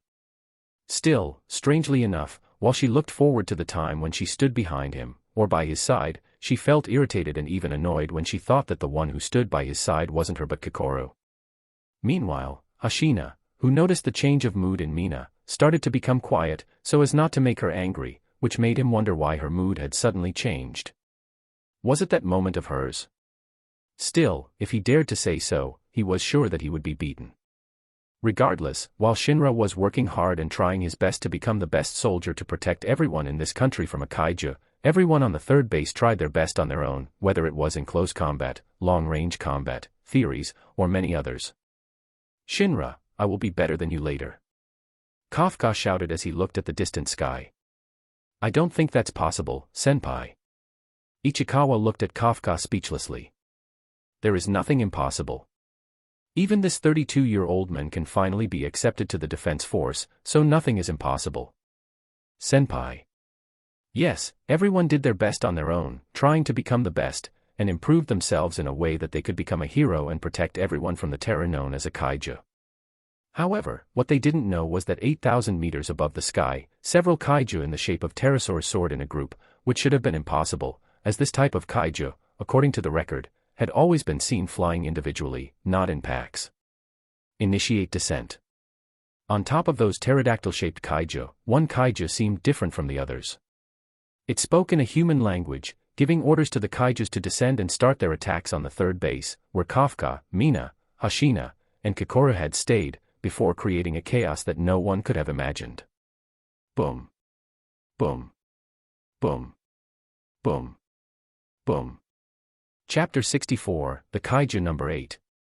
As several explosions occurred, causing many of the buildings within the Tachikawa base, the home of the 3rd Division, to be destroyed. The control room quickly sent an emergency report to everyone, as the disaster had arrived at their doorstep. Control room.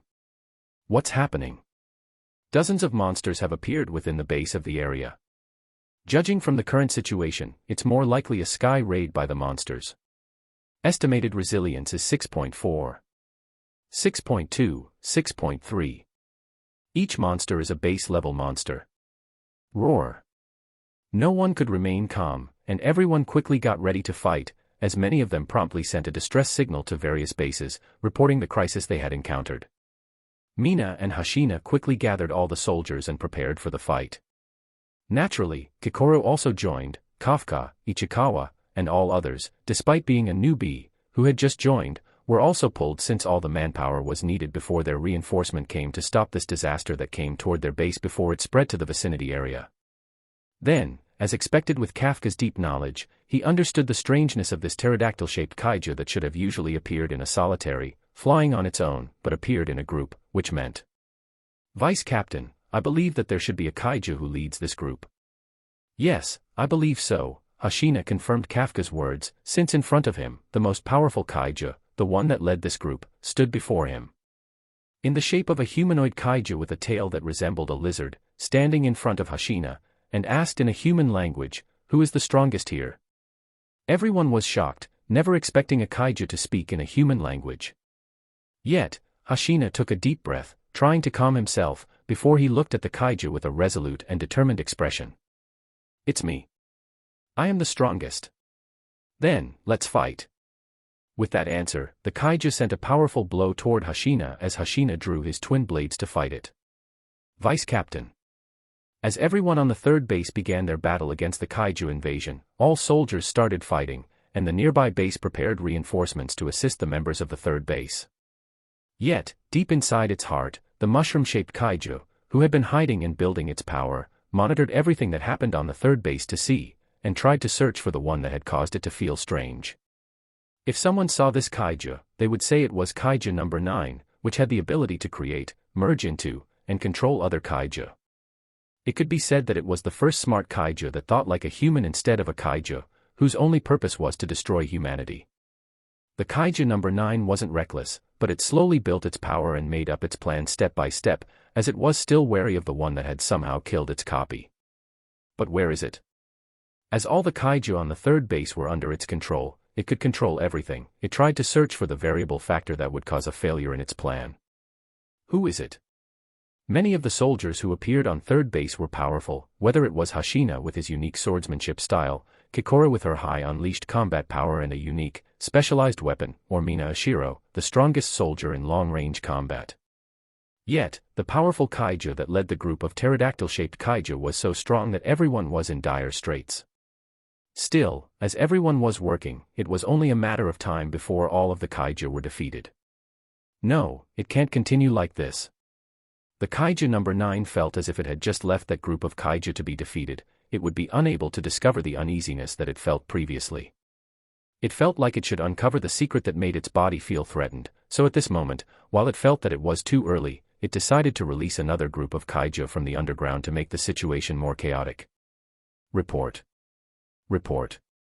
Another kaiju appears from the underground. Dozens of ant-shaped kaiju have appeared and made an attack on the 3rd base. What? When everyone thought that the victory was before their eyes, all of them realized that it was just the beginning, since another group of kaiju tried to attack them once again. If this kaiju was weak, then it might be okay, but this group of kaiju was strong, and as the soldiers were on their limit as they had fought for a while, their situation was in crisis once again. What should we do? Everyone was desperate, and no one knew what they should do since the 3 strongest soldiers, Hashina, Kikoro, and Mina, were busy fighting the kaiju number 10. Arga. Izumo. The gigantic ant-shaped kaiju that emerged from the underground destroyed everything, and they tried to kill all the soldiers, showing them a scene of despair that they would have never thought of. Only Kafka felt that he was at a loss, as he was unable to do anything. Even if he had worked hard, his unleashed combat power had only reached 1%, no matter how hard he tried. His talent was shown, and all he could do was just to cram his mind with all the knowledge of kaiju within the records, libraries, and even the internet, but unfortunately, it was his first time to see the ant-shaped form of a kaiju. While the ant might appear less intimidating, when its size was so immense, it had become a fearsome kaiju as it could emerge from the underground and also inherited more or less the power of the ant that could lift 50 times its body weight. In front of those ant-shaped kaiju, those large buildings were like a toy and thrown apart, causing more chaos and a nightmare-like scene that no one had ever thought of. What should I do? What should I do? What should I do? Ichikawa. This shout woke Kafka up, and then he saw his friend, who was about to be chopped down by the ant-shaped kaiju, which made him quickly transform into the form that he swore to everyone he wouldn't become. Yes, Kafka knew that if he transformed, his fate would end up as an experimental subject or being transformed into a weapon or a combat armor. However, I am a member of the defense force. When his comrades were in danger, shouldn't he save them? As he made his move, he sent up a blow that quickly destroyed the ant-shaped kaiju along with the building in the vicinity. The impact and force behind this punch blew up everything. Yet, everyone was so shocked that they couldn't believe what they had seen. Their eyes, mouths, and everything were unable to comprehend what was happening, including Ichikawa, who was saved by Kafka. Yet, Kafka, who was transformed into a kaiju, looked at Ichikawa with a smile and asked, "Are you okay, Ichikawa?" Ichikawa.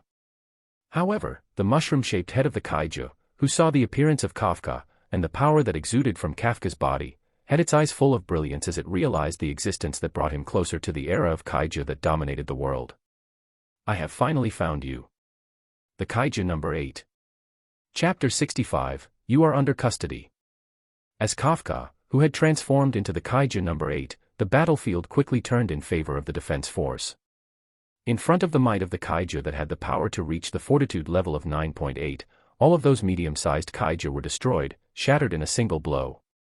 At that moment, Kafka released himself, completely becoming the kaiju that fit, showing its mighty power to dominate everything.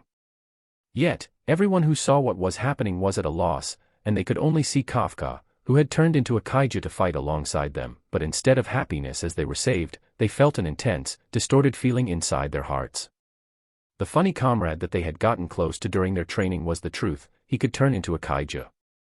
Kafka Hibino, that old man with quite a large belly and the lowest unleashed combat power, was in truth a kaiju. It's not true, right? Tell me that I am dreaming. Ichikawa, what the hell is happening? Ihara Furuhashi, the new soldier, who had a pompadour hairstyle, grabbed Ichikawa as he asked this question loudly, as he was still unable to believe the fact before them. What the hell is happening? Why did that old man become a kaiju? Yet, Ichikawa couldn't say a single word as tears streamed from his eyes since he knew well that Kafka had sacrificed himself for him. If I were not so weak. No, Ichikawa wasn't the only one since they all knew that if they weren't so weak, then would all of this have happened? Would Kafka turn himself into a kaiju to save everyone? The answer is no. Naturally, Hashina, Kikoru, and Mina also realized what was happening, and they felt an intense helplessness and regret as they were unable to stop Kafka. Ah! What is that? The kaiju that fought the three were stunned when they saw the powerful energy that was emitted by Kafka, who had turned into kaiju number 8. How strong! Yet, the kaiju, instead of being afraid, became more interested in the kaiju number 8 and wished to fight it. Get the hell out of me, you ants! I want to fight him. No, you won't. 3x. This time, Hashina, Kikoru, and Mina gave their all and fought this strong kaiju, who led the attack on the base of the 3rd Division with their all. Hashina, with his twin-blade style, cuts the flesh of the kaiju like sashimi. Kikoru used her specialized axe-shaped weapon to cut down the kaiju. Meanwhile, Mina used her railgun to blast the shit out of the kaiju. Ha ha ha ha ha. More. More. Yet, the kaiju continued to go toe-to-toe with them and gave their everything.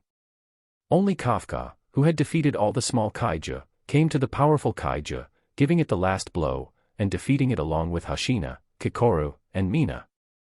I lose. The powerful kaiju said those words despite having all parts of its body destroyed except for its head, which rolled on the dirty ground. Yet, Kafka, Hashina, Kikoru, and Mina ignored this kaiju as they had defeated it. Instead, they all stared at each other with a complicated expression, as at this moment, the fact that Kafka could become like a kaiju was exposed to the world. Everyone in the 3rd Division and even those from nearby bases knew that Kafka Hibino could transform into a kaiju. No one could hide this fact, and soon, everyone in the defense force, including the higher-ups, would be able to understand this secret. I am sorry. Kafka was exhausted, and he couldn't even lift his arms and legs as they were all broken after his fierce fights with all the kaiju on the 3rd base. Yet, even so, he decided to apologize, since he knew well that he had wasted the chance that they had given. All of them had tried to save him, hiding the fact that he could become a kaiju, but he wasted that chance and transformed into a kaiju. Watching this bright smile of Kafka, the 3 felt their hearts were torn, yet they couldn't say anything. Instead, what they needed to do was to pick up their weapons and aim them at Kafka, catching him since he was a kaiju, but...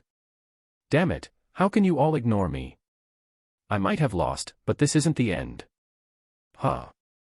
At that moment, the powerful kaiju, who had been defeated, was enraged by their ignorance. At the same time, the pterodactyl-shaped kaiju, who had been defeated, gathered together, then continued to expand, becoming so immense that it almost covered the sky, which made all of them feel a sense of dread. There is a bomb inside. Ha ha ha ha ha. I haven't lost. This is a draw. The kaiju didn't think it had lost, as the explosion would kill everyone, and even if it died, the result of their battle would end in a draw instead of its loss. Everyone who thought that they had seen the dawn of hope was in despair once again.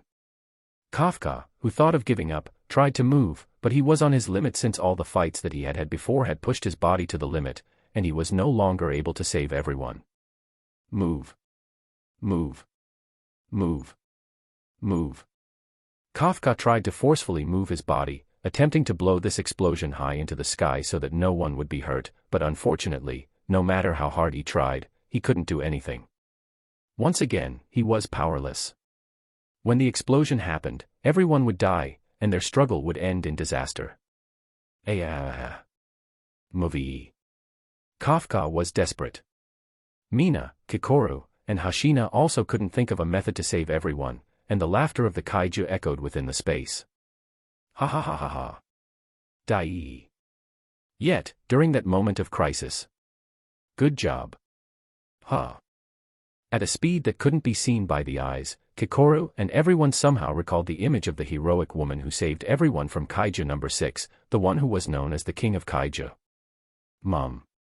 I am not your mother. Shinra, who appeared so far away from Nagano at the Tachikawa base, was speechless by his girlfriend's words. Yet, he could talk about that later since he was on his limit, and it was almost time before the explosion happened. Unlike before, he didn't wear the number weapon 6 that allowed him to wield the power of cryokinesis. Instead, he was wearing the special combat armor, known as the number weapon 4, the weapon that was used by Kikoru's mother in the past during her time when she lived, and its power was flying. With 2 sets of repulsors on his shoulder blades, Shinra grew wings that enabled him to attain the speed that broke the sound barrier. The fastest weapon that was ever created, the number weapon 4. As he appeared, he moved below the bomb, then soared high into the sky so the explosion wouldn't hurt anyone. Shinra. Heavy. This kaiju bomb was so heavy that it should be about tens of tons, yet he forced himself to soar into the sky so high before. Boom. A dazzling light radiated across the entire night sky, as if from a sun, before a powerful boom echoed within the vicinity, almost rupturing their ears as they felt the impact of the powerful blast, despite the explosion happening in the sky. Yet, even so, their eyes drew toward a figure that slowly descended from the sky that had saved everyone. No one said anything, yet their figure would be imprinted in their memory forever. No way. The powerful kaiju, who thought that the result would be a draw, was at a loss when it saw the figure of this young man. Still, Shinra slowly landed in front of Kafka, who had slowly undone his transformation from kaiju into a normal, showing his best smile, and said, "Thank you, Shinra-kun. Oh, can you take care of Mina for me? She is such a crybaby and needs someone by her side." Why did Kafka say those words? It was because Kafka knew what kind of a fate awaited him. Taking a deep breath, Shinra said with a helpless expression, "Kafka Hibino, you are under custody." Creators Chapter 66, The Aftermath. The end of the Battle of the Tachibaba base had a lot of impact that one could imagine. While no one had died due to the hard work of everyone and a certain unpredictable element, which was great, the damage to the base was so immense that they had to rebuild everything from scratch. However, as long as the people still lived, the hope would exist, and the buildings and everything within the base could be rebuilt soon. Still, what was important was the unpredictable factor that was mentioned before, Kafka Hibino. While no one really understood how Kafka could become a kaiju, the fact that he could transform into one remained unchanged, as everyone had witnessed what was happening. This man, despite his silliness and goofiness, could become the strongest kaiju that had ever appeared, the kaiju number 8. If there was something fortunate, it was the fact that Kafka would be on the side of a human. Yet, was it the truth? Despite knowing the story seemed ridiculous, as a kaiju, Kafka would help everyone fight the crisis that had happened at the Tachikawa base. It was the truth. Everyone had seen it, and many people had confirmed it, and they even had the record of his transformation and fights with all the kaiju, including the powerful kaiju that led the group of kaiju that attacked the base. Kafka Hibino was a hero, a soldier, and also a comrade whom everyone could believe. Yet, even so, Kafka was a kaiju and this fact couldn't be denied. Yes, he might be okay now, but what about in the future? If somehow Kafka were on a berserk rampage and destroyed everything, what would happen? After all, Kafka in the kaiju form had a fortitude level of 9.8, the highest fortitude level seen so far in the entire history of the world, making him one of the most powerful kaiju ever to exist, if not the most powerful. If Kafka had lost himself, what would have happened? It was too dangerous, and everyone was arguing about what they should do with Kafka, but fortunately, the strongest soldier ever was born. Uchiha Shinra. The highest physical ability, was well versed in various weapons, whether it was close or long-range combat, had full mastery over the combat suit, and was also able to wield weapon number 4 and weapon number 6 at the same time perfectly. Yes, Shinra could wield the fastest and the strongest number weapons that had ever been created in this country. While Shinra's record was minimal, and he was also young, his record couldn't be denied as he had fought many powerful foes, whether it was the strange kaiju that suddenly appeared on the exam, Narumi Gen, and also took a flight from the base in Nagano to Tokyo with the weapon number 4. Yes, the power that Shinra wielded when he used weapon number 6 was amazing, but compared to his speed, which made him able to break the sound barrier, it was what made everyone relieved the most, since as long as he was fast, it meant that he could save everyone no matter how far the distance of the crisis was. As long as Shinra was around, they would be okay, and everyone knew that he would be the one who stood above many, especially with his father-in-law, Isao Shinomiya, as his relationship with Kokoro was confirmed. Frankly, if possible, they wished for him to have more children, if not, make a clone of him, so that they could have a perfect soldier. Still, the clone technology wasn't perfect, and it was expensive, so if possible, they wanted him to impregnate more women. Still, no one dared to say those words, since if they dared to, Isao would definitely be enraged, and how could they face the anger of this hero, who had protected this country for several decades? Regardless, Shinra was completely spent after his rush from Nagano to Tachikawa base in Tokyo. The ability of weapon number 4 might help him to move faster as it gave him the ability to fly, and with his talent, it was easy for him to reach a speed that broke the sound barrier. However, without a doubt, breaking the sound barrier was painful since the air resistance almost burned his body. The human body was fragile, and even the strongest martial artist in the world of Kangan would likely have their body scorched to a crisp. Fortunately, he had weapon number 6, which made him able to cool down his body, so heat wasn't the real problem. Instead, the biggest problem was the drag and impact of having to move at such a speed, since breaking the sound barrier wasn't an easy thing to do. If he hadn't been in an aerodynamic shape as he moved at such speed, his body would have been broken into pieces, but fortunately, the devil fruit that he had taken was the Bane no Mi, which gave a spring-like property to his body. As the impact of breaking the sound barrier hit his body, it was absorbed into his body like a shock absorber before dissipating. Or I can use the energy to increase my speed. There were many things that he had to do in this world, so he couldn't give 100% focus on the development of the Bane no Mi. However, he knew well that with this devil fruit, he could do more or less similar to what Luffy could do with Nika no Mi, since their traits were more or less similar, except Luffy's Nika no Mi was a Zoan type of devil fruit, and his Bane no Mi was the Paramecia type. As for which one was more powerful, naturally, it would be Shinra, since his limit wasn't only on the devil fruit, and he could develop further. Though at the same time, he thought to go back to the world of Naruto to get what he wanted, especially when he had gained the power of the kaiju, who had led the monster previously. Yes, it was all the kaiju that appeared on his exam or the attack on the Tachikawa base. Shinra knew well that all of them were caused by this kaiju, whose ability could control and create other kaiju. While this kaiju might not be the strongest, it's not as strong as Kafka. With his kaiju number 8, this powerful kaiju could merge with others, becoming stronger by absorbing others.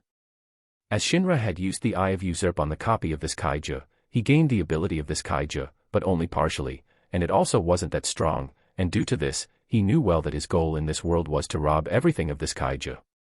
Kaiju number 9. This was the name of this kaiju, which would be his target. As he thought so, he opened his eyes, thinking that he should go back since he knew that everyone was waiting for him, as the last battle was near. The kaiju number 9 wouldn't stay low, especially when Kafka's existence was exposed, and he also had to be by the side of Kafka, or else, this guy would be in danger. At least, Shinra wouldn't let this guy die and be turned into weapons like this, but when he opened his eyes. Have you rested enough, Shinra-kun? The one who asked that question and stayed by his side wasn't Kikoru, but Mina Ashiro, who had been staying by his side after he fell into a moment of slumber. Chapter 67, Lead You. As the battle on the Tachikawa base had reached its conclusion, everyone who was hurt was brought to the nearby hospital or base to be taken care of, as everyone was a hero who had given their everything to fight against the kaiju, who had almost destroyed the foundation of this country. Regardless, as those who were brought to another base might be okay, those who were brought to the nearby hospital needed someone to take care of them, protecting everyone, in case another emergency situation occurred. As this incident happened, everyone knew that the kaiju could appear at any moment, whether it was from the sky or even from the underground. No one was saved, and everyone's life could be threatened at any moment, so without a doubt, due to this, Shinra's treatment was special, especially when he was the strongest, and if he was better, the more people he could save. It was also due to this that even if Mina stayed by his side, no one questioned her, thinking that she just wanted to guard him, so he wouldn't be hurt. Yet, what they didn't know, Mina just felt like she was pathetic as she could do nothing to change everything, and everything that had happened made her give up, putting her in intense stress, almost broken, but only by his side, she could feel at ease. Yes, it was immoral, yet she didn't want to leave Shinra's side, especially when she thought of what would happen to Kafka. As Kafka had said before, Mina was weak, and instead of a leader who led everyone on the battlefield, she was someone who would follow others from behind, believing in the one who led them, and fight together. Even if Mina tried to be strong, her eyes betrayed her as she tried to ask about Shinra's condition. I should be the one who asks you that question, are you okay? Shinra had rested enough, and as long as he ate, he should be more or less okay. As for his mental exhaustion, for someone who had been stressed by the thought of almost being killed by Itachi, Obito, Danzo, and everyone else, this type of problem was nothing for him. What's wrong with me? I am okay. It's fine. Don't force yourselves. I am here. Those words were the ones that Mina needed the most, so she clung to him as she cried. While Shinra felt helpless, he patted her back softly and gently rubbed her head, thinking that living was hard. It was said that Adam and Eve were sent to Earth to be punished, and they had to live in this world, especially the world of Kaiju number 8, which was so painful that no one knew when they would die, and they also had to work hard to get money. Sleep, eat, shit, work, repeat, then be in despair when a Kaiju emerges. As for the Defense Force, while it was seen as a hero, it was also the organization with the highest casualties, as many passed away, and most of the soldiers were orphans, who had no parents. If Shinra were born in this world, he was sure that if he didn't have good parents, then he would be in despair. So, facing Mina, who was crying in his arms, he didn't say anything and just silently comforted her. It was just, Shinra, just what should I do? Her beautiful face was streaming with tears, showing her desperation and hopelessness as she was unable to do anything. Fight. Don't give up. What could Shinra say except this? Unless they continued to struggle, nothing could be done, and if they did nothing, their situation would worsen. Instead of waiting to be saved when one was drowning, it was better to reach out for the air, so one could breathe once again. However, Mina hesitated, feeling extremely helpless since she knew well that she wasn't strong. She was weak and often cried, especially when she thought of how she could do nothing when her pet died during the attack of Kaiju in the past. Her eyes were like those of an abandoned kitty, completely in confused despair as it was unable to do anything. Shinra knew well that Mina needed it the most, yet he wondered whether this was okay. Even if Kafka had said those words to him, it was simply improper to do all of that to Kafka's childhood friend. What did Kafka feel toward Mina? Naturally, while it was subtle, Shinra knew that it was affection. As for what kind of affection it was, he wasn't sure, but this also reminded him of the story of The Metamorphosis from Franz Kafka about the story of a man that transformed into a giant bug on the top of his bed, which was quite similar to Kafka in this world, who turned into a kaiju on the top of his bed. While many things happened in that story, the ending was simple: to learn to move on, especially after the ending of the story of The Metamorphosis. Regardless, this and that were different. Shinra had Kokoro on his side, and she entrusted him with everything, thinking that the two would be together, so could he betray that trust? If it were in the world of Naruto or Kangan, he had no need to think all of that since the heroines were quite unique, but this world was different since he knew well the sincere feelings felt by Kokoro and Mina. But I am not strong enough. Those words from Mina's lips made him fall into a deep silence. A decade. This was the time that Mina and Kafka had parted ways, and while Mina faced many dangers as the ace of the defense force, Kafka worked as a cleaner at the kaiju disposal company. One was facing battle and took the responsibility of the lives of many, and the other was working hard to live day by day as he tried to chase after his dream.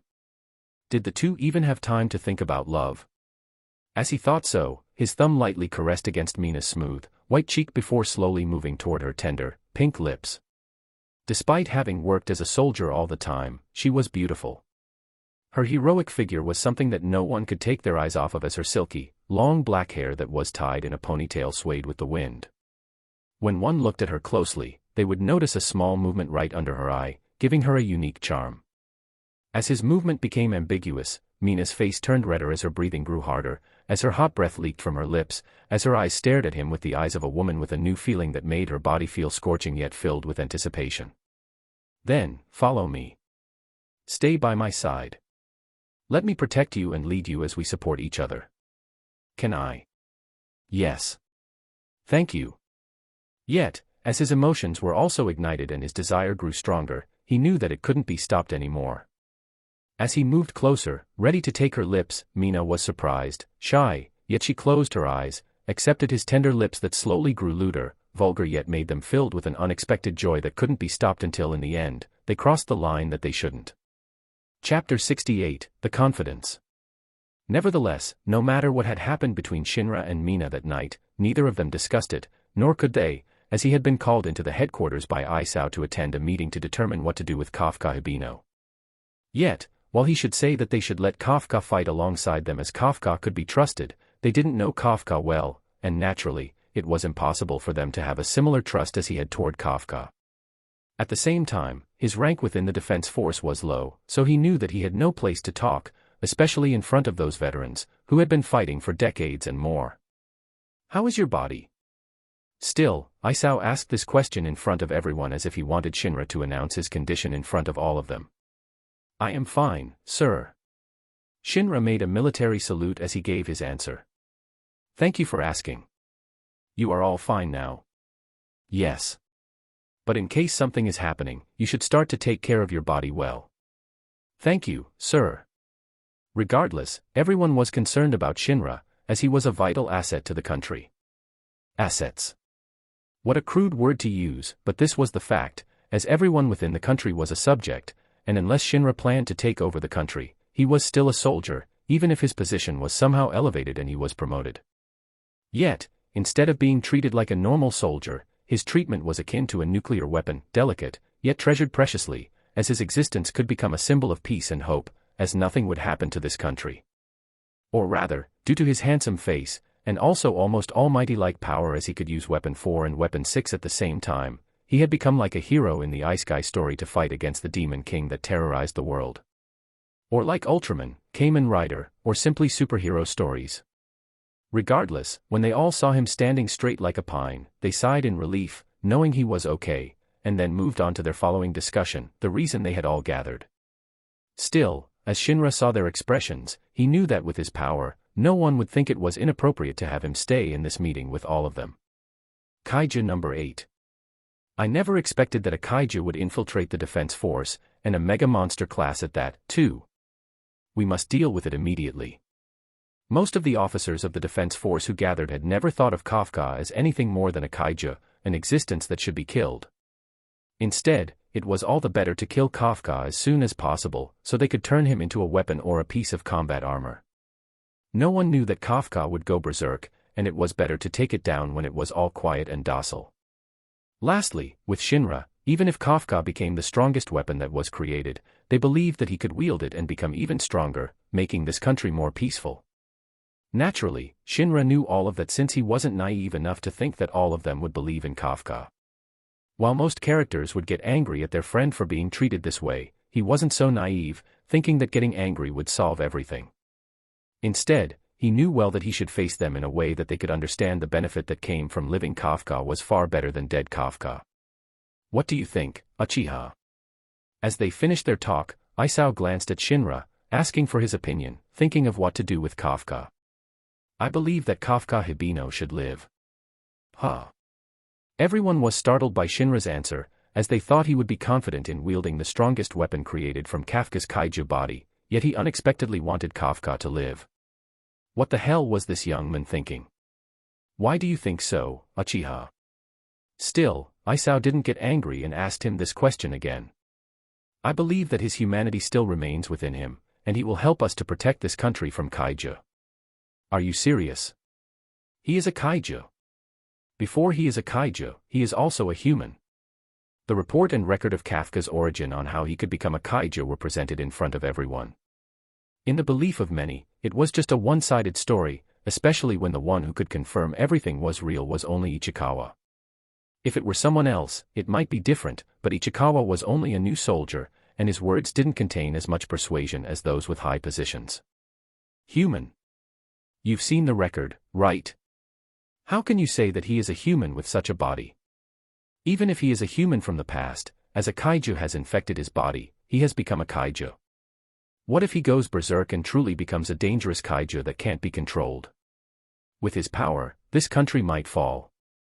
As Kafka was caught, everyone quickly checked his entire body, and as expected, it had changed.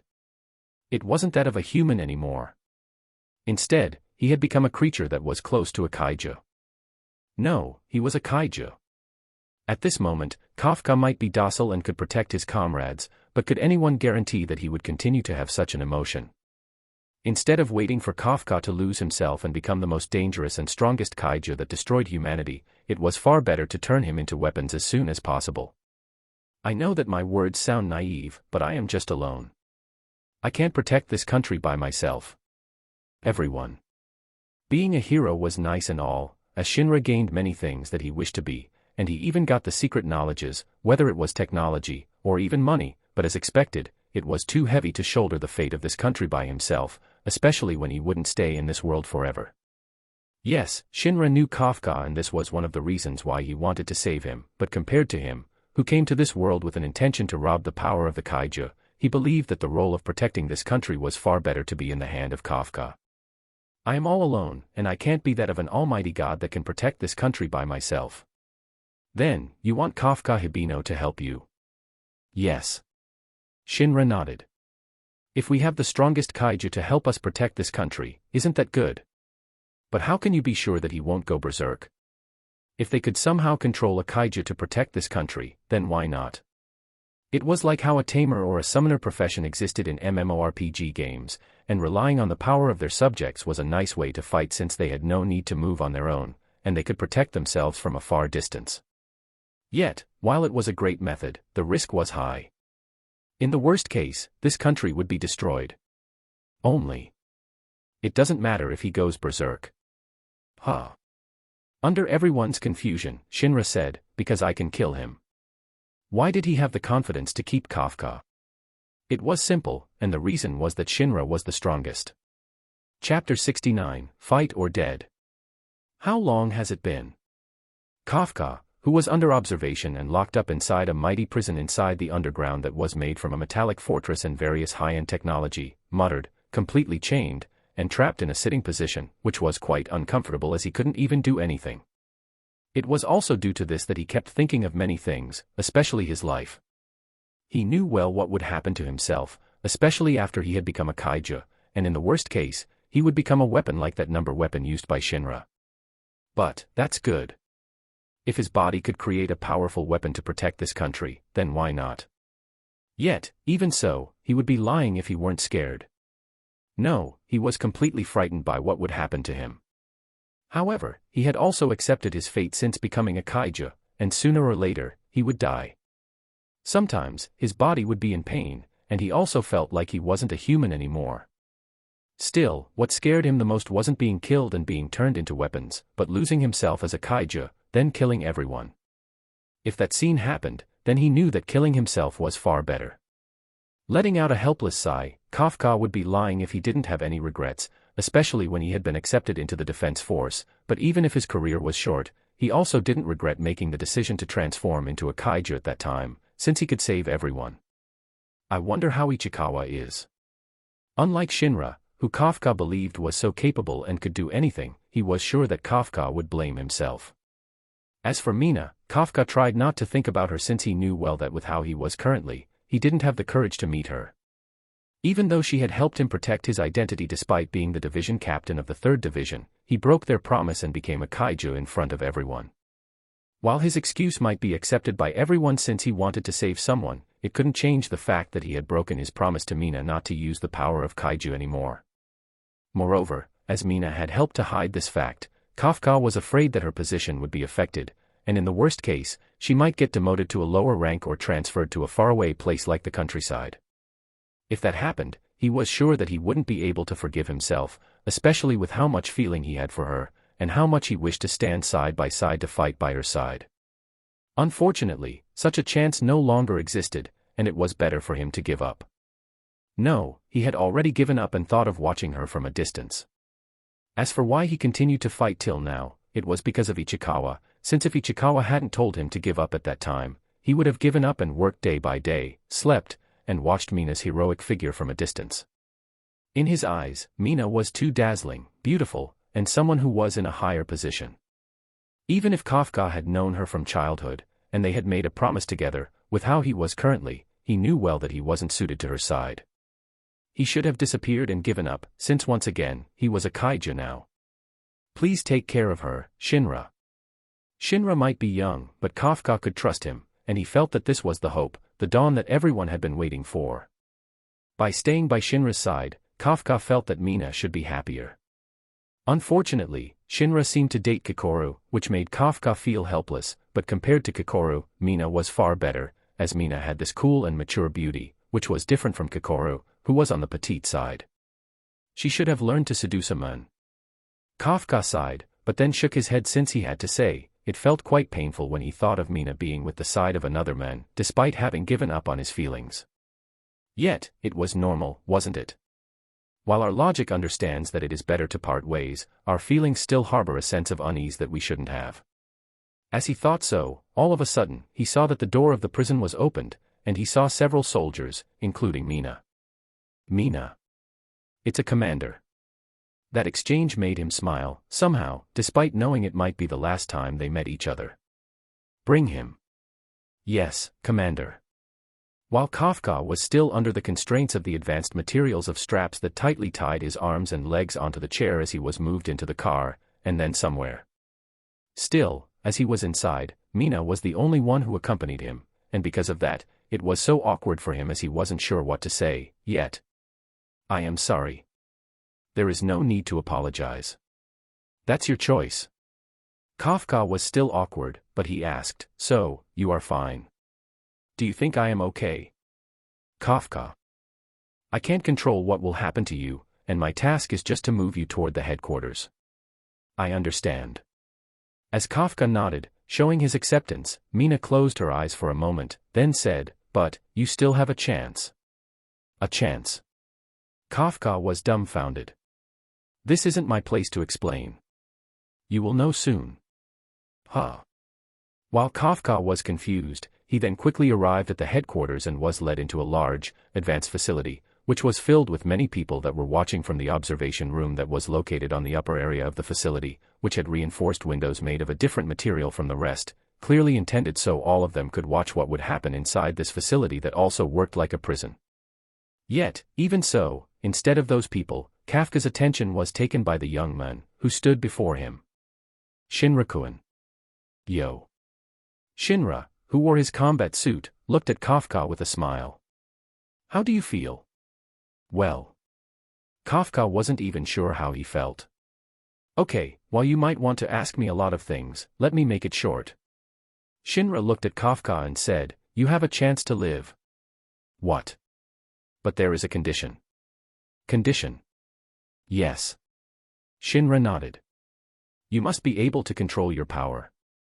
Kafka was dumbfounded. He hesitated as he wasn't even sure whether he could control his power. The door of the faculty closed tightly as it wouldn't open, no matter how the people inside tried. If you don't, then I will kill you here. Kafka gulped and knew that Shinra was serious. So, do your best and live, Kafka Hibino.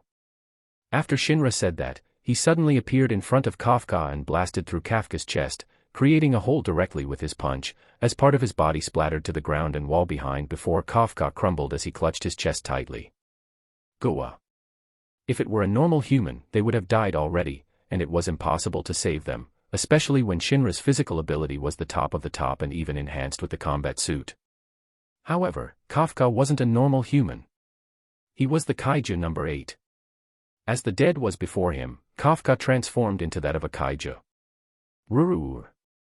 Chapter 70, Wake Up. It's here.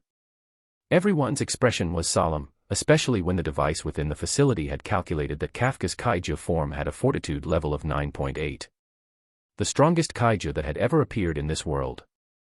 At the same time, Kafka's visage also changed. He no longer appeared to be human, but had become that of a kaiju, with coal-black scales and plates, cyan energy glowing from between the cracks of his body. His head, spine, and clavicles appear to be made from exposed bone. Large plates with dorsal spines cover the back of his head and neck above the shoulders, with the very top piece being white. Yet, without a doubt, the most noticeable feature of Kafka's kaiju form would be his demon-like face with two short, thick horns, a hole for a nose, and sharp, exposed teeth that extend down his neck. While Kafka's appearance was quite frightening, Shinra felt that Kafka's kaiju form was similar to that of the warrior armor of the Japanese army during the Sengoku period. Still, at that moment, Kafka, who had almost died due to Shinra's brutal attack, had completely lost himself, becoming like a kaiju that couldn't be controlled, opening his monster-like jaws as a blast of energy started to gather onto his mouth. As enormous energy started to gather in Kafka's mouth, ready to destroy everything, Shinra punched that open jaw with an uppercut. Talk in a human language, so I can understand. Boom. The impact of the uppercut was so strong that it sent Kafka into the sky, and as his mouth was forced to close, the energy inside his mouth exploded. The mouth of Kafka was directly torn apart and destroyed, yet soon, it was regenerated and completely fine as if nothing had happened before it stared at Shinra angrily. Come on, Kafka. Kafka dashed and slammed his fist into Shinra's face. Crack. Boom. The hard ground cracked and shattered as a large crater was created with a single punch. However, Shinra dodged Kafka with ease, then slammed his knee into Kafka's demon-like face, breaking his demon-like face. Boom. Crack.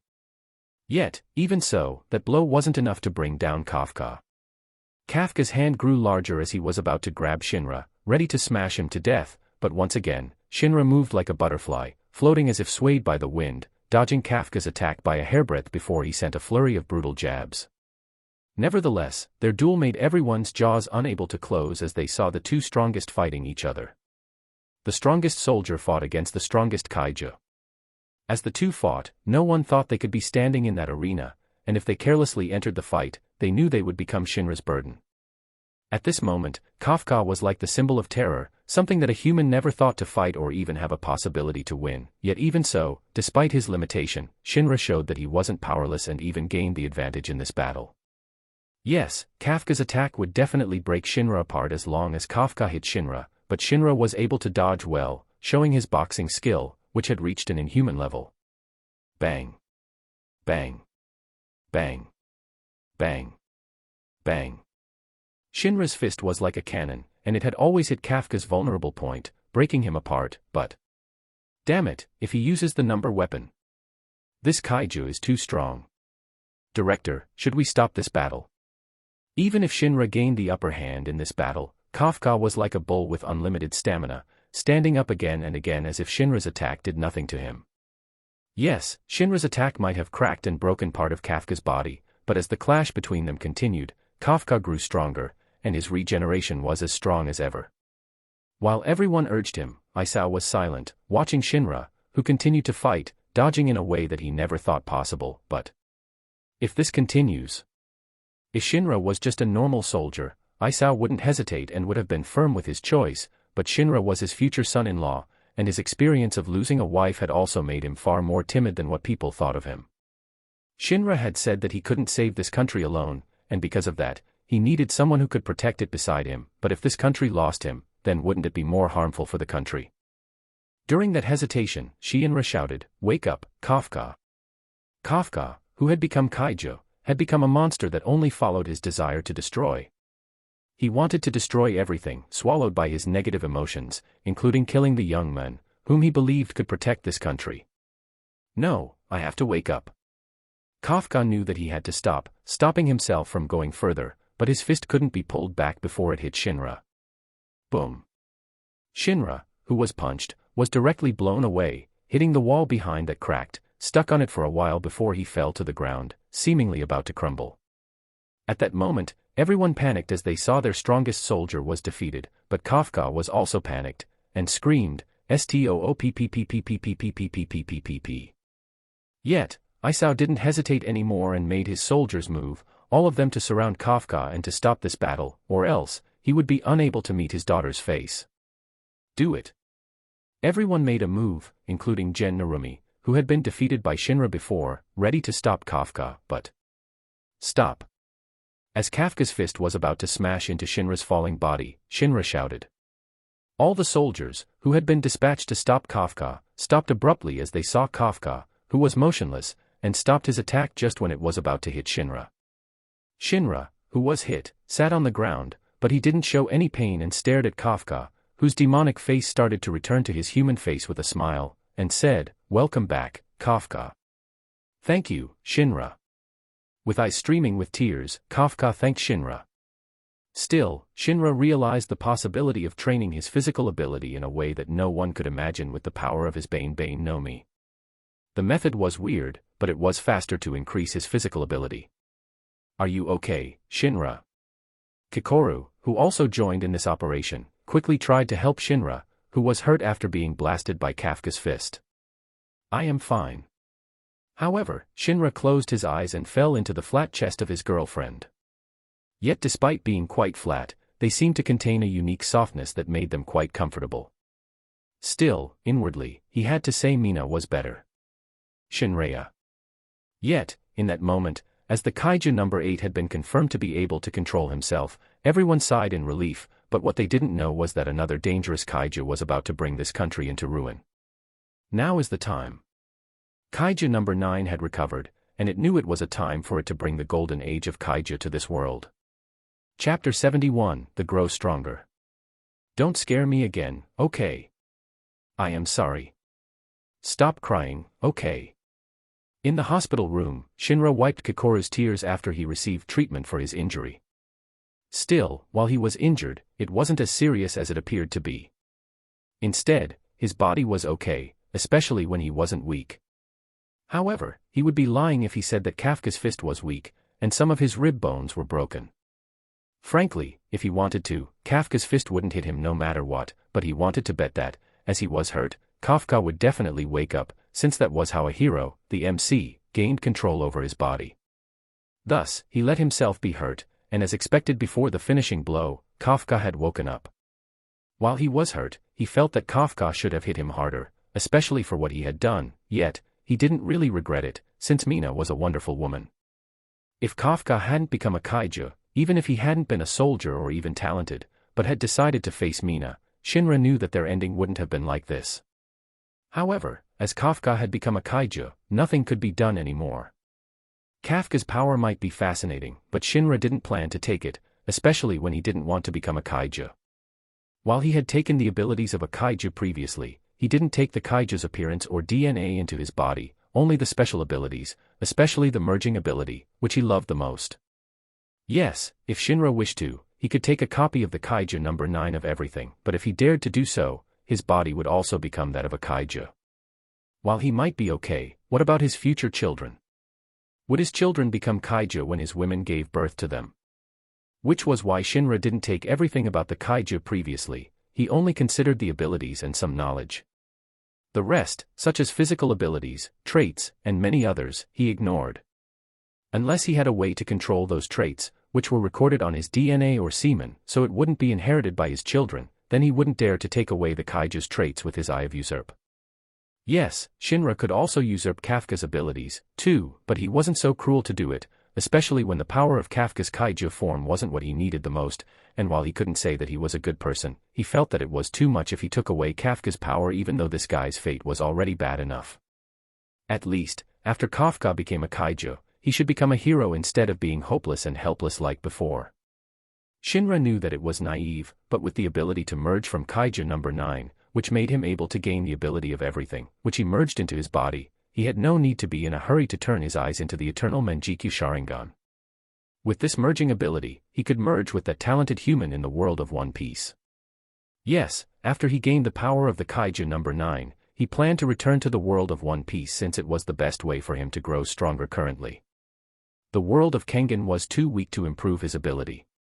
The world of kaiju number 8 was a little too hard since the human was weak, and the kaiju might cause a strange mutation on his body. As for the world of Naruto, frankly, he wasn't confident enough to go back, at his current level, especially when his battle experiences were still lacking, and he also didn't have absolute power that could destroy all of his enemies.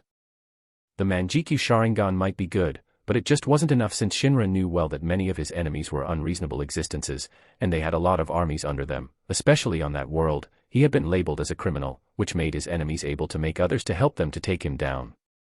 Meanwhile, the world of One Piece had a lot of varieties of unique powers, and he could get stronger in that world with ease, especially when no one really knew about him. At the same time, Shinra also felt that he needed to think about what to do in the world of Naruto first, except for killing those who had put him in danger, especially when he didn't want to live or rule with terror, as it was troublesome and exhausting. The best way to rule was like Sarutobi Hirozune, who pretended to be a saint, which caused people to be fanatic and serve him like worshippers. Belief. This was a powerful force, especially for the ruler, as it could compel their subjects to sacrifice their lives. An example is the Crusades, the campaigns to the Holy Land aimed at reclaiming Jerusalem and its surrounding territories from Muslim rule, as many soldiers fought for their beliefs in that war. Still, before all of that, his individual strength needed to be improved, and with the Bane no Mi, he realized that it was easier to improve it. The ability of the Bane no Mi was to give his body the properties of a spring or turn his body into a spring. The use of the spring had many purposes, but primarily, it was to absorb energy, especially kinetic energy, which could then be released later. However, this had a limit, as it was impossible to absorb an energy without a limit, and when it reached the limit, he would be broken, like Bellamy, who was beaten to half dead by him and Luffy in the original. Yet, when Shinra broke this limit, he could improve this ability further, which increased his defense, making him invulnerable, as he could absorb all the attacks, especially the kinetic energy type. As for a heat or element type, such as freezing, light, or even unique types of abilities that didn't rely on physical or kinetic abilities, it was a little troublesome, but if he developed the Bane no Mi further, he might be able to bounce all attacks and return them to his enemies. Still, he could think of that later, especially when he had to defeat the kaiju number 9 first and take everything. However, before kaiju number 9, he had to defeat the woman before him first. Ugh. All of a sudden, Kikoru straddled his waist, and her small palm reached toward his sensitive area, which quickly turned stiff like that of a spear, which made her flush and excited. You might be hurt, but this thing is as healthy as ever, huh? Kikoru. It's fine. You don't have to move and just enjoy, okay? As she removed her pants skillfully, she held the large object on his lower body, sighing inwardly, thinking that he was like a kaiju, but as a soldier of the defense force, she swore to defeat this kaiju. With her unique weapon, Kikoru swallowed Shinra's kaiju inside her body, causing her to tremble, twitch, and reach a climax, which made her realize that she needed time to grow into a powerful soldier. Chapter 72, The Time. You will be in the first division. Yes. After their battle, Shinra also recovered, and Kokoro swore to grow stronger. It was also due to this that she was moved to the first division, where she learned under one of the strongest soldiers, along with her father. She had also decided to wield weapon number 4. Still, while Kokoro was a little helpless since she didn't want to part from Shinra, she also knew that if she wanted to protect this country better, she had to grow stronger. While Shinra could somehow help her and train her, as he was the strongest and the best at training, she was afraid she couldn't hold her desire when she was with him, so it was better to part ways and meet during their weekend. While Shinra felt a bit helpless, he also understood that even though they were together, it was impossible for them to be like a normal couple in a harem comedy anime. Instead, as they were soldiers, and they might die any moment due to their profession, they were quite lewd in their relationship. Probably, this was also the reason why Isao pulled his daughter away from Shinra, since if he didn't, then Kokoro might get pregnant. No, she might even wish to be impregnated by him, considering how dangerous this world was. Regardless, Shinra didn't follow Kokoro to the first division and stayed on the third division, learning management, especially when the base of this division had to be rebuilt after most of it was destroyed by the Kaiju's attack previously.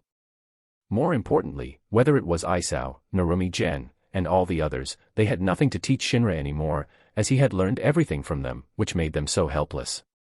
So, they just let him go and gave him what he wanted, since the stronger he was, the better.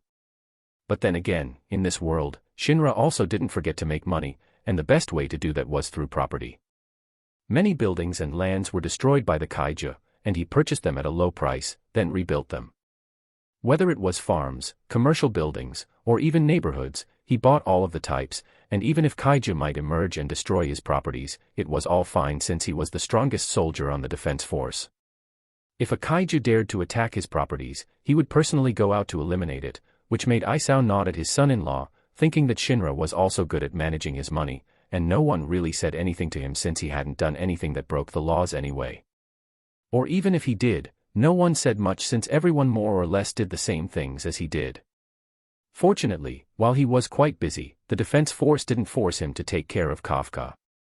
Instead, Kafka was taken care of by Isao and Narumi, who taught him personally, and if he really went berserk on Isao and Narumi, he would be unable to do anything as the two of them were among the strongest on the defense force. Still, if there was a problem. See Commander. Mina. Call me, Mina.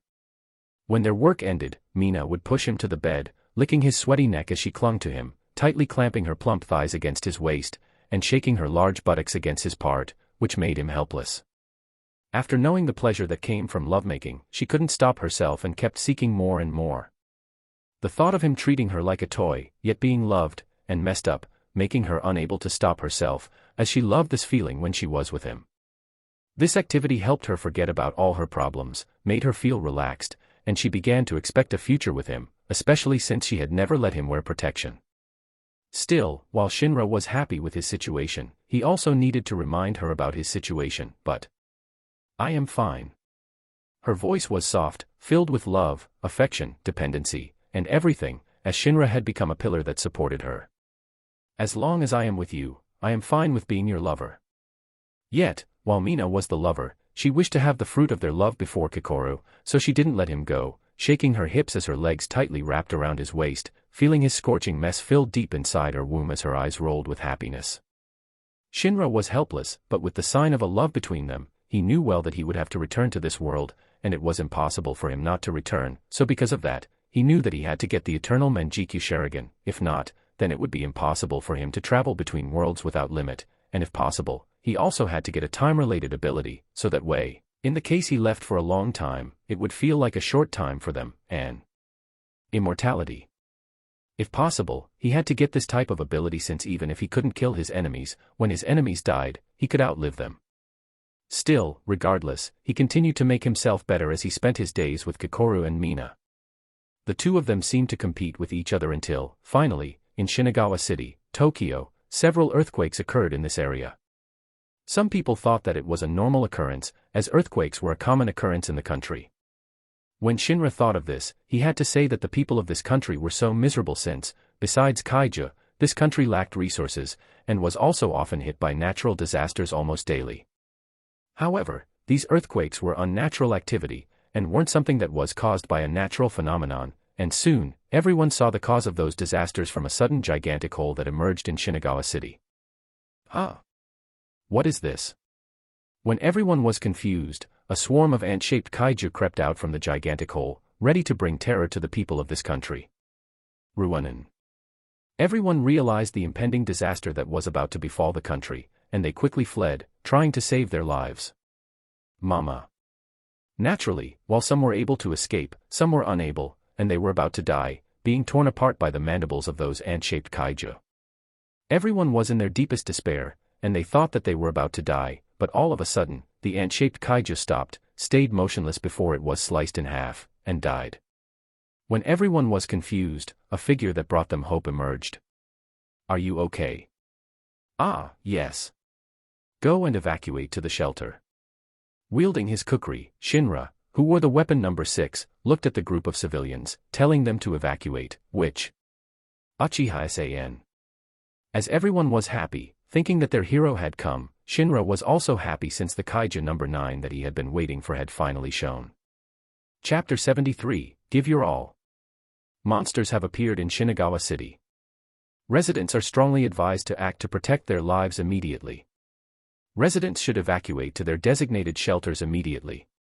The emergency was heard everywhere, through various media, including smartphones, radio, television, and even direct reports from helicopters, which instructed everyone to evacuate as soon as possible, as a group of kaiju had emerged. Unlike before, the numbers were too much, and they might have even reached thousands in number as they swarmed out from the underground, seemingly endless, making all of them shudder at the possibility of what would happen to this country. This country is over. Many of them thought that this country would soon be ruled over by the kaiju, and they should have moved away from this country. No, many of those wealthy and powerful people had already moved to the country with a large area, leaving behind their wealth, and sold all of it. To whom did they sell their wealth? It was obvious. Freeze. As the ant-shaped kaiju was about to emerge and come out from their hiding place, ready to bring ruin to this country, all of them were completely frozen. Shinra, who wore his number weapon 6, froze all of the kaiju whenever he saw them, incapacitating them instantly. Whenever he was there, the temperature quickly dropped to frigid levels, similar to those in Antarctica, making those who were close to him feel as though they would also be frozen to death. Yet, even so, the eyes of all of those people were full of hope, optimism, and belief that tomorrow would be okay since they had Shinra with them. Next. Shinra looked at his group of assistants, who stayed by his side to help him, tasked with various mundane tasks such as scouting and saving, among others, demonstrating the special treatment he received. Yes, sir. Still, no one complained, and despite the coldness, they followed his words faithfully. Meanwhile, Shinra, who killed one kaiju after another, had planned to colonize this world. Yes, colonize. Similar to how the British Empire expanded into the largest empire in the world by colonizing numerous countries, extracting their resources, and then selling their products to those countries. Shinra thought the same, thinking that all the resources in this world would be wasted if all the kaiju just destroyed everything, so he might as well build his power in his world and take control of this planet. Yet, he had to say that the kaiju started to become creative as they made an attack from the underground, which was something that no one expected and could hardly be predicted, since there was a certain limitation of what current technology could detect from the underground. Sky, land, and sea. Being attacked from all sides by kaiju, which made Shinra wonder whether the people of this world received the last judgment from God. It said that at the end of the world, a beast of the earth would emerge, and somehow kaiju fit the description well, but while he wasn't sure what would happen to this world, as his loved ones lived in this world, then of course, he had to protect it. Fortunately, to fight those disasters in this world, he wasn't the only one who could fight, and many strong fighters emerged one after another, giving their all to save their home. Come on, guys. Don't lose to that newbie. I think you just want to wash away your debt by defeating the most kaiju, right? Damn it. Show some fighting spirit. Even if Narumi had been defeated by Shinra, he had never given up and continued to fight, becoming stronger, trying to wash away the shame of being defeated by a newbie, but unfortunately, he couldn't win, and even worse, he even borrowed money from Shinra. Yes, Narumi might be powerful, but he was a horrible spender, spending his salary like water that came out of a faucet. In the end, he had nothing, and in the end, he resorted to borrowing from others, and naturally, while he had lost to Shinra, he decided to borrow money from Shinra. Narumi wasn't sure, but there was a lot of money that he had borrowed from Shinra, and there was even interest, including the proper agreement, which they had made in front of the notary, but as he had never thought too much, he just agreed, but when he saw his debt, he was powerless until Shinra told him that if he could kill more kaiju than him, Shinra would erase the debt, which made him work even harder. You die, kaiju. As the members of the first division looked at their division captain helplessly, they followed Narumi regardless, since even if Narumi was like that, he was still a reliable soldier. Are you fine, Shinomiya-san? Rin Shononome looked at Kikoru, the officer under her platoon, who had felt uncomfortable for a while. Yes, I am fine. I no longer feel nauseous now. I think you shouldn't join this battle. No, I will join this battle, but later, I will take a rest. Okay, but don't force yourselves. Thank you, platoon leader Shinonome. Still, why did Kikoru feel nauseous? Or rather, Mina also felt a little nauseous, but fortunately, she had no need to fight from a close distance and had only needed to fight from a distance with her new, powerful anti-giant class kaiju rail gun, which could even hit a kaiju that was 20 kilometers away. Boom. In that single shot of her weapon, Mina destroyed several giant kaiju that gathered in the group, causing everyone to feel awe and amazement, but she was still as calm as ever as she subconsciously reached her belly. However, Kikoru felt that she shouldn't have lost to Mina and would definitely be better. Regardless, the one with the most complicated mood and the one who was the most eager to show his worth would be Kafka Hibino. After his battle with Shinra, Kafka had given his everything to train, controlling the power, and learned many things, so he could protect this country from the kaiju. Now, it is time. It was time to show the result of his hard work. Kafka was ready to transform into his kaiju form, but all of a sudden, a large kaiju emerged before him, a familiar mushroom-shaped head kaiju, but with the lower body of an ant-shaped kaiju, a grotesque yet powerful combination. Yet his eyes widened as he realized this kaiju.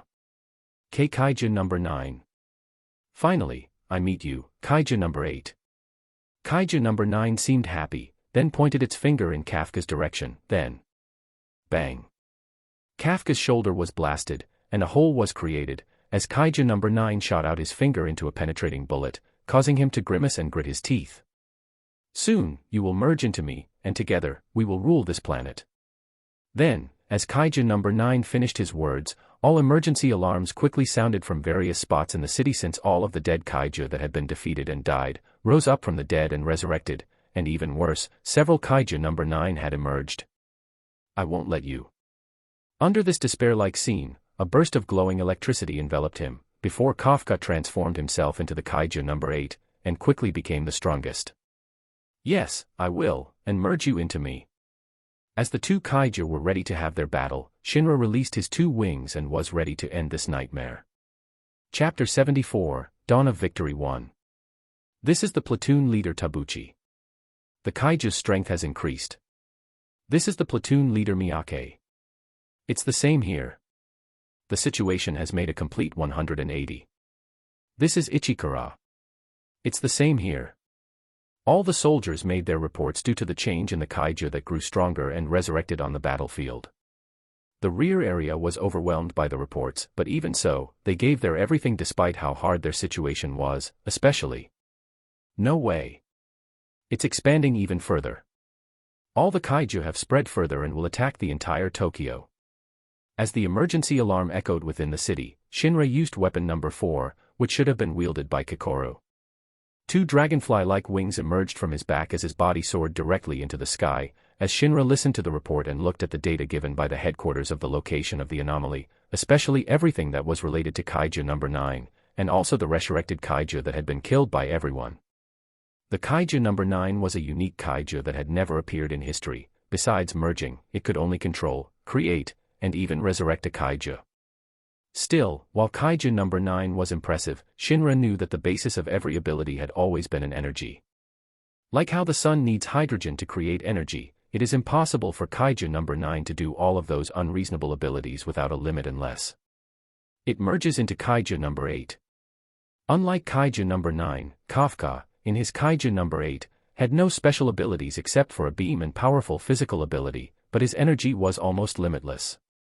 No, it wasn't limitless, instead it was like an accumulation of something from a distance past, but when all of that was used, naturally, it would disappear, but unlike a human that needed food, a vehicle that needed gasoline, or the plant that needed sunlight, Kafka's energy came from negative emotions.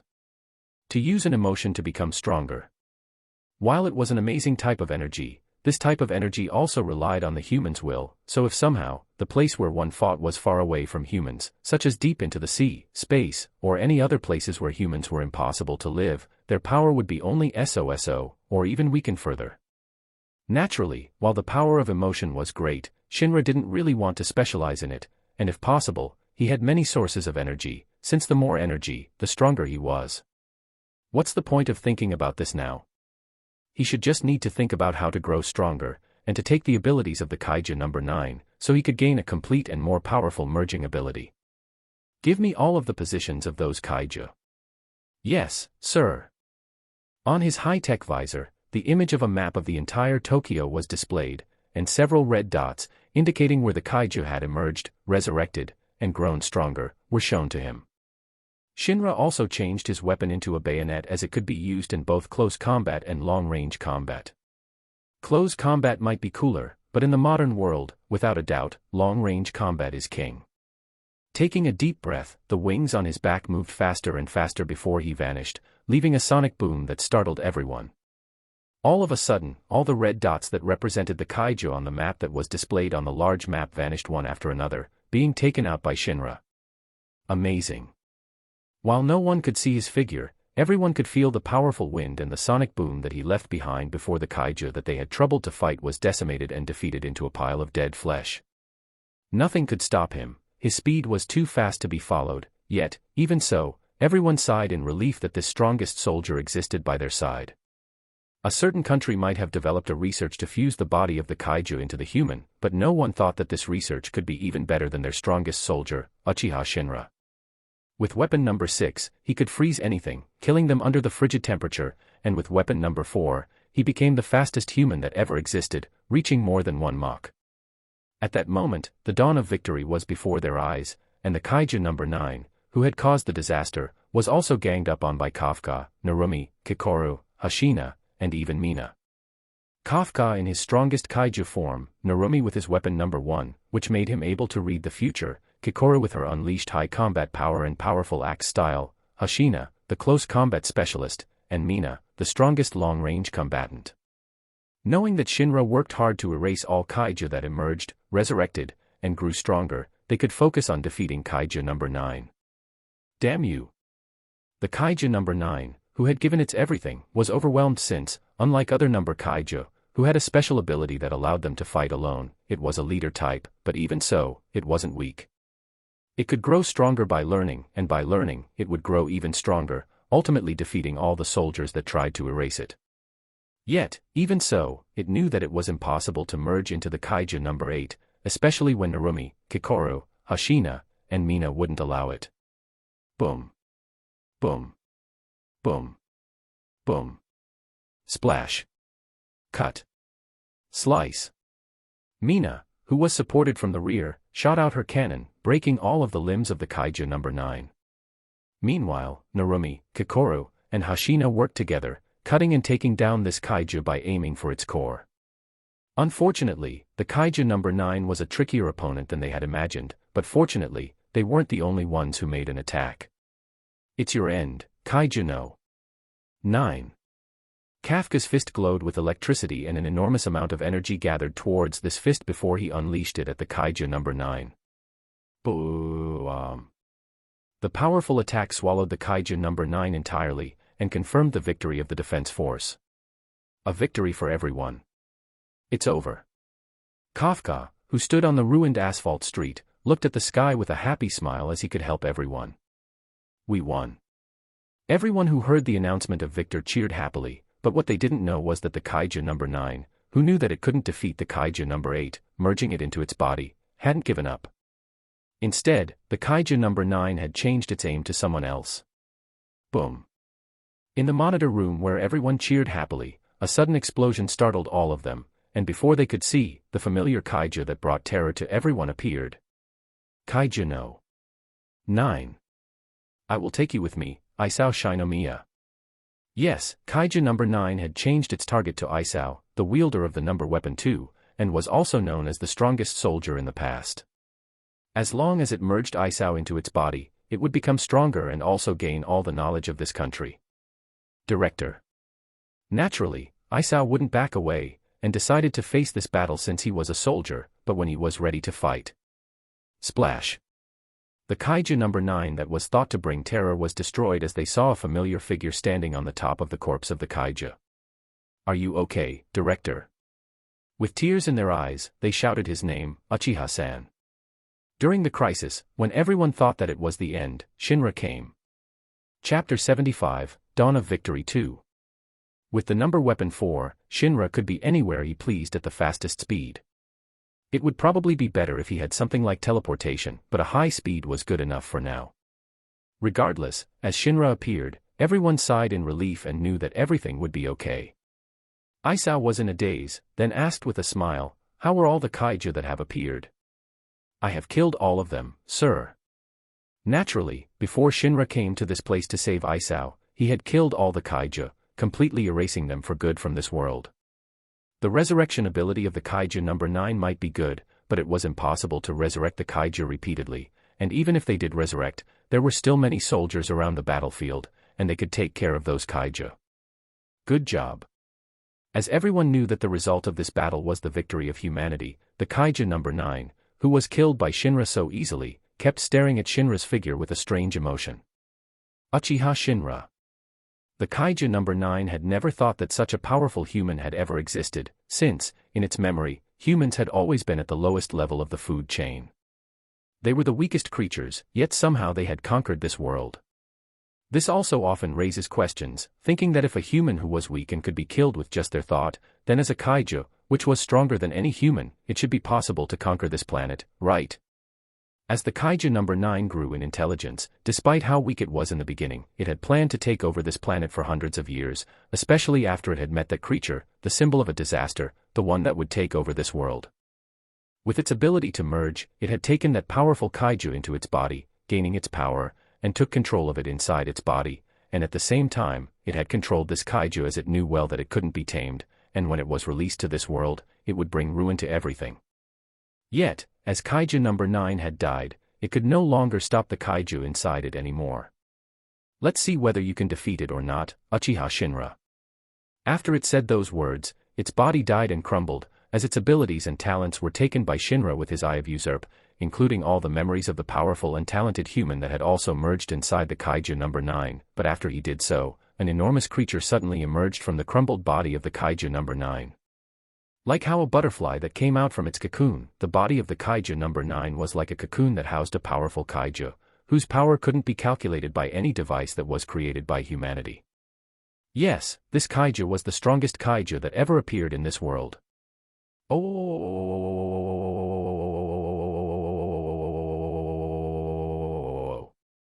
As that roar echoed, everyone's ears bled profusely as they were filled with fear.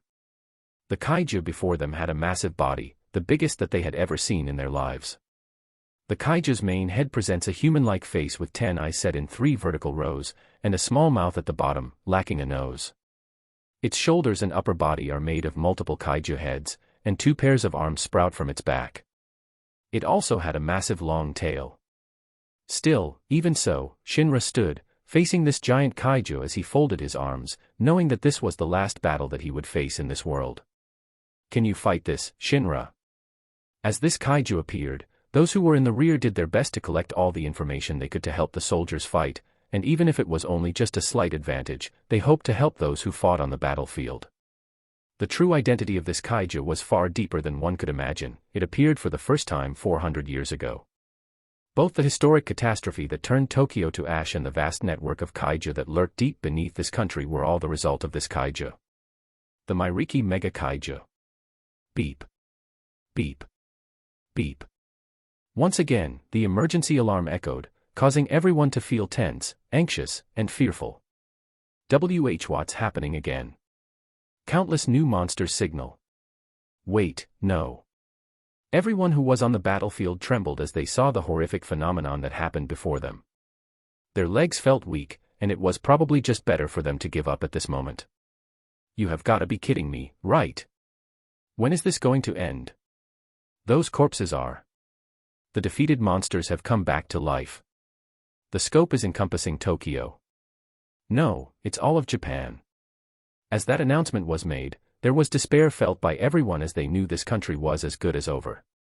Nothing could be done anymore except. If I defeat this kaiju, then it will be over. All the corpses of kaiju that had risen from the dead were caused by this Myricky Mega Kaiju, which had a necromancer-like ability. Oh! While this might be a kaiju, it also had a certain intelligence, and it could also tell that the human before it was the last hope for the people of this country. If Shinra fell, then this country would be as good as gone, sunk, deep into the ocean, as the kaiju would be the ruler of this country. At the same time, it also wished to merge Shinra into its body, gaining a new power from this talented and strongest soldier. This entire country was in ruins, and in every moment, all the people continued to die due to the resurrection of all the kaiju that spread across this entire country. Everything would be over, no hope existed in this world anymore until. I don't like it. Shinra spread his wings and soared higher than the kaiju as he looked down on it. Oh! Facing Shinra, who soared even higher than it, naturally, it was angry, feeling mocked, thinking that this human was still arrogant despite knowing his defeat was imminent. Yet, what Shinra didn't like the most was the feeling of those who thought that they could do anything when they had power. Trampling the weak, watching their reactions as they laughed and had fun without thinking of what would happen to those they had harmed. Was it so fun to harm others? Director, help everyone to evacuate.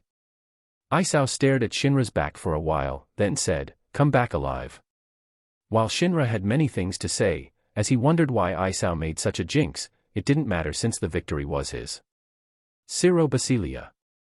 At that moment, Shinra infused his chakra into his Weapon 4 and Weapon 6, which was different from before as he used his physical ability, and due to the mixture with this new type of energy, the two weapons transformed. The ice, the wings, and everything merged, forming into an armor that fitted the king, Dominator, with ice-spiked wings on his back, giving him a holy, untouchable, as the temperature grew lower and lower into something that was impossible for any living beings to live, and as he faced this creature, his eyes glowed in the crimson light as he showed his Manjikyu Sharingan. At that moment, the kaiju wanted to run away, but it was too late. Niflheim. As his voice fell, the land transformed into a frozen wonderland along with the kaiju, stopping all the disaster as if time itself had stopped. Still, this wasn't the end since there was something that he had to do. Shinra stretched his arm and used the power of the Eye of Usurp.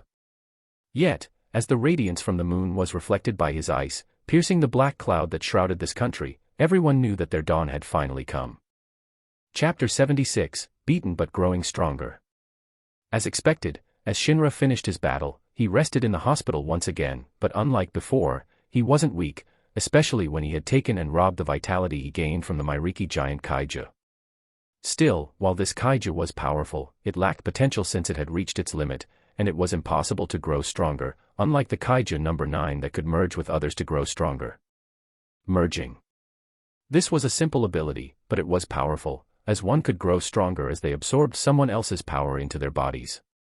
Frankly, he could have taken Kafka's kaiju number 8, Hashina's talent in close combat, or Mina's talent in long-range combat, but as expected, he couldn't take the abilities of others that he was familiar with or close to. Be someone who could betray his friends and lovers for his ambition. Shinra didn't want to become such a person, like those who had made his life into a hell in the world of Naruto. The only time that Shinra didn't lack was a time, so instead of being greedy and impatient, he should grow stronger steadily, in a stable yet sure way. However, when he saw a chance to grow, he wouldn't hesitate, and because of that, he had to go to another world after this, and naturally, his next destination was the world of One Piece. It might be possible for him to go back to the world of Naruto, but he knew well that he was still weak against illusions, mental attacks, and strange abilities that existed in the world of Naruto, and unless he improved his survivability, escape methods, and defense to stay alive from those strange techniques in the world of Naruto, he wouldn't return. However, with how he was, it was possible for him to grow stronger easily in the world of Naruto, especially with the abilities that he gained from the kaiju number 9 and the Myricky giant kaiju. Merging, shape-shifting, kaiju creation, kaiju control, healing power, energy shield, an energy attack, and a camouflage shield. Those were the abilities he gained from the kaiju number 9. The merging was obvious, and that was to merge those he wanted inside his body, making them part of his power. It was quite similar to the Eye of Usurp, but unlike the Eye of Usurp, which could be done from a distance and as long as his eyes saw his target, he could take their power, but for the merging, his target had to be within a close distance, by his side, or even inside him. Frankly, this power was unique, and it was also part of the shape-shifting ability of the kaiju number 9, which allowed it to detach part of its body, like how it shot a bullet of flesh, duplicated itself, and even metamorphosed into another form of those that it had fused inside its body. With this ability alone, it was worth it to come to this world, but the kaiju number 9 had many other powers, such as kaiju creation and kaiju control, which enabled it to create a swarm of kaiju that attacked the Tachikawa base and the Shinagawa city previously. There was even the healing power, which made it able to regenerate itself no matter how much damage it had received as long as its core wasn't destroyed, and it could also go beyond by giving it the power to resurrect. Shinra hadn't tried the power of the resurrection, but beside the kaiju, he wondered whether the power of resurrection could be used on humans, too. If it were possible, then it would be amazing, he thought. Still, this wasn't the end, as kaiju number 9 could also manipulate energy, which allowed it to shoot a blast of energy or create a force field, enabling it to defend against an attack. It might be simple, but as long as one's energy was enormous, just a blast of energy was enough to destroy everything. Lastly, camouflage space. Frankly, Shinra was surprised when he gained this ability, never expecting that the kaiju number 9 had such an ability to create areas that cut off radio frequencies and vital signs, causing people from the outside unable to enter or know their whereabouts while trapping their prey from escaping unless they choose to do so. It was a great ability to hide, and it made him able to hide from the detection of others, especially a ninja, who was good at tracking, he thought. Still, beside the kaiju number 9, he also got his hands on the abilities of the Myricky giant kaiju, but then again, except for being known as the most powerful, its ability was quite limited since more or less, it was about the same as other kaiju, which was a monstrous physical ability and an energy blast, and he also didn't have much of an expectation until he discovered two unique abilities of this kaiju: necromancy and runes. Those abilities were unexpected, but it was a good ability regardless. The necromancy was the ability that allowed this kaiju to make all the corpses of kaiju all over Japan come back alive, resurrected, and bring terror to the world. On the other hand, the runes, while Shinra wasn't sure of the full capabilities of this ability, could be used for a variety of functions, such as causing an explosion, but he felt that it had further potentials that hadn't been tapped yet, so let's see how it goes later. Regardless, in this world, for him, who could control the kaiju that ravaged humanity, could do anything. Or rather, the moment he gained the power to control the kaiju, he made the kaiju unable to attack all of his properties and just attacked the others. Yes, even if the kaiju number 9 and the Myricky giant kaiju had been defeated, many kaiju still emerged and ravaged this world. As for when those kaijus would stop appearing, Shinra wasn't sure, and currently, except for protecting the people that he loved and his assets, he couldn't do anything else, so he knew well that he had to grow stronger, especially when there was a high chance that a strong kaiju might appear. Regardless, his time in this world was about to end, and Shinra was about to leave for another world, but... Shinra. Yes. Kokoro held her belly and said nervously, I seem to be pregnant. Shinra. On the other hand, Mina also joined him in his room, under the confused gaze of Kokoro, who had just announced her pregnancy. Do you need Shinra for something, Commander Ashiro? While Kokoro was confused by the sudden emergence of Mina, she still greeted her politely until... Shinra, I am pregnant, Mina said with a blush as she held her belly. Kokoro. Shinra took a deep breath and hugged the two of them. Thank you, you two. Yet, while he tried to pacify the situation in his own way, without a doubt, he was beaten so thoroughly by many. Fortunately, his stay wasn't long, and he had decided to take a trip to another world, returning to the world of One Piece. Standing on the island where he had gained the power of the Bane no Mi and tasted the feeling of defeat from the user of the Hana no Mi, Nico Robin, Shinra took a deep breath, savoring the salty taste and fresh air of the ocean. Now, what should I do? In this world, to grow stronger, what path should he choose? Chapter 77, Isn't It Obvious? One Piece. There you go, that's the end of the Kaiju number 8 arc. My impression is... While I have satisfied my desire to write Kaiju number 8 fanfic, I have to say that when I wrote it, my mood wasn't as good as I thought it would be. The story was simple and straightforward. Or rather, the kaiju number 8 will finish in just one chapter later. Also, the movie was kind of a letdown, even though I had waited for so long, so at least, the fanfic should be good, right? Still, what I wanted to say was that sometimes it isn't good to just follow your feelings, since the result isn't what you expect. But nevertheless, the kaiju number 8 arc has ended, and now, we will start the One Piece arc. Please look forward. Now, what should I do? First, Shinra tried to think about where he was, and naturally, he hadn't changed his location. He was still on Jaya Island, the lawless island in paradise popular with pirates. On this island, he met the Bellamy pirates and acquired the abilities of Bellamy and Sarquis. He then met Nico Robin, whom he had taken care of, and shared with him knowledge of the Bato Bato no Mi, model, vampire. Naturally, Shinra planned to get this devil fruit, as it was one of the strongest types of devil fruits known as the mythical Zoan. While a Zoan type of devil fruit might be simple and even lacking potential, compared to others devil fruit types, depending on the type of model of the Zoan type devil fruit, the improvement given by this devil fruit was the best. Even Luffy, the original MC of this world, also ate the Zoan type of a devil fruit, which made Shinra feel a bit disappointed since in the original he had always thought that it was a Gomu Gomu no Mi, so when it suddenly became Nika Nika no Mi, it was kind of a letdown as if the Gomu Gomu no Mi, this simple yet sought after by every man in the world, couldn't make one into the king of pirates. Regardless, while Shinra wanted to get his hands on the Bato Bato no Mi, model, vampire, he had to think about what he should do in this world. A pirate and a marine. While Shinra could see many professions in this world, such as a merchant, a bounty hunter, a martial artist, or just a treasure hunter, in the world of One Piece, the best way to grow stronger was either to become a pirate or a marine. Let's think about their advantages. Sitting on a large log on the beach, he started to think about the merits and demerits of choosing those professions. First was the pirate, which was the profession chosen by Luffy, the main character of this world. If Shinra had to say the advantage of this profession, it was that it was free, and being a pirate meant that he could do anything he wanted, whether it was to bring terror to many others.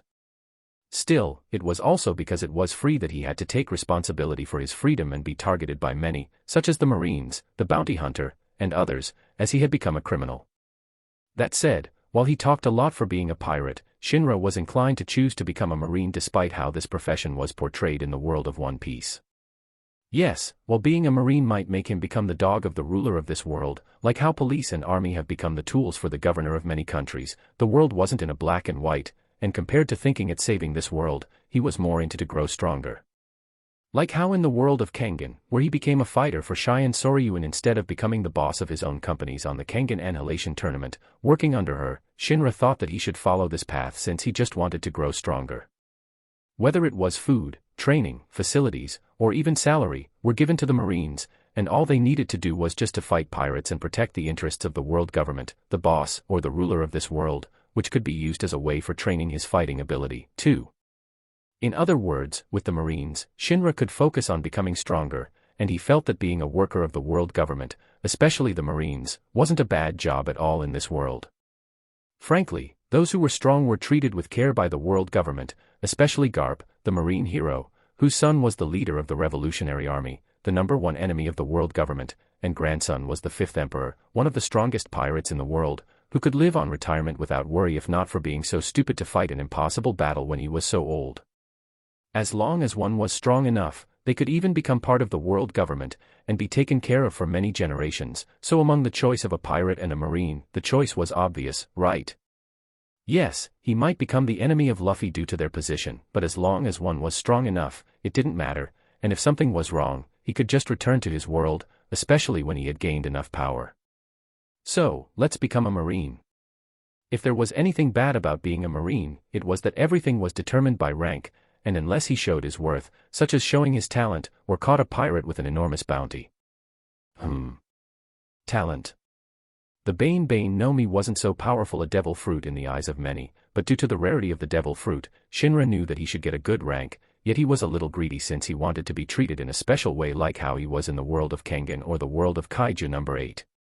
So, if possible, he knew that he should get more power, at least in the eyes of the public. Shinra felt that it was better for him to be known to have eaten different devil fruits instead of Bane Bane no Mi. Subconsciously, Shinra looked up at the sky, staring at the cloud, trying to penetrate behind, thinking of a certain devil fruit that could give him an unbeatable power that matched that of the Admiral, one of the highest positions in the Marines, instantly. Could he? Shinra shook his head since he didn't have 100% confidence to defeat that person, and unless he mastered the unique ability that could help him in this battle against that person, who mastered the ability that was usually used by the king of gods in the polytheism religions, it was better for him to aim for the Bato no Mi model vampire first. If not, then let's get the closest Logia type. As he thought so, the face of Robin, who used her devil fruit in such a way, made his lower body tense, which made him helpless, thinking that despite having a heavy responsibility to be an avenger, bringing a ruin to the one that had caused his family to extinct, he was still like this, making him both helpless and weird, as he didn't seem to change at all. Regardless, he thought his plan was simple, and that was to get his hands on the Bato no Mi model vampire, and it seemed simple, especially when the location was quite close. However, when he was about to leave, he saw a familiar face that he hadn't seen for a while. 2x. Still, facing his stunned expression, Robin smiled and asked, "Do you miss me?" Shinra. Chapter 78, Change of Plan. So, where have you been? The two sat side by side as Robin sat on a large log while she asked Shinra the question, but he moved slightly to the side as he was afraid that he couldn't refuse her again. After a long parting between them, Shinra had to say Robin was as beautiful as ever, with an exotic charm and womanly qualities that she displayed proudly with her attire that exposed many parts of her smooth skin and curves, but when he moved slightly to the side, she followed him, moving to his side, too, which made him helpless and just stopped before he realized the meaning behind her words and asked, "Did something happen?" "You don't know." "Should I know?" Robin stared at Shinra, who seemed to be completely oblivious, with a helpless sigh. She had many emotions in her heart, yet, frankly, inwardly, she was glad that he was okay, so she told him everything about what had happened after he left. Doflamingo. Don't you know? It should be a famous pirate. It is. Robin sighed helplessly. He should be more famous than I, and his bounty is higher. So, what's the problem with him? Bellamy, the one that you killed, was Doflamingo's subordinate. Now, you understand, right? While Bellamy wasn't as close to Doflamingo, he was still a subordinate. If Doflamingo was the one who punished or killed Bellamy, then no one would say anything, but if it was someone else, then it would be a different matter, since it meant Shinra had picked a fight with the Doflamingo pirate. In other words, Shinra was being hunted by the Doflamingo pirate. After all, if Doflamingo did nothing, then his name and reputation would be stained, and others would think of him as weak for not doing anything when his follower was beaten. In the world of pirates, a name and a reputation were more important than anything, and if one couldn't maintain them, especially when one didn't do anything when they were provoked, then it would lead to a bigger problem, as others would definitely try to provoke and pick a fight with Doflamingo too, as Shinra could get away with what he did. Still, Shinra had never thought much of Doflamingo, and if he wanted to hide, no one could find him either, especially when he could shapeshift by using Kaiju's ability or the transformation jutsu, one of the most basic jutsu in the world of Naruto. But you are okay. Instead of himself, Shinra wondered whether it was okay for Robin to stay in this place, and even tried to remind him about this problem. However, Robin didn't answer his question and stared at him for a while until she smiled sweetly and asked, "Are you worried about me? Is that not okay? As expected, you miss me, right? Stop. Stop. Stop." When Shinra saw several hands emerge from his thighs, he quickly stopped Robin since he had promised himself not to be seduced anymore. "Then, why did you come back here again? If Shinra didn't miss Robin, then why did he return to this dangerous island where there were a lot of pirates, and he was also chased by the Doflamingo pirate? Could he say that because this was his last spot before he left this world previously? If the Eye of the Beyond could help him choose the spot where he would be when he traveled to another world, then he would go to the spot where he could get the Bato no Mi model vampire instead of Jaya Island. Still, it was impossible for him to say that to Robin since he didn't really want her to know about his unique ability. After all, unlike Mikoto, whom he brought from another world, which made them know each other for so long, and also impregnated her, he only knew Robin for so short a time, but she was so shameless to use her hands to do all of that to his body. Well, it felt good, though. However, this wasn't the time for that. As Shinra remained in silence and tried to put on a cold expression, Robin giggled and asked, "So, have you found the Bato no Mi model vampire?" "No, not yet." "Then, do you want me to help you?" "Huh." Shinra was surprised and asked, "Is that okay?" "I don't mind, but help me do something first." "What is it?" "To find the poneglyph." Poneglyph.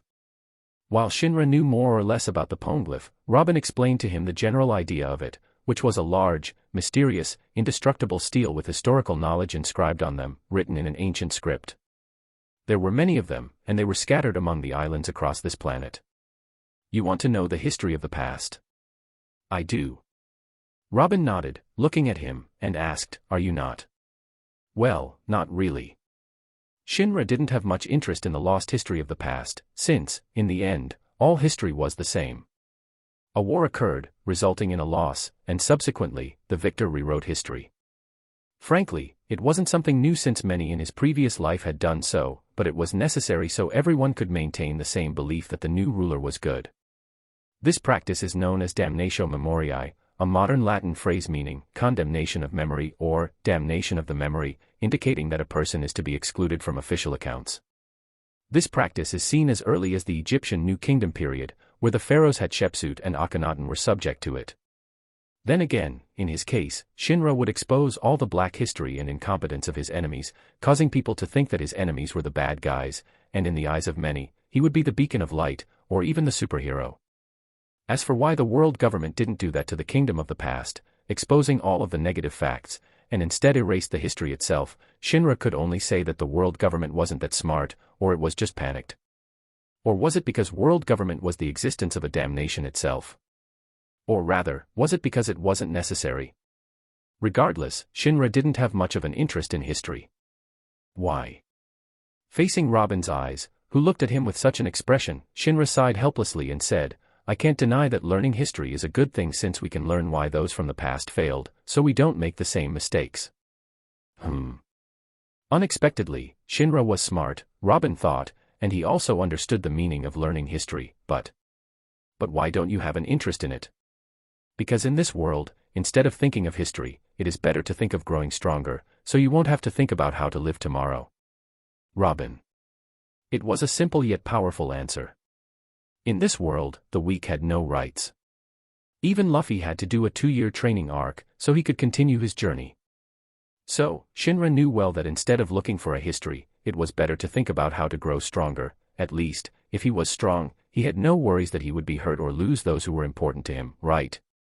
Come on. Let's get the Bato no Mi model vampire. It's a bit far, though. Where is it?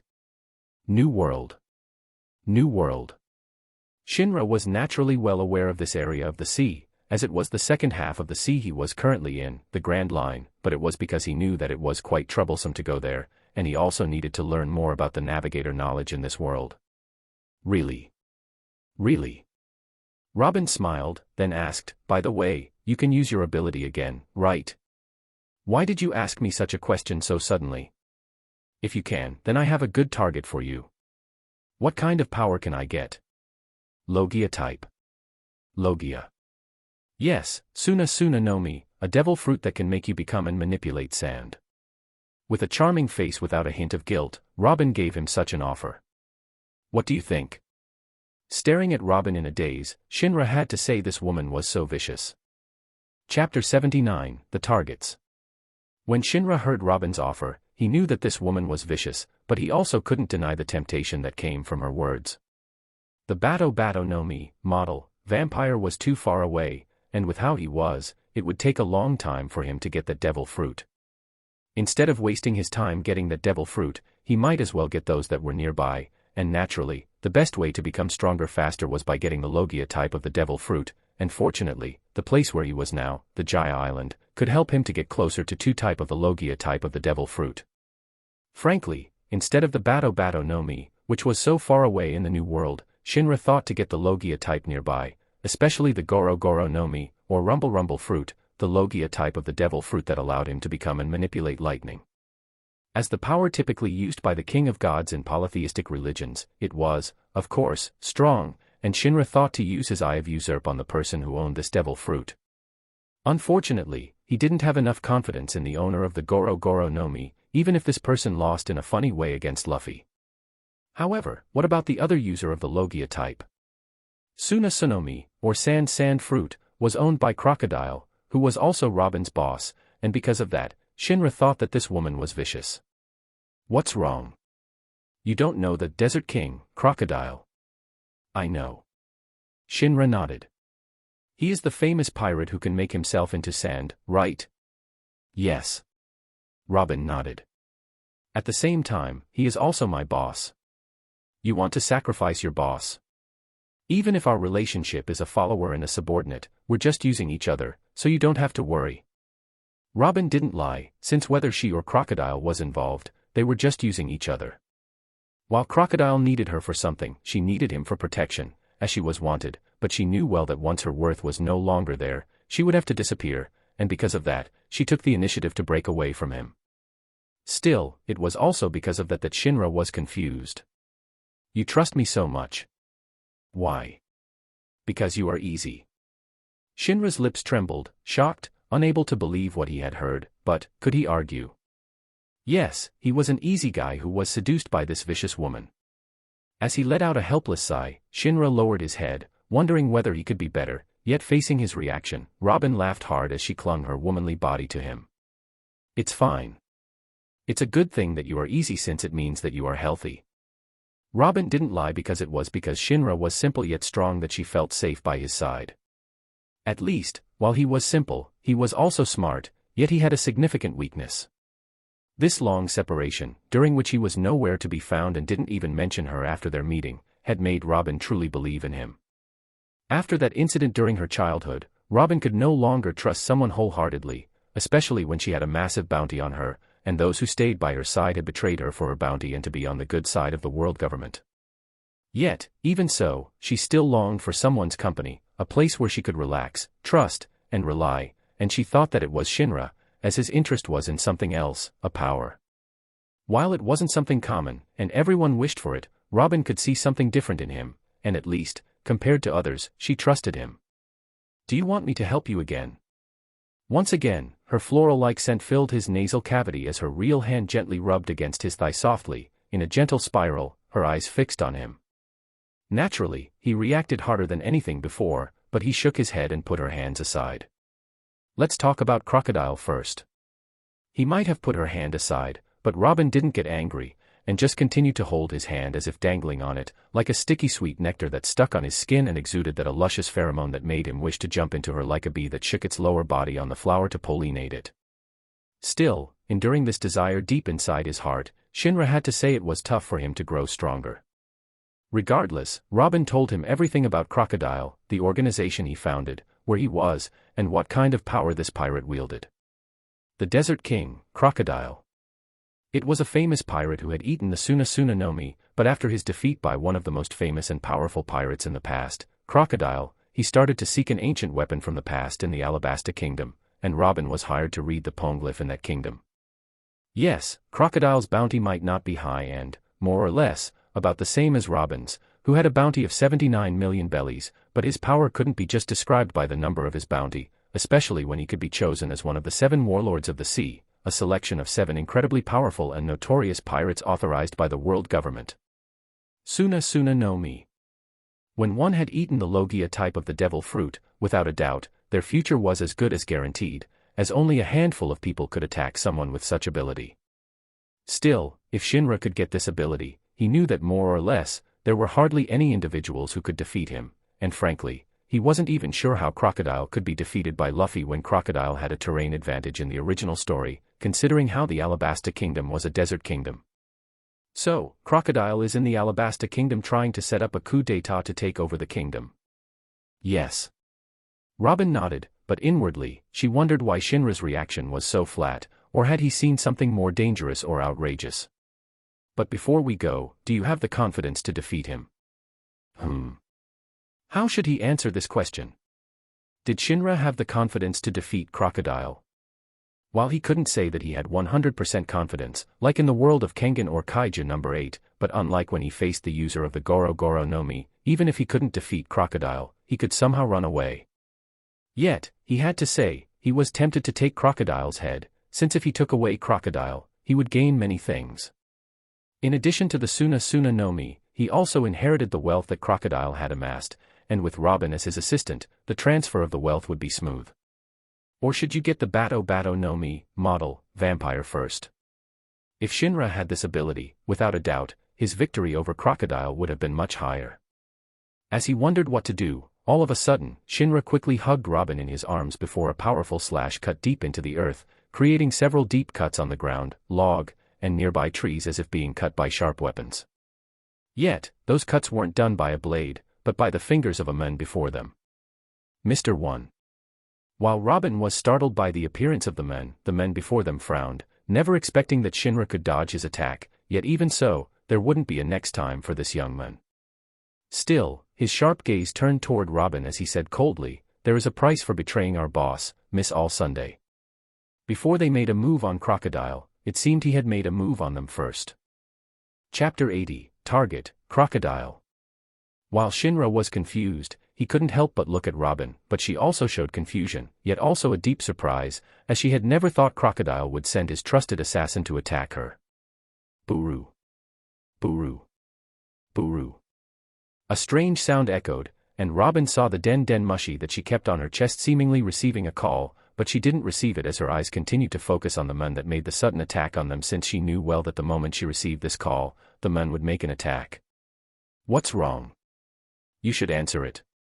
The man was calm, cool, and even cold as he didn't move, seemingly waiting for Robin to answer her den mushi, yet, his eyes were always on Shinra, who could dodge his sneak attack. Despite his relaxed stance, he used his ability. "So you should understand why you are killed." Like Robin, who made a plot to take away the life of her boss also never trusted her and had sent an assassin to take her life. At the same time, Robin sighed helplessly, wondering why she had become so naive, thinking that all her actions weren't being monitored, and had the confidence that everything would be okay. Regardless, the sudden appearance of this man made her tense and nervous, since, unlike other subordinates of her boss, who had a kind of humorous and somewhat clown-like existence, this man was strong. Mr. 1, also known as Das Bones, was a notorious assassin, also referred to as the Killer. With cold, machine-like eyes, Bones accepted all the assassin jobs for money and also trained himself in his martial arts. More importantly, he was also a user of the devil fruit. Does he really want to kill me? Robin knew that Crocodile needed her to search for the ancient weapon to conquer the world, so would Crocodile really want to kill her? "No, but he told me to cut all of your limbs, so you couldn't run away again, Miss All Sunday." Robin was silent for a moment, then said with a smile and laugh, "Boss sure loves me. I will let you go, but kill the young man next to you." Bones, who saw Robin had a mood to joke around, gave such an ultimatum, and he wouldn't accept a rejection as an answer. Robin took a deep breath, then looked at Shinra, who was also looking at her, before she raised both of her arms and apologized. "I am sorry, Shinra." As the pink cherry blossom petals scattered around her body, she used the power of Hana no Mi and created several arms to break the neck and the joints of her target, but her target wasn't Shinra. Instead, it was Bones who stood by their side. Bones was startled, and his entire body quickly hardened to the limit. Spider. Despite being motionless, his body had become as hard as steel, and Robin's arms couldn't even move Bones' body. Instead, her hands were the ones that were cut. Splash.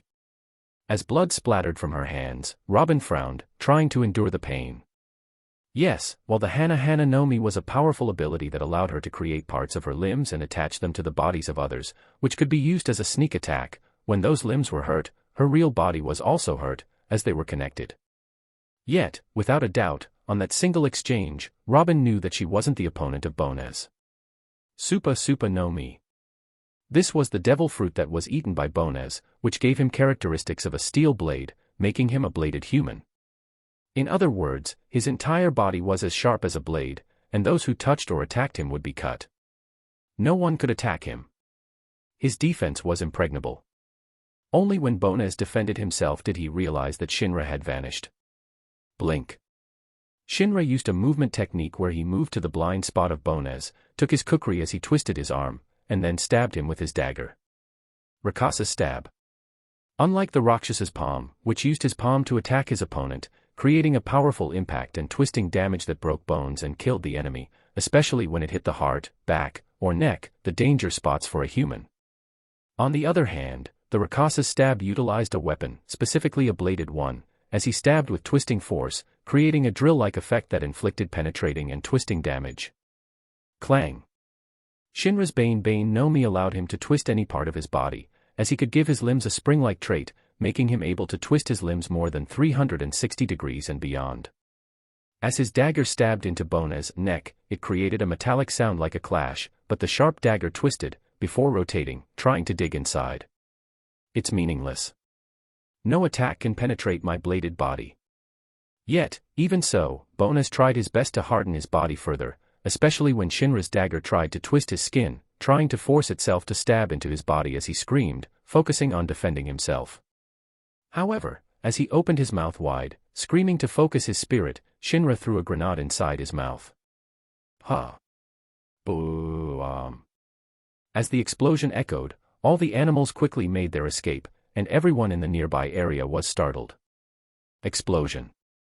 It is from the forest. What is happening? Everyone was confused, but no one dared to get close, yet for Robin, who saw the fight that had happened before her, she couldn't utter a single word, as it was the first time she had seen someone fight in such a way. However, one word to describe Shinra's fighting style was dirty. Yet, she sighed in relief as she knew the victor was clear. Yes, Bona's defense might be high since his body was as hard as a steel blade due to the Supa no Mi, making him both hard and sharp, so those who attacked him would be cut, yet facing an explosion that happened directly on his mouth, how could he defend against it? Moreover, this was a special grenade used for a kaiju, so of course, the damage that it caused was even more dangerous than a normal grenade. Regardless, their battle quickly ended, and before Bonas died, Shinra used the Eye of Usurp, took Bonas' ability directly, and took away the power of Supa no Mi into his body. Still, he didn't waste his chance and took away Bonas' corpse by using the seal jutsu, then took Robin's hand before pulling her.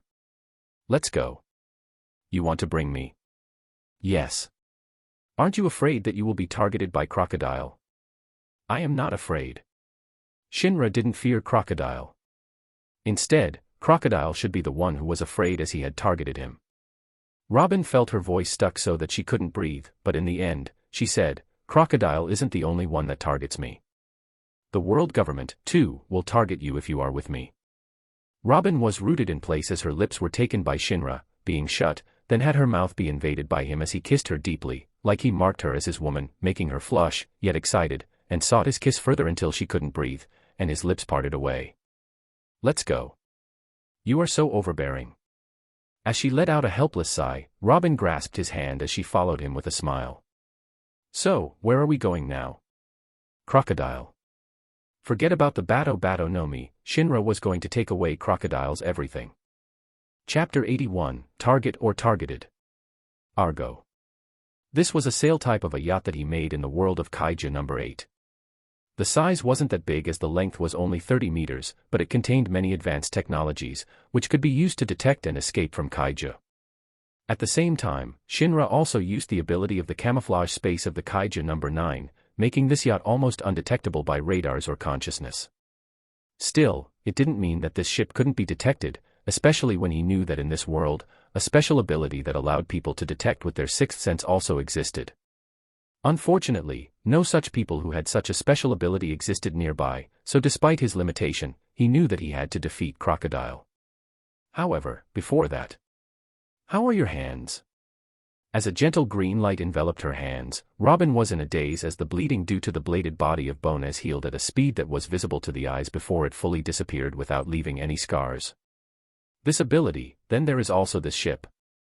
Robin was in a daze when she saw everything Shinra could do, whether it was his ability to steal the abilities of others, his healing powers, a scroll that could store something, or, lastly, this advanced ship that was unlike any other in this world. While she hadn't asked, she felt like Shinra might be a descendant of a mysterious race, and probably the only one, and everything he gained was an inheritance from his family. Like her. Somehow, she couldn't help but think so, as Robin was the only person who could read the poneglyph, and Shinra was probably a dangerous race that was erased by the world government in the past, leaving only him. This must be the reason why he wants to become stronger. Regardless, if Shinra knew what Robin thought, he wouldn't say anything and just smile, letting her believe what she thought. I am fine. That's good, then. Shinra had learned many jutsu from Mikoto, and while she was also a Uchiha, she had retired as a ninja and focused on being a housewife, so what she could teach him was limited, but she was good at medical jutsu.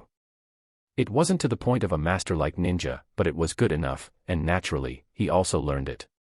Fortunately, it seemed that he had quite a talent for it, but unfortunately, instead of survivability, the Uchiha ninja only cared about becoming stronger, so there was only one medical jutsu, known as mystical palm jutsu, the most basic jutsu that was learned by medical ninja. While this was known as the most basic, to master a medical jutsu wasn't easy, as one needed a talent for chakra control to do it, but fortunately, as a ninja from the Uchiha family, talent was the only thing that he lacked, especially after he awakened the Manjikyu Sharingan. Still, his ninja knowledge was limited as he was only taught by Mikoto, so he knew that he might need to go to the world of Naruto in the future, especially after he gained the merging ability of the Kaija number 9. If he fused himself with the corpse of those powerful ninja, what would happen? Lastly, he wanted to awaken his eternal Manjikyu Sharingan, so he didn't have to worry about his limit and grew stronger steadily, so no one could match him. By the way, let me ask you again. Robin, whose hands had been healed, stared at Shinra with a solemn expression and asked, "Do you have 100% confidence to defeat Crocodile?" If it's a direct battle, while I am not sure about my victory, I believe that I can run away and he won't be able to defeat me, but if it's an assassination, then I will be the victor. Shinra wasn't so stupid that he would fight like Luffy, who was loud and stupid. Instead of having such a hard battle where he had to rely on his luck or the protagonist's luck like those MC of the shounen manga, he wanted to have a swift battle where it would end in a second. It was probably boring, but to face a dangerous foe where he wasn't even sure about his victory, he wanted to bring all the elements to his advantage. So, tell me everything, anything, you know about him, so I will be the victor. Robin felt her chest was a little heavy, but she nodded. I will. As she told him everything she knew about Crocodile, Shinra also learned his new gain, which was the Supa Supa no Mi, or Dice fruit, a paramecia-type devil fruit that enables the user's body to gain characteristics of a steel blade to attack opponents with, making the user a full-body bladed human.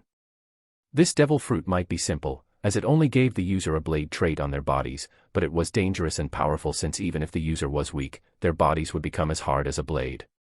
In addition to being as hard as steel, he was also sharp, so that his touch could cut like a blade. When it was combined with the martial arts that he had learned, this power would make him even more powerful, especially if he could also learn the special abilities of the people in this world. Still, what if this ability were combined with the Suna Suna no Mi?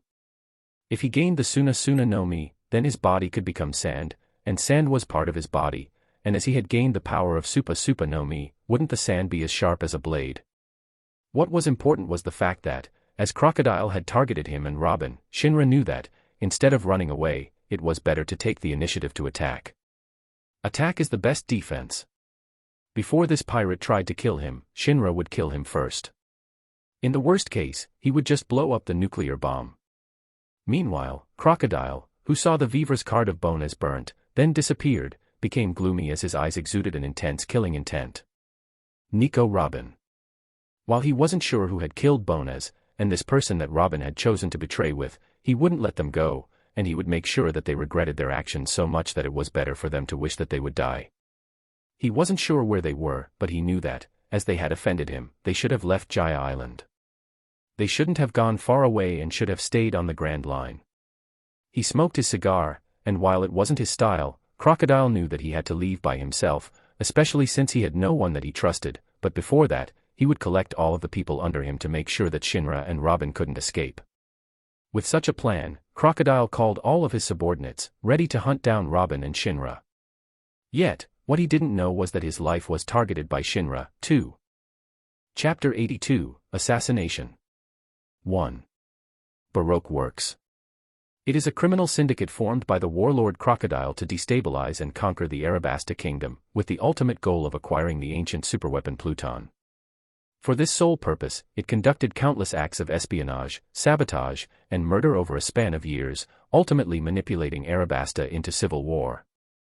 All of them, especially those with the executive positions, or one of the highest, had known each other, and they also had worked together to achieve their ambition, the Utopia plan. Still, even so, while the executives had known each other, it was their first time to be invited and called to gather together for a meeting with the real leader or the boss behind their organization. For his own goal, Crocodile had been secretive, using even aliases for himself and his members, and even hiding his real identity from everyone, as well as the real goal of his Utopia plan. Since the world government knew that he planned to acquire the ancient superweapon Pluton, he knew well that his life wouldn't be easy, and in the worst case, he might be silenced. It was also because of that he had hidden himself, without exposing himself, and even packaged himself as a hero of the people, the hope for the people of the Arabasta kingdom. Yet, Robin's betrayal changed everything. He had to catch or even kill this woman as soon as possible, or else, even he wasn't sure whether he could deal with all the consequences that would come after him. Yes, he was powerful, and in the desert, no one could be his opponent, especially when he was the user of the Suna Suna no Mi, the Logia type, the strongest type of the devil fruit that controlled sand. No, he was the sand itself. Regardless, he knew that he wasn't omnipotent, and facing the world government was too dangerous for him, so before Robin made a move, he had to make a move first. Naturally, when all the executives of the Baroque works were gathered at the place where their boss asked them, all of them were confused, and even felt an anticipation since they knew that it would be their first time to meet their boss, the one who had been hiding behind the scenes, leading them to almost conquer one of the largest countries in the world. But where is Mr. 1, Miss Daublefinger? Mr. 2, Bon Clay, a tall male cross-dresser in funny makeup and outfit like a ballerina with a swan-like head accessory on his crotch area, looked at Miss Daublefinger, who was alone with a doubt. The executives, officers, or higher-ups of the members of the Baroque works consisted of a pair of teams, each comprising a male and a female, from Mr. 1 to Mr. 5.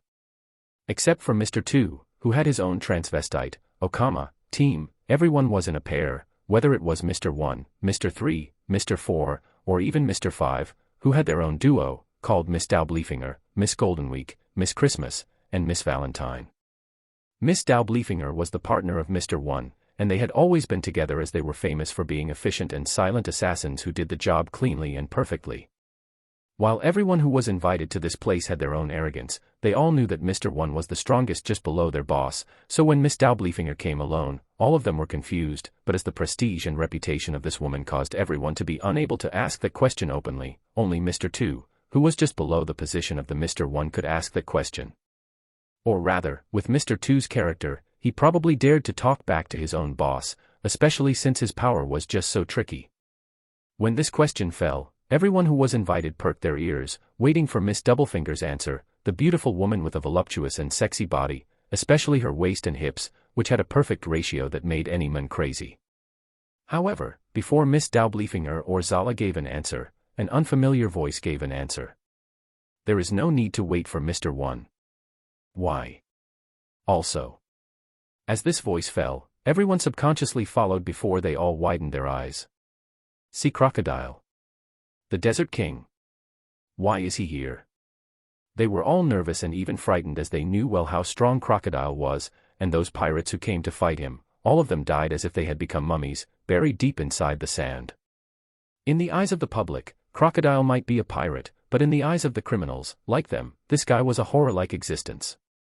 However, Mr. 3, Galdino, a man with a unique hairstyle, who was probably the smartest among all of them, was in confusion for a moment until he asked, "Are you the boss behind the Baroque works?" "That's right." Crocodile nodded, feeling satisfied with Mr. 3's question. Yet, this also made everyone stunned as they had never expected their boss, the one who had been leading them behind the scenes, was one of the warlords of the sea, Crocodile. Still, Mr. 2 asked with a note of doubt, why didn't Mr. 1 come? Because he was killed. Everyone. What? Everyone was clear how strong Mr. 1 was, and no matter how they tried to boast themselves, they still had to lower their heads in front of Mr. 1, who had always focused on improving himself to grow stronger, and more importantly, he was really that strong man that could defeat any of them in this place except for their boss. Who killed him? Mr. 2 asked quickly with a nervous expression. It's Miss All Sunday.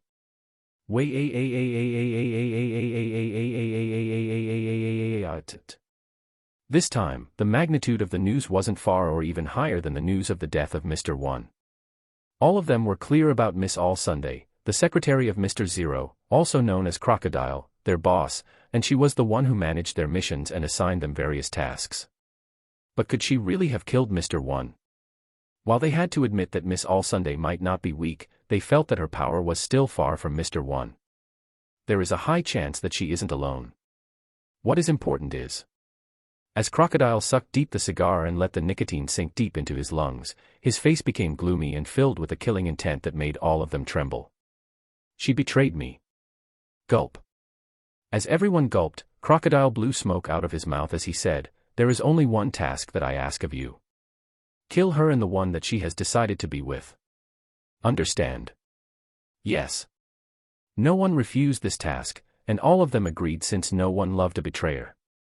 If Miss All Sunday could even kill Mr. 1, then wouldn't she be able to kill them, too? So, before she killed them, they would kill her first. The punishment for those who betrayed their organization was death. Crocodile was also ready to move by himself to execute this mission, so his plan, the utopian plan, wouldn't end in failure. He had been working on this plan for so many years, so of course, he wouldn't let anyone destroy this dream of his. The one piece is mine. As his eyes filled with a morbid emotion, Crocodile saw that Miss Daublefinger didn't leave with everyone, but walked toward him. "What's wrong, Miss Daublefinger?" "No, I just wonder what kind of arrangement you will give me, boss." "You are right." Crocodile nodded, thinking that as Miss Daublefinger was alone, she needed a partner. "You will work with Mr. 2 for now." "Eh? With me?" Mr. 2 was surprised, but then he gave a thumbs up with a bright smile that showed his white, shiny teeth. "Okay, please take care of me, Miss Daublefinger." Everyone. While they wanted to say something, in the end, they all remained silent, knowing this was Mr. 2. This guy was weird, but he was a good person. Still, watching Miss Daublefinger, Zala, who was quiet, Crocodile thought that she was unhappy, and he thought to say something since he also understood her feelings, but... Stab. Zala stabbed a dagger into Crocodile's heart, but what made everyone confused was that blood poured out from his chest as if he were hurt. No, Crocodile was hurt. His heart was stabbed all of a sudden, and it was effective as he couldn't turn the part of his body that was stabbed into the sand. Why? While Crocodile was confused, he saw Zala's hands, which were covered in crimson liquid, realizing that she had used her own blood to make her attack effective.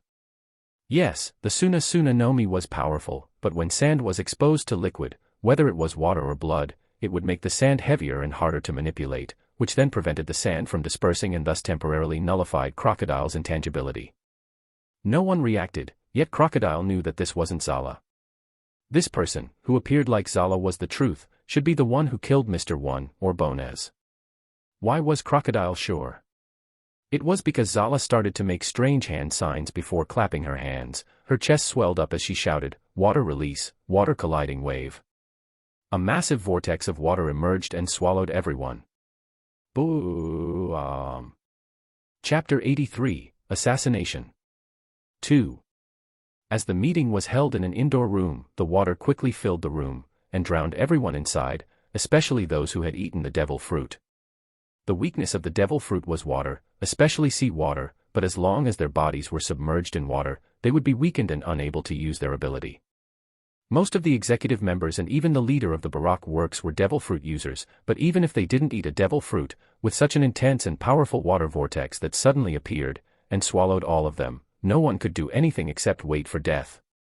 Yet, fortunately, their luck was good as the building where they had their meeting burst open, especially the window parts, as the water from Shinra's jutsu was too much to bear and caused some of those who had prepared to run away from the assassination to be pushed out and left the water-filled room. Unfortunately, when they thought that they were all right, they saw the face of Miss All Sunday, who had been waiting for them, using her powers to lock their joints. Crack. Ayah.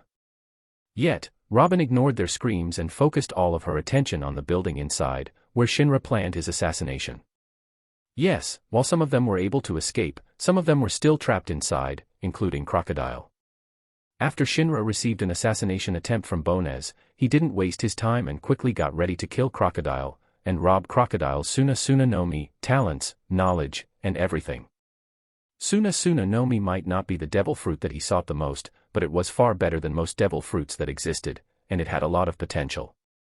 More importantly, as he needed to grow stronger faster, as he wanted to go back to the world of Naruto to evolve his Manjikyu Sharingan to the eternal Manjikyu Sharingan, having a Logia type of devil fruit was a good choice since unless his opponent had a special ability, it was impossible for them to attack him.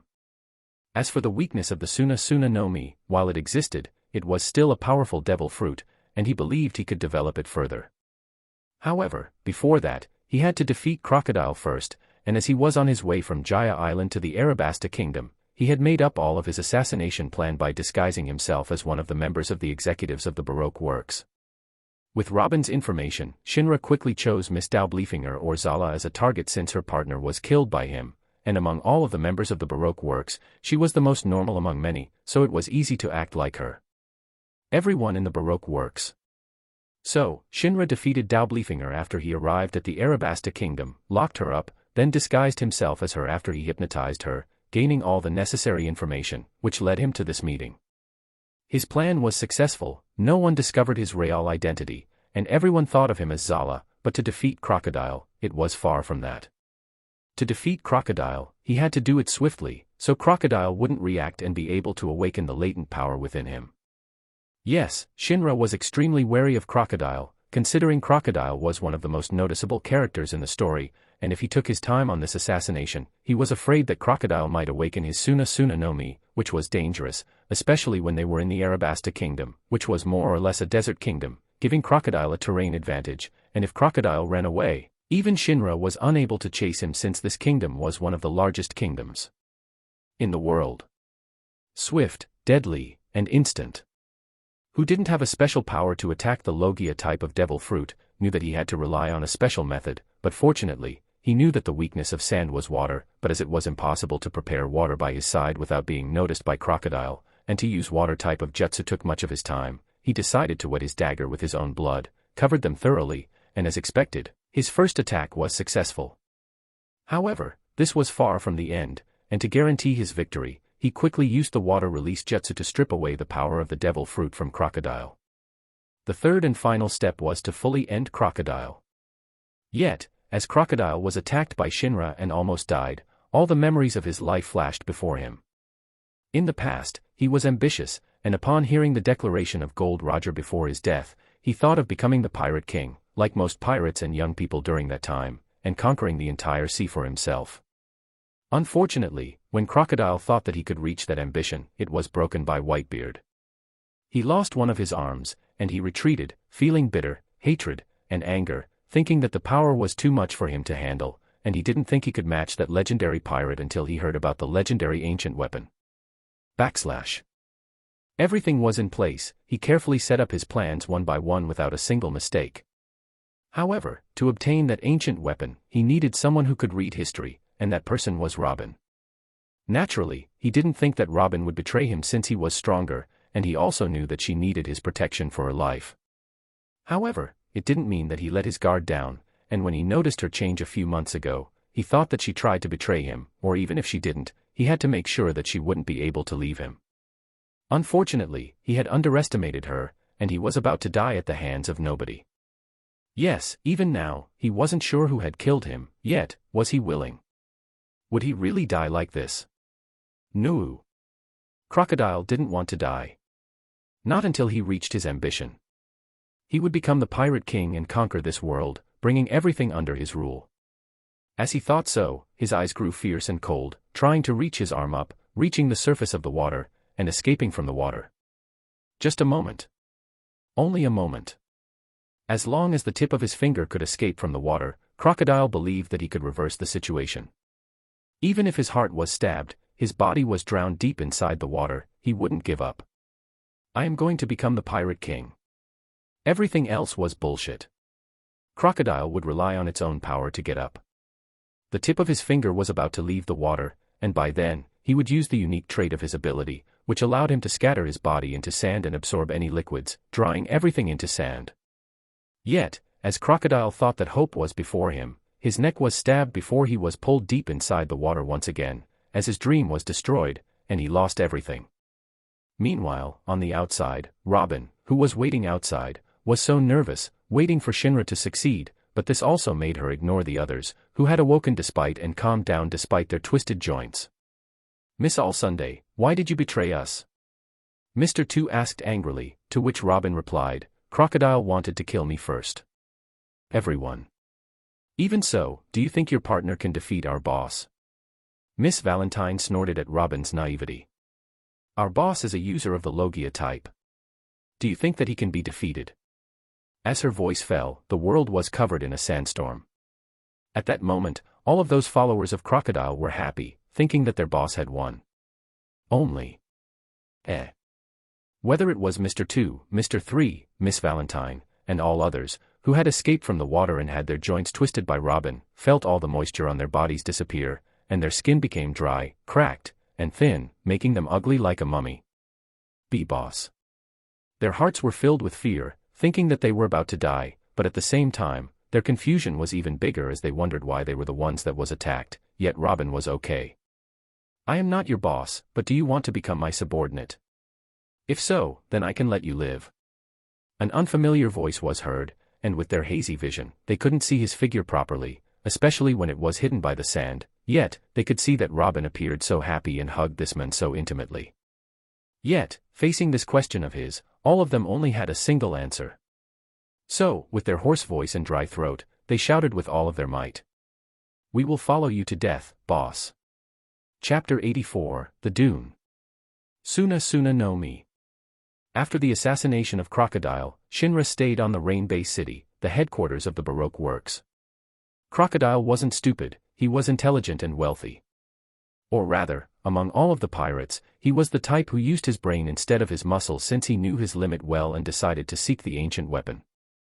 While such an act was seen as unmanly and dirty, and even looked down upon by the people of One Piece, who relied on their strength, whether it was a physical ability, swordsmanship, or even a devil fruit, everything was fair in a war, since the price of a defeat was just too horrible.